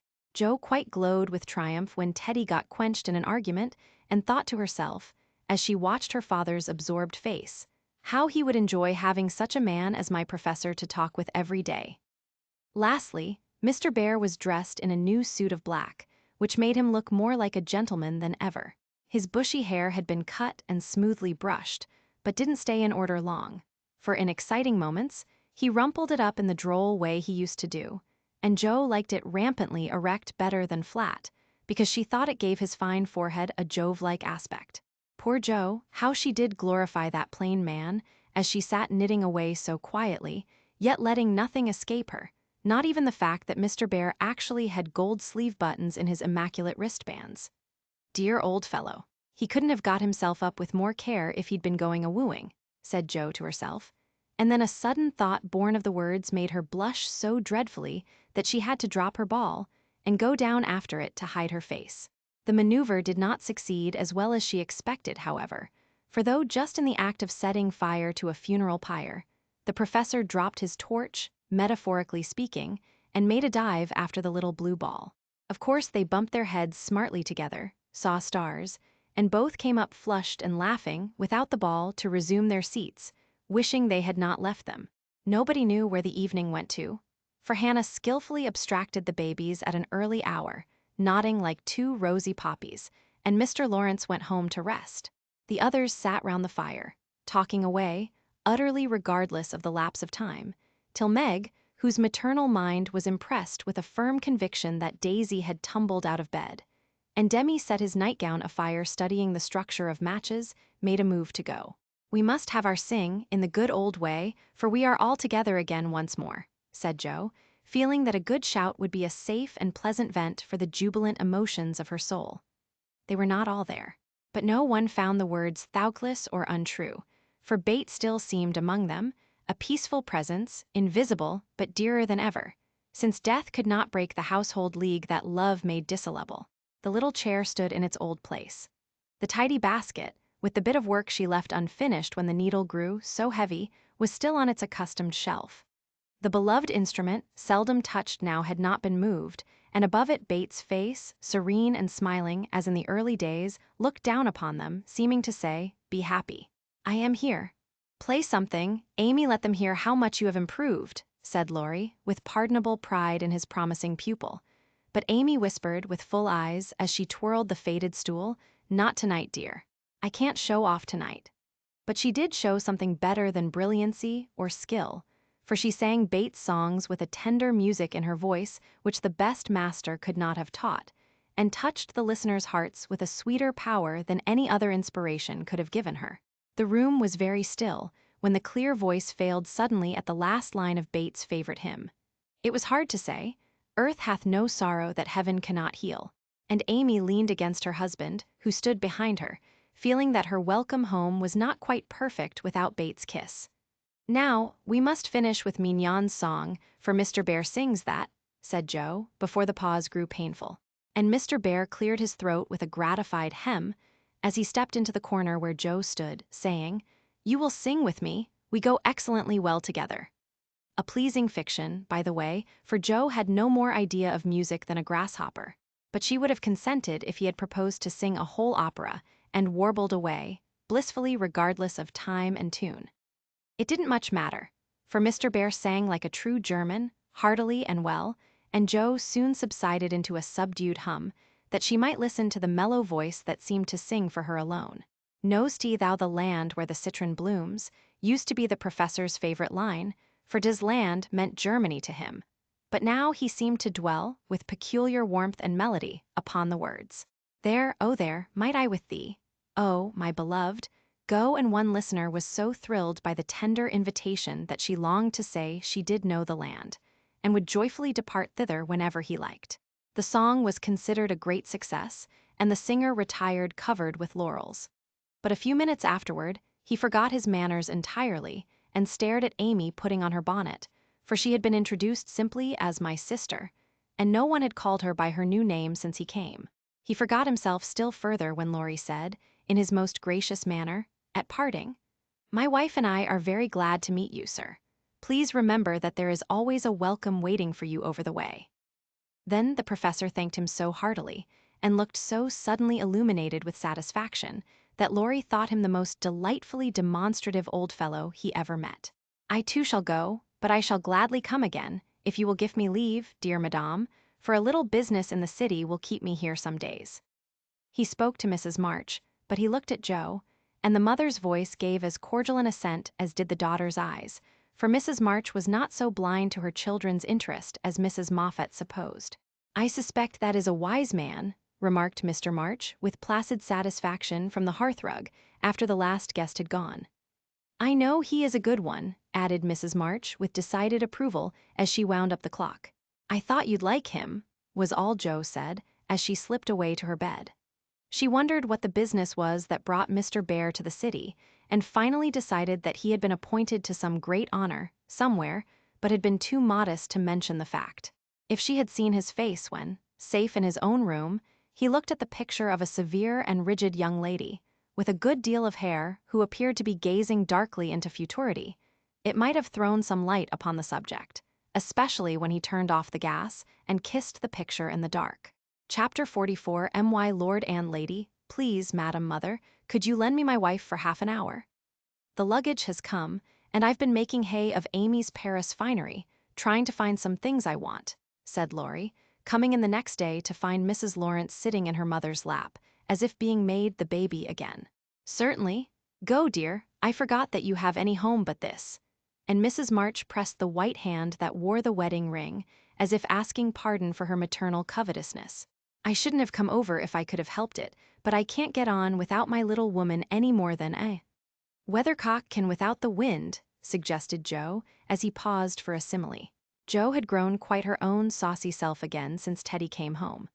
"Exactly, for Amy keeps me pointing due west most of the time, with only an occasional whiffle round to the south, and I haven't had an easterly spell since I was married. Don't know anything about the north, but am altogether salubrious and balmy, hey, my lady? Lovely weather so far. I don't know how long it will last, but I'm not afraid of storms, for I'm learning how to sail my ship. Come home, dear, and I'll find your bootjack. I suppose that's what you are rummaging after among my things. Men are so helpless, mother, said Amy, with a matronly air, which delighted her husband. What are you going to do with yourselves after you get settled? Asked Joe, buttoning Amy's cloak as she used to button her pinafores. We have our plans. We don't mean to say much about them yet, because we are such very new brooms, but we don't intend to be idle. I'm going into business with a devotion that shall delight grandfather, and prove to him that I'm not spoiled. I need something of the sort to keep me steady. I'm tired of dawdling and mean to work like a man.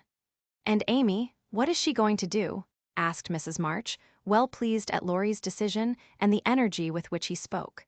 After doing the civil all round, and airing our best bonnet, we shall astonish you by the elegant hospitalities of our mansion, the brilliant society we shall draw about us, and the beneficial influence we shall exert over the world at large. That's about it, isn't it, Madame Recamier? Asked Laurie with a quizzical look at Amy. Time will show. Come away, impertinence, and don't shock my family by calling me names before their faces, answered Amy, resolving that there should be a home with a good wife in it before she set up a salon as a queen of society. How happy those children seem together, observed Mr. March, finding it difficult to become absorbed in his Aristotle after the young couple had gone. Yes, and I think it will last, added Mrs. March, with the restful expression of a pilot who has brought a ship safely into port. I know it will. Happy Amy. And Joe sighed, then smiled brightly as Professor Bear opened the gate with an impatient push. Later in the evening, when his mind had been set at rest about the bootjack, Laurie said suddenly to his wife, Mrs. Lawrence, "My lord, that man intends to marry our Joe? I hope so, don't you, dear?"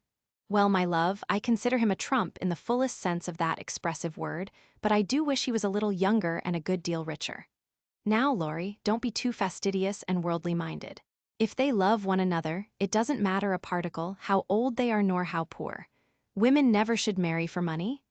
Amy caught herself up short as the words escaped her, and looked at her husband, who replied with malicious gravity, "Certainly not, though you do hear charming girls say that they intend to do it sometimes.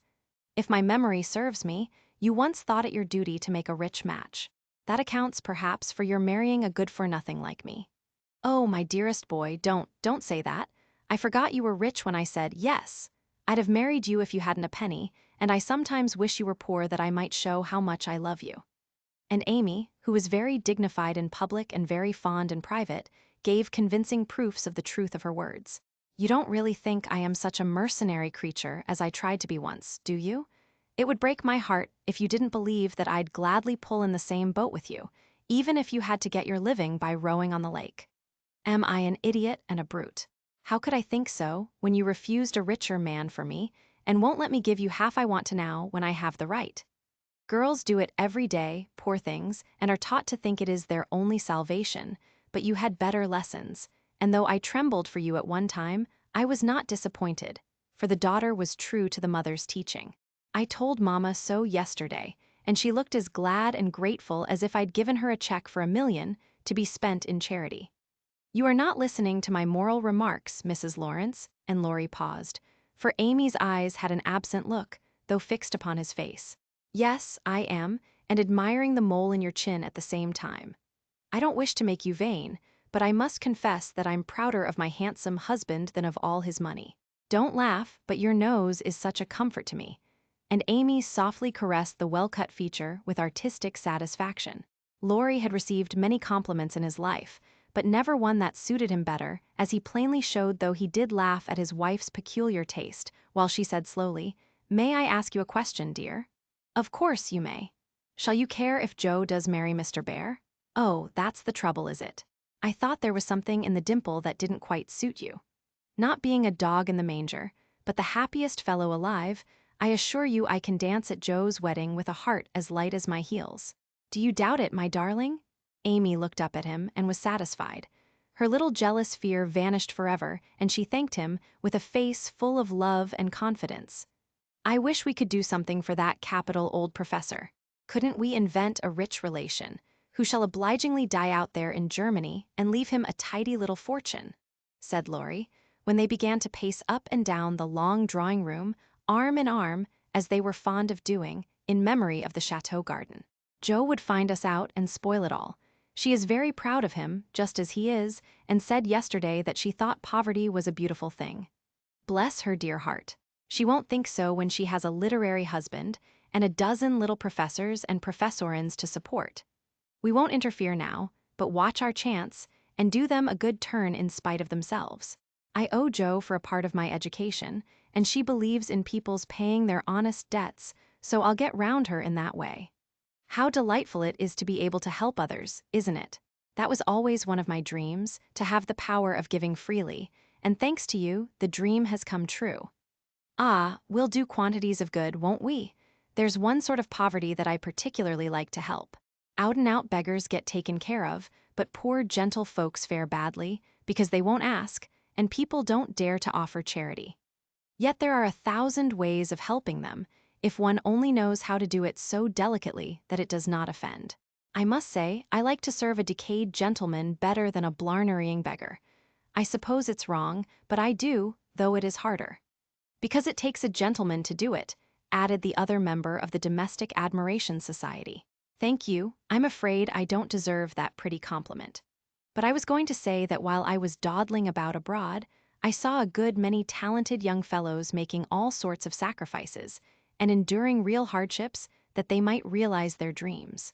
Splendid fellows, some of them, working like heroes, poor and friendless, but so full of courage, patience, and ambition that I was ashamed of myself, and longed to give them a right good lift. Those are people whom it's a satisfaction to help, for if they've got genius, it's an honor to be allowed to serve them, and not let it be lost or delayed for want of fuel to keep the pot boiling. If they haven't, it's a pleasure to comfort the poor souls, and keep them from despair when they find it out. Yes, indeed, and there's another class who can't ask, and who suffer in silence. I know something of it, for I belonged to it before you made a princess of me, as the king does the beggar maid in the old story. Ambitious girls have a hard time, Laurie, and often have to see youth, health, and precious opportunities go by, just for want of a little help at the right minute. People have been very kind to me, and whenever I see girls struggling along, as we used to do, I want to put out my hand and help them as I was helped. And so you shall, like an angel as you are, cried Laurie, resolving, with a glow of philanthropic zeal, to found and endow an institution for the express benefit of young women with artistic tendencies. Rich people have no right to sit down and enjoy themselves, or let their money accumulate for others to waste. It's not half so sensible to leave legacies when one dies as it is to use the money wisely while alive, and enjoy making one's fellow creatures happy with it. We'll have a good time ourselves, and add an extra relish to our own pleasure by giving other people a generous taste. Will you be a little Dorcas, going about emptying a big basket of comforts and filling it up with good deeds? With all my heart, if you will be a brave Saint Martin, stopping as you ride gallantly through the world to share your cloak with the beggar. It's a bargain, and we shall get the best of it. So the young pair shook hands upon it, and then paced happily on again, feeling that their pleasant home was more homelike, because they hoped to brighten other homes, believing that their own feet would walk more uprightly along the flowery path before them, if they smoothed rough ways for other feet, and feeling that their hearts were more closely knit together by a love which could tenderly remember those less blessed than they. Chapter 45. Daisy and Demi. I cannot feel that I have done my duty as humble historian of the March family, without devoting at least one chapter to the two most precious and important members of it. Daisy and Demi had now arrived at years of discretion, for in this fast age babies of 3 or 4 assert their rights, and get them, too, which is more than many of their elders do. If there ever were a pair of twins in danger of being utterly spoiled by adoration, it was these prattling brooks. Of course, they were the most remarkable children ever born, as will be shown when I mention that they walked at 8 months, talked fluently at 12 months, and at 2 years they took their places at table, and behaved with a propriety which charmed all beholders. At 3, Daisy demanded a needler, and actually made a bag with 4 stitches in it. She likewise set up housekeeping in the sideboard, and managed a microscopic cooking stove with a skill that brought tears of pride to Hannah's eyes, while Demi learned his letters with his grandfather, who invented a new mode of teaching the alphabet by forming letters with his arms and legs, thus uniting gymnastics for head and heels. The boy early developed a mechanical genius which delighted his father and distracted his mother, for he tried to imitate every machine he saw and kept the nursery in a chaotic condition with his sewing-machine, a mysterious structure of string, chairs, clothespins, and spools for wheels to go wound and wound. Also a basket hung over the back of a chair, in which he vainly tried to hoist his too confiding sister, who, with feminine devotion, allowed her little head to be bumped till rescued, when the young inventor indignantly remarked, "Why, Marmer, dat's my lely waiter and me's trying to pull her up." Though utterly unlike in character, the twins got on remarkably well together and seldom quarreled more than thrice a day. Of course, Demi tyrannized over Daisy and gallantly defended her from every other aggressor, while Daisy made a galley slave of herself and adored her brother as the one perfect being in the world. A rosy, chubby, sunshiny little soul was Daisy, who found her way to everybody's heart and nestled there. One of the captivating children, who seemed made to be kissed and cuddled, adorned and adored like little goddesses, and produced for general approval on all festive occasions. Her small virtues were so sweet that she would have been quite angelic if a few small naughtinesses had not kept her delightfully human.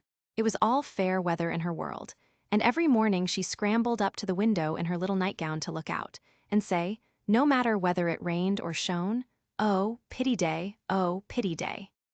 Everyone was a friend, and she offered kisses to a stranger so confidingly that the most inveterate bachelor relented, and baby lovers became faithful worshippers. "Me loves everybody," she once said, opening her arms with her spoon in one hand and her mug in the other, as if eager to embrace and nourish the whole world. As she grew, her mother began to feel that the dovecote would be blessed by the presence of an inmate as serene and loving as that which had helped to make the old house home, and to pray that she might be spared a loss like that which had lately taught them how long they had entertained an angel unawares. Her grandfather often called her Bait, and her grandmother watched over her with untiring devotion, as if trying to atone for some past mistake, which no eye but her own could see. Demi, like a true Yankee, was of an inquiring turn, wanting to know everything, and often getting much disturbed because he could not get satisfactory answers to his perpetual, "What for?" He also possessed a philosophically bent, to the great delight of his grandfather, who used to hold Socratic conversations with him, in which the precocious pupil occasionally posed his teacher, to the undisguised satisfaction of the womenfolk. "What makes my legs go, Drampa?" asked the young philosopher, surveying those active portions of his frame with a meditative air, while resting after a go-to-bed frolic one night. "It's your little mind, Demi," replied the sage, stroking the yellow head respectfully. "What is a little mind? It is something which makes your body move, as the spring made the wheels go in my watch when I showed it to you. Open me. I want to see it go wound. I can't do that any more than you could open the watch. God winds you up and you go till he stops you. Does I?" And Demi's brown eyes grew big and bright as he took in the new thought. "Is I wounded up like the watch?" "Yes, but I can't show you how, for it is done when we don't see." Demi felt his back, as if expecting to find it like that of the watch, and then gravely remarked, "I dess Dodd does it when I's asleep." A careful explanation followed, to which he listened so attentively that his anxious grandmother said, "My dear, do you think it wise to talk about such things to that baby? He's getting great bumps over his eyes, and learning to ask the most unanswerable questions. If he is old enough to ask the question, he is old enough to receive true answers. I am not putting the thoughts into his head, but helping him unfold those already there. These children are wiser than we are, and I have no doubt the boy understands every word I have said to him. Now, Demi, tell me where you keep your mind." If the boy had replied like Alcibiades, "By the gods, Socrates, I cannot tell," his grandfather would not have been surprised, but when, after standing a moment on one leg like a meditative young stork, he answered in a tone of calm conviction, "In my little belly," the old gentleman could only join in Grandma's laugh and dismiss the class in metaphysics. There might have been cause for maternal anxiety, if Demi had not given convincing proofs that he was a true boy as well as a budding philosopher. For often, after a discussion which caused Hannah to prophesy, with ominous nods, That child ain't long for this world. He would turn about and set her fears at rest by some of the pranks with which dear, dirty, naughty little rascals distract and delight their parents' souls. Meg made many moral rules and tried to keep them, but what mother was ever proof against the winning wiles, the ingenious evasions, or the tranquil audacity of the miniature men and women who so early show themselves accomplished artful dodgers? "No more raisins, Demi. They'll make you sick," says Mama to the young person who offers his services in the kitchen with unfailing regularity on plum pudding day. "Me likes to be sick. I don't want to have you, so run away and help Daisy make patty cakes." He reluctantly departs, but his wrongs weigh upon his spirit, and by and by, when an opportunity comes to redress them, he outwits Mama by a shrewd bargain. "Now you have been good children, and I'll play anything you like," says Meg, as she leads her assistant cooks upstairs when the pudding is safely bouncing in the pot. "Truly, Marmee?" asks Demi, with a brilliant idea in his well-powdered head. "Yes, truly. Anything you say," replies the short-sighted parent, preparing herself to sing "The Three Little Kittens" half a dozen times over, or to take her family to buy a penny bun, regardless of wind or limb. But Demi corners her by the cool reply, "Then we'll go and eat up all the raisins." Aunt Dodo was chief playmate and confidant of both children, and the trio turned the little house topsy-turvy. Aunt Amy was as yet only a name to them.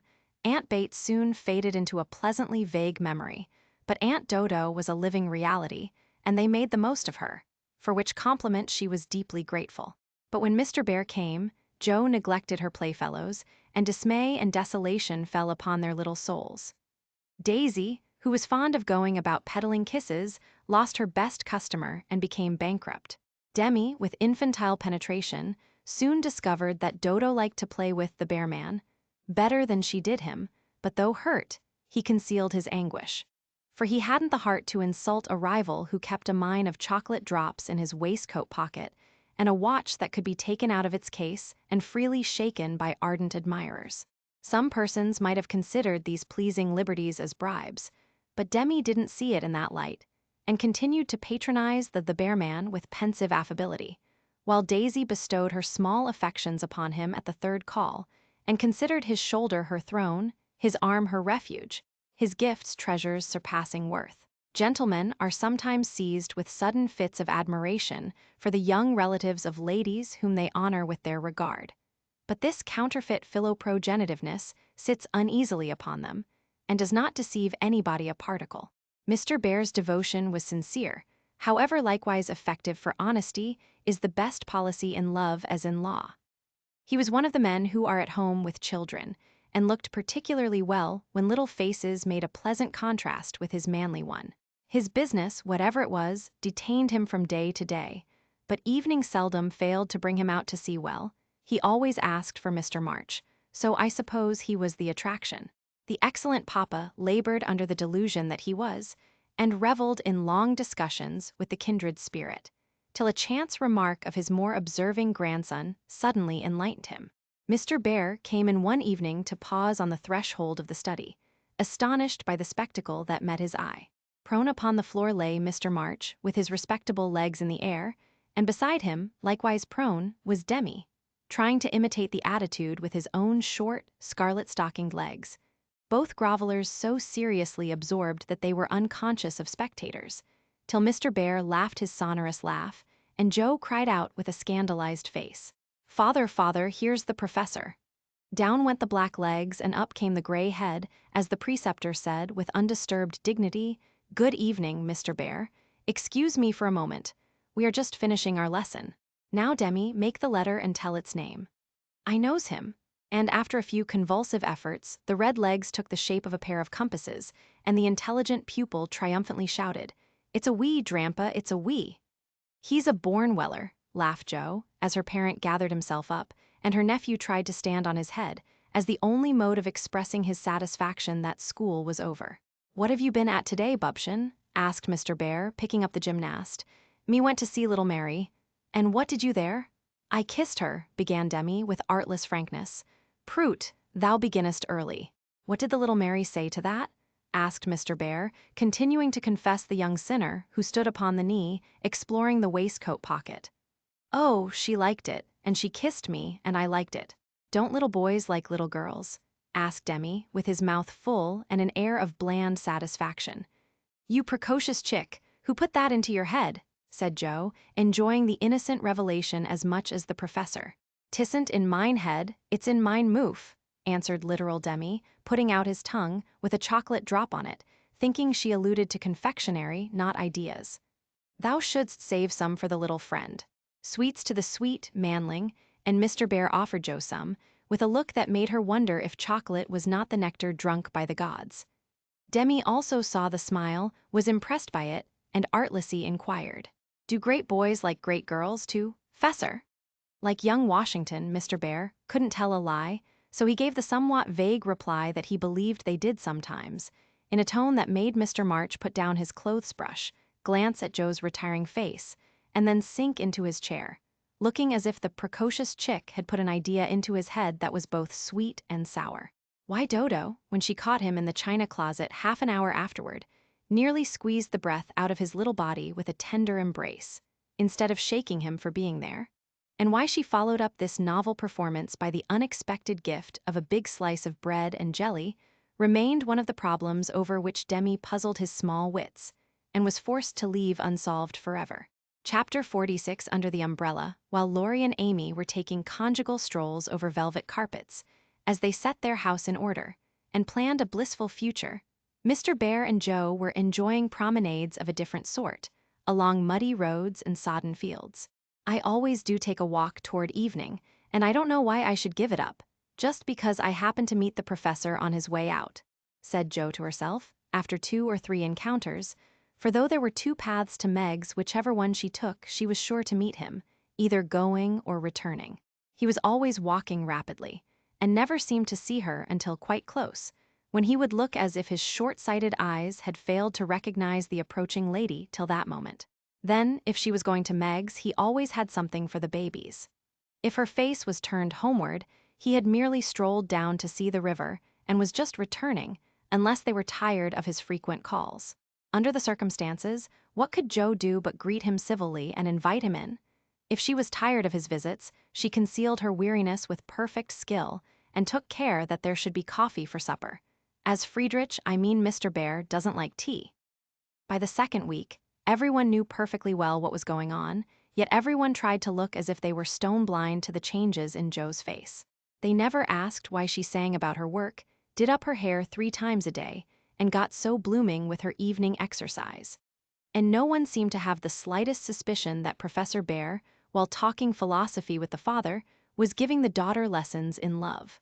Joe couldn't even lose her heart in a decorous manner, but sternly tried to quench her feelings, and failing to do so, led a somewhat agitated life. She was mortally afraid of being laughed at for surrendering, after her many and vehement declarations of independence. Laurie was her especial dread. But thanks to the new manager, he behaved with praiseworthy propriety, never called Mr. Bear, a capital old fellow, in public, never alluded, in the remotest manner, to Joe's improved appearance, or expressed the least surprise at seeing the professor's hat on the Marches' table nearly every evening. But he exulted in private, and longed for the time to come when he could give Joe a piece of plate, with a bear and a ragged staff on it as an appropriate coat of arms. For a fortnight, the professor came and went with lover-like regularity. Then he stayed away for 3 whole days and made no sign, a proceeding which caused everybody to look sober, and Joe to become pensive at first, and then, alas for romance, very cross. Disgusted, I dare say, and gone home as suddenly as he came. It's nothing to me, of course, but I should think he would have come and bid us good-bye like a gentleman, she said to herself, with a despairing look at the gate, as she put on her things for the customary walk one dull afternoon. You'd better take the little umbrella, dear. It looks like rain, said her mother, observing that she had on her new bonnet but not alluding to the fact. Yes, Marmee, do you want anything in town? I've got to run in and get some paper, returned Joe, pulling out the bow under her chin before the glass as an excuse for not looking at her mother. Yes, I want some twilled silesia, a paper of number 9 needles, and 2 yards of narrow lavender ribbon. Have you got your thick boots on and something warm under your cloak? I believe so, answered Joe absently. If you happen to meet Mr. Bear, bring him home to tea. I quite long to see the dear man, added Mrs. March. Joe heard that but made no answer except to kiss her mother and walk rapidly away, thinking with a glow of gratitude in spite of her heartache. How good she is to me. What do girls do who haven't any mothers to help them through their troubles? The dry goods stores were not down among the counting houses, banks, and wholesale warehouses, where gentlemen most do congregate, but Joe found herself in that part of the city before she did a single errand, loitering along as if waiting for someone, examining engineering instruments in one window and samples of wool in another, with most unfeminine interest, tumbling over barrels, being half smothered by descending bales, and hustled unceremoniously by busy men who looked as if they wondered how the deuce she got there. A drop of rain on her cheek recalled her thoughts from baffled hopes to ruined ribbons. For the drops continued to fall, and being a woman as well as a lover, she felt that, though it was too late to save her heart, she might her bonnet. Now she remembered the little umbrella, which she had forgotten to take in her hurry to be off, but regret was unavailing, and nothing could be done but borrow one or submit to a drenching. She looked up at the lowering sky, down at the crimson bow already flecked with black, forward along the muddy street, then one long, lingering look behind at a certain grimy warehouse, with Hoffman, Swartz, and Co. over the door, and said to herself with a sternly reproachful air, "It serves me right. What business had I to put on all my best things and come philandering down here, hoping to see the professor? Joe, I'm ashamed of you. No, you shall not go there to borrow an umbrella or find out where he is from his friends. You shall trudge away and do your errands in the rain, and if you catch your death and ruin your bonnet, it's no more than you deserve. Now then." With that she rushed across the street so impetuously that she narrowly escaped annihilation from a passing truck and precipitated herself into the arms of a stately old gentleman who said, "I beg pardon, ma'am," and looked mortally offended. Somewhat daunted, Joe righted herself, spread her handkerchief over the devoted ribbons, and putting temptation behind her, hurried on, with increasing dampness about the ankles and much clashing of umbrellas overhead. The fact that a somewhat dilapidated blue one remained stationary above the unprotected bonnet attracted her attention, and looking up, she saw Mr. Bear looking down. "I feel to know the strong-minded lady who goes so bravely under many horse-noses and so fast through much mud. What do you down here, my friend?" "I'm shopping." Mr. Bear smiled, as he glanced from the pickle factory on one side to the wholesale hide and leather concern on the other, but he only said politely, "You have no umbrella. May I go also and take for you the bundles?" "Yes, thank you." Joe's cheeks were as red as her ribbon, and she wondered what he thought of her, but she didn't care. For in a minute she found herself walking away arm in arm with her professor, feeling as if the sun had suddenly burst out with uncommon brilliancy, that the world was all right again, and that one thoroughly happy woman was paddling through the wet that day. "We thought you had gone," said Joe hastily, for she knew he was looking at her. Her bonnet wasn't big enough to hide her face, and she feared he might think the joy it betrayed unmaidenly. "Did you believe that I should go with no farewell to those who have been so heavenly kind to me?"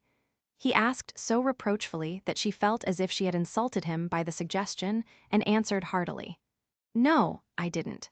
I knew you were busy about your own affairs, but we rather missed you, father and mother especially. And you? I'm always glad to see you, sir."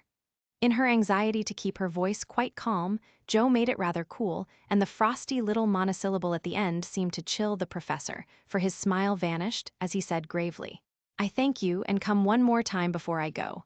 You are going then? I have no longer any business here, it is done." "Successfully, I hope," said Joe, for the bitterness of disappointment was in that short reply of his. "I ought to think so, for I have a way open to me by which I can make my bread and give my junglings much help." "Tell me, please. I like to know all about the boys," said Joe eagerly. "That is so kind, I gladly tell you. My friends find for me a place in a college, where I teach as at home, and earn enough to make the way smooth for France and Emil. For this I should be grateful, should I not?" "Indeed you should. How splendid it will be to have you doing what you like, and be able to see you often, and the boys," cried Joe, clinging to the lads as an excuse for the satisfaction she could not help betraying. "Ah, but we shall not meet often, I fear. This place is at the west." "So far away," and Joe left her skirts to their fate, as if it didn't matter now what became of her clothes or herself. Mr. Bear could read several languages, but he had not learned to read women yet. He flattered himself that he knew Joe pretty well, and was, therefore, much amazed by the contradictions of voice, face, and manner, which she showed him in rapid succession that day, for she was in half a dozen different moods in the course of half an hour. When she met him, she looked surprised, though it was impossible to help suspecting that she had come for that express purpose. When he offered her his arm, she took it with a look that filled him with delight, but when he asked if she missed him, she gave such a chilly, formal reply that despair fell upon him. On learning his good fortune, she almost clapped her hands. Was the joy all for the boys? Then, on hearing his destination, she said, "So far away," in a tone of despair that lifted him on to a pinnacle of hope, but the next minute she tumbled him down again by observing, like one entirely absorbed in the matter, "Here's the place for my errands. Will you come in? It won't take long." Jo rather prided herself upon her shopping capabilities, and particularly wished to impress her escort with the neatness and dispatch with which she would accomplish the business. But owing to the flutter she was in, everything went amiss.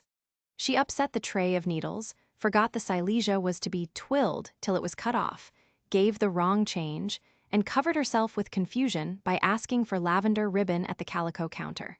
Mr. Bear stood by, watching her blush and blunder, and as he watched, his own bewilderment seemed to subside. For he was beginning to see that on some occasions, women, like dreams, go by contraries. When they came out, he put the parcel under his arm with a more cheerful aspect, and splashed through the puddles as if he rather enjoyed it on the whole. "Should we no do a little what you call shopping for the babies, and half a farewell feast tonight if I go for my last call at your so pleasant home?" he asked, stopping before a window full of fruit and flowers. "What will we buy?" asked Jo, ignoring the latter part of his speech and sniffing the mingled odors with an affectation of delight as they went in. "May they have oranges and figs?" asked Mr. Bear, with a paternal air. "They eat them when they can get them. Do you care for nuts?" "Like a squirrel." "Hamburg grapes. Yes, we shall drink to the fatherland in those." Jo frowned upon that piece of extravagance and asked why he didn't buy a frail of dates, a cask of raisins, and a bag of almonds and be done with it. Whereat Mr. Bear confiscated her purse, produced his own, and finished the marketing by buying several pounds of grapes, a pot of rosy daisies, and a pretty jar of honey, to be regarded in the light of a demijohn. Then distorting his pockets with knobby bundles, and giving her the flowers to hold, he put up the old umbrella, and they traveled on again. "Miss Marsh, I have a great favor to ask of you," began the professor, after a moist promenade of half a block. "Yes, sir," and Jo's heart began to beat so hard she was afraid he would hear it. "I am bold to say it in spite of the rain, because so short a time remains to me."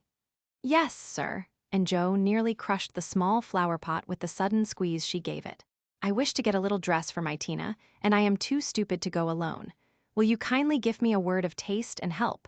"Yes, sir," and Jo felt as calm and cool all of a sudden as if she had stepped into a refrigerator. "Perhaps also a shawl for Tina's mother. She is so poor and sick, and the husband is such a care."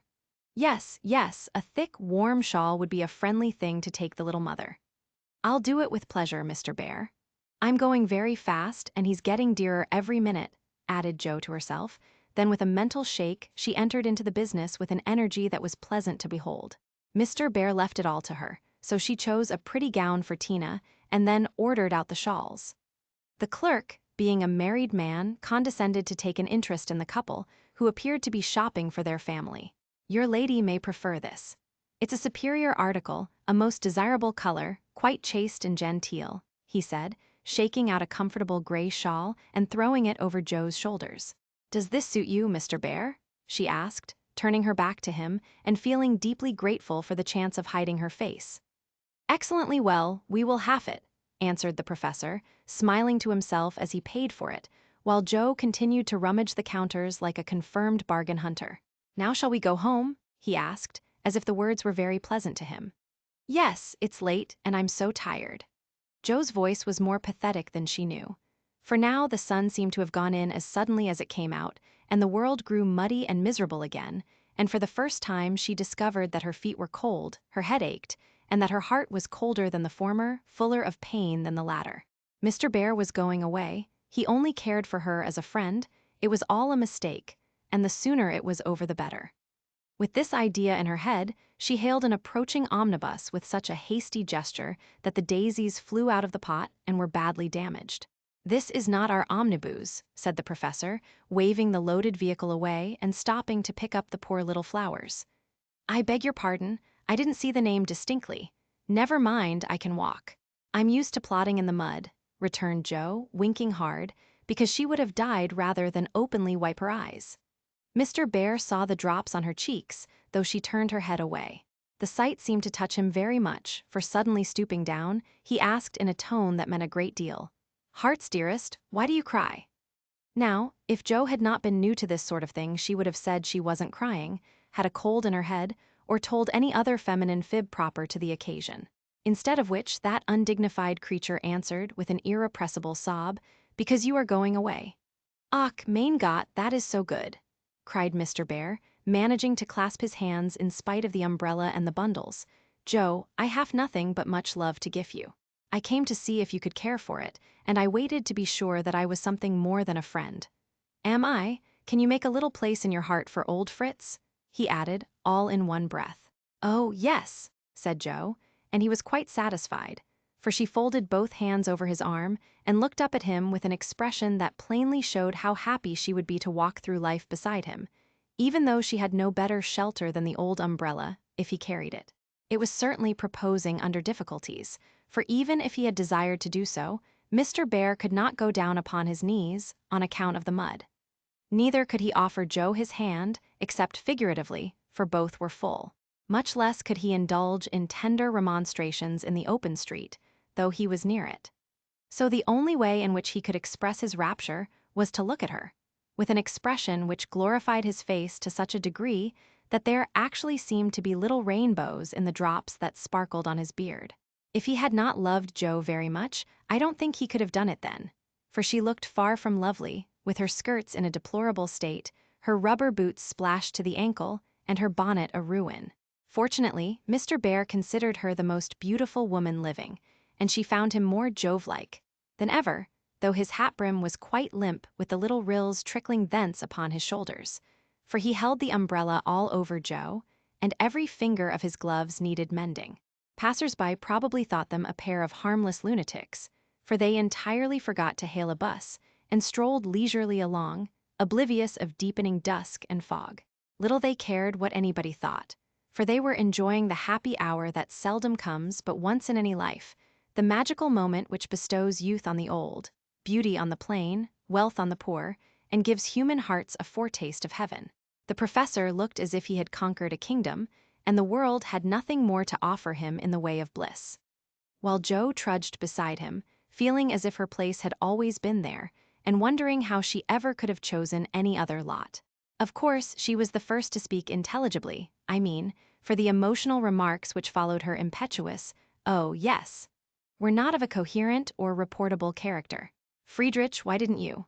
"Ah, heaven, she gives me the name that no one speaks since Minna died," cried the professor, pausing in a puddle to regard her with grateful delight.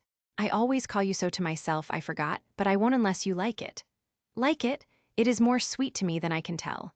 Say, thou, also, and I shall say your language is almost as beautiful as mine." "Isn't thou a little sentimental?" asked Jo, privately thinking it a lovely monosyllable. "Sentimental? Yes. Thank God, we Germans believe in sentiment and keep ourselves young mid it. Your English you is so cold, say, thou, heart's dearest, it means so much to me," pleaded Mr. Bear, more like a romantic student than a grave professor. "Well then, why didn't thou tell me all this sooner?" asked Jo bashfully. "Now I shall have to show thee all my heart, and I so gladly will, because thou must take care of it hereafter. See then, my Jo, the dear, funny little name. I had a wish to tell something the day I said goodbye in New York, but I thought the handsome friend was betrothed to thee, and so I spoke not. Wouldst thou have said yes, then, if I had spoken? I don't know, I'm afraid not, for I didn't have any heart just then. Prut, that I do not believe. It was asleep till the fairy prince came through the wood and waked it up. Ah well, die erst lieb ist die beste, but that I should not expect. Yes, the first love is the best, but be so contented, for I never had another. Teddy was only a boy and soon got over his little fancy," said Jo, anxious to correct the professor's mistake. "Good, then I shall rest happy, and be sure that thou givest me all. I have waited so long, I am grown selfish, as thou wilt find, professorin." "I like that. cried Joe, delighted with her new name. "Now tell me what brought you at last, just when I wanted you." "This." And Mr. Bear took a little worn paper out of his waistcoat pocket. Joe unfolded it and looked much abashed, for it was one of her own contributions to a paper that paid for poetry, which accounted for her sending it an occasional attempt. "How could that bring you?" she asked, wondering what he meant. "I found it by chance. I knew it by the names and the initials, and in it there was one little verse that seemed to call me. Read and find him. I will see that you go not in the wet. In the garret 4 little chests all in a row, dim with dust, and worn by time, all fashioned and filled, long ago, by children now in their prime. 4 little keys hung side by side, with faded ribbons, brave and gay when fastened there, with childish pride long ago on a rainy day. 4 little names, one on each lid, carved out by a boyish hand, and underneath there lieth hid histories of the happy band once playing here, and pausing oft to hear the sweet refrain that came and went on the roof aloft in the falling summer rain. Meg on the first lid, smooth and fair. I look in with loving eyes, for folded here, with well-known care, a goodly gathering lies, the record of a peaceful life gifts to gentle child and girl, a bridal gown, lines to a wife, a tiny shoe, a baby curl. No toys in this first chest remain, for all are carried away in their old age, to join again in another small Meg's play. Ah, happy mother! Well I know you hear, like a sweet refrain, lullabies ever soft and low in the falling summer rain. Joe on the next lid, scratched and worn, and within a motley store of headless dolls, of school books torn, birds and beasts that speak no more, spoils brought home from the fairy ground only trod by youthful feet, dreams of a future never found, memories of a past still sweet, half-writ poems, stories wild, April letters, warm and cold, diaries of a willful child, hints of a woman early old, a woman in a lonely home hearing, like a sad refrain, be worthy, love and love will come, in the falling summer rain. My bait, the dust is always swept from the lid that bears your name, as if by loving eyes that wept, by careful hands that often came. Death canonized for us one saint, ever less human than divine, and still we lay, with tender plaint, relics in this household shrine the silver bell, so seldom rung, the little cap which last she wore, the fair, dead Catherine that hung by angels born above her door. The songs she sang, without lament, in her prison house of pain, forever are they sweetly blent with the falling summer rain. Upon the last lid's polished field, legend now both fair and true, a gallant knight bears on his shield, Amy, in letters gold and blue. Within lie snoods that bound her hair, slippers that have danced their last, faded flowers laid by with care, fans whose airy toils are past, gay valentines, all ardent flames, trifles that have borne their part in girlish hopes and fears and shames, the record of a maiden heart now learning fairer, truer spells, hearing, like a blithe refrain, the silver sound of bridal bells in the falling summer rain. 4 little chests all in a row, dim with dust, and worn by time, 4 women, taught by weal and woe to love and labor in their prime. 4 sisters, parted for an hour, none lost, one only gone before, made by love's immortal power, nearest and dearest evermore. Oh, when these hidden stores of ours lie open to the Father's sight, may they be rich in golden hours, deeds that show fairer for the light, lives whose brave music long shall ring, like a spirit-stirring strain, souls that shall gladly soar and sing in the long sunshine after rain. It's very bad poetry, but I felt it when I wrote it, one day when I was very lonely, and had a good cry on a rag bag. I never thought it would go where it could tell tales, said Joe, tearing up the verses the professor had treasured so long. Let it go, it has done its duty, and I will have a fresh one when I read all the brown book in which she keeps her little secrets, said Mr. Bear, with a smile, as he watched the fragments fly away on the wind. Yes, he added earnestly, I read that, and I think to myself, she has a sorrow, she is lonely, she would find comfort in true love. I have a heart full for her. Shall I not go and say, if this is not too poor a thing to give for what I shall hope to receive, take it in God's name? And so you came to find that it was not too poor, but the one precious thing I needed, whispered Joe. I had no courage to think that at first, heavenly kind as was your welcome to me. But soon I began to hope, and then I said, I will have her if I die for it, and so I will, cried Mr. Bear, with a defiant nod, as if the walls of mist closing round them were barriers which he was to surmount or valiantly knock down. Joe thought that was splendid, and resolved to be worthy of her knight, though he did not come prancing on a charger in gorgeous array. "What made you stay away so long?" she asked presently, finding it so pleasant to ask confidential questions and get delightful answers that she could not keep silent.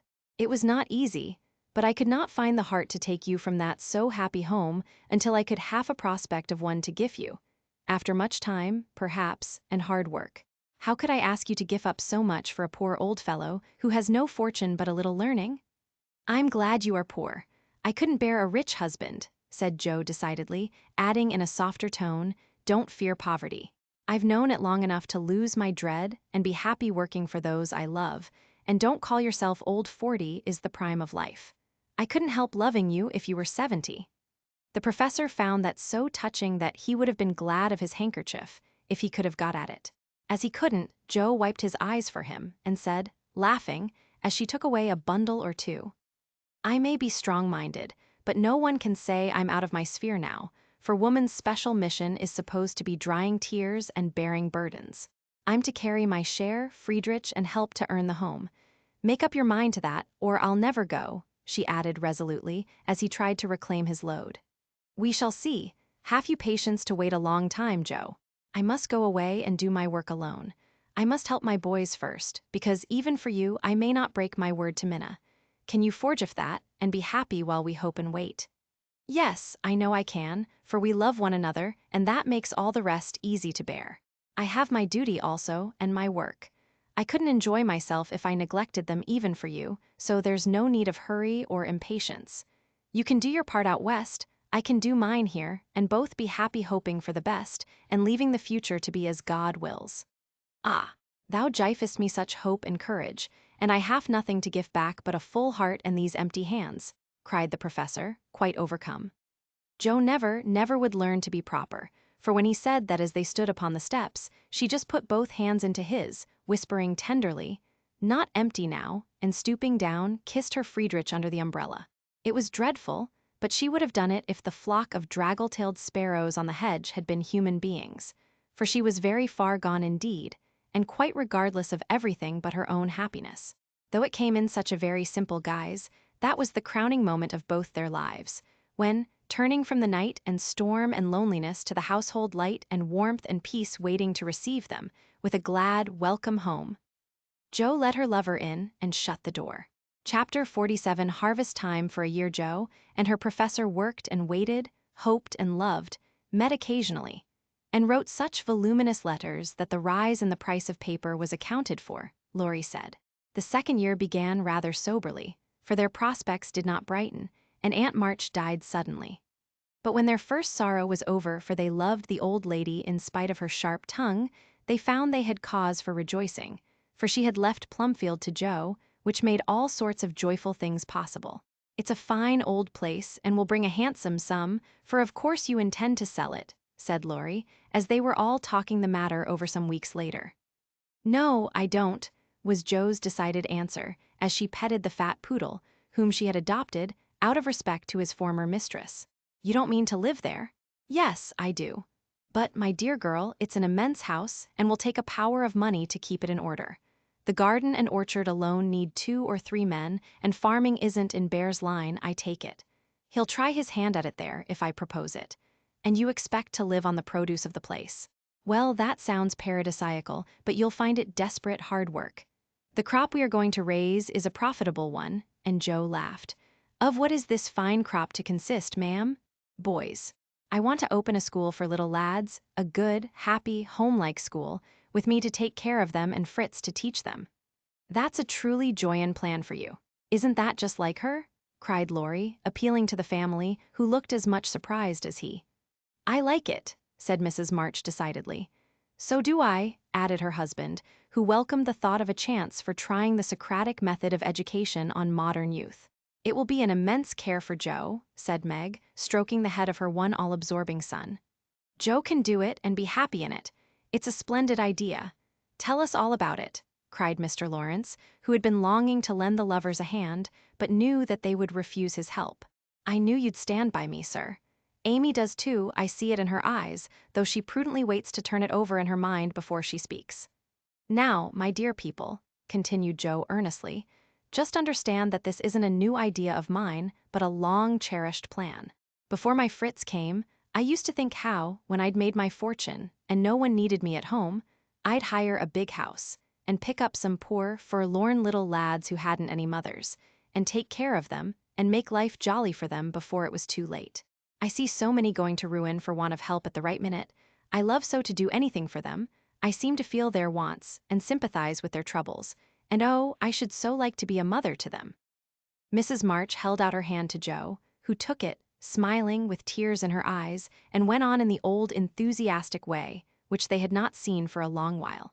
I told my plan to Fritz once, and he said it was just what he would like, and agreed to try it when we got rich. Bless his dear heart, he's been doing it all his life, helping poor boys, not getting rich, that he'll never be. Money doesn't stay in his pocket long enough to lay up any. But now, thanks to my good old aunt, who loved me better than I ever deserved, I'm rich, at least I feel so, and we can live at Plumfield perfectly well if we have a flourishing school. It's just the place for boys, the house is big, and the furniture strong and plain. There's plenty of room for dozens inside and splendid grounds outside. They could help in the garden and orchard. Such work is healthy, isn't it, sir? Then Fritz could train and teach in his own way, and father will help him. I can feed and nurse and pet and scold them, and mother will be my standby. I've always longed for lots of boys, and never had enough. Now I can fill the house full and revel in the little dears to my heart's content. Think what luxury, Plumfield my own, and a wilderness of boys to enjoy it with me. As Joe waved her hands and gave a sigh of rapture, the family went off into a gale of merriment, and Mr. Lawrence laughed till they thought he'd have an apoplectic fit. I don't see anything funny, she said gravely, when she could be heard. Nothing could be more natural and proper than for my professor to open a school, and for me to prefer to reside in my own estate. She is putting on airs already, said Laurie, who regarded the idea in the light of a capital joke. But may I inquire how you intend to support the establishment? If all the pupils are little ragamuffins, I'm afraid your crop won't be profitable in a worldly sense, Mrs. Bear. Now don't be a wet blanket, Teddy. Of course I shall have rich pupils, also perhaps begin with such altogether. Then, when I've got a start, I can take in a ragamuffin or two, just for a relish. Rich people's children often need care and comfort, as well as poor. I've seen unfortunate little creatures left to servants, or backward ones pushed forward, when it's real cruelty. Some are naughty through mismanagement or neglect, and some lose their mothers. Besides, the best have to get through the hobbledehoy age, and that's the very time they need most patience and kindness. People laugh at them, and hustle them about, try to keep them out of sight, and expect them to turn all at once from pretty children into fine young men. They don't complain much, plucky little souls, but they feel it. I've been through something of it, and I know all about it. I've a special interest in such young bears, and like to show them that I see the warm, honest, well-meaning boys' hearts, in spite of the clumsy arms and legs and the topsy-turvy heads. I've had experience, too, for haven't I brought up one boy to be a pride and honor to his family? I'll testify that you tried to do it, said Laurie with a grateful look. And I've succeeded beyond my hopes, for here you are, a steady, sensible businessman, doing heaps of good with your money, and laying up the blessings of the poor instead of dollars. But you are not merely a businessman, you love good and beautiful things, enjoy them yourself, and let others go halves, as you always did in the old times. I am proud of you, Teddy, for you get better every year, and everyone feels it, though you won't let them say so. Yes, and when I have my flock, I'll just point to you and say, there's your model, my lads. Poor Laurie didn't know where to look, for man though he was, something of the old bashfulness came over him as this burst of praise made all faces turn approvingly upon him. I say, Joe, that's rather too much, he began, just in his old boyish way. You have all done more for me than I can ever thank you for, except by doing my best not to disappoint you. You have rather cast me off lately, Joe, but I've had the best of help, nevertheless. So, if I've got on at all, you may thank these two for it. And he laid one hand gently on his grandfather's head and the other on Amy's golden one, for the three were never far apart. I do think that families are the most beautiful things in all the world, burst out Joe, who was in an unusually uplifted frame of mind just then. When I have one of my own, I hope it will be as happy as the three I know and love the best. If John and my Fritz were only here, it would be quite a little heaven on earth," she added more quietly. And that night, when she went to her room after a blissful evening of family councils, hopes, and plans, her heart was so full of happiness that she could only calm it by kneeling beside the empty bed always near her own, and thinking tender thoughts of Bate. It was a very astonishing year altogether, for things seemed to happen in an unusually rapid and delightful manner. Almost before she knew where she was, Jo found herself married and settled at Plumfield. Then a family of 6 or 7 boys sprung up like mushrooms and flourished surprisingly, poor boys as well as rich. For Mr. Lawrence was continually finding some touching case of destitution and begging the Bears to take pity on the child, and he would gladly pay a trifle for its support. In this way, the sly old gentleman got round proud Jo and furnished her with the style of boy in which she most delighted. Of course it was uphill work at first, and Jo made queer mistakes, but the wise professor steered her safely into calmer waters, and the most rampant ragamuffin was conquered in the end. How Jo did enjoy her wilderness of boys, and how poor, dear Aunt March would have lamented had she been there to see the sacred precincts of Prim. Well-ordered Plumfield overrun with Toms, Dicks, and Harrys. There was a sort of poetic justice about it, after all, for the old lady had been the terror of the boys for miles around. And now the exiles feasted freely on forbidden plums, kicked up the gravel with profane boots unreproved, and played cricket in the big field where the irritable cow with a crumpled horn used to invite rash youths to come and be tossed. It became a sort of boys' paradise, and Laurie suggested that it should be called the Bear Garden, as a compliment to its master and appropriate to its inhabitants. It never was a fashionable school, and the professor did not lay up a fortune, but it was just what Jo intended it to be, a happy, home-like place for boys who needed teaching, care, and kindness. Every room in the big house was soon full. Every little plot in the garden soon had its owner. A regular menagerie appeared in barn and shed, for pet animals were allowed. And 3 times a day, Jo smiled at her Fritz from the head of a long table lined on either side with rows of happy young faces, which all turned to her with affectionate eyes, confiding words, and grateful hearts, full of love for Mother Bear. She had boys enough now, and did not tire of them, though they were not angels, by any means, and some of them caused both professor and professorin much trouble and anxiety. But her faith in the good spot which exists in the heart of the naughtiest, sauciest, most tantalizing little ragamuffin gave her patience, skill, and in time success. For no mortal boy could hold out long with Father Bear shining on him as benevolently as the sun, and Mother Bear forgiving him 70 times 7. Very precious to Jo was the friendship of the lads, their penitent sniffs and whispers after wrongdoing, their droll or touching little confidences, their pleasant enthusiasms, hopes, and plans, even their misfortunes, for they only endeared them to her all the more. There were slow boys and bashful boys, feeble boys and riotous boys, boys that lisped and boys that stuttered, 1 or 2 lame ones, and a merry little quadroon who could not be taken in elsewhere, but who was welcome to the Bear Garden, though some people predicted that his admission would ruin the school. Yes, Jo was a very happy woman there, in spite of hard work, much anxiety, and a perpetual racket. She enjoyed it heartily and found the applause of her boys more satisfying than any praise of the world. For now she told no stories except to her flock of enthusiastic believers and admirers. As the years went on, 2 little lads of her own came to increase her happiness. Rob, named for Grandpa, and Teddy, a happy-go-lucky baby, who seemed to have inherited his papa's sunshiny temper as well as his mother's lively spirit. How they ever grew up alive in that whirlpool of boys was a mystery to their grandma and aunts, but they flourished like dandelions in spring, and their rough nurses loved and served them well. There were a great many holidays at Plumfield, and one of the most delightful was the yearly apple picking. For then the Marches, Lawrences, Brooks, and Bears turned out in full force and made a day of it.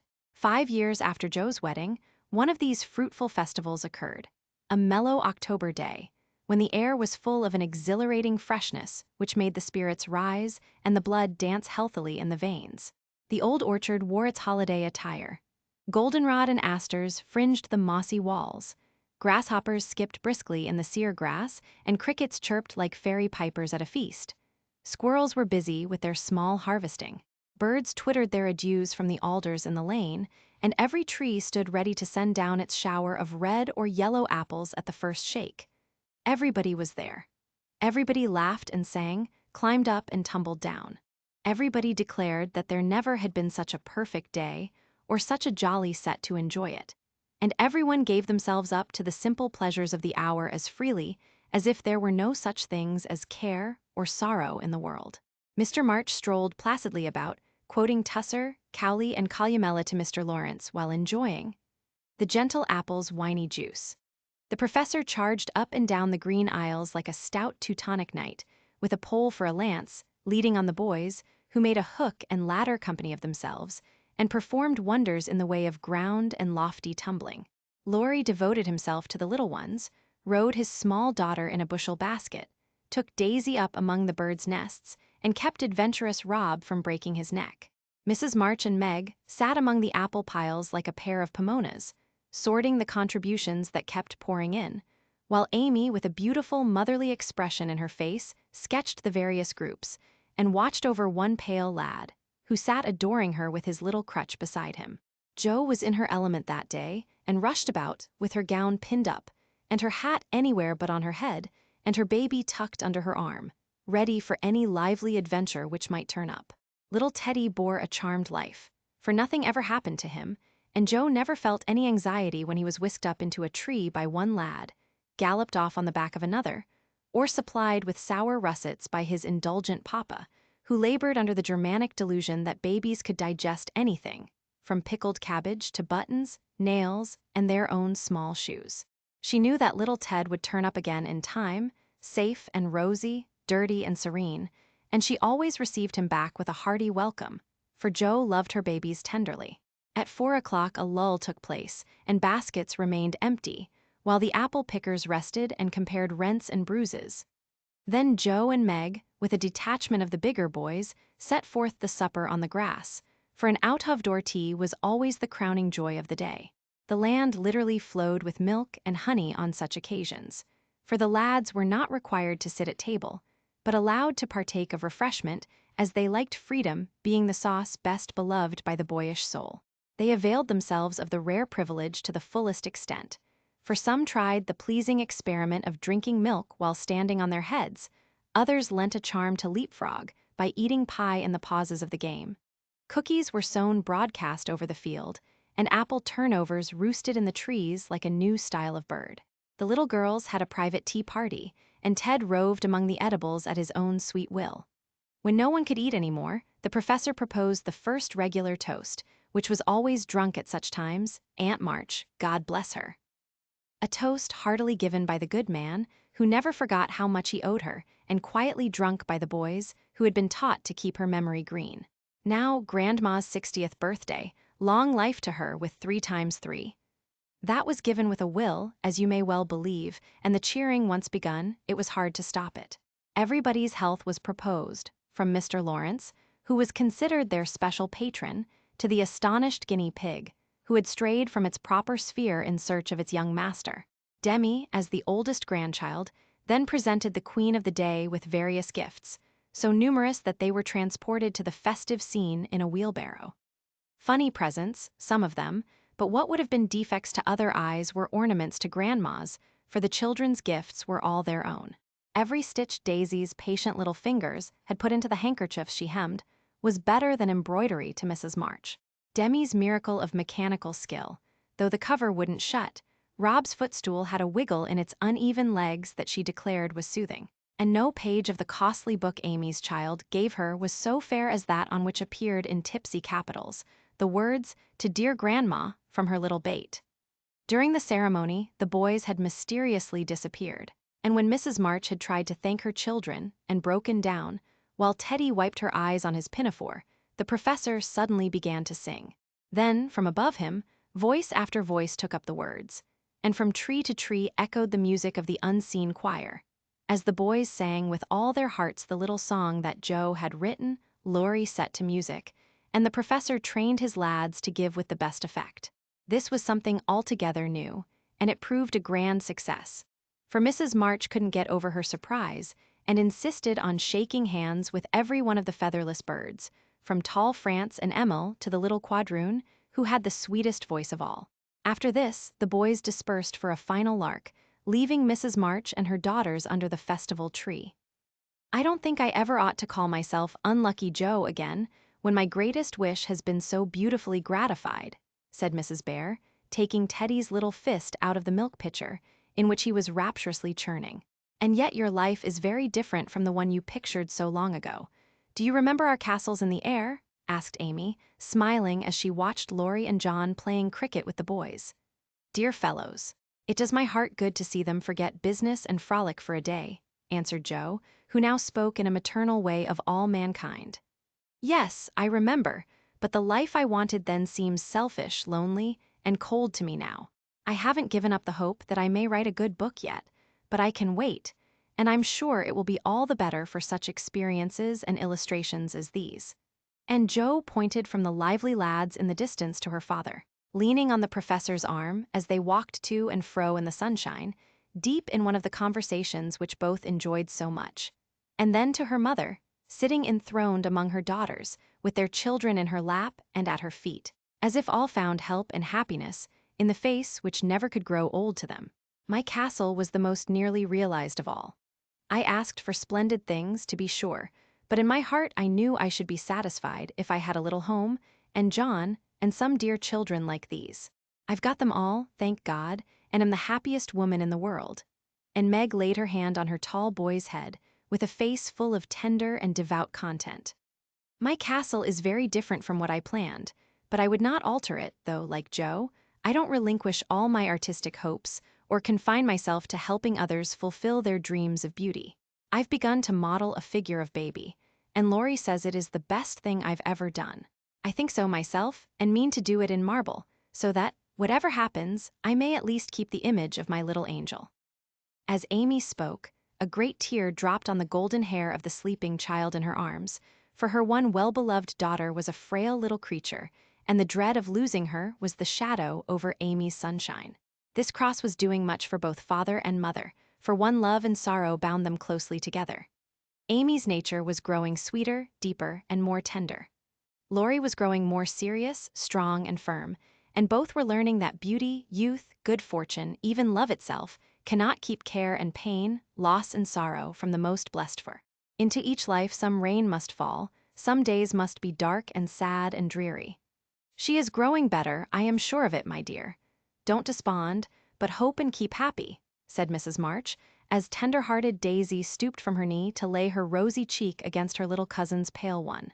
I never ought to, while I have you to cheer me up, Marmee, and Laurie to take more than half of every burden, replied Amy warmly. He never lets me see his anxiety, but is so sweet and patient with me, so devoted to Bate, and such a stay and comfort to me always that I can't love him enough. So, in spite of my one cross, I can say with Meg, thank God, I'm a happy woman. There's no need for me to say it, for everyone can see that I'm far happier than I deserve, added Joe, glancing from her good husband to her chubby children, tumbling on the grass beside her. Fritz is getting gray and stout. I'm growing as thin as a shadow, and am 30. We never shall be rich, and Plumfield may burn up any night, for that incorrigible Tommy Bangs will smoke sweet fern cigars under the bedclothes, though he set himself afire 3 times already. But in spite of these unromantic facts, I have nothing to complain of, and never was so jolly in my life. Excuse the remark, but living among boys, I can't help using their expressions now and then. Yes, Joe, I think your harvest will be a good one, began Mrs. March, frightening away a big black cricket that was staring Teddy out of countenance. Not half so good as yours, mother. Here it is, and we never can thank you enough for the patient sowing and reaping you have done, cried Joe, with the loving impetuosity which she never would outgrow. I hope there will be more wheat and fewer tares every year, said Amy softly. A large sheaf, but I know there's room in your heart for it, Marmee dear, added Meg's tender voice. Touched to the heart, Mrs. March could only stretch out her arms, as if to gather children and grandchildren to herself, and say, with face and voice full of motherly love, gratitude, and humility, "Oh, my girls, however long you may live, I never can wish you a greater happiness than this." End of the Project Gutenberg ebook of Little Women by Louisa May Alcott. Thank you for listening. If you enjoyed this story, don't forget to follow the reading lantern and let its light guide you to your next great tale.